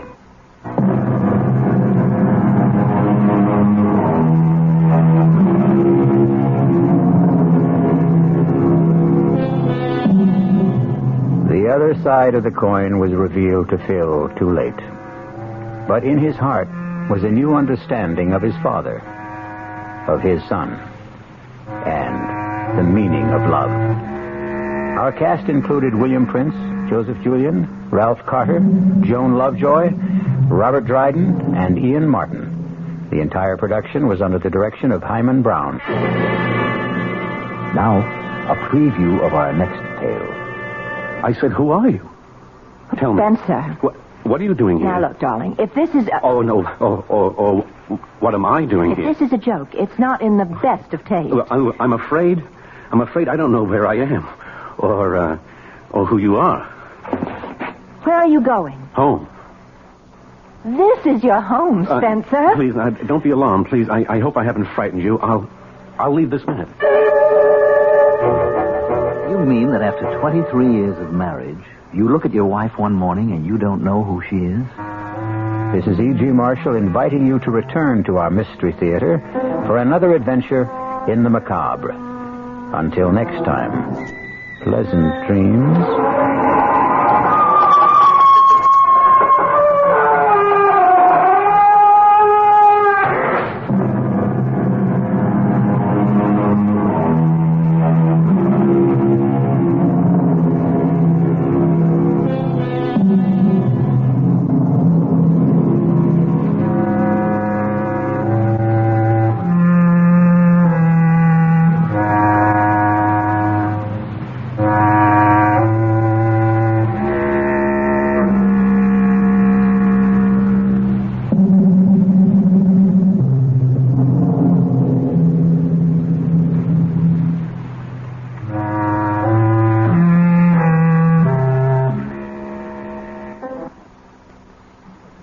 The preceding Mystery Theater program was furnished by the CBS Radio Network. This is WOR New York, an RKO General Station, your station for news as it happens. Your dial is set for the latest international, national, and local news with John Scott reporting from the 710 newsroom. WOR New York, the time 8 o'clock.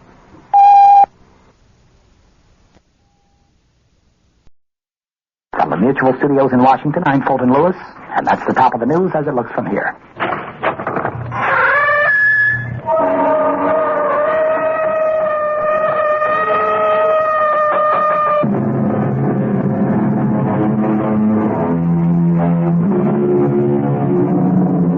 Come in. Welcome. I'm E.G. Marshall. Welcome to the sound of suspense. To the fear you can hear. For the next 52 minutes, I'll be your companion on a journey to a place in the past. It used to be that only the mystics believed you could go back, relive your life. But didn't so eminent a scientist as Albert Einstein say that the past, the present, and the future are all intermingled somehow? Then why should we question a gentleman named Spencer Chadwick, who is asking a very vital question? Inspector, do you believe a person can do it again? Do what again? Go back. Where? To that point in his life where it went wrong. It turned sour. And correct it. No. No, I don't believe it's possible. Well, I'm doing it, Inspector. I'm doing it. I'm changing it. I've gone back. Inspector, I've gone back.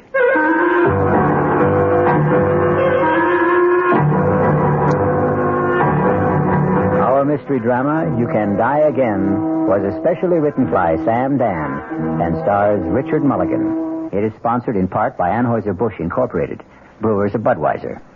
I'll be back shortly with Act One.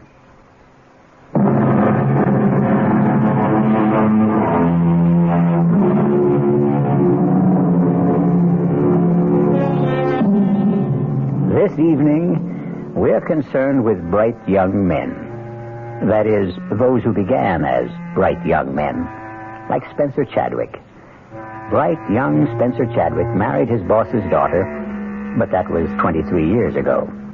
And today, young Spencer has arrived at comfortable middle age.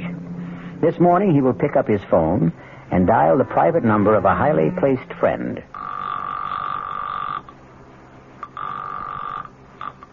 Chief Inspector Faraday's office, Sergeant Milrose speaking. Sergeant, this is Spencer Chadwick. Oh, good morning, Mr. Chadwick. Connect you right away. Spence, I hope you're not calling to cancel our golf date. No, Martin. I'm calling to tell you I murdered my wife. I won't believe it, Spence. I can't believe it. Marty, look at her. She's dead. I see she's dead, but I won't believe you killed her. She's been stabbed, Inspector. Yes, Sergeant, yes. And that's the knife, Marty. Now, Spencer. You'll surely find my fingerprints on it. What's that bruise on your head?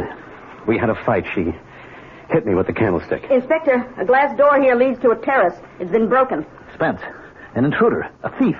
Did he slug you and kill Margaret? No, I killed Margaret. But that broken door? She tried to get away. I dragged her back into the room. Whose place is this? Mine. I didn't know you had an apartment downtown. I've been staying with a girl. Spence, you're talking to me, your closest friend, Marty Faraday. Excuse me, Inspector. Shall I start the routine? Yes, of course, Sergeant. Are you going to arrest me, Marty? I have to. I'm ready to go now. But I'm not ready to go. Look, I can't believe what you're telling me. I can't even believe you were cheating on Margaret. How can I believe you killed her? You've been a policeman for 25 years, Marty. Do you still have illusions, faith, ideals? If I do, it was because of people like you and Margaret. I'm sorry, Marty. Look, Spence, is this the way it happened? You were having an affair. Margaret found out about it. She came here, confronted you. One thing led to another, and you killed her. Now, is that the story? Yes. Yeah, that's it. Well, where's the girl? I suppose she's dead, too. You suppose? Yes, we can say she's dead. Well, how did she die? I killed her. What? When? Oh, a long time ago. A long time? Spencer, you're not making any sense. How could you have killed her a long time ago if Margaret confronted the two of you here today? I don't know. I don't know. Now, just arrest me, and don't ask me any more questions. I have to ask, Spence. I can't accept what you're telling me. Now, think. How could you have killed her a long time ago? Or did she kill me? Spence, please, tell me what happened. It doesn't matter. Look, I want to help you, Spence. I'm your friend. You know that. You won't believe me. Try me. Just try me. It's even hard for me to believe it. But it's true. Spence, sit down, will you? Will you just sit down and try to pull things together? Tell me what happened. What happened? It started one morning. It was 3 months ago. I came downstairs. Margaret was at the breakfast table. Morning, darling. Coffee? Thanks. Yes. Any mail, Margaret? Nothing worth delaying breakfast. Card from my brother. Where is he now? He had to put in for repairs at Pago Pago. That's Pengo. When is he coming home? Oh, next year, maybe. Or the year after, when he gets bored or tired or needs money or decides to get a new girlfriend or another boat. And he's 38 years old. And he'll never get anywhere. Don't say that. It seems to me he goes everywhere. Oh, his life and yours, darling, a study in opposites. You were born poor, and you wound up rich. He was born rich, wound up poor. Dinner tonight with the Satterfields. What for? What for? Oh, my God. I practiced for almost 5 minutes before you came down, tossing off what I just said in an offhand, casual way. Dinner with the Satterfields. This is the coup of the century. A dinner party at the home of Senator Satterfield. Ask me how I did it. Why do we want to have dinner with Senator Satterfield? Spence, you asked me to arrange for the invitation. I disagree completely with the man's principles. Oh, we understand all that, but you're the one who decided to give politics a whirl. When did I decide to do that? Well, They say the sign of a really solid marriage is if the wife can accept jokes at breakfast. Shall I remind you of that Chinese or Indian saying that you've been spouting lately? A man spends his first 20 years living for himself, his next 20 living for his family, and his next 20 living for his country. It was you who decided. Dinner's at 7:30, black tie. So be home early, Spence? You're not listening. Darling.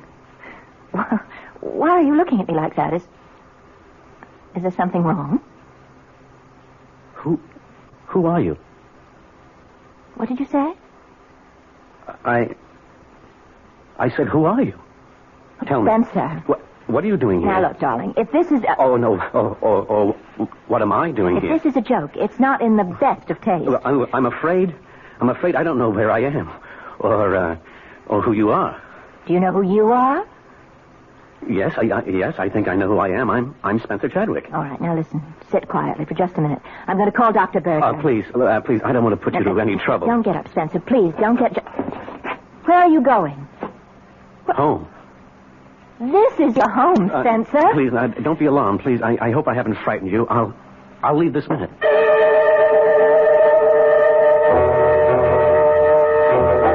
You mean that after 23 years of marriage, you look at your wife one morning and you don't know who she is? Yes, Martin. All right. You walked out of the house. Now, where did you go? I hailed a cab. Now, where to, pal? I don't know. That's all right. None of us knows where we're going. Just answer this. Where do you want me to take you? Just drive. Okay, you're the doctor. What do you think? The Redskins got any kind of chance this year? All right, let's try politics. You think Satterfield's going to run again?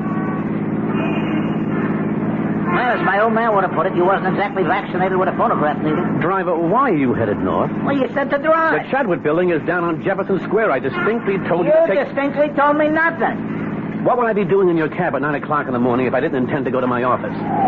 Yes, sir.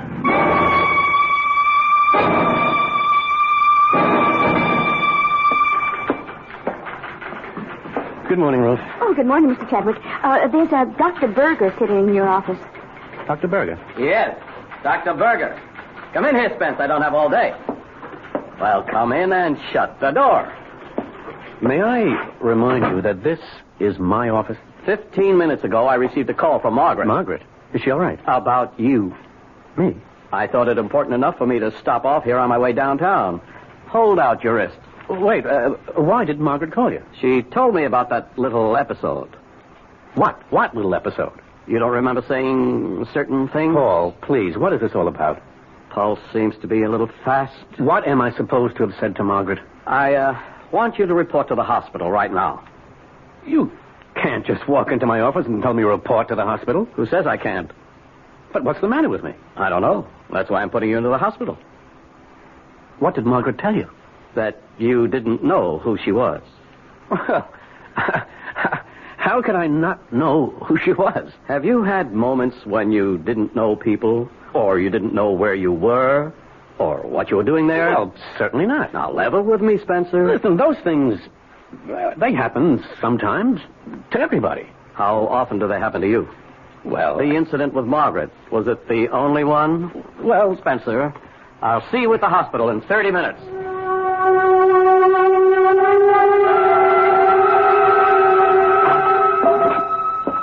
Well, you did it. You're here, Spence. Of course I'm here. I won't keep you an hour longer than necessary. Probably get you out by the end of the day. Paul, you do what's necessary. That's a good attitude. Most of you high-powered business types are so self-important. Don't start to lecture me. I'm here. I agree I need some help. Now, what's holding us up? I am. I'm talking to you when I should be arranging for tests. Now, you just relax. Listen to some music, read, take a nap. I'll see you.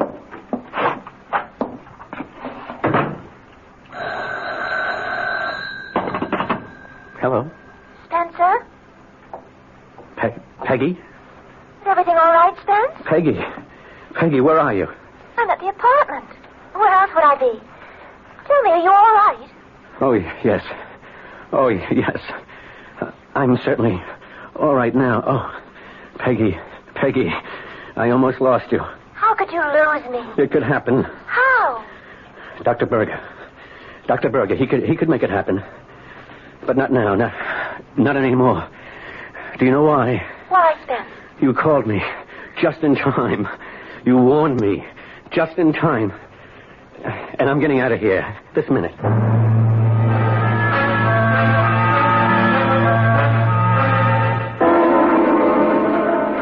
Mr. Chadwick. Yes, Ruth? Aren't you supposed to be at the hospital? I'm not supposed to be anywhere except in my office during the business day. Oh, yes, sir. This Dr. Berger, he's been calling just about every 5 minutes. And your wife. Shall I get them for you? No. I left Dr. Berger a note saying I changed my mind about the necessity for what we were discussing. Now, tell him I have nothing to add. Oh, yes, sir. Oh, call my wife and remind her we have a dinner date with Senator Satterfield. And no calls. No calls. I don't want to talk to anyone. Yes, sir. Except a young lady. She'll call herself Peggy.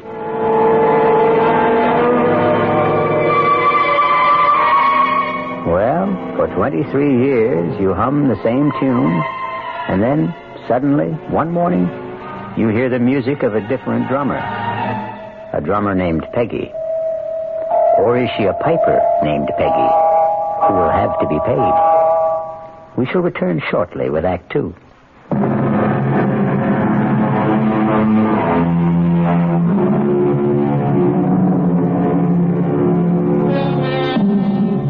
And so we have Spencer Chadwick in complete command, ready to take hold of his life and run it his own way, starting with his wife.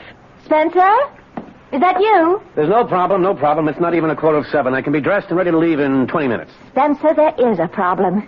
You made Dr. Berger look like a fool today. You read my note. It explained everything. You made yourself look like a fool. You admitted to the hospital, and less than an hour later, you sneaked out. I did not sneak out. I got dressed, went to the desk, and said, I'm leaving. Send me the bill. But, Spence, you're not well. I've never felt better. You should be in the hospital. Margaret, please stop running my life. What did you say just now, Spence? I'm sure you heard me. I wasn't aware that I was running your life. Spencer, would you be good enough to explain? Can you show me how? You did say this thing was black tie? Spencer, I'm entitled to an explanation of that remark. Margaret, if you can't understand what I'm saying, how can I explain it?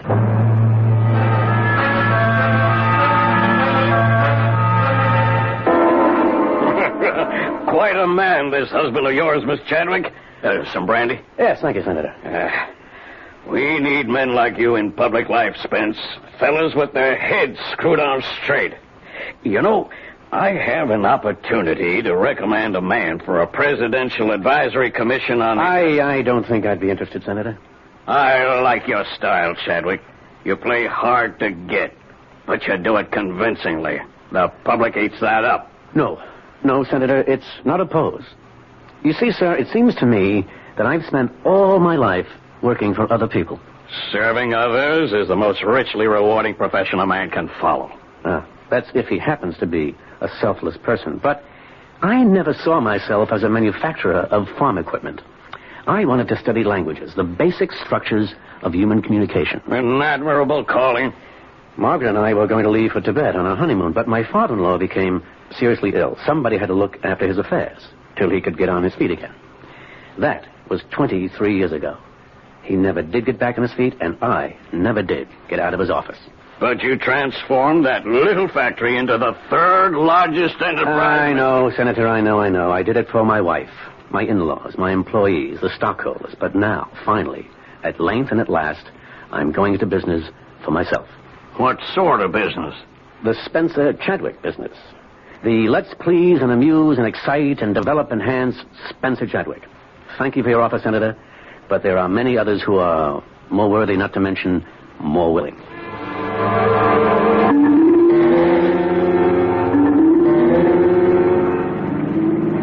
Spencer, when did you decide you were no longer interested in public service?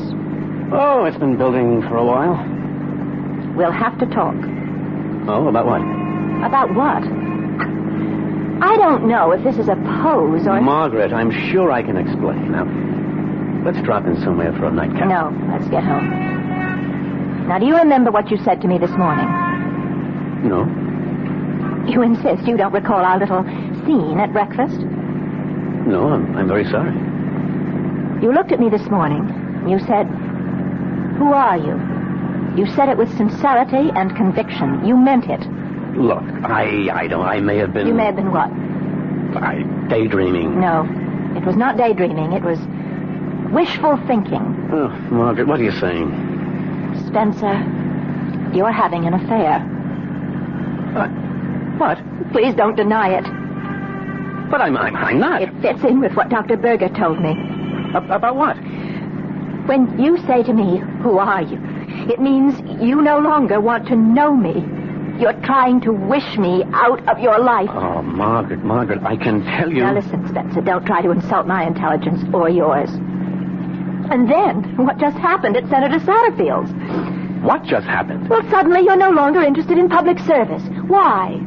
If you heard me talking to him, you'd know that finally I want to do things for me. But he as much as offered you a post that you dreamed about. A sensitive post. And you could become an important man nationally. You've spoken about it a dozen times. Margaret, I no longer care about it. Well, of course not. Because you've become controversial. Make enemies. And then they try to get something on you. And now that you're having an affair, you're vulnerable to scandal. But I am not having... Oh, don't lie to me. That just makes it worse.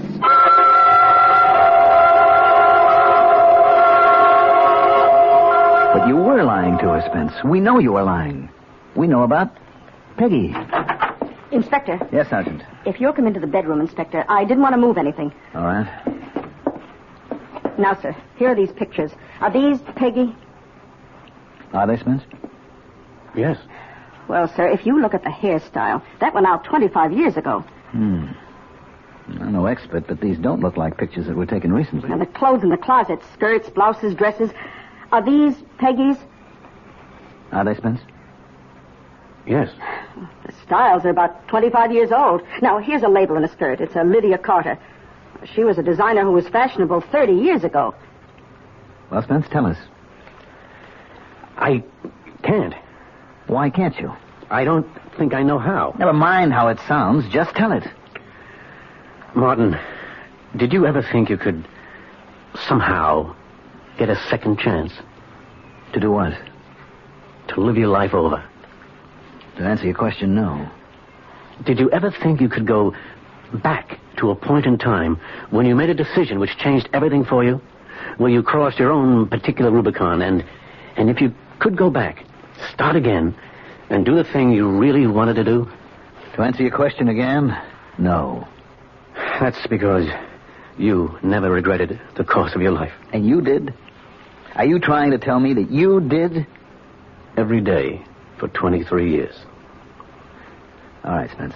I won't press you. No, Marty, don't put that sympathetic tone in your voice as if you think I'm some kind of nut. Look, you could plead insanity. Once again, Marty, I'm not crazy. Temporary insanity. Not for 1 minute. I asked you a question. Can you go back? Can you live your life over again? And I gave you my answer. No. But you can. You can do it. I did go back. Not for long. But I did go back. All right. All right, Spence, you did go back. And if I hadn't lost my head, if only I hadn't killed Margaret, I could have stayed. I could have started over.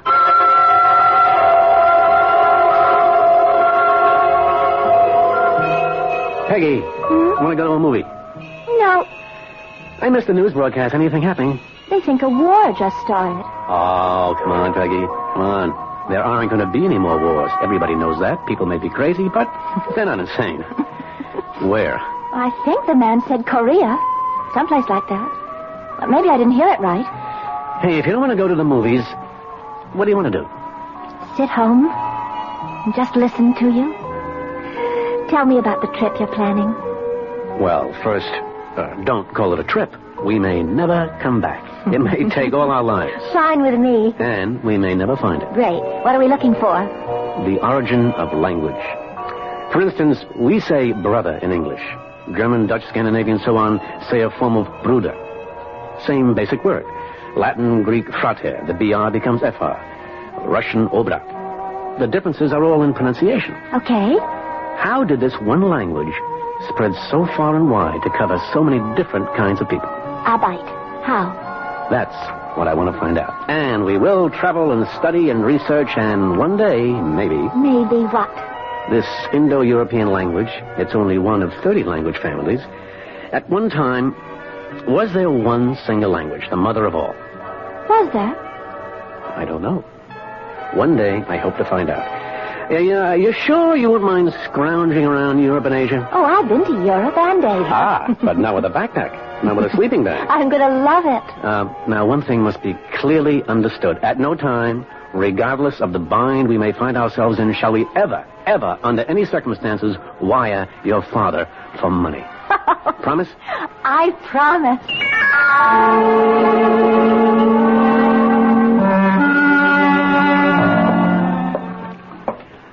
Hello, Margaret. Where have you been, Spencer? Oh, excuse me. I hope that doesn't sound shrewish. Well, no, it doesn't. Or as if I'm trying to run your life. Please, Margaret, cut it out. The reason I ask is because I had prepared dinner. I know. Didn't you get my message? Yes, I did. I got it at 8. Meanwhile, at 7, the Millers, the Brownsteins, and the Gladwells arrived. No, the Gladwells were here at 6:30. But why? You had asked me to invite them to dinner. And these are your friends, Spencer. I'm sorry, Margaret. I'm sorry. Yes. Well, if they were people I like, I would have been humiliated. This way, I was merely embarrassed. Well, I got through the evening. Somehow. Spencer, tell me. Who is she? Margaret, believe me, there is no... I start with the premise that it's my fault. Somewhere I must have failed you. I've gone wrong. But I don't know where, and I don't know how. Tell me, Spence. Tell me. Margaret, please, Margaret. Please, Margaret, what? Oh, Spencer, I've been happy. You've been happy. Our marriage, it's been the envy of so many of our friends. Oh, darling, has it been a lie? Have we been living a lie all these years? Do you want the answer? I demand an answer. The answer is yes, it's been a lie. Who is she, Spence? Who is she?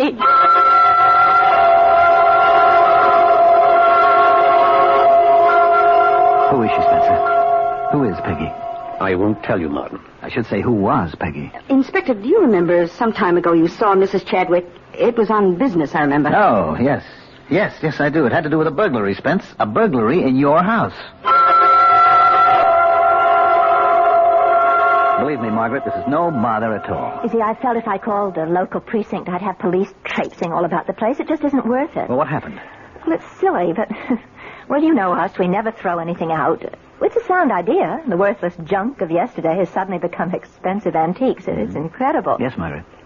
All right, I'll be brief. We have a storage space where we keep old things, clothes, knickknacks, stuff that you say you'll throw out sometime. You never get around to it. You never do. And? Well, it's all been stolen. Stolen? It's missing. Well, it must have been stolen. I don't care about it, but it's just unnerving to consider that the house has been broken into. Well, send a list of the stuff to Sergeant Milrose. It's not important, but I feel that since a crime has been committed, it should be reported. Did I do the right thing? Of course you did, Margaret.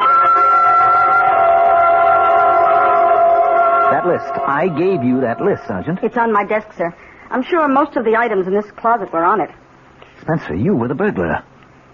Technically, yes. She needed clothes, Marty. That girl, she's a fantasy. No, not Peggy. All right, look, for reasons that I may never understand, you feel you wasted your life. So you fantasized a way to go back, to start over. It was no fantasy. Sergeant Milrose. Hell, it wasn't. You were sorry you married Margaret, which all by itself proves that you're insane, Spence. You created this Peggy, and you had to dress her in the period of 25 years ago. There is no Peggy. This whole thing happened in your mind. Yes, thank you, Lieutenant. Yes, Sergeant? Sir, that was from the lab. They scraped some grass samples from a skirt in the closet, and it's been identified as Duke of Wentworth fescue. All right. It's a new kind of seed, just been planted for the first time. When? Well, about a month ago, which means somebody wearing this skirt was sitting in the grass in Benton Park very recently. You figure if a man's been married for 23 years, he may have a tendency to fantasize a bit. But Spencer Chadwick has created more than an illusion. He has brought forth flesh and blood, particularly blood. We'll be back shortly with Act 3.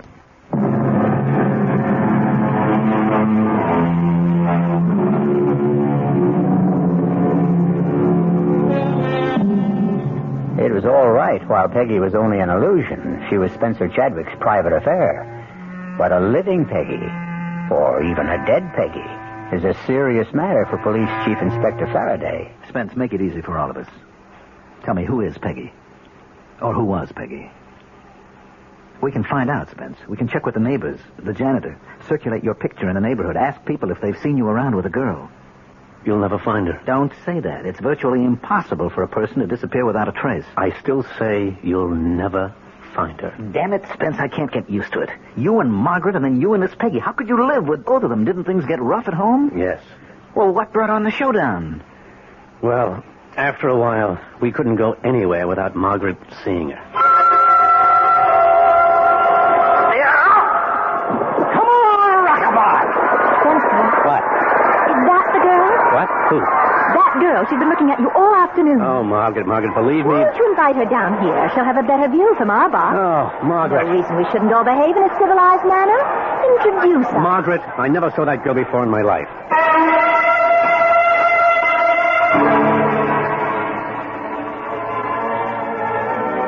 Margaret, you're staring. Me. That girl's been staring at you all evening. Margaret, believe me. Wherever we'd go, there'd be no peace. She always suspected somebody. Last week, it even happened when we were playing golf with you and Henrietta. You're up, Margaret. I'd use a 3-wood on this hole, Margaret. All right. Oh, too bad. Well, you go up there and show me how, Marty. You rushed the shot. You lifted your head. I really don't care about golf. You made the date with Marty and Henrietta. Well, we simply can't drop out of circulation. Spencer, that girl in the foursome behind us. Margaret, she's not the one. Spencer, where were you? I had a meeting. Oh, well, we progressed. Used to be you didn't know, you couldn't remember. And now at least you're courteous enough to lie to me. You've been drinking, Margaret? Yes, that's true. I have been drinking. Margaret, it's not good for you. Oh, I don't know. Let's consider that. Drinking is not good for me. I won't fight that.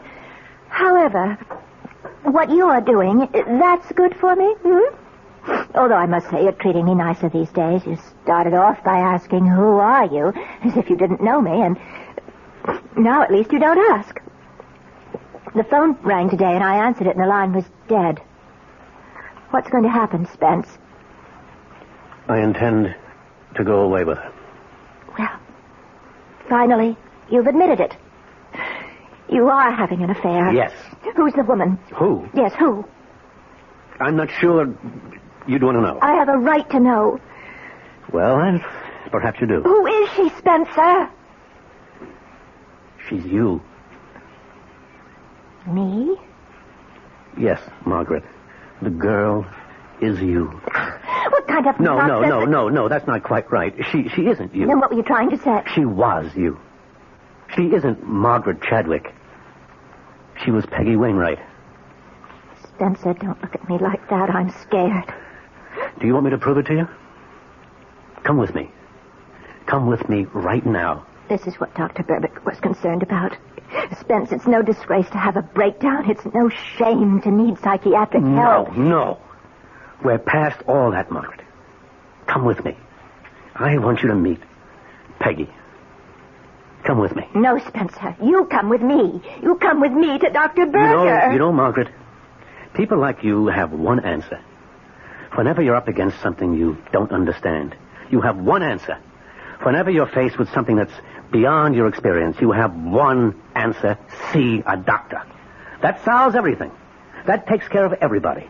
And it never occurs to you that yours might just possibly be the wrong answer. Now, why are you so sure of yourself, Margaret? Why are you so sure that I'm the one who's wrong? Come with me, Margaret. I want you to meet Peggy. Or are you afraid?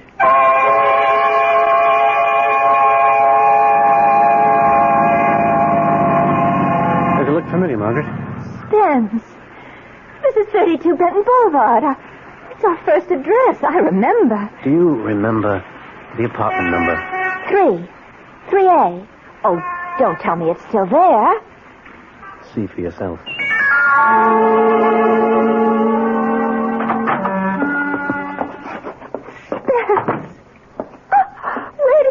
How did you... Our first table. And this bronze candlestick, our very first wedding present from my brother. These clothes. My clothes. How did they get there? They're here because they're Peggy's clothes. Oh, look, Spence, the Lydia Carter skirt. Oh, you love me in that. Do you know that style's come back? I want to put it on. Do you remember what we used to do? We go for a walk. In the park. Dinner at Luigi's. We never had dinner at Luigi's. Oh, that's right. We couldn't afford it. And by the time we could, we weren't living here anymore. We stopped at the burger shop. What's tonight? Thursday. That means there's a free concert in the park. And then free dancing. Oh, let's go, Spence. Let's do it all again.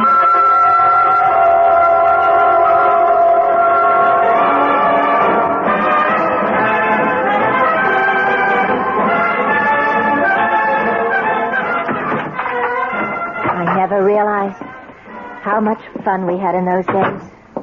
They were great days, Peggy. Peggy. I always liked Peggy better.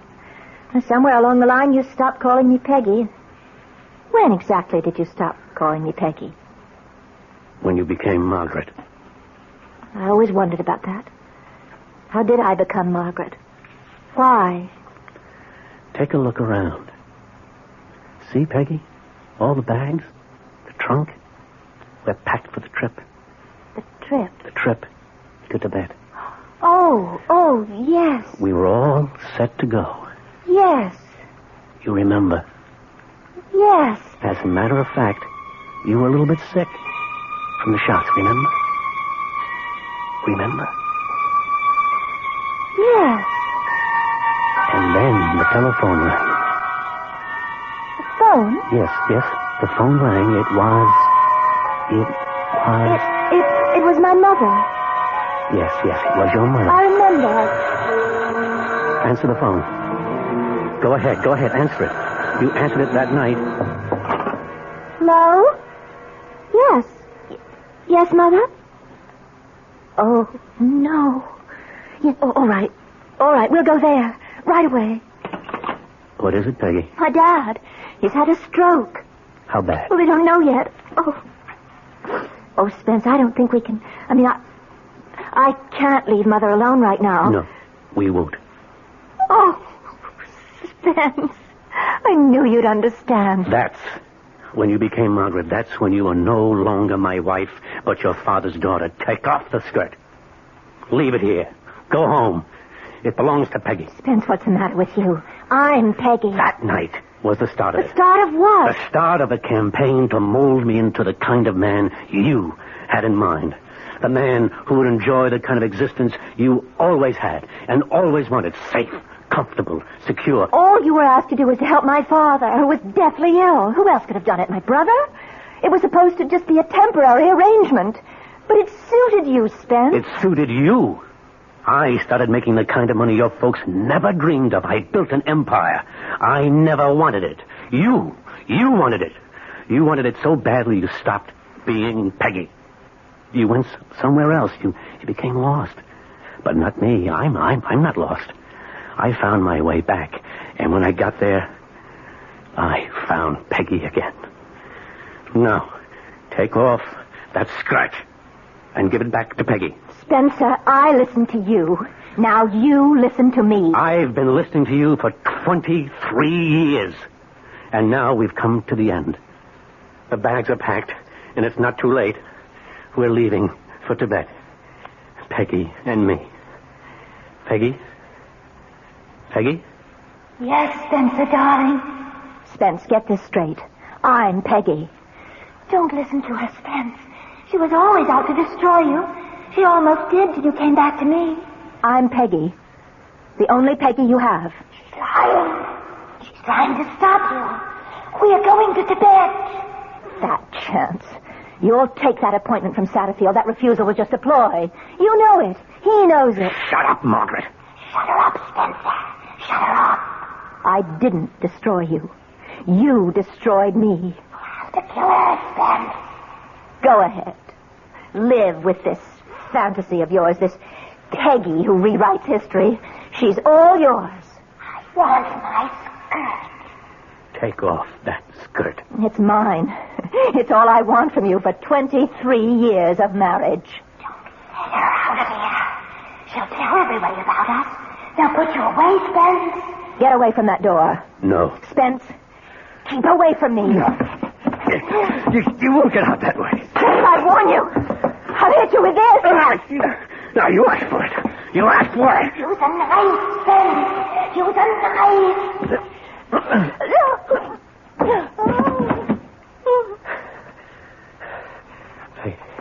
Peggy? Peggy? Where are you? Peggy? You killed us both, Spence. Margaret. Margaret.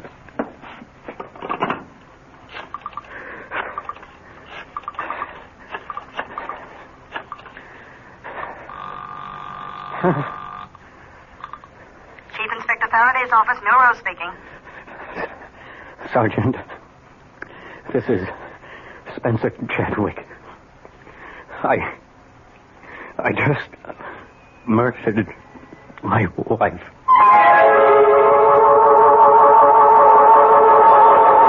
Well, as they say, all of us are two people. One is the person we think we are, and the other is the person we really are. And the secret of a long, happy life is to make sure the twain never meet. I'll be back shortly. This is WOR New York, your station for Mystery Theater.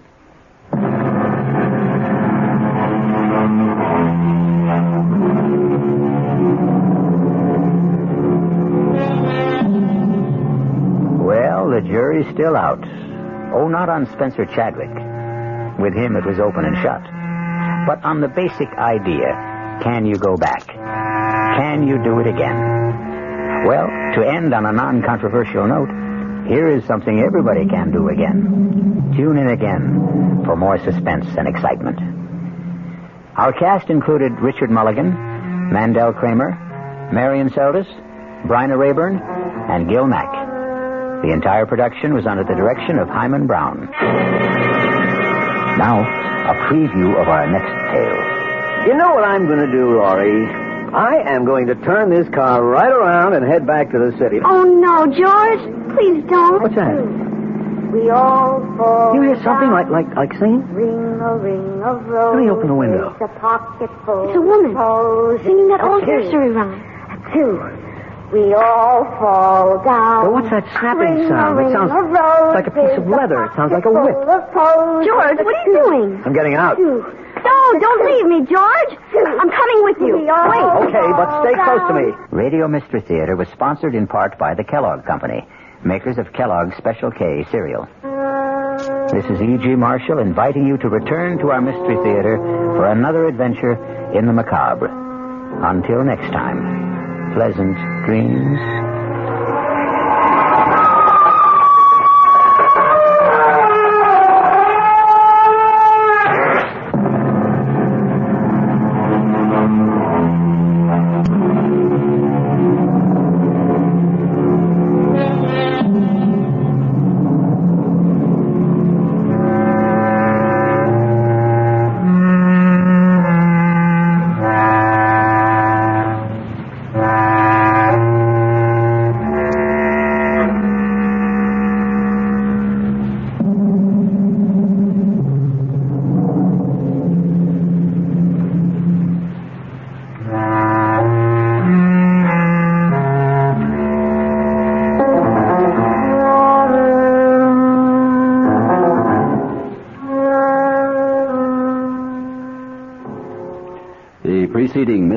Theater program was furnished by the CBS Radio Network.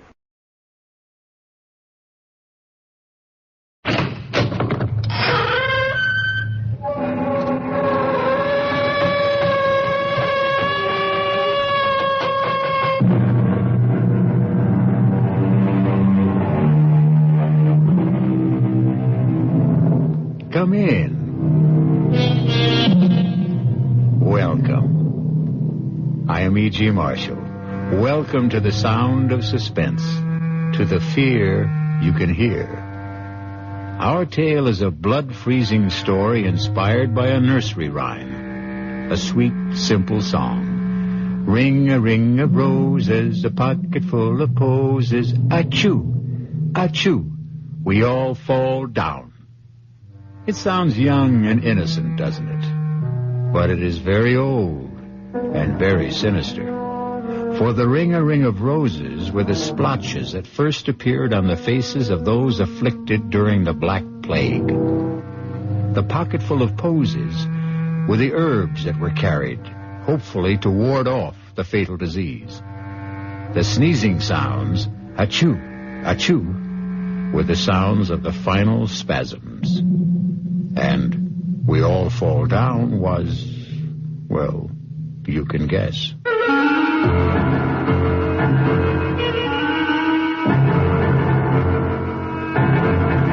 Our mystery drama, A Ring of Roses, was written especially for the Radio Mystery Theater by S.J. Wilson and stars Glynis O'Connor.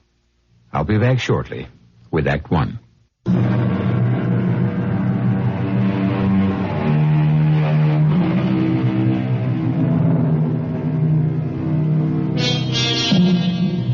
Science has brought most plagues under control, but not so those other epidemics of the past, those that plague us with their unseen, unknown, and unexpected terrors.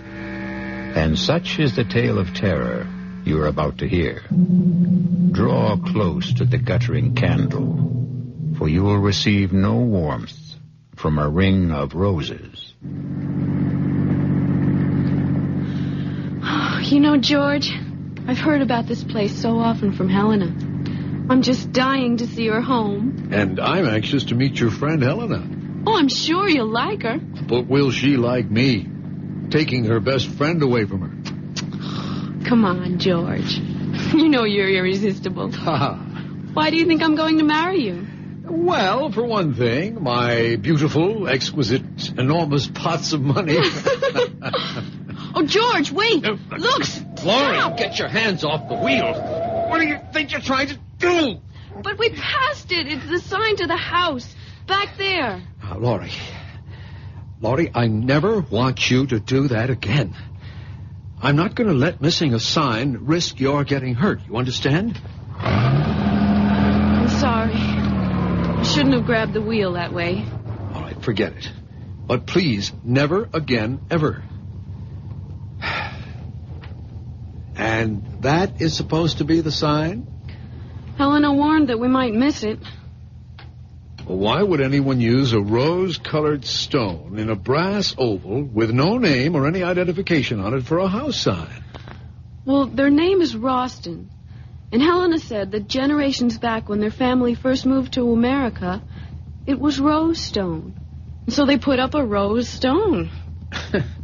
Well, if they want people to get that meaning from it, they either enjoy guessing games or, more likely, just want to keep themselves very, very private. Yes. Yes, what? As you said, they are very private. Well, I got that impression before we got here. And I also have the feeling that they're not very friendly either. Oh, how can you say that? When Helena's mother especially invited us over because she personally wanted to give us our engagement gift. Yes, and that's pretty peculiar, too. How? How many parties, showers, did your girlfriends give you? 4, right? No, 3. The last one was a dinner. All right, and Helena was invited to every one, but she... I know, George. She didn't turn up for any of them. You know, Laurie, I've never seen you so wound up. What's spinning around in that pretty head of yours? I don't know, but... Well, I am on edge. About what? I guess about meeting Helena's mother. You see, she's so strange. She seems so powerful and so terribly uncompromising. I was trying to change things for Helena, and then I let her down by becoming engaged to you. Well, now, don't tell me you weren't going to marry for poor Helena's sake. Well, at least not until she married first. We were going to share an apartment together in the city. You know what I'm going to do, Laurie? I am going to turn this car right around and head back to the city. This whole trip is more foolish than funny. Oh, no, George. Please don't. A pocket full of posies. Hey, what's that? We all fall. Do you hear something like singing? Ring a ring of roses. Let me open the window. A pocket full. It's a woman singing that old nursery rhyme. Two. We all fall down. But what's that snapping sound? It sounds it's like a piece of leather. It sounds like a whip.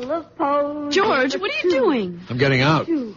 Something's happening here that I don't like. Don't open the door. Please don't. We'll go back if you want to. I'll be right back. Keep the window shut and the doors locked. No, don't leave me, George. I'm coming with you. Wait. Okay, but stay close to me.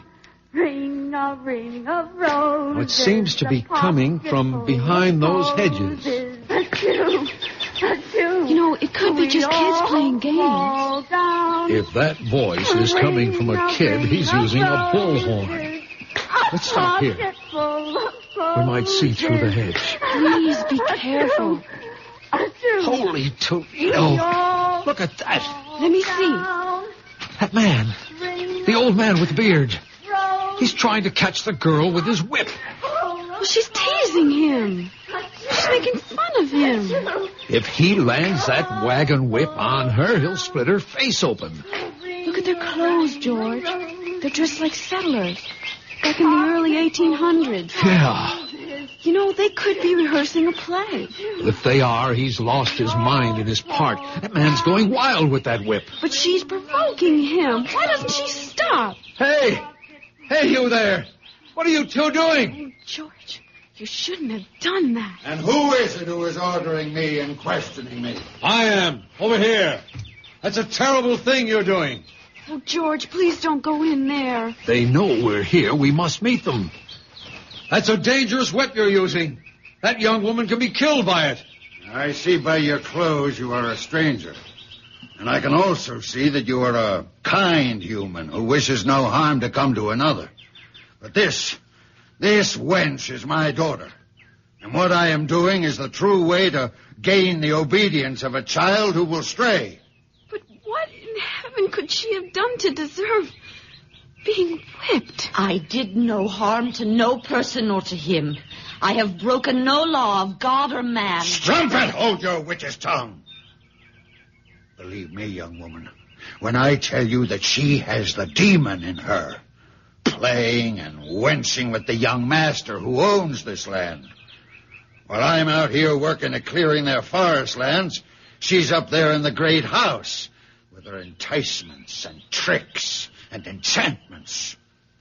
And if it has already come to this, that he has given her a gift for favors promised or already bestowed, the gift of a ring, an already cursed ring. He gave it to me fair and with the holy vow that he will marry me in the month of the next full moon. Marry you, will he? You who can half fare to read and write? You who are lower than his mother's kitchen scullion? You give me that ring. I won't. I swear by the name and the soul of my sainted mother that you will never get this ring. Then until I do, though it mean your own death, you get the whip. Stop it! Don't! Why can't you be a little more reasonable? She may be telling you the truth. I am. I swear it on my dead mother's Bible, I am. Well, then, if you are, why don't you give him the ring and let your young man personally tell your father of his plan? No, he'll do no thing like that. He'll bury the ring in some secret spot and drag me away before the fall of night. For he doesn't want me to marry to no one but to stay with him and clean and cook and wash for the rest of his devil life. As you can see, she's beyond talking of matters with sense and decency. She's been taken up with her planning and scheming to get away from me for the purpose of harlot's gain. And she hardly of marrying. I'll kill you. George! She has an axe! An axe! She's going to kill him! Stop! For God's sake, stop! Oh, George, I can't look! Dad! She killed her own father! What? Where is she? What happened to her? There she is! She's running away! Hey! Hey, come back! Come back! You can't get away! It's you who will never get away. The ring will circle you. George, don't try to catch her. She's like the wind. I'll never get my hands on her. She's almost in the forest. Come back! Come back! We're not going to hurt you. It's you who are going to be hurt. She's disappeared. Even before she got to the forest. But, George, look what I found. It's the ring. She dropped the ring. Let me see it. You know what it's like? It's just like the road sign. It's the same shape.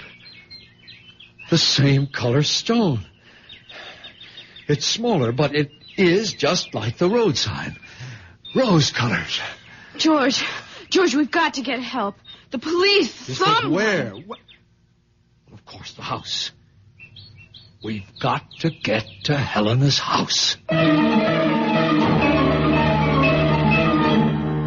This ring so rosy, this ring so red. Does it belong to the living or the dead? We'll return shortly with Act 2. Leave you alone. I don't want to disturb your mother. My dear, you're not disturbing me in the slightest. This room has no secrets. Its acoustics are incredible. I'm Helena's mother. Hello, Mrs. Ralston. We've just had a very unusual experience. Laurie's pretty badly shaken by it. Yes, so I see. Helena, why don't you take Laurie to your room, let her refresh herself? Perhaps Mr. Williamson will tell me something more about what's happened? I think the police should be notified at once. The police? Here? Did you have an accident? Well, not exactly, but we happened to see something that can only be described as gruesome, I guess. And the police should be notified. Mother, do you think... Helen, dearest, this is not the time for speculation. I shall be glad to have the deputy's office call. But can you give me some indication of what they're to be told? We don't like bothering our offices unnecessarily. They have enough to do as it is.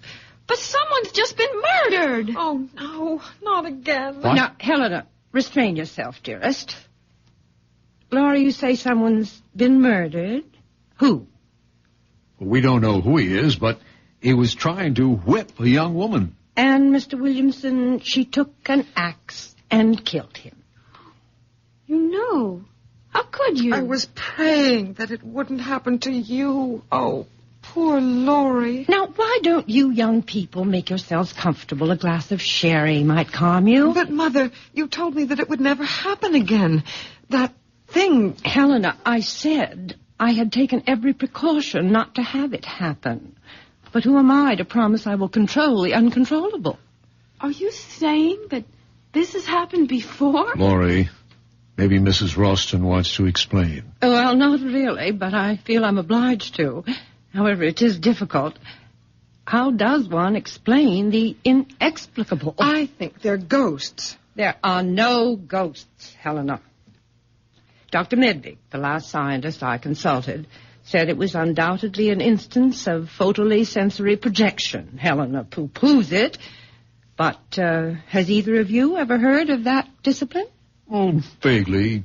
It once came up in a course on parapsychology that I had at school. No one has ever proved PSP, Mother. Well, they've never proved ESP either, but a lot of serious scientists work with it. But But, George, what does that photo whatever mean? It's quite complicated. Photolysis is the means by which light can affect the arrangement of chlorophyll grains in leaves. Chlorophyll grains? Leaves? There's a man not more than a mile from here who's been murdered. Now, calm yourself, my child. There is no such man and no such daughter. This has happened before. I've seen it. Helena has. A very few close friends have. Unfortunately, you have too. Mr. Williamson, do you think you'd still like to try an explanation of PSP? Well, it's spooky in a way. By that I mean the scientific explanation of it. You see, we're all supposed to give off certain light and heat waves. And what is it happens in the case of individuals who are emotionally stimulated, let us say, people in love? Well, the theory has it that people in a very intense emotional state give off more highly concentrated waves. Well, I just don't understand what chlorophyll and leaves and light waves have to do with a man being murdered. You see, it's tied up with photosynthesis. And scientists aren't sure how that process really works. But with the unusual intensity of light, the cells of chlorophyll rearrange themselves and are forced to give off some of the excess carbohydrates in which there is an unusual amount of stored energy. I'm not following this at all. My dear, Helena speaks of you as having the patience of a saint. So, if you'd like me to telephone the deputies, I suggest you give your fiancé a chance to finish. There isn't much more, Laurie. Just that the openings in the leaves, they're called stomates, tend to react like projectors. And through the magnification of additional oxygen are supposed to be able to relay an episode they once absorbed when they were in the receptive state, like film. Are you talking about something like motion picture film? Yes, Laurie, but he means something like a projector with a memory. A memory of blood in this case. Well, it happens that chlorophyll is very much like hemoglobin, except that it contains magnesium instead of the iron found in blood. Are you saying that what we saw was a motion picture? Nothing more? Well, essentially, that's it. But when and where the original was recorded, we have no idea. But there's a building. There's a cabin out there. And there's a man's body bleeding. Why don't you go and see for yourself if you don't believe us? No, Laurie, there's nothing there. Helena, you too? Yes, as Mother said, I've seen it. Others have too. Around here, they call it the Enchanted Forest. But if you go out there again, you won't find a cabin or a man. Nothing. The police know all about it. They'll come and you'll just feel foolish. I don't know what to think. It all seems so real. Well, now, why don't we come back to the present and the truly real? Because I have the real pleasure of giving you our gift to celebrate your engagement. It's a complete surprise. Even I don't know what it is. Laurie, dear, it isn't that what we're giving you is expensive or valuable, but it is dear to us. We hope it will be your first family heirloom.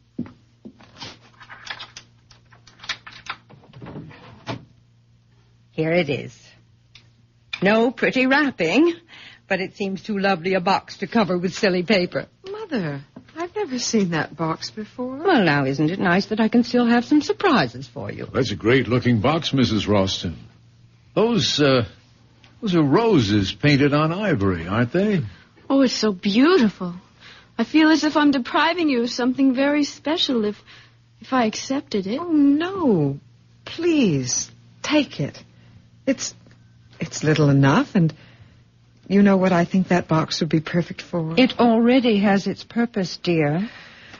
What I was going to say was that it would be the perfect place to keep a lock of your first baby's hair. Wouldn't it? And I'm afraid it's going to stay empty for some time. Oh, George, we don't know that. Not yet. We will have to find you another container for that when the time comes. This box already has its occupant. You mean there's something inside? Well, look and see. Well, go ahead, Laurie. My heart's beating so loudly. She's been like that all day, so excited. Darling, do you want me to open it? No, I'm all right. Just let me take a deep breath. Oh, no. Hey, that's the same... Laurie? What's wrong? Mother? Oh, it's his music! Give me the box, Laurie. And inside! Oh, the ring! Oh, I've got her. Put her on the couch. Yes. Laurie? Mother, do something. Don't just stand there. Helena, control yourself and get some water. Oh, Laurie, my poor Laurie. Wake up. Laurie, come out of it, honey. Darling? She's trying to open her eyes. Slowly, Laurie. It's me, George. Oh, who? What happened? You just passed out for a moment. Here, give her this water. Here you have it. Sip this slowly. I don't need it. But did I really see it? See what? The ring. Yes, I've got it. What ring? This ring. The same one. With the rose-colored stone. Mother, how dare you? That's mine. You know what that ring means to me. Oh, please take that thing away. I don't want to look at it. Don't worry, you won't have to. Here, Mrs. Ralston, take it back. And I hope it isn't a sample of your sense of humor. Just one moment, Mr. Williamson. I don't particularly appreciate your tone or your attitude. What do you mean by my sense of humor? If you and your daughter know all about that axe-murdering scene that we saw earlier, then you must have known about the ring. What about it? It's mine. That ring. It's just like that road sign you have on the highway. Yes, the sign was copied from the design of the ring. It's been our family hallmark, so to speak, for generations. Is that why the girl who killed her father did it? Because of that ring? What do you mean? She had it. She teased him with it while she sang that song. That same nursery rhyme in the box. Oh, no. That couldn't be. That's my ring.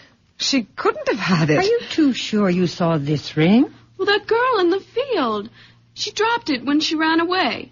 Then where is it now? Well, George, you had it. What? You sure? I thought you put it into your purse. Well, I'll look. Well, it isn't in any of my pockets. No, and it's not here in my purse. How could it be? There is only one ring, this ring. It's been in the Ralston family for generations. It was brought here by a Ralston early in the 18th century.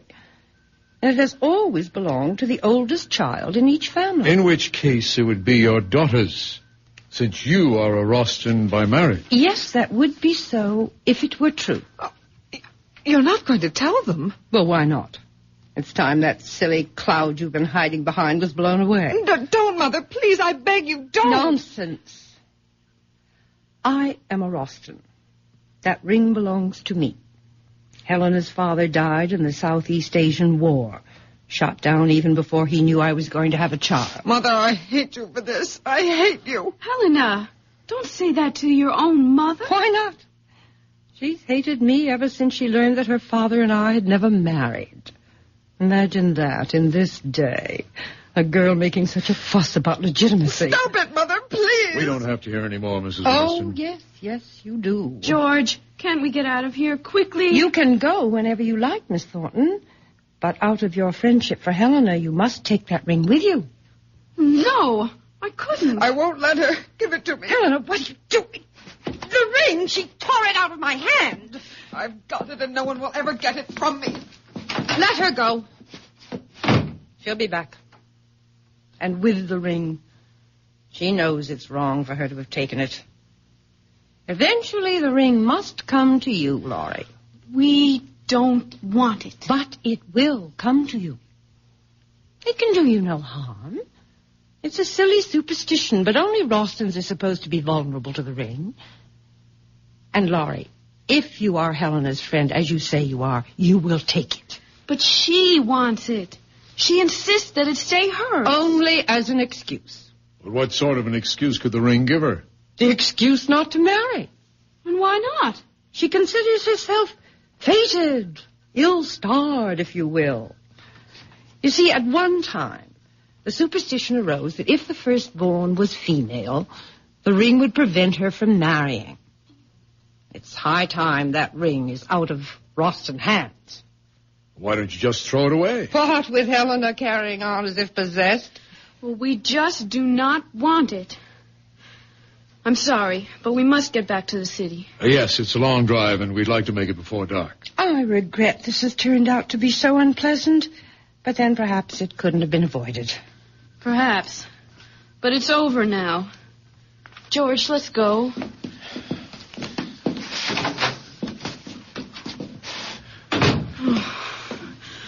Oh, I can't get away fast enough. I don't know what the speed limit is here, but whatever it is, we'll break it. Helena, I order you to come out of your room at once. At once. Mother, don't hurt her. She is my only friend.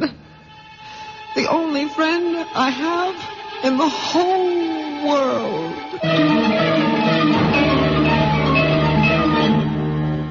Run from the ring. Run for your life. But without a ring, what's a husband or wife? We'll return shortly with Act 3.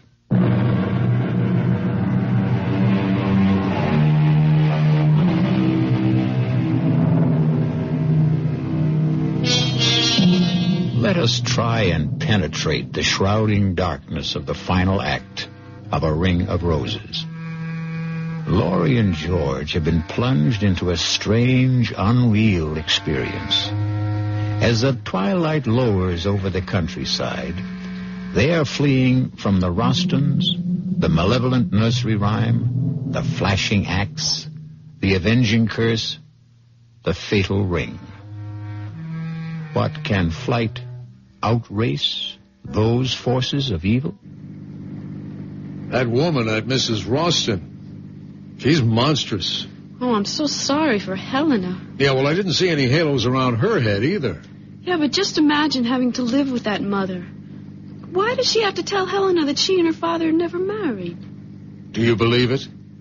Well, why would she lie about something that important? Maybe out of just plain malice. Or what? It just occurred to me, couldn't she have invented that story about the curse the ring puts on firstborn Roston girls? Well, to what end? Simple. It'd be a guarantee that she'd never be alone. That she could hold on to her daughter for life. Like the woodcutter. Oh, don't remind me of him. Anyway, I can't see how the ring and whatever it's supposed to do fits. Well, if she made up the business about fate keeping her from marrying Helena's father, now wouldn't that be a kind of evidence, proof for Helena that the curse was real? Well, then why would she give us the ring? Well, I'm only guessing, but couldn't it have been Mrs. Roston's way of telling her daughter that she wouldn't marry even if the ring was off the premises, so to speak? But, George, whatever we think of Mrs. Roston, she's still a mother. And what mother would sentence her daughter to a lifetime of misery? Huh? Look, I'm sorry I got you into this mess. I didn't dream it would be that horrible. Well, you had no way of knowing. Well, looking back, I should have. Helena, always so strange, so withdrawn, so mysterious about herself, her home, and her mother. It should have been a warning. Honey, let's find a happier subject. Such as? Well, let's see. Okay, it's not original, but it'll do. For instance, if and when we have our first baby, would you want a boy or a girl? Oh, don't be corny. Why not? Corn is fine as long as it's... George! George, isn't there someone in the road? Where? Well, look, straight ahead. Oh, yeah, that's a woman. Well, we're not stopping for man or beast or any mixture of the two. There, that should get her off the road. Because if it doesn't, then she may be another bit of PSP and we can drive right through her. Darling, slow down. She's waving at us. George, slow down! No way. If that's a living body and it wants to stay that way, she'll get off the road. Oh, please. She isn't moving from the middle of the road. Damn her teeth, whoever she is. George, you're going to hit her. Laurie, all right? Yeah, I think so. That stupid woman. It's Helena. Yeah. Well, just wave goodbye and we'll get going.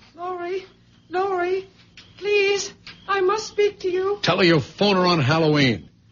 Hey, wait, Laurie, don't lower the window. Well, she's in trouble. Better her than you. There can't be any danger in finding out what she wants. Haven't you been through enough? Helena, we're in a hurry. Telephone Laurie tomorrow. No, don't go, please. Let me explain. George, I don't have the heart to... Are you sure that's Helena? Well, of course. Her face, it looks so strange. Well, what's strange about her face? Look at her eyes. They're washed out. They're sunken as if she's taken some kind of drug. That's probably because she's been crying. I'm lowering the window. And you're also raising my temper. Well, what do you want me to do? Just wave goodbye and we'll get going. Oh, she's gone to the front of the car now, George. Oh, she does look dreadful. Why not? She is dreadful. I've got to find out what she wants. Just 1 minute. Let me talk to her for just only 1 minute. Okay. 60 seconds. But don't lower the window more than an inch. Helena, over here. Now, what is it? Oh, thank you, Laurie. If you only knew how miserable I am about what happened today. It was all my fault. You don't have to apologize. It wasn't anybody's fault. Mother had only the best intentions in giving you the ring. Sure she did. Nothing like unloading something on a couple of strangers that isn't yours to give away. But the ring does belong to her mother. Only to be given to her child, which excludes you. Well, that's true, but you see, after me, there won't be any Rostons. But you will marry Helena. Just wait and see. I doubt it. And even if I did, my children won't be Rostons. Helena, this has been the weirdest day in my life. Now, frankly, the sooner we get away from here, the better off we'll feel. Just one more thing. Prove to me that you are still my friend, and please, take the ring. No, Helena. Thank you, but I couldn't. Absolutely not. Helena, why don't you just throw that ring away somewhere? I can't. I'm not allowed to. It has to be given to a Roston or to the person closest and dearest to me. But how could you expect me to take it? Every time I'd look at it, I would remember that terrible scene in the woods. I swear, the ring has nothing to do with what happened out there. It never has before. This is the first time. And it'll be the last for us. Okay, Helena, stand away from the car. I'm backing up. Laurie, if you don't take the ring, I'll die. I know I'll die. You won't die, Helena. Why should you? Because it will mean that I've lost my only friend and that I'll have no one to turn to, and I'll be stuck here in this prison with my mother. And she'll never let me go. Never. So long, Helena. If I return to the house with the ring, my mother will do something terrible. If you don't take the ring, I'll throw myself in front of the car. I don't care anymore. I don't care. Helena, give me the ring. Oh, you mean you will take it? Oh, Laurie, you've made me so happy. I'm indebted to you forever. Forever.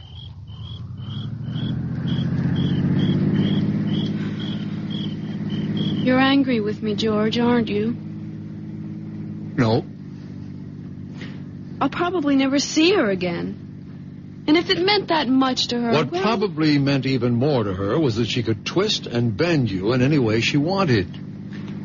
Well, in a way, it was her last hope of getting out of that house. That's why I finally took the ring. Actually, what harm could it do? I don't know, Laurie, except that anything connected with the Rostons seems dangerous. That's because the Rostons are difficult to understand or explain. Well, that may be. But while we might never get to the bottom of that axe job in the woods, there must be a key somewhere to the Rostons. After all, they're not ghosts or optical illusions. They're people, living, breathing humans. Still, for all we know about them, they're just as haunted as that phantom woodcutter and his crazy daughter. Let's stop talking about them. I will, if you do me an important favor. If I can. You can. Throw that ring away. You mean now? Right this second. Open the window and throw it out. But Why? Honey, I'd consider it a special favor to me if you got rid of that ring. Well, I have no intention of keeping it. But I don't want to just throw it away. What do you want to do with it? Give it away. To whom? I haven't thought yet. Try thinking about it right now. You sound as if you're ordering me to do it. Actually, I'm begging you, Laurie, begging you to get rid of the damn ring. I said I would. But when? When I find someone to give it to. Someone who would appreciate it. It just doesn't make sense to just throw away something that's probably valuable for just anyone to find or to have it crushed under a car. Say, I know what I could do with it. Drop it, Laurie. It's only going to get us into an argument. No, I'm serious, honestly. I just thought of where this ring could do the most good. Fine, you do what you want with it, but let's not talk about it. Oh, you'll agree? I bet you will. Oh, honey, do you realize that since we've known each other, we've never had so many disagreements? But I'm not disagreeing with you. Good, then let's change the subject. Or better still, let's let everything take a rest. If that's what you want, fine.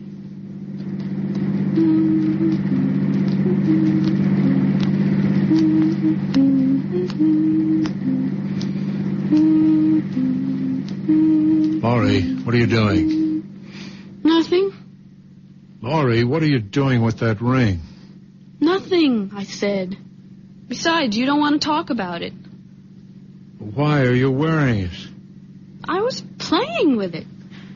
I just wanted to see if it fit. Will you please take it off? What are you getting so excited about? That ring, if you can't throw it away, at least put it away. You're getting awfully bossy, George. You're doing it only to get a rise out of me. You can forget about it. Because I'm going to give it to that thrift shop around the corner from where I live. Great idea. Now, please take it off. All right. Anything for some peace. Hey, that's funny. What is? The ring's stuck. I'll get it off. You shouldn't have put it on if it was too small. But it wasn't. In fact, it felt too big. Isn't that strange? I can't even twist it. Get the flashlight out of the glove compartment. Now turn it on and hold your finger under the light. There, can you see it? Your finger doesn't look swollen. No, it isn't swollen. But the ring won't budge. George, do you hear something? Hear what? That voice. The singing. Don't you hear it? No, I don't. Wait. Yes, I do. It's that song. Where's it coming from? I don't know. It seems to be surrounding us. I'll turn the bright lights on. You keep trying to get that ring off. I am trying, but it's as if it's cemented to my finger. And that singing, it's the same as the girls in the forest. Get rid of the flash and give me your hand. What for? Maybe I can get it off. Well, you can't. You're driving. There's no traffic, Laurie. I can manage the wheel with one hand. Why don't we wait till we get to a gas station? Then I can get it off with a little soap. Come on, give me your hand. All right. No, wait. I can't. Why not? Oh, I just can't, George. Laurie, you were about to drive me out of my head. Why can't you give me your hand? Because I remembered something. What, for heaven's sake? What, Laurie? Well, what Helena said back there. When she wanted me to take the ring. She said a lot of hysterical things. That if she couldn't give the ring to a Roston, it would have to be to a person nearest and dearest to her. Oh, Helena's all whacked up. Now give me your hand, Laurie. But what if it's true? Oh, that voice, that terrible voice. Why doesn't it stop? Laurie, please give me your hand. No. Because if you can get it off, then you'll be stuck with it. Who cares? I don't want anything to happen to you. Not for anything. George, look straight ahead. Oh, it's them, the two of them, the old man and the girl. He's got an axe. I'm stopping the car. No, don't. Go around them. Throw them. Throw them down. Kill them. Do anything, The brakes aren't working. George, we're practically on top Laurie, for the last time, give me your hand. The ring can't harm him.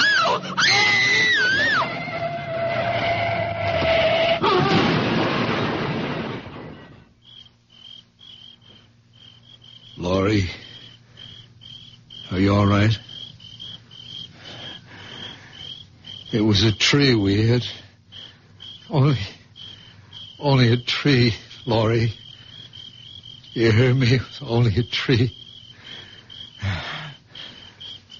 Laurie, the ring. The ring. What did you do? Not on your finger. Your finger. Good Lord. She's dead.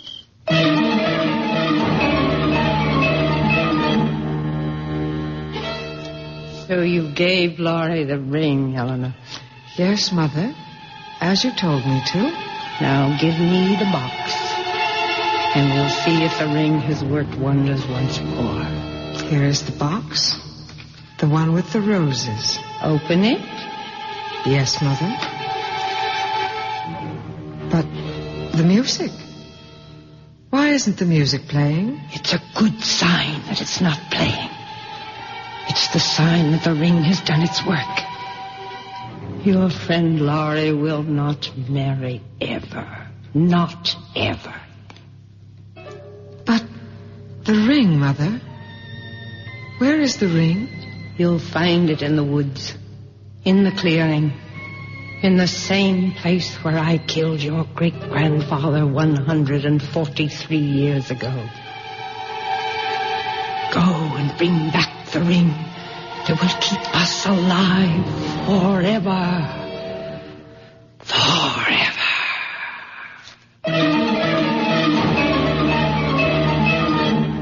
Forever, you ghosts. Forever you sing. But your death is as forever as your grim, rosy ring. I'll be back shortly.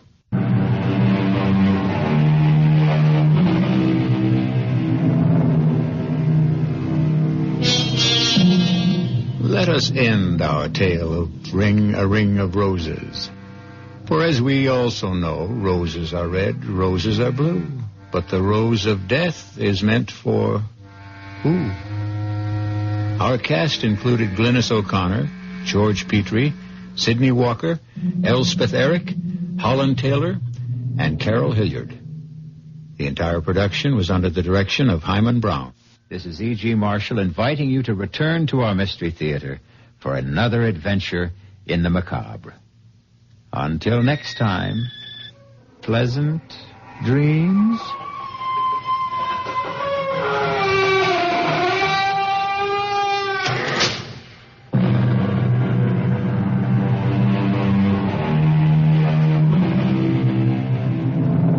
Car care expert Linda Clark joins us next hour. And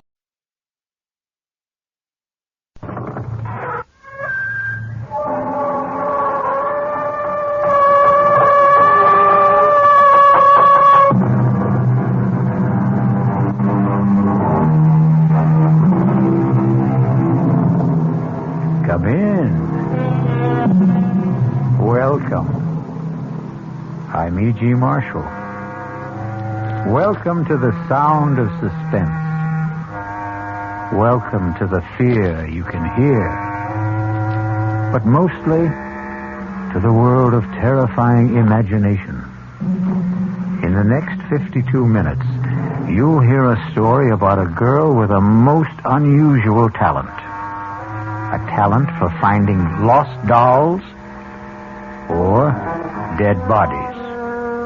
You may not be glad you met Iris Lloyd, but we don't think you'll forget her. Aunt Faith! Aunt Faith! I'm here! I'm here! Come and find me! Where are you? Oh, my poor darling! Where are you? Help me! Help me! It's so dark, and I'm afraid.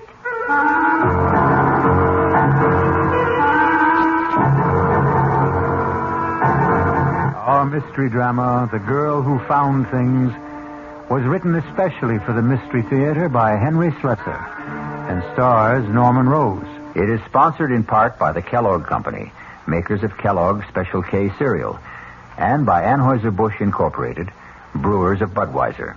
I'll be back shortly with Act One.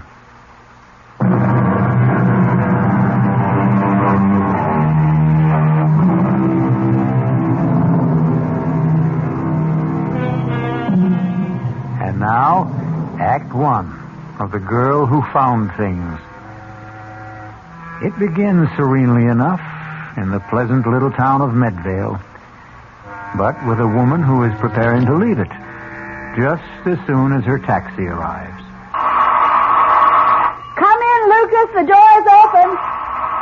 Oh, for heaven's sakes, that man's dead. Oh, evening, Miss Wheeler. I hope I'm not too early. No, I'm all packed. You can take that trunk in the hallway first. Then I've got a few small suitcases, but they can go on the back seat with me. Yes, ma'am. That all you're taking to Europe? I sent the rest ahead to the ships.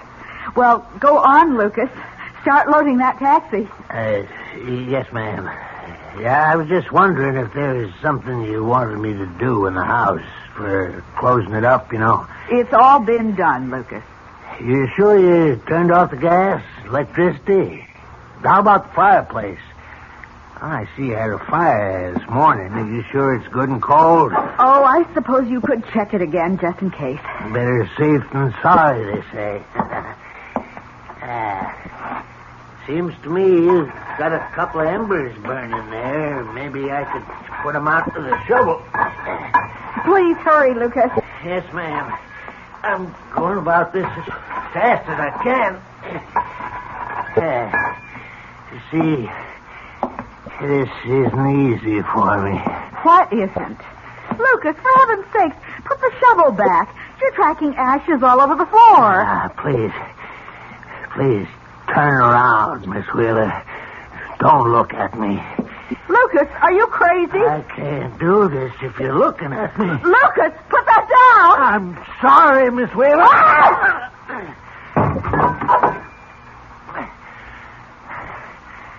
Had to do it, Miss Wheeler. I had to. Now I got to pick you up. Take you outside through the woods. That's where I got to bury you, Miss Wheeler.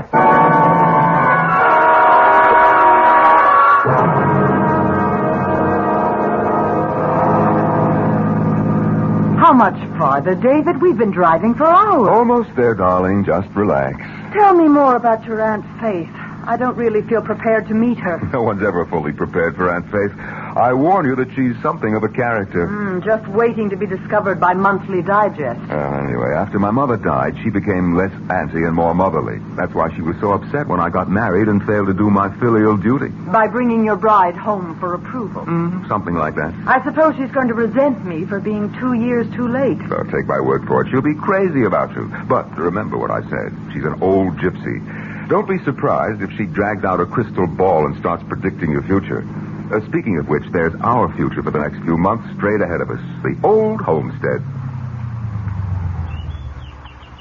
David, is that you? It's us, Aunt Faith. Oh, David, my handsome boy. Hello, Auntie. Oh, I'm so glad to see you. It's wonderful seeing you. Aunt Faith, meet Rowena. Well, and it's about time. Hello, Mrs. Demarest. Nice to meet you at last. Oh, David, she's beautiful. Well, come inside. Come in. I've got a fire going. Let me take your coat, my dear. Oh, what a lovely fur. What is it, mink? Sable. I told Rowena she ought to wear the label on the outside so that people... Oh, well, I didn't know that you had company, Auntie. Oh, yes. David, this is Lieutenant Reese. Lieutenant, this is my nephew, David Wheeler, and his wife, Rowena. Lieutenant, that isn't a military title, is it? No, sir. I'm with the police. Oh, of course. Well, how do you do? I'm sorry we have to meet this way, but then I always seem to meet people when they're in trouble. Of course, I've known Mrs. Demarest for some time. Well, Lieutenant Reese has been a wonderful help with my charity work, David. And he's been such a comfort since this awful thing happened. Yes. Oh, well, it's been years since I was in this room. I'd appreciate it if you and I could have a word alone. Oh? Oh, Rowena, I'll tell you what. Why don't you and I go upstairs and I'll show you your room? Yes, that would be fine. I can even show you the room where David was born and his old nursery. Well, how long's it been since you left Medvale, Mr. Wheeler? Oh, maybe 10 years. I've been back here on visits, of course. Once when my father died 4 years ago. As you know, our family business is down south. Yes, I know. You and your sister... My half-sister. Yes, you and your half-sister, Geraldine. You were the only proprietors of the mill, weren't you? Mm-hmm, that's right. But you did most of the managing, I gather. When your parents died, Miss Wheeler kept the estate and you went to Virginia to manage the mill. That's how it was, right? That's how it was. Successfully, would you say? Lieutenant, I'm going to save you a great deal of time. Geraldine and I didn't get along. We saw as little of each other as we both could arrange, and that was very little. Thank you for being frank. I can even guess your next question, Lieutenant. You'd like to know when I saw Geraldine last. When did you? 3 months ago in Virginia, on her semi-annual visit to the mill. But you were in Medvale after that, weren't you? Well, yes, I came up to see Geraldine in March on a business matter. As my aunt may have told you, Geraldine refused to see me. What sort of business matter was it? I wanted Geraldine to approve a bank loan I wished to make to purchase new equipment. She was against it, wouldn't even discuss it. So I went home. And you never saw her again? Never. And in case you're wondering, Lieutenant, I have no idea where she is. No idea at all.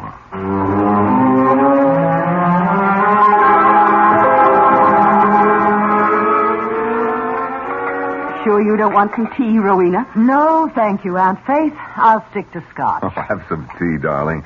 Auntie wants to read your future in the leaves. Oh, I wish I could read the future. Or rather, the past. You're thinking about Geraldine. I simply can't understand what became of her, David. She was all set for that trip to Europe. Some of her bags were already on the ship. You remember Lucas, the taxi driver? Oh, yes, of course. Well, he came out here to pick her up, take her to the station, but she wasn't here. She wasn't anywhere. Well, I suppose the police checked all the usual sources. Hospital, morgues, everywhere. Lieutenant Reese said anything could have happened to her. She might have been robbed and murdered. She might have lost her memory. She might even have... Well, this I'd never believe, but Lieutenant Reese said she might have disappeared deliberately with some man. I know what happened to her. Do you? She just left. She just walked out of this big, gloomy house and this crawly little town. She was sick of living alone. David, I have an idea about how we can find Geraldine. Really? I'm going to ask Iris Lloyd where Geraldine is. Ask who? Iris Lloyd. Now, don't tell me you've never heard of the child. For there was a story in the papers about her only 2 months ago, and heaven knows I've mentioned her in my letters a dozen times. I remember. She's the one who's psychic or something. Some sort of orphan? Yes, Iris is a ward of the state, a resident at the Medvale Home for Girls. I've been vice chairman of the place for donkey's years. That's how I know her. Well, she's 16, David, and absolutely uncanny. And what makes her such a phenomenon? She's a seer, David. A genuine clairvoyant. Oh, not a medium at 16. Oh, no. I suppose you could call her a finder. She seems to have the ability to find things that are lost. People, too. How does she do it? I'm not sure Iris knows herself. The gift hasn't made the poor child happy. Such talents rarely do. You know, one day, the home had a picnic at Crompton Lake.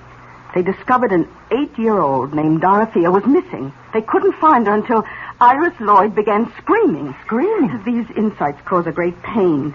But she was able to describe the place where Dorothea could be found, where the girl had sprained her ankle. Oh, you're right, Auntie, darling. I don't agree with you. Let's just leave the search to the police. David, I've arranged with the home for Iris to spend some time with us. Are you serious? You invited that girl here? Well, she has to become acquainted with Geraldine's aura. Don't you see? The aura that's still in this house. Well, I won't have it. I'm sorry, Auntie, but the whole thing's ridiculous. Oh, I knew you would object, David, but I'm afraid I have to insist. We're picking up the girl this afternoon. Oh, really now, Aunt Faith? You understand, my dear. don't you? Yes, I understand, Mrs. Demarest. And I'm looking forward to meeting Iris Lloyd.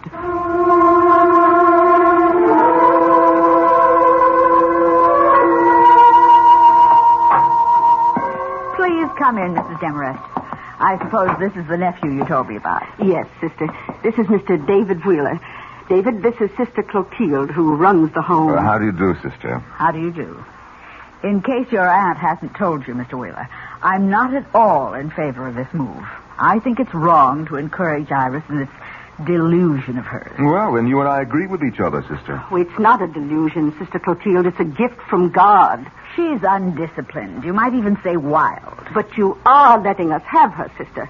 She can come home with us. Did you think my poor objections carry any weight, Mrs. Demarest? One moment. Sister Pauline, would you send Iris Lloyd in now? Shall I come in? Yes, Iris, come in. Iris, you know Mrs. Demarest. This is her nephew, Mr. Wheeler. Hello. Hello. You remember me, Iris. I've been coming here at least 3 or 4 times a year to see all you girls. Yes, Mrs. Demarest. Now, the directors have been good enough to let us take you home with us for a while. We need your help, Iris. We want you to see if you can find someone who is lost. Yes, Mrs. Demarest. I'd like to come home with you. I'd like to help you find Mrs. Wheeler. Oh. Then you know about my poor niece, Iris? The Secret Service couldn't have secrets here, Mrs. Demarest. You know how girls are. Well, I guess we can get started any time if Miss Lloyd is ready. Please call her Iris, Mr. Wheeler. Remember that you're still dealing with a child.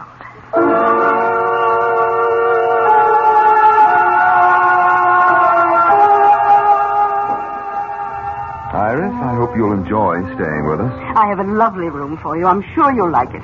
You know what I'd really like? What's that? A cigarette. Iris! Don't tell me you smoke, Iris. Only when I can get away with it. Well, you're not getting away with it now, for heaven's sake. Oh, never mind, never mind.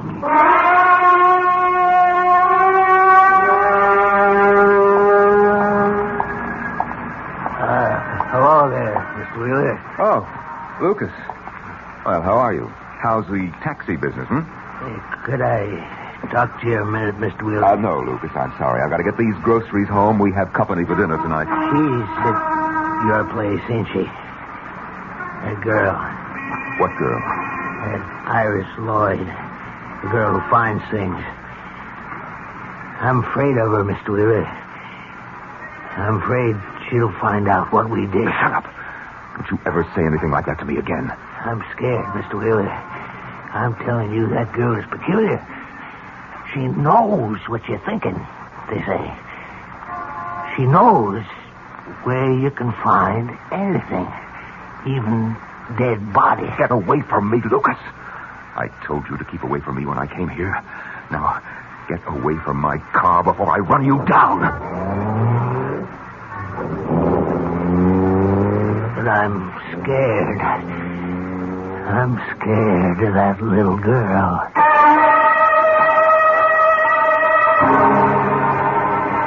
Lucas, the taxi driver, Lucas, the murderer, is scared. But David Wheeler seems to be frightened, too. And maybe we'll learn if the fright is justified when we return shortly with Act 2.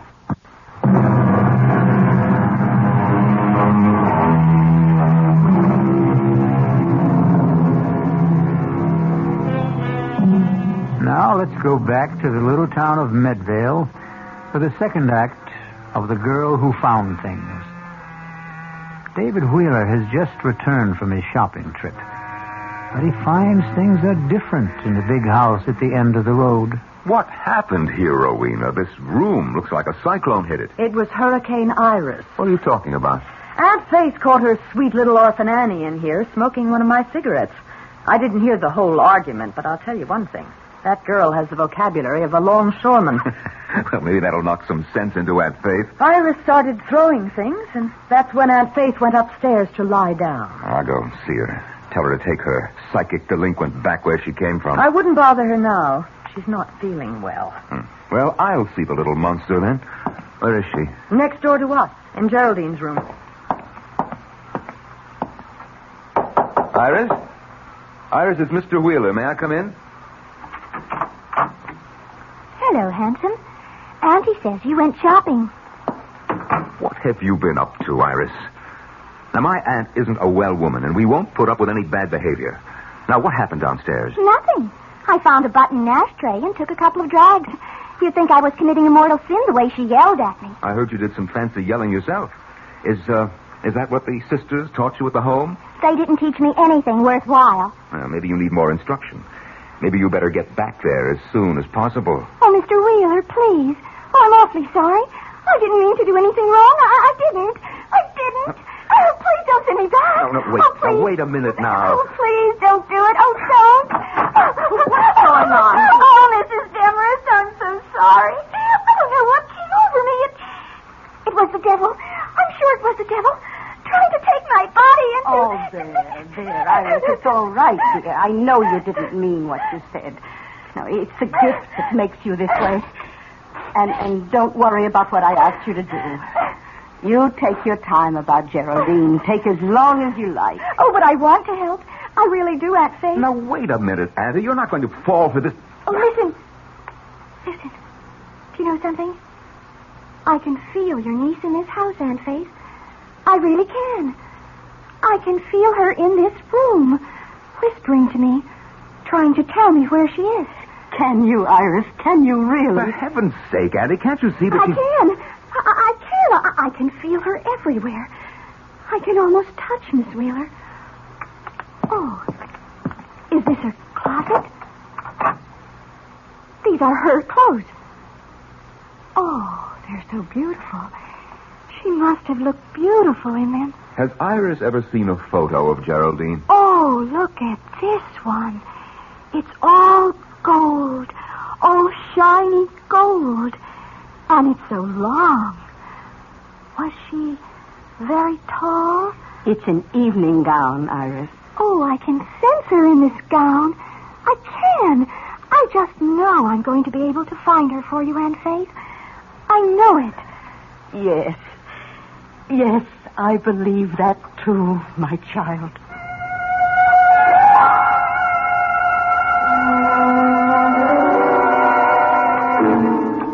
Won't you have some more of the beef, Rowena? No, thank you. And we'd better save some for Iris. Something tells me that little girl has a very big appetite. Well, I wish she'd come downstairs. I told her dinner would be served at 7:30. Would you like me to go upstairs and see if she's all right? No. I'm sure she'll be down in a moment. You've really forgiven her completely, haven't you? Of course. Oh, you don't understand psychic personality, David. It wasn't her swearing at me this afternoon. It was this demon which possesses her. The same spirit that gives her the gift of insight. David, your fork. Take a look at what's coming downstairs in a gold lame evening gown.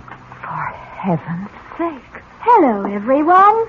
Iris, whatever are you wearing? You go upstairs and get that dress off. You have no right to wear my sister's clothes. Take it off. Why should I? You heard me. Get that dress back in the closet. I won't, Aunt Faith. No, I won't take it off. You know what I told you. I have to wear your niece's clothes so I can feel her aura. You're going to feel my foot in about 5 seconds if you don't go upstairs. No, everybody in this house hates me. Iris, don't. No, please don't cry. Oh, David, you shouldn't talk that way to the poor girl. I won't stay here. I won't help you find your niece, that's all. You can't do anything of the kind, and you know it. Iris, listen to me. Yes. Iris, you remember those things you did at the home? The way you found things for Sister Therese? Yes. Do you think you could do something like that again, right now for us? I don't know. I could try. Would you let her try, David? I don't know what you mean. Now, I want you to hide something or name some object you've lost or misplaced, perhaps somewhere in this house. This is silly. It's a parlor game. The least you can do is try it. All right. How do we play this game of hide and seek? David, what about the cat? The cat? You remember, you once told me about a wool kitten you used to have as a child. You said you lost it somewhere in the house when you were 5, and you were so unhappy about it you wouldn't eat for days. Oh, that's 30 years ago, Rowena. All the better, David. Iris, do you think you could find it? Could you find David's claw kitten? Oh, I'm not sure. I'm never sure. Just try, Iris. We won't blame you if you fail. It might have been thrown out ages ago, but try anyway. All right. I will. But you'll have to shut off the lights. And then what? Burn incense and chant? David, please. Turn off the room. I'll do it. There, Iris. The room is dark enough, isn't it? Yes. It's dark enough when I close my eyes. What's she doing? Breathing, obviously. I think she's going into a trance. It's so hard to know if she's faking or not, isn't it? Not for me, darling. She isn't, David. I know she isn't. She's in a genuine trance. Listen. Hot. Oh, it's so hot. She's sweating. So hot. She isn't faking that, David. So hot back here. Oh, please. Oh, please. Kitty is hot. Hot Kitty is hot. Kitty, she could be talking about the wool cat. Well, what if she is? Oh, please. Please, somebody. Help. Help Kitty. Help her. Please help Kitty. The girl is in pain. It's an act, I tell you. Hot. Behind the stove. So hot. Kitty, so hot. Behind the stove, is that what she said? Iris, darling, are you all right? David, turn on the lights quickly. Oh, Auntie, it was all gibberish. Rowena, it's just nonsense. You're so stubborn, David. Well, she said it clearly. The kitten's behind the stove. Well, you probably stopped it when you were a little brat of a boy. We could find out, couldn't we? Is the same stove still in the kitchen? I suppose so. There's a microwave oven, too, but they've never moved the old iron monster. Let's look, David, please. I can't feel anything behind here. Well, try the other side, David. No, this is ridiculous. Look, my hands are getting filthy. Here, use this ladle. But it's no use, Rowena. It simply can't. It can't. David, what is it? Did you touch something? Huh? Oh, yes. Something. I don't know what. Well, can you get it out? Yes, I think so. Oh, good Lord. David! It's a cat. A wool cat. Yes. It's so filthy and old, but it's still a cat, isn't it? Is it the one you lost? Is it? Yes, it's the one. David, you look so strange. You look frightened.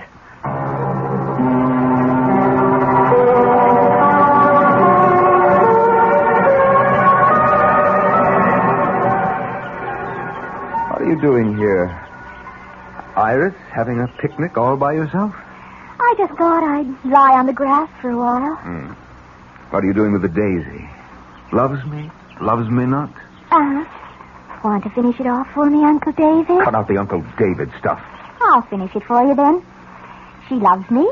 She loves me not. She loves me. She loves me not. Too bad, Uncle David. She just doesn't love you. Who? Your wife, of course. Who else? Bye now. Iris, wait. Yes? Look, I want to talk to you a minute. Really? Iris, what's the story with you? You've been here over a week and you haven't done anything about... Well, you know what? This is just a great big picnic for you, isn't it? What if it is? You think I want to go back to the creepy home? It's better here. No uniforms, no 6 a.m. prayers, none of that junk they call food. Also, I like the company. I suppose I should say thank you. There's nothing you can say I don't know already. I'm psychic, remember? What about that, Iris? Is it just some kind of trick? You can tell me. I'll show you if it's a trick. Want me to tell you all about yourself? All right, go ahead. Okay. Your wife hates you. She thinks you're rotten. You weren't even married a year when you started running around with other women. You never went to the mill, not more than once or twice a month. That was how you ran the business. All you knew how to do was spend the money. You little brat. You're not psychic, you're an eavesdropper. Oh, let go of my arm. Your room is right next door. You've been listening. You think I could help hearing you two arguing? No, I guess you couldn't. I'm sorry, Iris. I hope I didn't hurt you. I know a way you can make it up to me. Like this. Oh, hey, now cut that out, will you? Don't you want to kiss me? No, you dumb kid. I'm not a kid. I'm almost 17. You were 16 3 months ago. I'm a woman. But you're not even a man.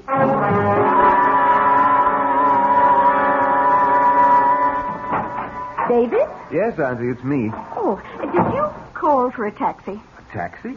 No, why? Should I? Oh, I don't know, but Lucas's cab is in the driveway. He said he was waiting for you. Lucas? Well, I'd better go and see what he wants. Dinner will be ready around 7, David.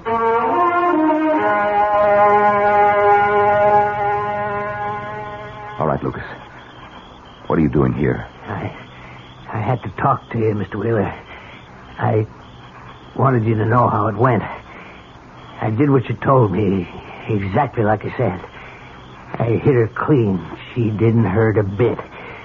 No blood. All right. I don't want to hear about it anymore, Lucas. I'm satisfied.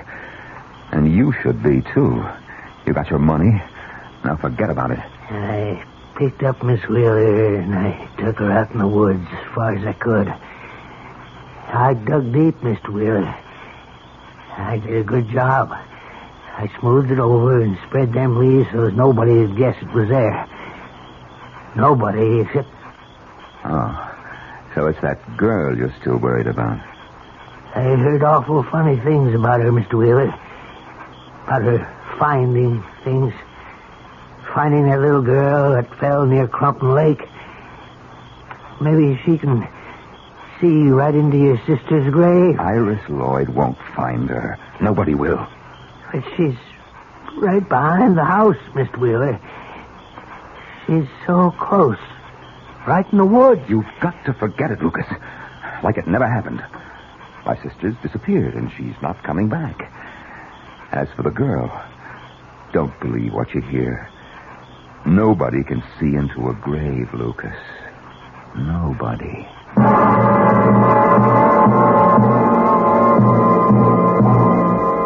Is David Wheeler really as convinced as he sounds? Or can Lucas detect the doubt in his voice and the fear in his eyes?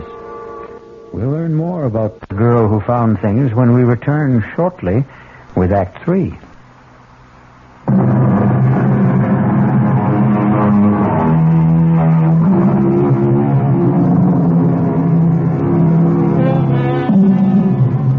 Now let's return to the Wheeler house in the town of Medvale.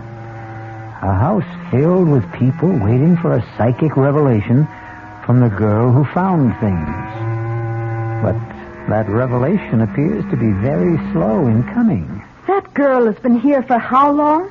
2 weeks? It seems like 2 months. And she hasn't done a thing but enjoy herself. David, what's the point of our staying on? You said you had some affairs to settle. You don't seem to be conducting any business at all. Well, I haven't been in the mood for business. Well, that's nothing very new, is it? How long are you going to keep that light on? I'd like to get some sleep. If you think Iris Lloyd is indulging herself, what about you? Be quiet. I told you that she can hear every nasty little quarrel in this room. That's why I asked for a truce. Well, she doesn't have to eavesdrop, does she? Can't she read minds? Well, she's not the only clairvoyant around here. I can read her mind, too. Well, she's a child, for heaven's sake. She's in love with you. Of course, there's a minor obstruction in her plans, a small matter of your wife. But then I've never been much of a hindrance to your romances, have I? I thought you agreed to that truce. You are a pacifist, David. That's part of your charm. That's why you came up here in March, wasn't it? To make peace with Geraldine. I came here on business. You came to keep Geraldine from sending you to prison. That was the business. You know nothing about it. I have eyes, David. I know you were taking money from the mill. Too much money. Geraldine knew it, too. How much time did she give you to make up the loss? All right. If you won't let me get some sleep here, I'll sleep in the library. David? David, is that you? Yes, Aunt Faith. What are you doing up? Oh, I heard a noise. Oh, well, it was me, probably. I was just going down to the library to find a book to read. No, it wasn't you. David, look. What? Oh, it's Iris. Yes, in her nightgown. What's she doing in the front hall, dressed like that? David, she's sleepwalking. What? Look at her eyes. David. We have to follow her. No, let her alone, Annie. You're not supposed to disturb a sleepwalker, are you? I've got to follow her. All right, I'll come with you. David, she's talking to herself. Can you hear her? What did I forget? What did I forget? Oh, did you hear that? Did you hear what she said? Yes, but I don't understand it. Why doesn't the taxi get here? Why doesn't it get here? Taxi. She said something about a taxi, David. Yes, I heard her. Oh, we have to be going to the station. I'm so nervous. I'm always so nervous when I go on a trip. Please get my luggage. My luggage. Oh, dear God, David. She's in a trance. She's talking the way... Oh, what did I forget? Gas, electricity, telephone. The fireplace. Is the fireplace cold? Oh, no! Not the fireplace! Not the fireplace! What does she mean? I don't know, but... Auntie, I think this is wrong. I think we should get her back to bed. No. Don't touch her, David. Don't. Look. She's heading for the back of the house. Come on. Yes, we've got to follow her. I think she means to go outside. We can't let her do that. Maybe it's important. Maybe it's something to do with Geraldine. Oh, don't be insane. She's just sleepwalking, that's all it is. Iris, wake up. David, don't. You mustn't. You want that girl to catch pneumonia? Iris. No. Iris. Don't. Please. Iris. Please don't. Iris, Don't. wake up. Don't. Oh, David, what have you done? You're not supposed to wake a sleepwalker. Everybody knows that. Let me go. Stop it. Oh, somebody. Stop it. Help me. Iris. Help me. Iris, it's only me, Iris. He's trying to kill me. He wants to kill me. No, darling. It's all right. It's only us. Wake up, I said, wake up. Oh, you poor child. You poor baby. Oh, David, that was a cruel thing to do. Oh, and Faye. Yes. Iris, I'm here. Oh, are you all right? Oh, yes. Yes, I'm all right now. Oh, I was so frightened for you, dear. Yes, but I'm all right. I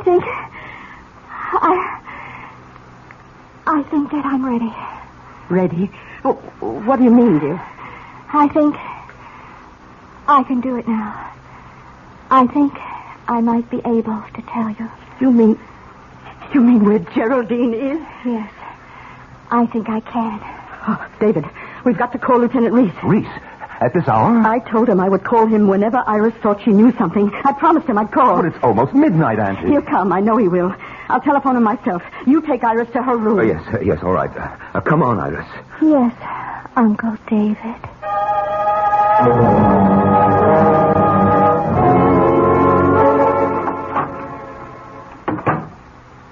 Well, Uncle David, are you scared? What are you talking about? You look scared. Scared of me? Shut up. I thought you would be. The minute you heard that I was ready. I'm sending you back. Iris, you're a fake. Even your sleepwalking act was a fake. Oh, David, you're so cute. You really are. But you know what? I don't have to be ready. I don't have to do anything at all when that policeman gets here. Not if you don't want me to. You don't know what you're talking about. You better kiss me now, David.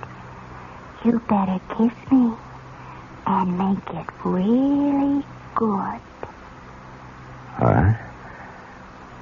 All right, if that's what you want. David! Oh, get out of here! I don't want you in my room. Rowena. You were right about the walls between these rooms, David. You can hear every little thing. I hate you. David hates you, too. Tell her, David. Why don't you tell her? Yes. Why don't you, David?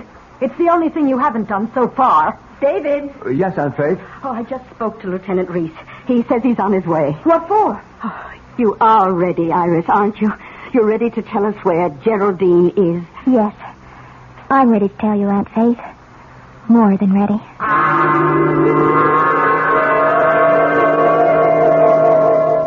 Are you sure she's all right, Mrs. Demarest? She looks awfully pale to me. Iris always looks that way when she enters the trance. It's a fraud, Lieutenant. The whole thing is a fraud. You mustn't be taken in. Well, I'm just trying to keep an open mind, Mr. Wheeler. Oh, it's starting.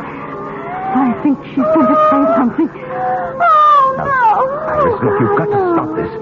That girl is working herself into some kind of fit. It's all her own doing, isn't it? Well, maybe Mr. Wheeler's right. The girl might do herself some harm. No, you must wait. Listen. Aunt Faith! Aunt Faith, I'm here. Aunt Faith. Come and find me. Oh, help me, it's so dark. Oh, won't somebody help me? It's Geraldine. Oh, dear Lord, it's her. Oh, where are you? Oh, Geraldine, my poor darling. Where are you? Help me. It's so dark. And I'm afraid. Where, Geraldine, where? Tell us where you are. Someplace far away. A place with ships.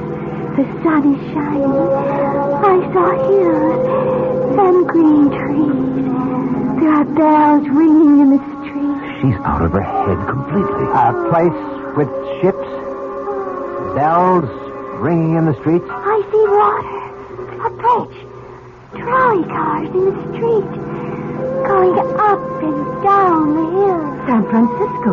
I'm sure she means San Francisco. Yes, it sounds like it. Iris, do you mean San Francisco? Is that where Geraldine is? Yes, that's where she is. Well, who knows? It's as good a guess as I've heard. Has Miss Wheeler ever been in San Francisco before? Never. Why would she go there? David?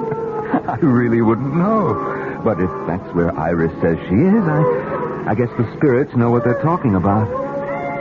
She's waking up. I want to go home. Oh, please, somebody take me home. To Sister Clotilda.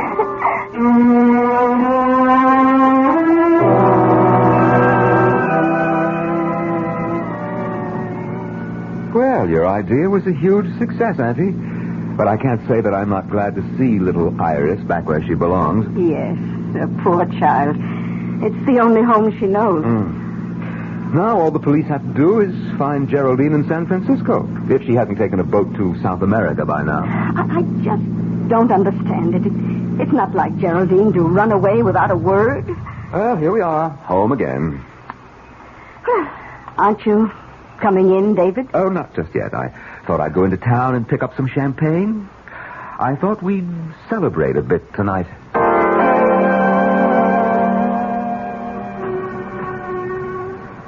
Well, hello, Lucas. How's the taxi business, huh? Could be better. You got any news for me, Mr. Wheeler? Oh, yes, Lucas. I've got good news. It's all over. Iris Lloyd is back at the Medvale School for Girls. And she didn't know. She couldn't find out where that woman was. She didn't know, Lucas. Just as I promised. I did the right thing. I know it was the right thing, Mr. Wheeler, but I didn't want to tell you. Right thing? What do you mean? Well, I figured that girl could tell if the body was buried right outside the house, but she'd never find it if it was someplace else, someplace far away. Lucas, what are you talking about? I went out into the woods last week and dug up that woman's body. I put it in that trunk of hers, Mr. Wheeler, and I sent it by train as far away as I could. Too far away for that girl. Yes, sir. Excuse me, Mr. Wheeler. What? Lieutenant Reese. I wonder if we could have a talk, Mr. Wheeler? About what? We've received a telegram from the West Coast. The police out there didn't have any luck tracing your sister, but they did have a report on a steamer trunk. A trunk? It was in unclaimed baggage at the Southern Pacific Depot. It was shipped from Medvale only last week, and, well, it had Miss Wheeler's initials on it. No, it had more than that. So, can we go somewhere and talk about San Francisco?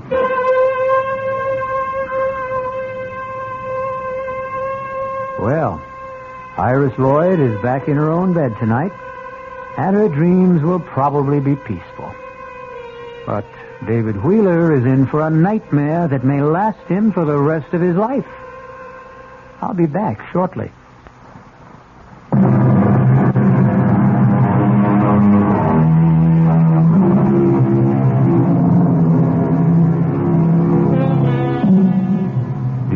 think you have clairvoyant powers? Have you ever had the experience of finding something that everyone else thought was lost? Actually, you've done exactly that. You found the magical world of radio drama. And now that you've made this find, we hope you'll come back for more suspenseful dramas to play inside the theater of your mind. Our cast included Norman Rose, Bryna Rayburn, Robert Dryden, Martha Greenhouse, Barbara Caruso, and Ann Costello. The entire production was under the direction of Himan Brown. Now, a preview of our next tale. All right, Mr. Thompson, I'm a human being, too, and I guess if I got a letter telling me that I was rich, I wouldn't go into mourning. I'd probably go out and celebrate. That's why I wanted to see you, to suggest arranging that happy event without the slightest trouble on your part, without any obligation until you're completely satisfied. Now, in a short time, you'll receive another letter from Johannesburg informing you of the sad news that your cousin, Mr. Well, I still won't reveal his name. Let him remain anonymous. That'll make your decision a great deal easier, I'm sure. What decision? The decision to inherit his estate. This is E.G. Marshall inviting you to return to our Mystery Theater for another adventure in the macabre. Until next time, pleasant dreams.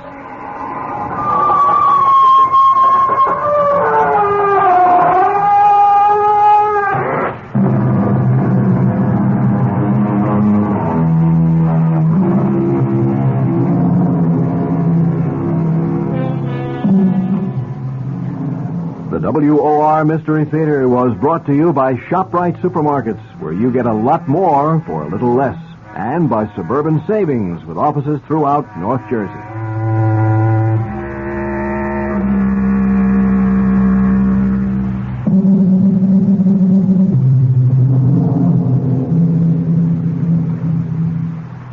The preceding Mystery Theater program was furnished by the CBS Radio Network.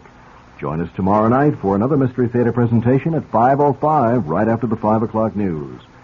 WOR New York, your station for the Mystery Theater.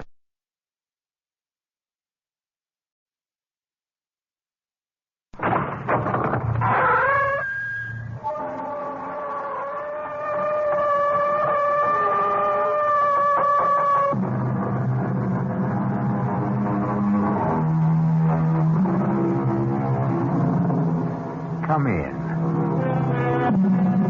Welcome.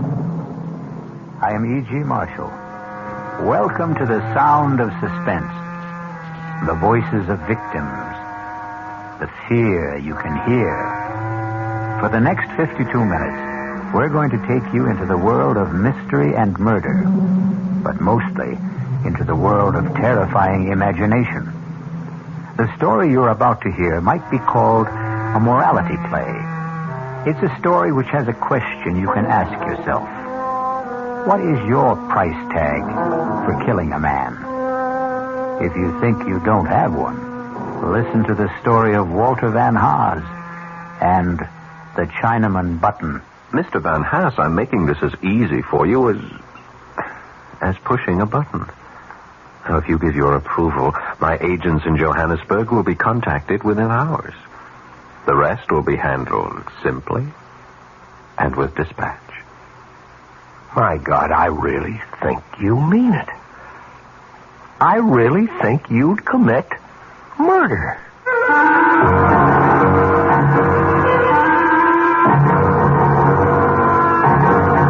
Our mystery drama, The Chinaman Button, was written especially for the Radio Mystery Theater by Henry Slesser and stars Paul Hecht. It is sponsored in part by the Kellogg Company, makers of Kellogg's Special K cereal. I'll be back shortly with Act One.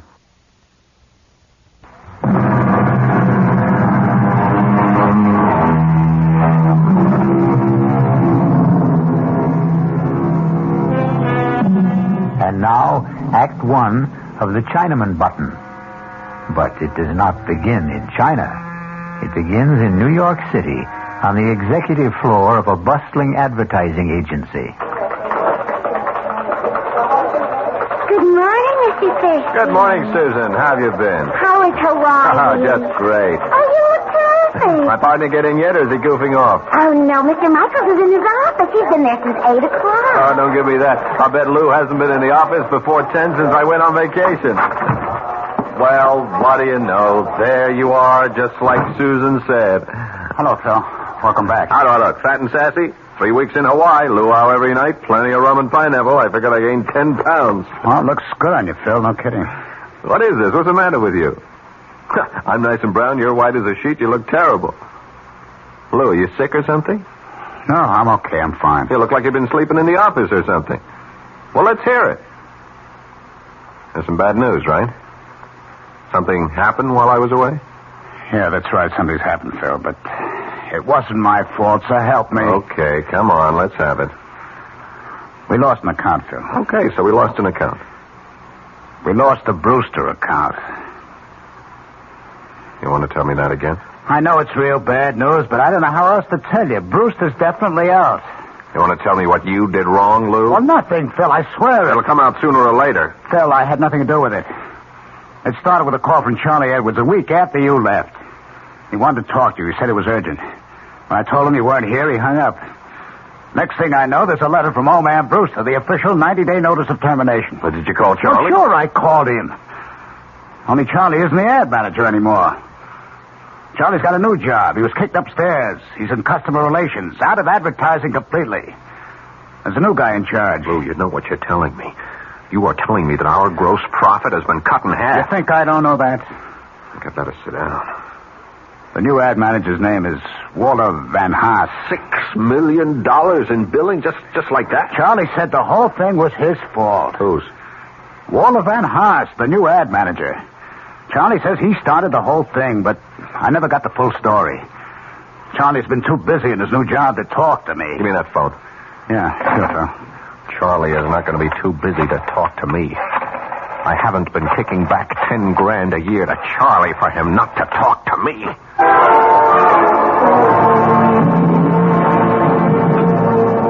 You want to know who Walter Van Haas is? I'll tell you, Phil. He's a Boy Scout, and he won his merit badge for backstabbing. So Walter Van Haas is a backstabber. How did he get close enough to do the job? He's my assistant. He's been my assistant for like 8 months. How come I never knew him? Because that's the kind of guy Walter is. He keeps in the background. He's a mouse, Bill. A $200-a-week mouse. Only this mouse roared like a lion, right? 2 weeks ago, he came running into my office with a box full of invoices. It seems he was conducting a private investigation, Phil. Can you believe that guy? He was checking into all the supplier bills you guys sent over. He was actually checking out every engraver, every stat house, every printer, every artist bill.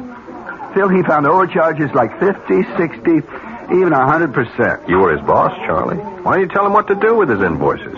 He thought I'd be shocked. He wanted us both to go to old man Brewster and expose your agency. That's when I did the only sensible thing. And what was that? I offered him part of my take. A third of it. Phil, he practically turned blue when I offered him that money.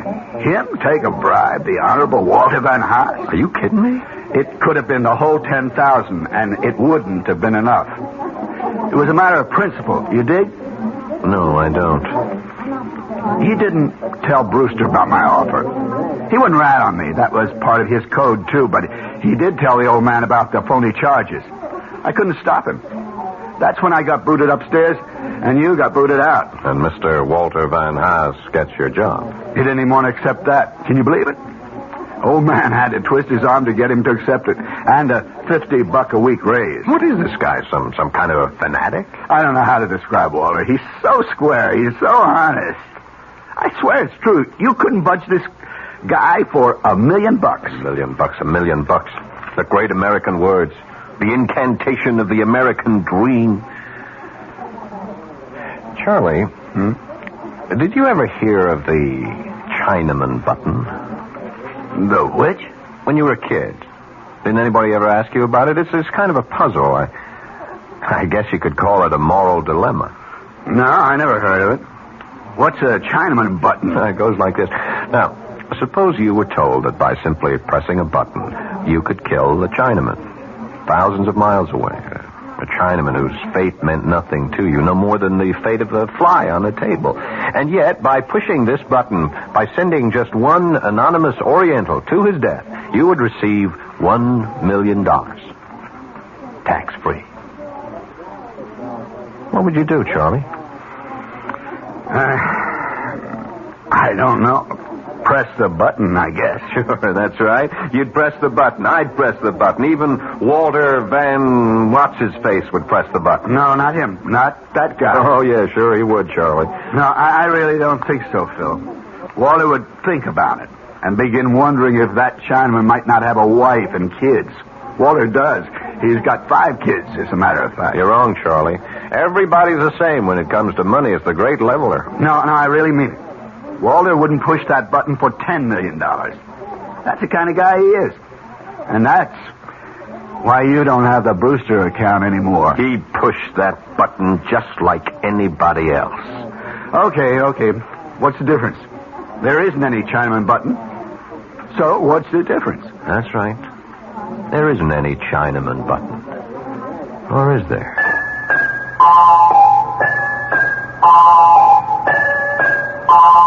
I don't get you, Phil. What's all this talk about a button? I didn't say there had to be a button, Lou. Not literally. Or a Chinaman, for that matter. Van Haas sounds Dutch. How about a Dutchman? What are you talking about? I think you drank a little too much at lunch. He wouldn't be so high and mighty once he pressed that button, would he? That would knock his halo off. What? Which is worse, Lou? Taking a kickback or killing a man? Oh, come on, Phil. Will you talk sense? We'd have him right where we want him. We could call the shots then, Lou. We can get Charlie his job back. We might even get our account back. Oh, for Pete's sake, Phil, will you tell me what you're talking about? Better. I'll show you what I mean. Only first, I gotta compose a letter. A letter to who? Don't rush me. This has got to be done right. We're going to have to print up a special letterhead, something that really looks authentic. Somebody in the art department can do that. But what for? Here, let me use that portable of yours. We'll have to find one of those services that post letters from overseas. Dear Mr. Van Haas, you're writing this guy? Yep. What are you going to say to him? I am going to offer him the American dream, Lou.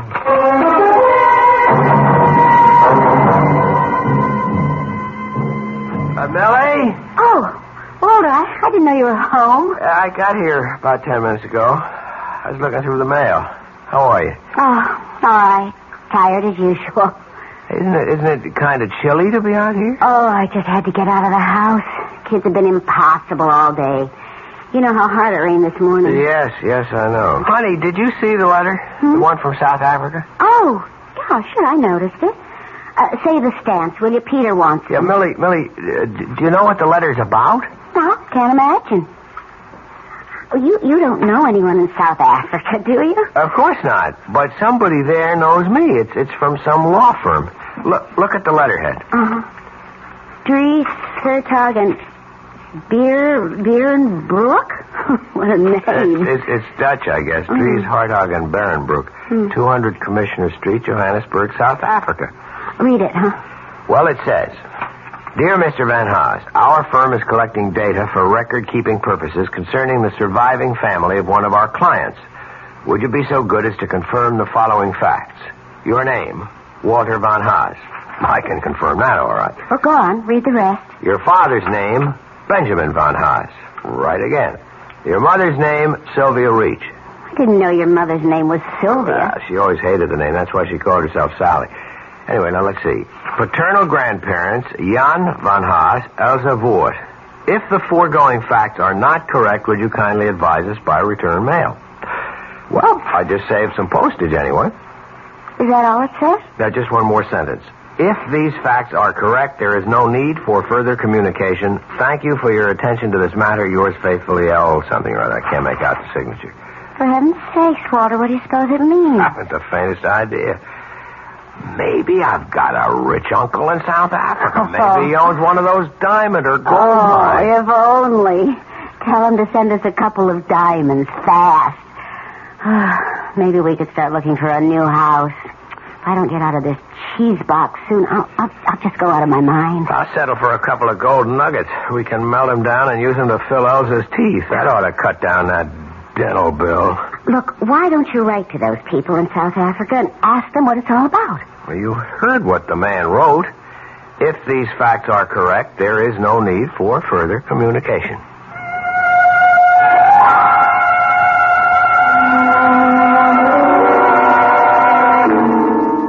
Thank you for your attention to this matter. Faithfully yours, Scribble. How does that sound, Lou? Sounds like the real thing, Phil. Look at that letterhead. Is that perfect or is that perfect? Harry Twinner in the art department did it. Use the transfer type you just rub on the paper. You can't tell it from the real thing. Well, where'd you get the names from? Van Haas's family? I got them from Charlie Edwards, right out of the files at the Brewster Company. You really got it mailed from South Africa? Yeah, straight from Johannesburg. Airmail special delivery. Should have arrived by now. Phil, it's crazy. You're going to all that trouble just for a joke on the guy? It's not a joke. It's serious business. Hand me that phone. Yeah. What are you doing now? Hello, Brewster Company? Mr. Van Haas, please. My name is Thompson. Just tell Mr. Van Haas that I wish to speak to him in connection with South Africa. I'm sure he'll understand. Yeah, I'll wait. Phil, will you please tell me what you're doing? I'm going to make an appointment with this man, Lou. I'm going to make a deal with him. For the Chinaman Button.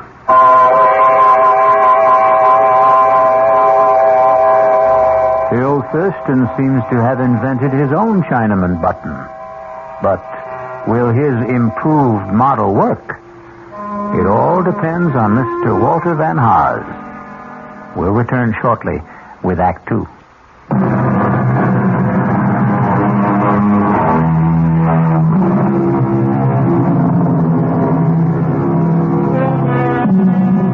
Now, let's go back to Phil Thurston. Or rather, let's go back to Mr. Thompson, since that's the name Mr. Thurston used to make his reservation at the Ebb Tide Restaurant in downtown Manhattan. Nice of you to come all the way downtown to meet me for lunch, Mr. Van Haas. That's okay. I'm sorry I don't have a permanent office, so a place like this is convenient for me. You still haven't told me what business you're in, Mr. Thompson. I would have come to your home for this meeting, but I didn't want to disturb your wife and children. You do have children, don't you? I sure do. 5 of them. How old are they? Stepladder. 2, 4, 6, 8, 10. That's a lot of mouths to feed. Yep, and teeth to fill. Yes, I don't doubt it. Did you say that you were with that law firm in Johannesburg, Dries Hartog, and... Sorry, I can't remember the last name. I'm not sure I could pronounce it if I did. Your family is Dutch, isn't it? Yeah, my grandparents were Hollanders, but the rest of us are strictly Yanks. Well, the answer is no. I don't come from the attorneys in Johannesburg, but I wanted to talk to you about their letter. Frankly, we couldn't figure it out, Millie and I. That's my wife. I don't remember having any relatives in South Africa, and neither does my father. Oh, your dad's alive, then? Yes, he lives in Allentown. I called him, but he didn't have any answer. Well, maybe I can help. You see, there is a relative, but a very distant one. One of those cousins 4 and 5 times removed. What's his name? Well, it wouldn't mean anything to you if I told you. Yeah, but you do know his name. It is my business to know such things. Well, that brings us back to the original question, doesn't it? About what business you're in. The person who told me the name of your relative was a clerk in the offices of Dries, Hartog, and Berenboek. He works for them, but you might say that he's on my payroll, too. I don't think I understand. He's the one who informed me about the letter that was being sent to you and why it was being sent. Is there any reason why you can't tell me my cousin's name? I'd rather not. I think you'll understand why later. But I will tell you something about him. Fine. He left the Netherlands with his family when he was very young. He's lived in South Africa since. He's in the diamond business. Well. He's a widower, he has no children, and he's rich. He is very, very rich. And at the moment, he has only one traceable heir. Wait a minute. You mean that I actually do have a rich uncle in South Africa? No, I said cousin. But that's incredible. I mean, Millie and I were kidding about it. We even said that he might be in the diamond business. Oh, he is, very much so. And are you saying that I'm his only heir? That's correct. Well, if there was the possibility of some kind of inheritance, why didn't the lawyer say so? Simple enough. There was nothing to say. What? The attorneys were only performing a routine function, putting the gentleman's will in good order. Undoubtedly, they'll have to redraw the will sooner or later in favor of a closer relation, such as a new wife. A wife? You see, this rich cousin of yours is only 41 and in excellent health. How old are you, Mr. Van Haas? 43. So that's all there was to it, just a routine inquiry. At the moment, that's all there is to it. Well, I'm not surprised. I never did believe you get something for nothing in this world. I said at the moment. What do you mean? Mr. Van Haas, you don't know this man in South Africa. You don't know the first thing about him. In fact, he means nothing at all to you. I guess so. And the only way he could mean something to you is by dying, isn't that right? Well, that's a rough way of putting it, but if you mean that he won't benefit me until his death, I guess that's obvious. Now, what if I told you that this man will be dead in 2 or 3 days, and that his entire estate will be yours? I thought you said he was healthy. Well, I'm just asking how you would feel. Sorry for the guy, I suppose. Sorry about a man you don't know. Well, he's a human being. I see. Mr. Van Haas, did you read the newspaper this morning? Yes, I did. You looked at the obituary page? Yeah, briefly. Did you feel sorry for all the people whose death was reported? Did you feel any real sorrow for them? No, I can't say I felt sorrow. Because they were all strangers, weren't they? All right, Mr. Thompson, I'm a human being, too, and I guess if I got a letter from Dries, Hartog, and whatever telling me that I was rich, I wouldn't go into mourning. I'd probably go out and celebrate. If you saw my kids' dental bills, you'd understand. But I do understand. Believe me, I understand very well. That's why I wanted to see you, to suggest arranging that happy event without the slightest trouble on your part, without any obligation until you're completely satisfied. What the devil does that mean? All you have to do is say yes. Just that one word, and your dream will come true. Yes to what? Now, in a short time, you'll receive another letter from Johannesburg informing you of the sad news that your cousin, Mr. Well, I still won't reveal his name. Let him remain anonymous. That'll make your decision a great deal easier, I'm sure. What decision? The decision to inherit his estate. Now, hold it just a minute. Are you talking about... Please, keep your voice down. Mr. Van Haas, I'm making this as easy for you as pushing a button. If you give your approval, my agents in Johannesburg will be contacted within hours. The rest will be handled simply and with dispatch. All you'll have to do is wait for official notification of your inheritance. When the money arrives, of course, I'll expect payment in the amount of 50% of the total. By our calculations, I'd say that total should be just about $1 million. Good Lord, I really think that... I think you mean it. I think you really do. I know you have scruples, Mr. Van Haas, but I also think you have common sense. Listen, Mr. Thompson, if that's your name... Yes, of course, you're quite right. It isn't. But it's the name you'll use to get in touch with me. I'm not getting in touch with you because I can give you your answer right now. It is no. Oh, don't be so hasty. I never heard such a filthy proposition in my entire life. Look, if the percentage is the problem, we can discuss it. Our organization has been known to be flexible about such Money things. has nothing to do with it. We could base our agreement on a sliding scale. That is, we would take 50% of any inherited amount up to and including $1 million. Anything after that, our percentage would be 40%. Does that sound more attractive? You talk about it like it was some kind of a simple business deal. But it is. Especially simple for you. A very clean, very uncomplicated deal. You do nothing at all, Mr. Van Haas. Can I make you understand that? You won't be connected to your cousin's death in any way. In fact, our agents are so expert at what they do, it's almost certainly going to be called an accident.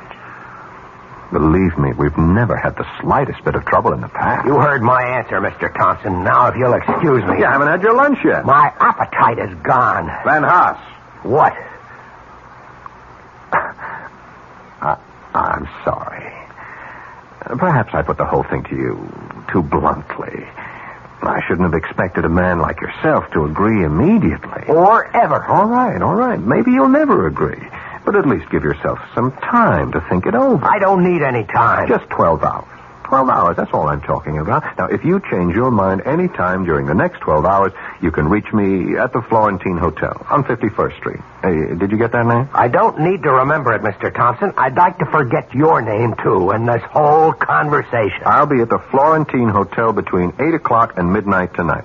Don't call me after 12, my sleeping habits, you understand?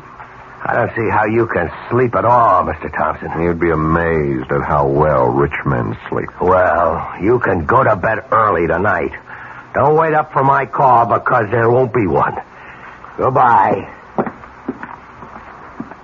So long, Walter. I'll be hearing from you.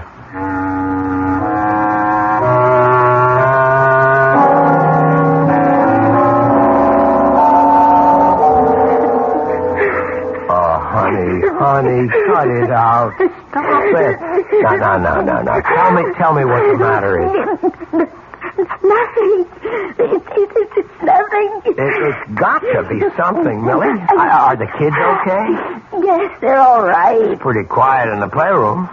Well, that's because I packed the twins off to Mother. They were getting out of hand, Walter. I just couldn't stand it anymore. Okay, fine. And I'm sure your mother is delighted. No, she isn't. Maybe she used to be when she was younger, but she's getting too old for that sort of thing now. Maybe I'm getting too old, too. Come on, what are you talking about? I'm 41 years old, Walter. Sometimes I feel like 141. You know what's wrong with you? You're not eating right. You're eating like a bird these days. Well, that's practically all I can afford to buy these days. Bird food. I didn't mean that, Walter. Honest, I didn't. I know you didn't. I know it. Look, honey, I wish you'd see Dr. Julian and have him check you over. Walter, I did see Dr. Julian. You did? When? This morning. I didn't know you were going. Well, I didn't want you to know. Not until I was sure, anyway. Sure about what? Hey, you're not sick, are you? I mean, did he find anything serious? No, I'm not sick. I'm pregnant, Walter. What? You see, I'm not over the hill after all. I can still make babies. It should be some sort of comfort, shouldn't it? A baby? Dr. Julian shook his finger at me and said he was going to call you sometime and give you a lecture on the population explosion. What? Hell, that's just great, honey. No, Walter, it's not just great. Oh, honey, don't pretend to be happy about it. I just can't. Well, it's not the end of the world. Oh, that's right. It's a beginning, isn't it? That's what Mother said when I told her. She's always said that, even with the first one, with Peter. 10 years ago, almost 11. Walter, do you realize we've been married almost 13 years? I know, Millie, and I know they haven't always been easy years. Why is everything always beginning? When does the middle of everything start for us? Is our life just going to go from beginning to end without anything worthwhile in the middle? Oh, no! What was that? I asked Elsa to wash the dishes and put them away. I'd better get in there before they're all broken. Millie, we have to talk. After dinner, all right? I haven't even started it yet. I'm sorry. It's all right. I've got some work to do anyway. Or some thinking anyway.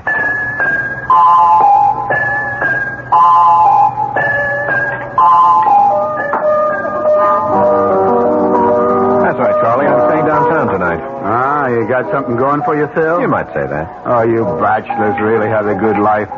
Where does she live? Pat around here? Actually, I took a hotel room for a couple of days at the Florentine. She wouldn't have a friend, would she? Well, I could call Louise and tell her I have to work tonight. Now, forget it. She'll never buy that. My wife's got a built-in lie detector. Don't eat your heart out, Charlie. This is strictly a business proposition. Yeah, I know your business propositions, Phil. Monkey business. You're trying to get a new client for the agency, right? Something like that. How do you think it looks?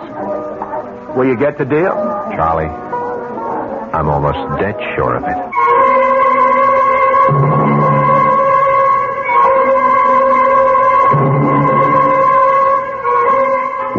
Walter Van Haas press the Chinaman button? Would you press it? To make $1 million? Before you answer, wait until we return with Act 3.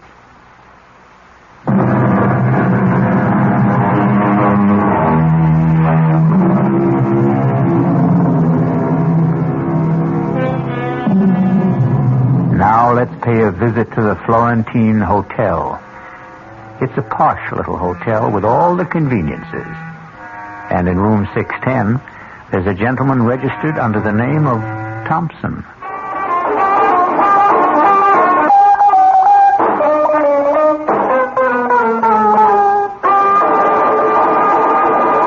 That was a request for the gang of the Williamsburg warehouse. And now here's the time of weather check. It's exactly 40 minutes past the hour. Hello, Phil. Hi, Lou. Come on in. So, this is the Florentine Hotel, huh? Well, that's not a bad-looking room. Why, they call this a suite? That's right. The bedroom is in there. Look at this bar setup. Glasses, refrigerator, everything. It's nice. Very nice. You want a drink? All I got is vodka. Oh, no, thanks. I'm strictly a Scotch, man. You know that. Sorry about that. That's okay. I'm not staying long. I'll just leave the layouts and the reports for you to look over. We can talk about them in the morning at the shop. Relax, Lou. Your wife knows you're working late tonight, doesn't she? Yeah, she knows. Well, sit down. Take it easy. Look, I got some orange juice. I can make you a screwdriver. No, thanks, Phil. Guess I have to drink alone, then. Well, aren't you going to ask me about your friend, Van Haas? What about him? I told you I was going to see him today, or rather that Mr. Thompson was going to see him. Did you? That's right. I saw him for lunch and told him the whole story about how easy it was for him to become a millionaire just by pushing the Chinaman button. Or maybe I should have called it the Dutchman button. Did he believe it, Phil? All the way. But did he go for it? I mean, about having a guy in South Africa killed. No, he wouldn't go along. So Charlie was right. He said no because he was scared. He was afraid that he was getting into something too deep for him. Well, maybe that wasn't it, Phil. Maybe he is the kind of guy Charlie says he is. Maybe he was that kind of guy, Lou. And that was before he ever got really tempted. A lot of people are honest because they never had anything worth being dishonest about. Am I right? You don't think much of people, do you? I think people are people, that's all. Open your eyes, Lou. Look at what's happening all around you. Everybody's on the grab. You don't know that by now. You've been living in a cave all your life. All right. I don't want to argue with you. Everybody's corruptible, Lou. Everybody. High and low. Yeah, it sure looks like it these days. These days, old days, any days. We're just hearing more about it now. That's the only difference. But there are limits, Phil. I mean, like what you offered Van Haas. Well, let's face it, you were talking about murder. Maybe that's the word that came to his mind, too. But when he thinks it over, he'll give it a different name. He'll come to the conclusion that all I was talking about was pushing a button. You mean you still think he'll say yes? I told him to call me here. That's why I took this suite at the hotel under the name of Thompson. So that's what it was. And I figured, I don't know, that you had some chick you didn't want to know your right name. I told Van Haas to call me here any time before midnight, in case he changed his mind. Before midnight? It's almost 11 o'clock now. That's right. Well, why did you give him a deadline? Because he needs one. We all need one, or we postpone things forever. Phil, I don't think he'll call. Why not? I think the guy's already made up his mind. Oh, no, he hasn't. He's watching the clock right now, just as we are. He's watching those hands move towards 12, thinking about how simple it would be to pick up the phone and call. You see, that's the beauty part of the whole thing. The simplicity. You remember that old camera slogan? You press the button, we do the rest. No, I don't think you're right. I don't think he'll do it. I can see him right this minute, Lou. Maybe he's in bed, looking up at the ceiling. Maybe he's locked himself up in the study, and he's telling himself all the reasons why he shouldn't say yes. Then he wonders if he's really fair to make the decision all by himself. I mean, there's his wife, too. He remembers all the little deprivations, all the promises he made to her when they were younger, those trips to Europe, the mink coat. Then there are the kids, of course. 5 kids, Lou. Think what that money would mean to them. He's really moved by the thought of the kids. You know, Maybe I'll have a drink after all. He's not thinking of himself, of course. No, he doesn't count. The things he would like to do, the places he wants to see, or that car he wants to own. You ever know a man who didn't want some car he couldn't afford? Yeah. And then there's that nice smug feeling of security he could have with that pile of money swelling with interest in some bank that never thought he was worth more than a calendar at Christmas. Well, maybe he is thinking all that, Phil, but just the same, I don't think he'll call.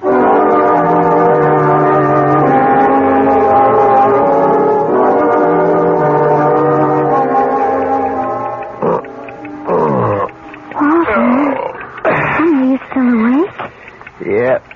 Do you feel all right? Yeah, I'm okay. You're not still thinking about it, are you? About what? About, you know, the baby. Oh, no. No, Millie, I wasn't thinking about the baby. Get back to sleep, honey. But, you know, I'm less than 2 months gone, honey. If you're really upset about... Stop that kind of talk. Oh, I just thought... Well, there are alternatives. I'm sick of hearing about that alternative. I heard about it the last time you were pregnant, remember? I'm sorry. I know you're worried about money. I know all the debts we have. We'll get along. Honey, you're not angry with me. No, I'm not angry. I'm just restless. I've got business worries. Can't turn my mind off. Why don't you read a while? The light will keep you awake. Well, I'll go to the living room. Walter? Yep. I love you. I love you too, Millie. Listen to that clock. Why do cheap clocks have to tick so loud? Yeah, we've got to get ourselves an electric one, maybe one of those digital clocks. Darling, they cost money. Yes. What doesn't?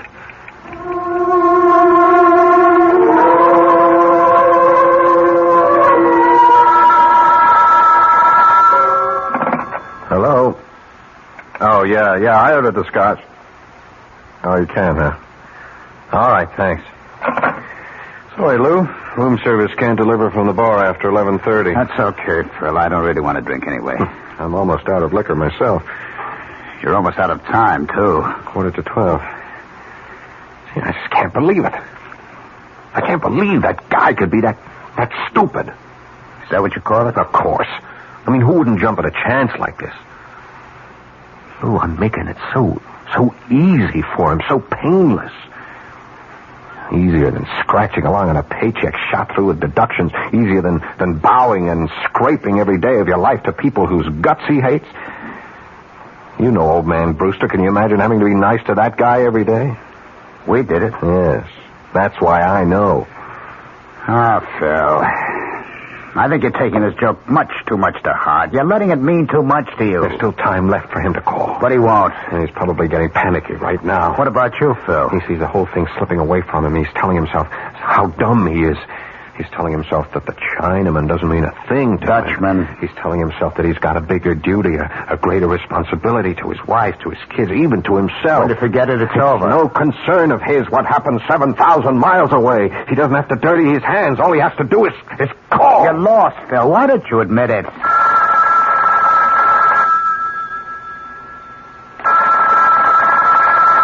Aren't you going to answer it? Sure. I'll answer it. Maybe room service again. Maybe. Hello? Mr. Thompson, this is Walter von Haas.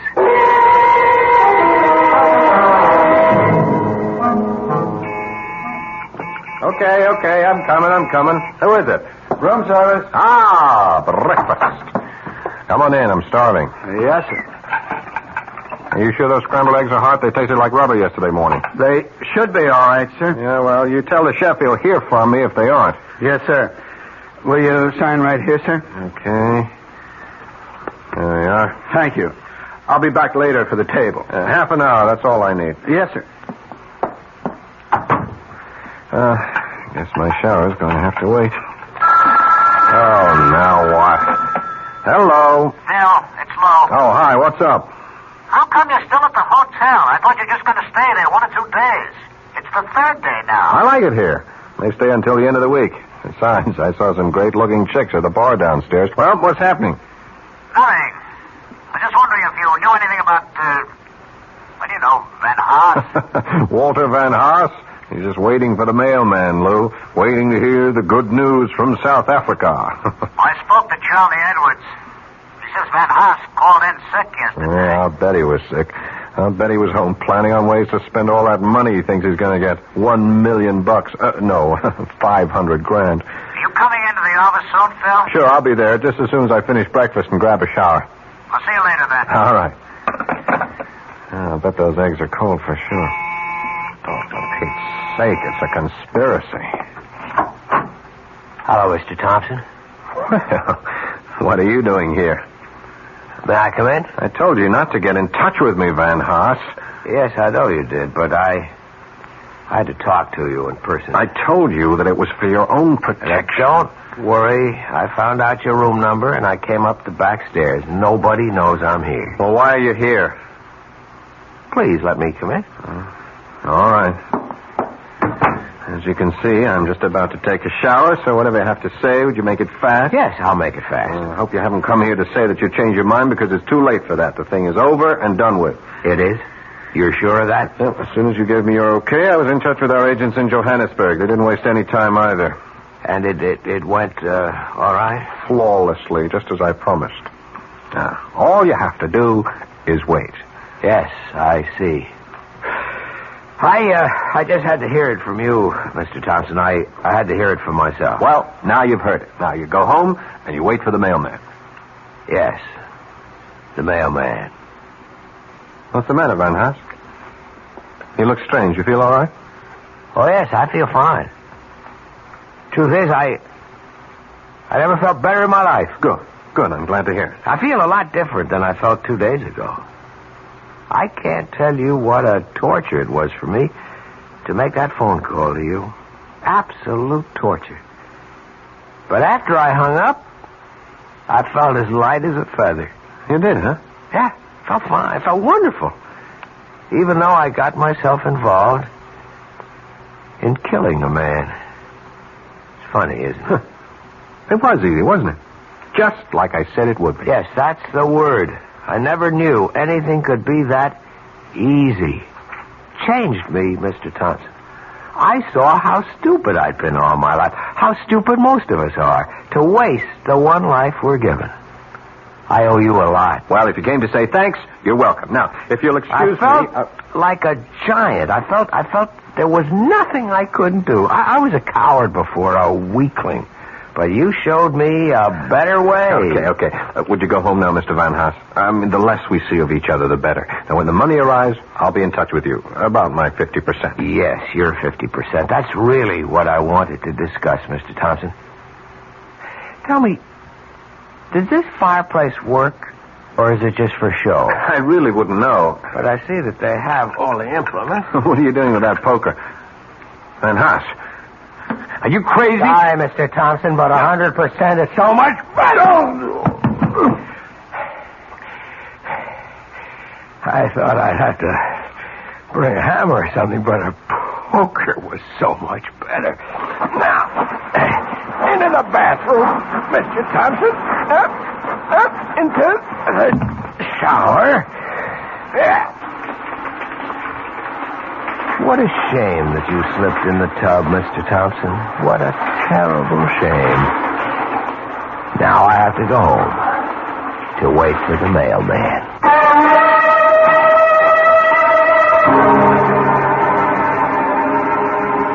There's an old saying. If you're going to dig a grave for a man, make sure you dig two. I'll return shortly.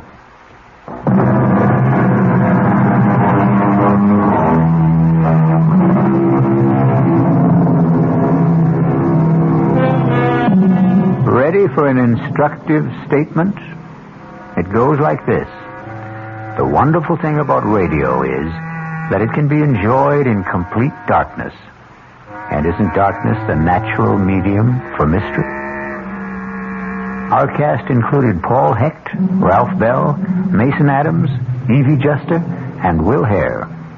The entire production was under the direction of Himan Brown.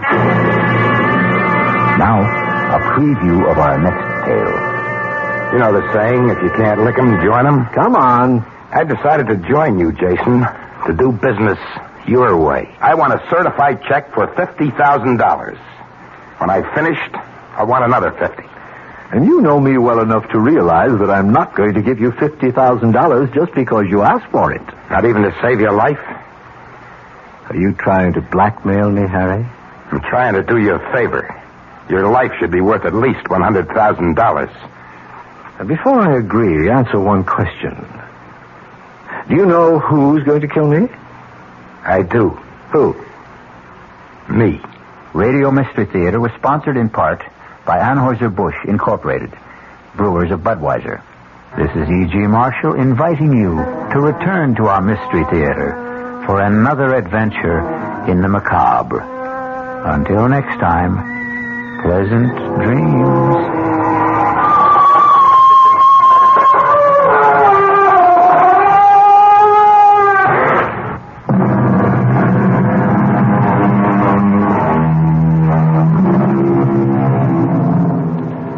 WOR Mystery Theater was brought to you by ShopRite Supermarkets, where you get a lot more for a little less, and by Suburban Savings, with offices throughout North Jersey. The preceding Mystery Theater program was furnished by the CBS Radio Network. Time magazine calls it the most outspoken and honest play about homosexuality that has ever appeared on Broadway. Clive Barnes of the New York Times agrees. Kevin Sanders of ABC TV said, as brilliant and ruthless a dissection of modern marriage as I've ever seen on stage. They're all talking about Find Your Way Home, the new Broadway hit starring Jane Alexander, Lee Richardson, and the sensational new star Michael Moriarty, hailed as the most exciting new performer to hit Broadway since Marlon Brando in Streetcar. It's at the Brooks Atkinson Theater, the play of the season. It's Find Your Way Home. The news is next with Bert Wilson on WOR New York, your station for the Mystery Theater.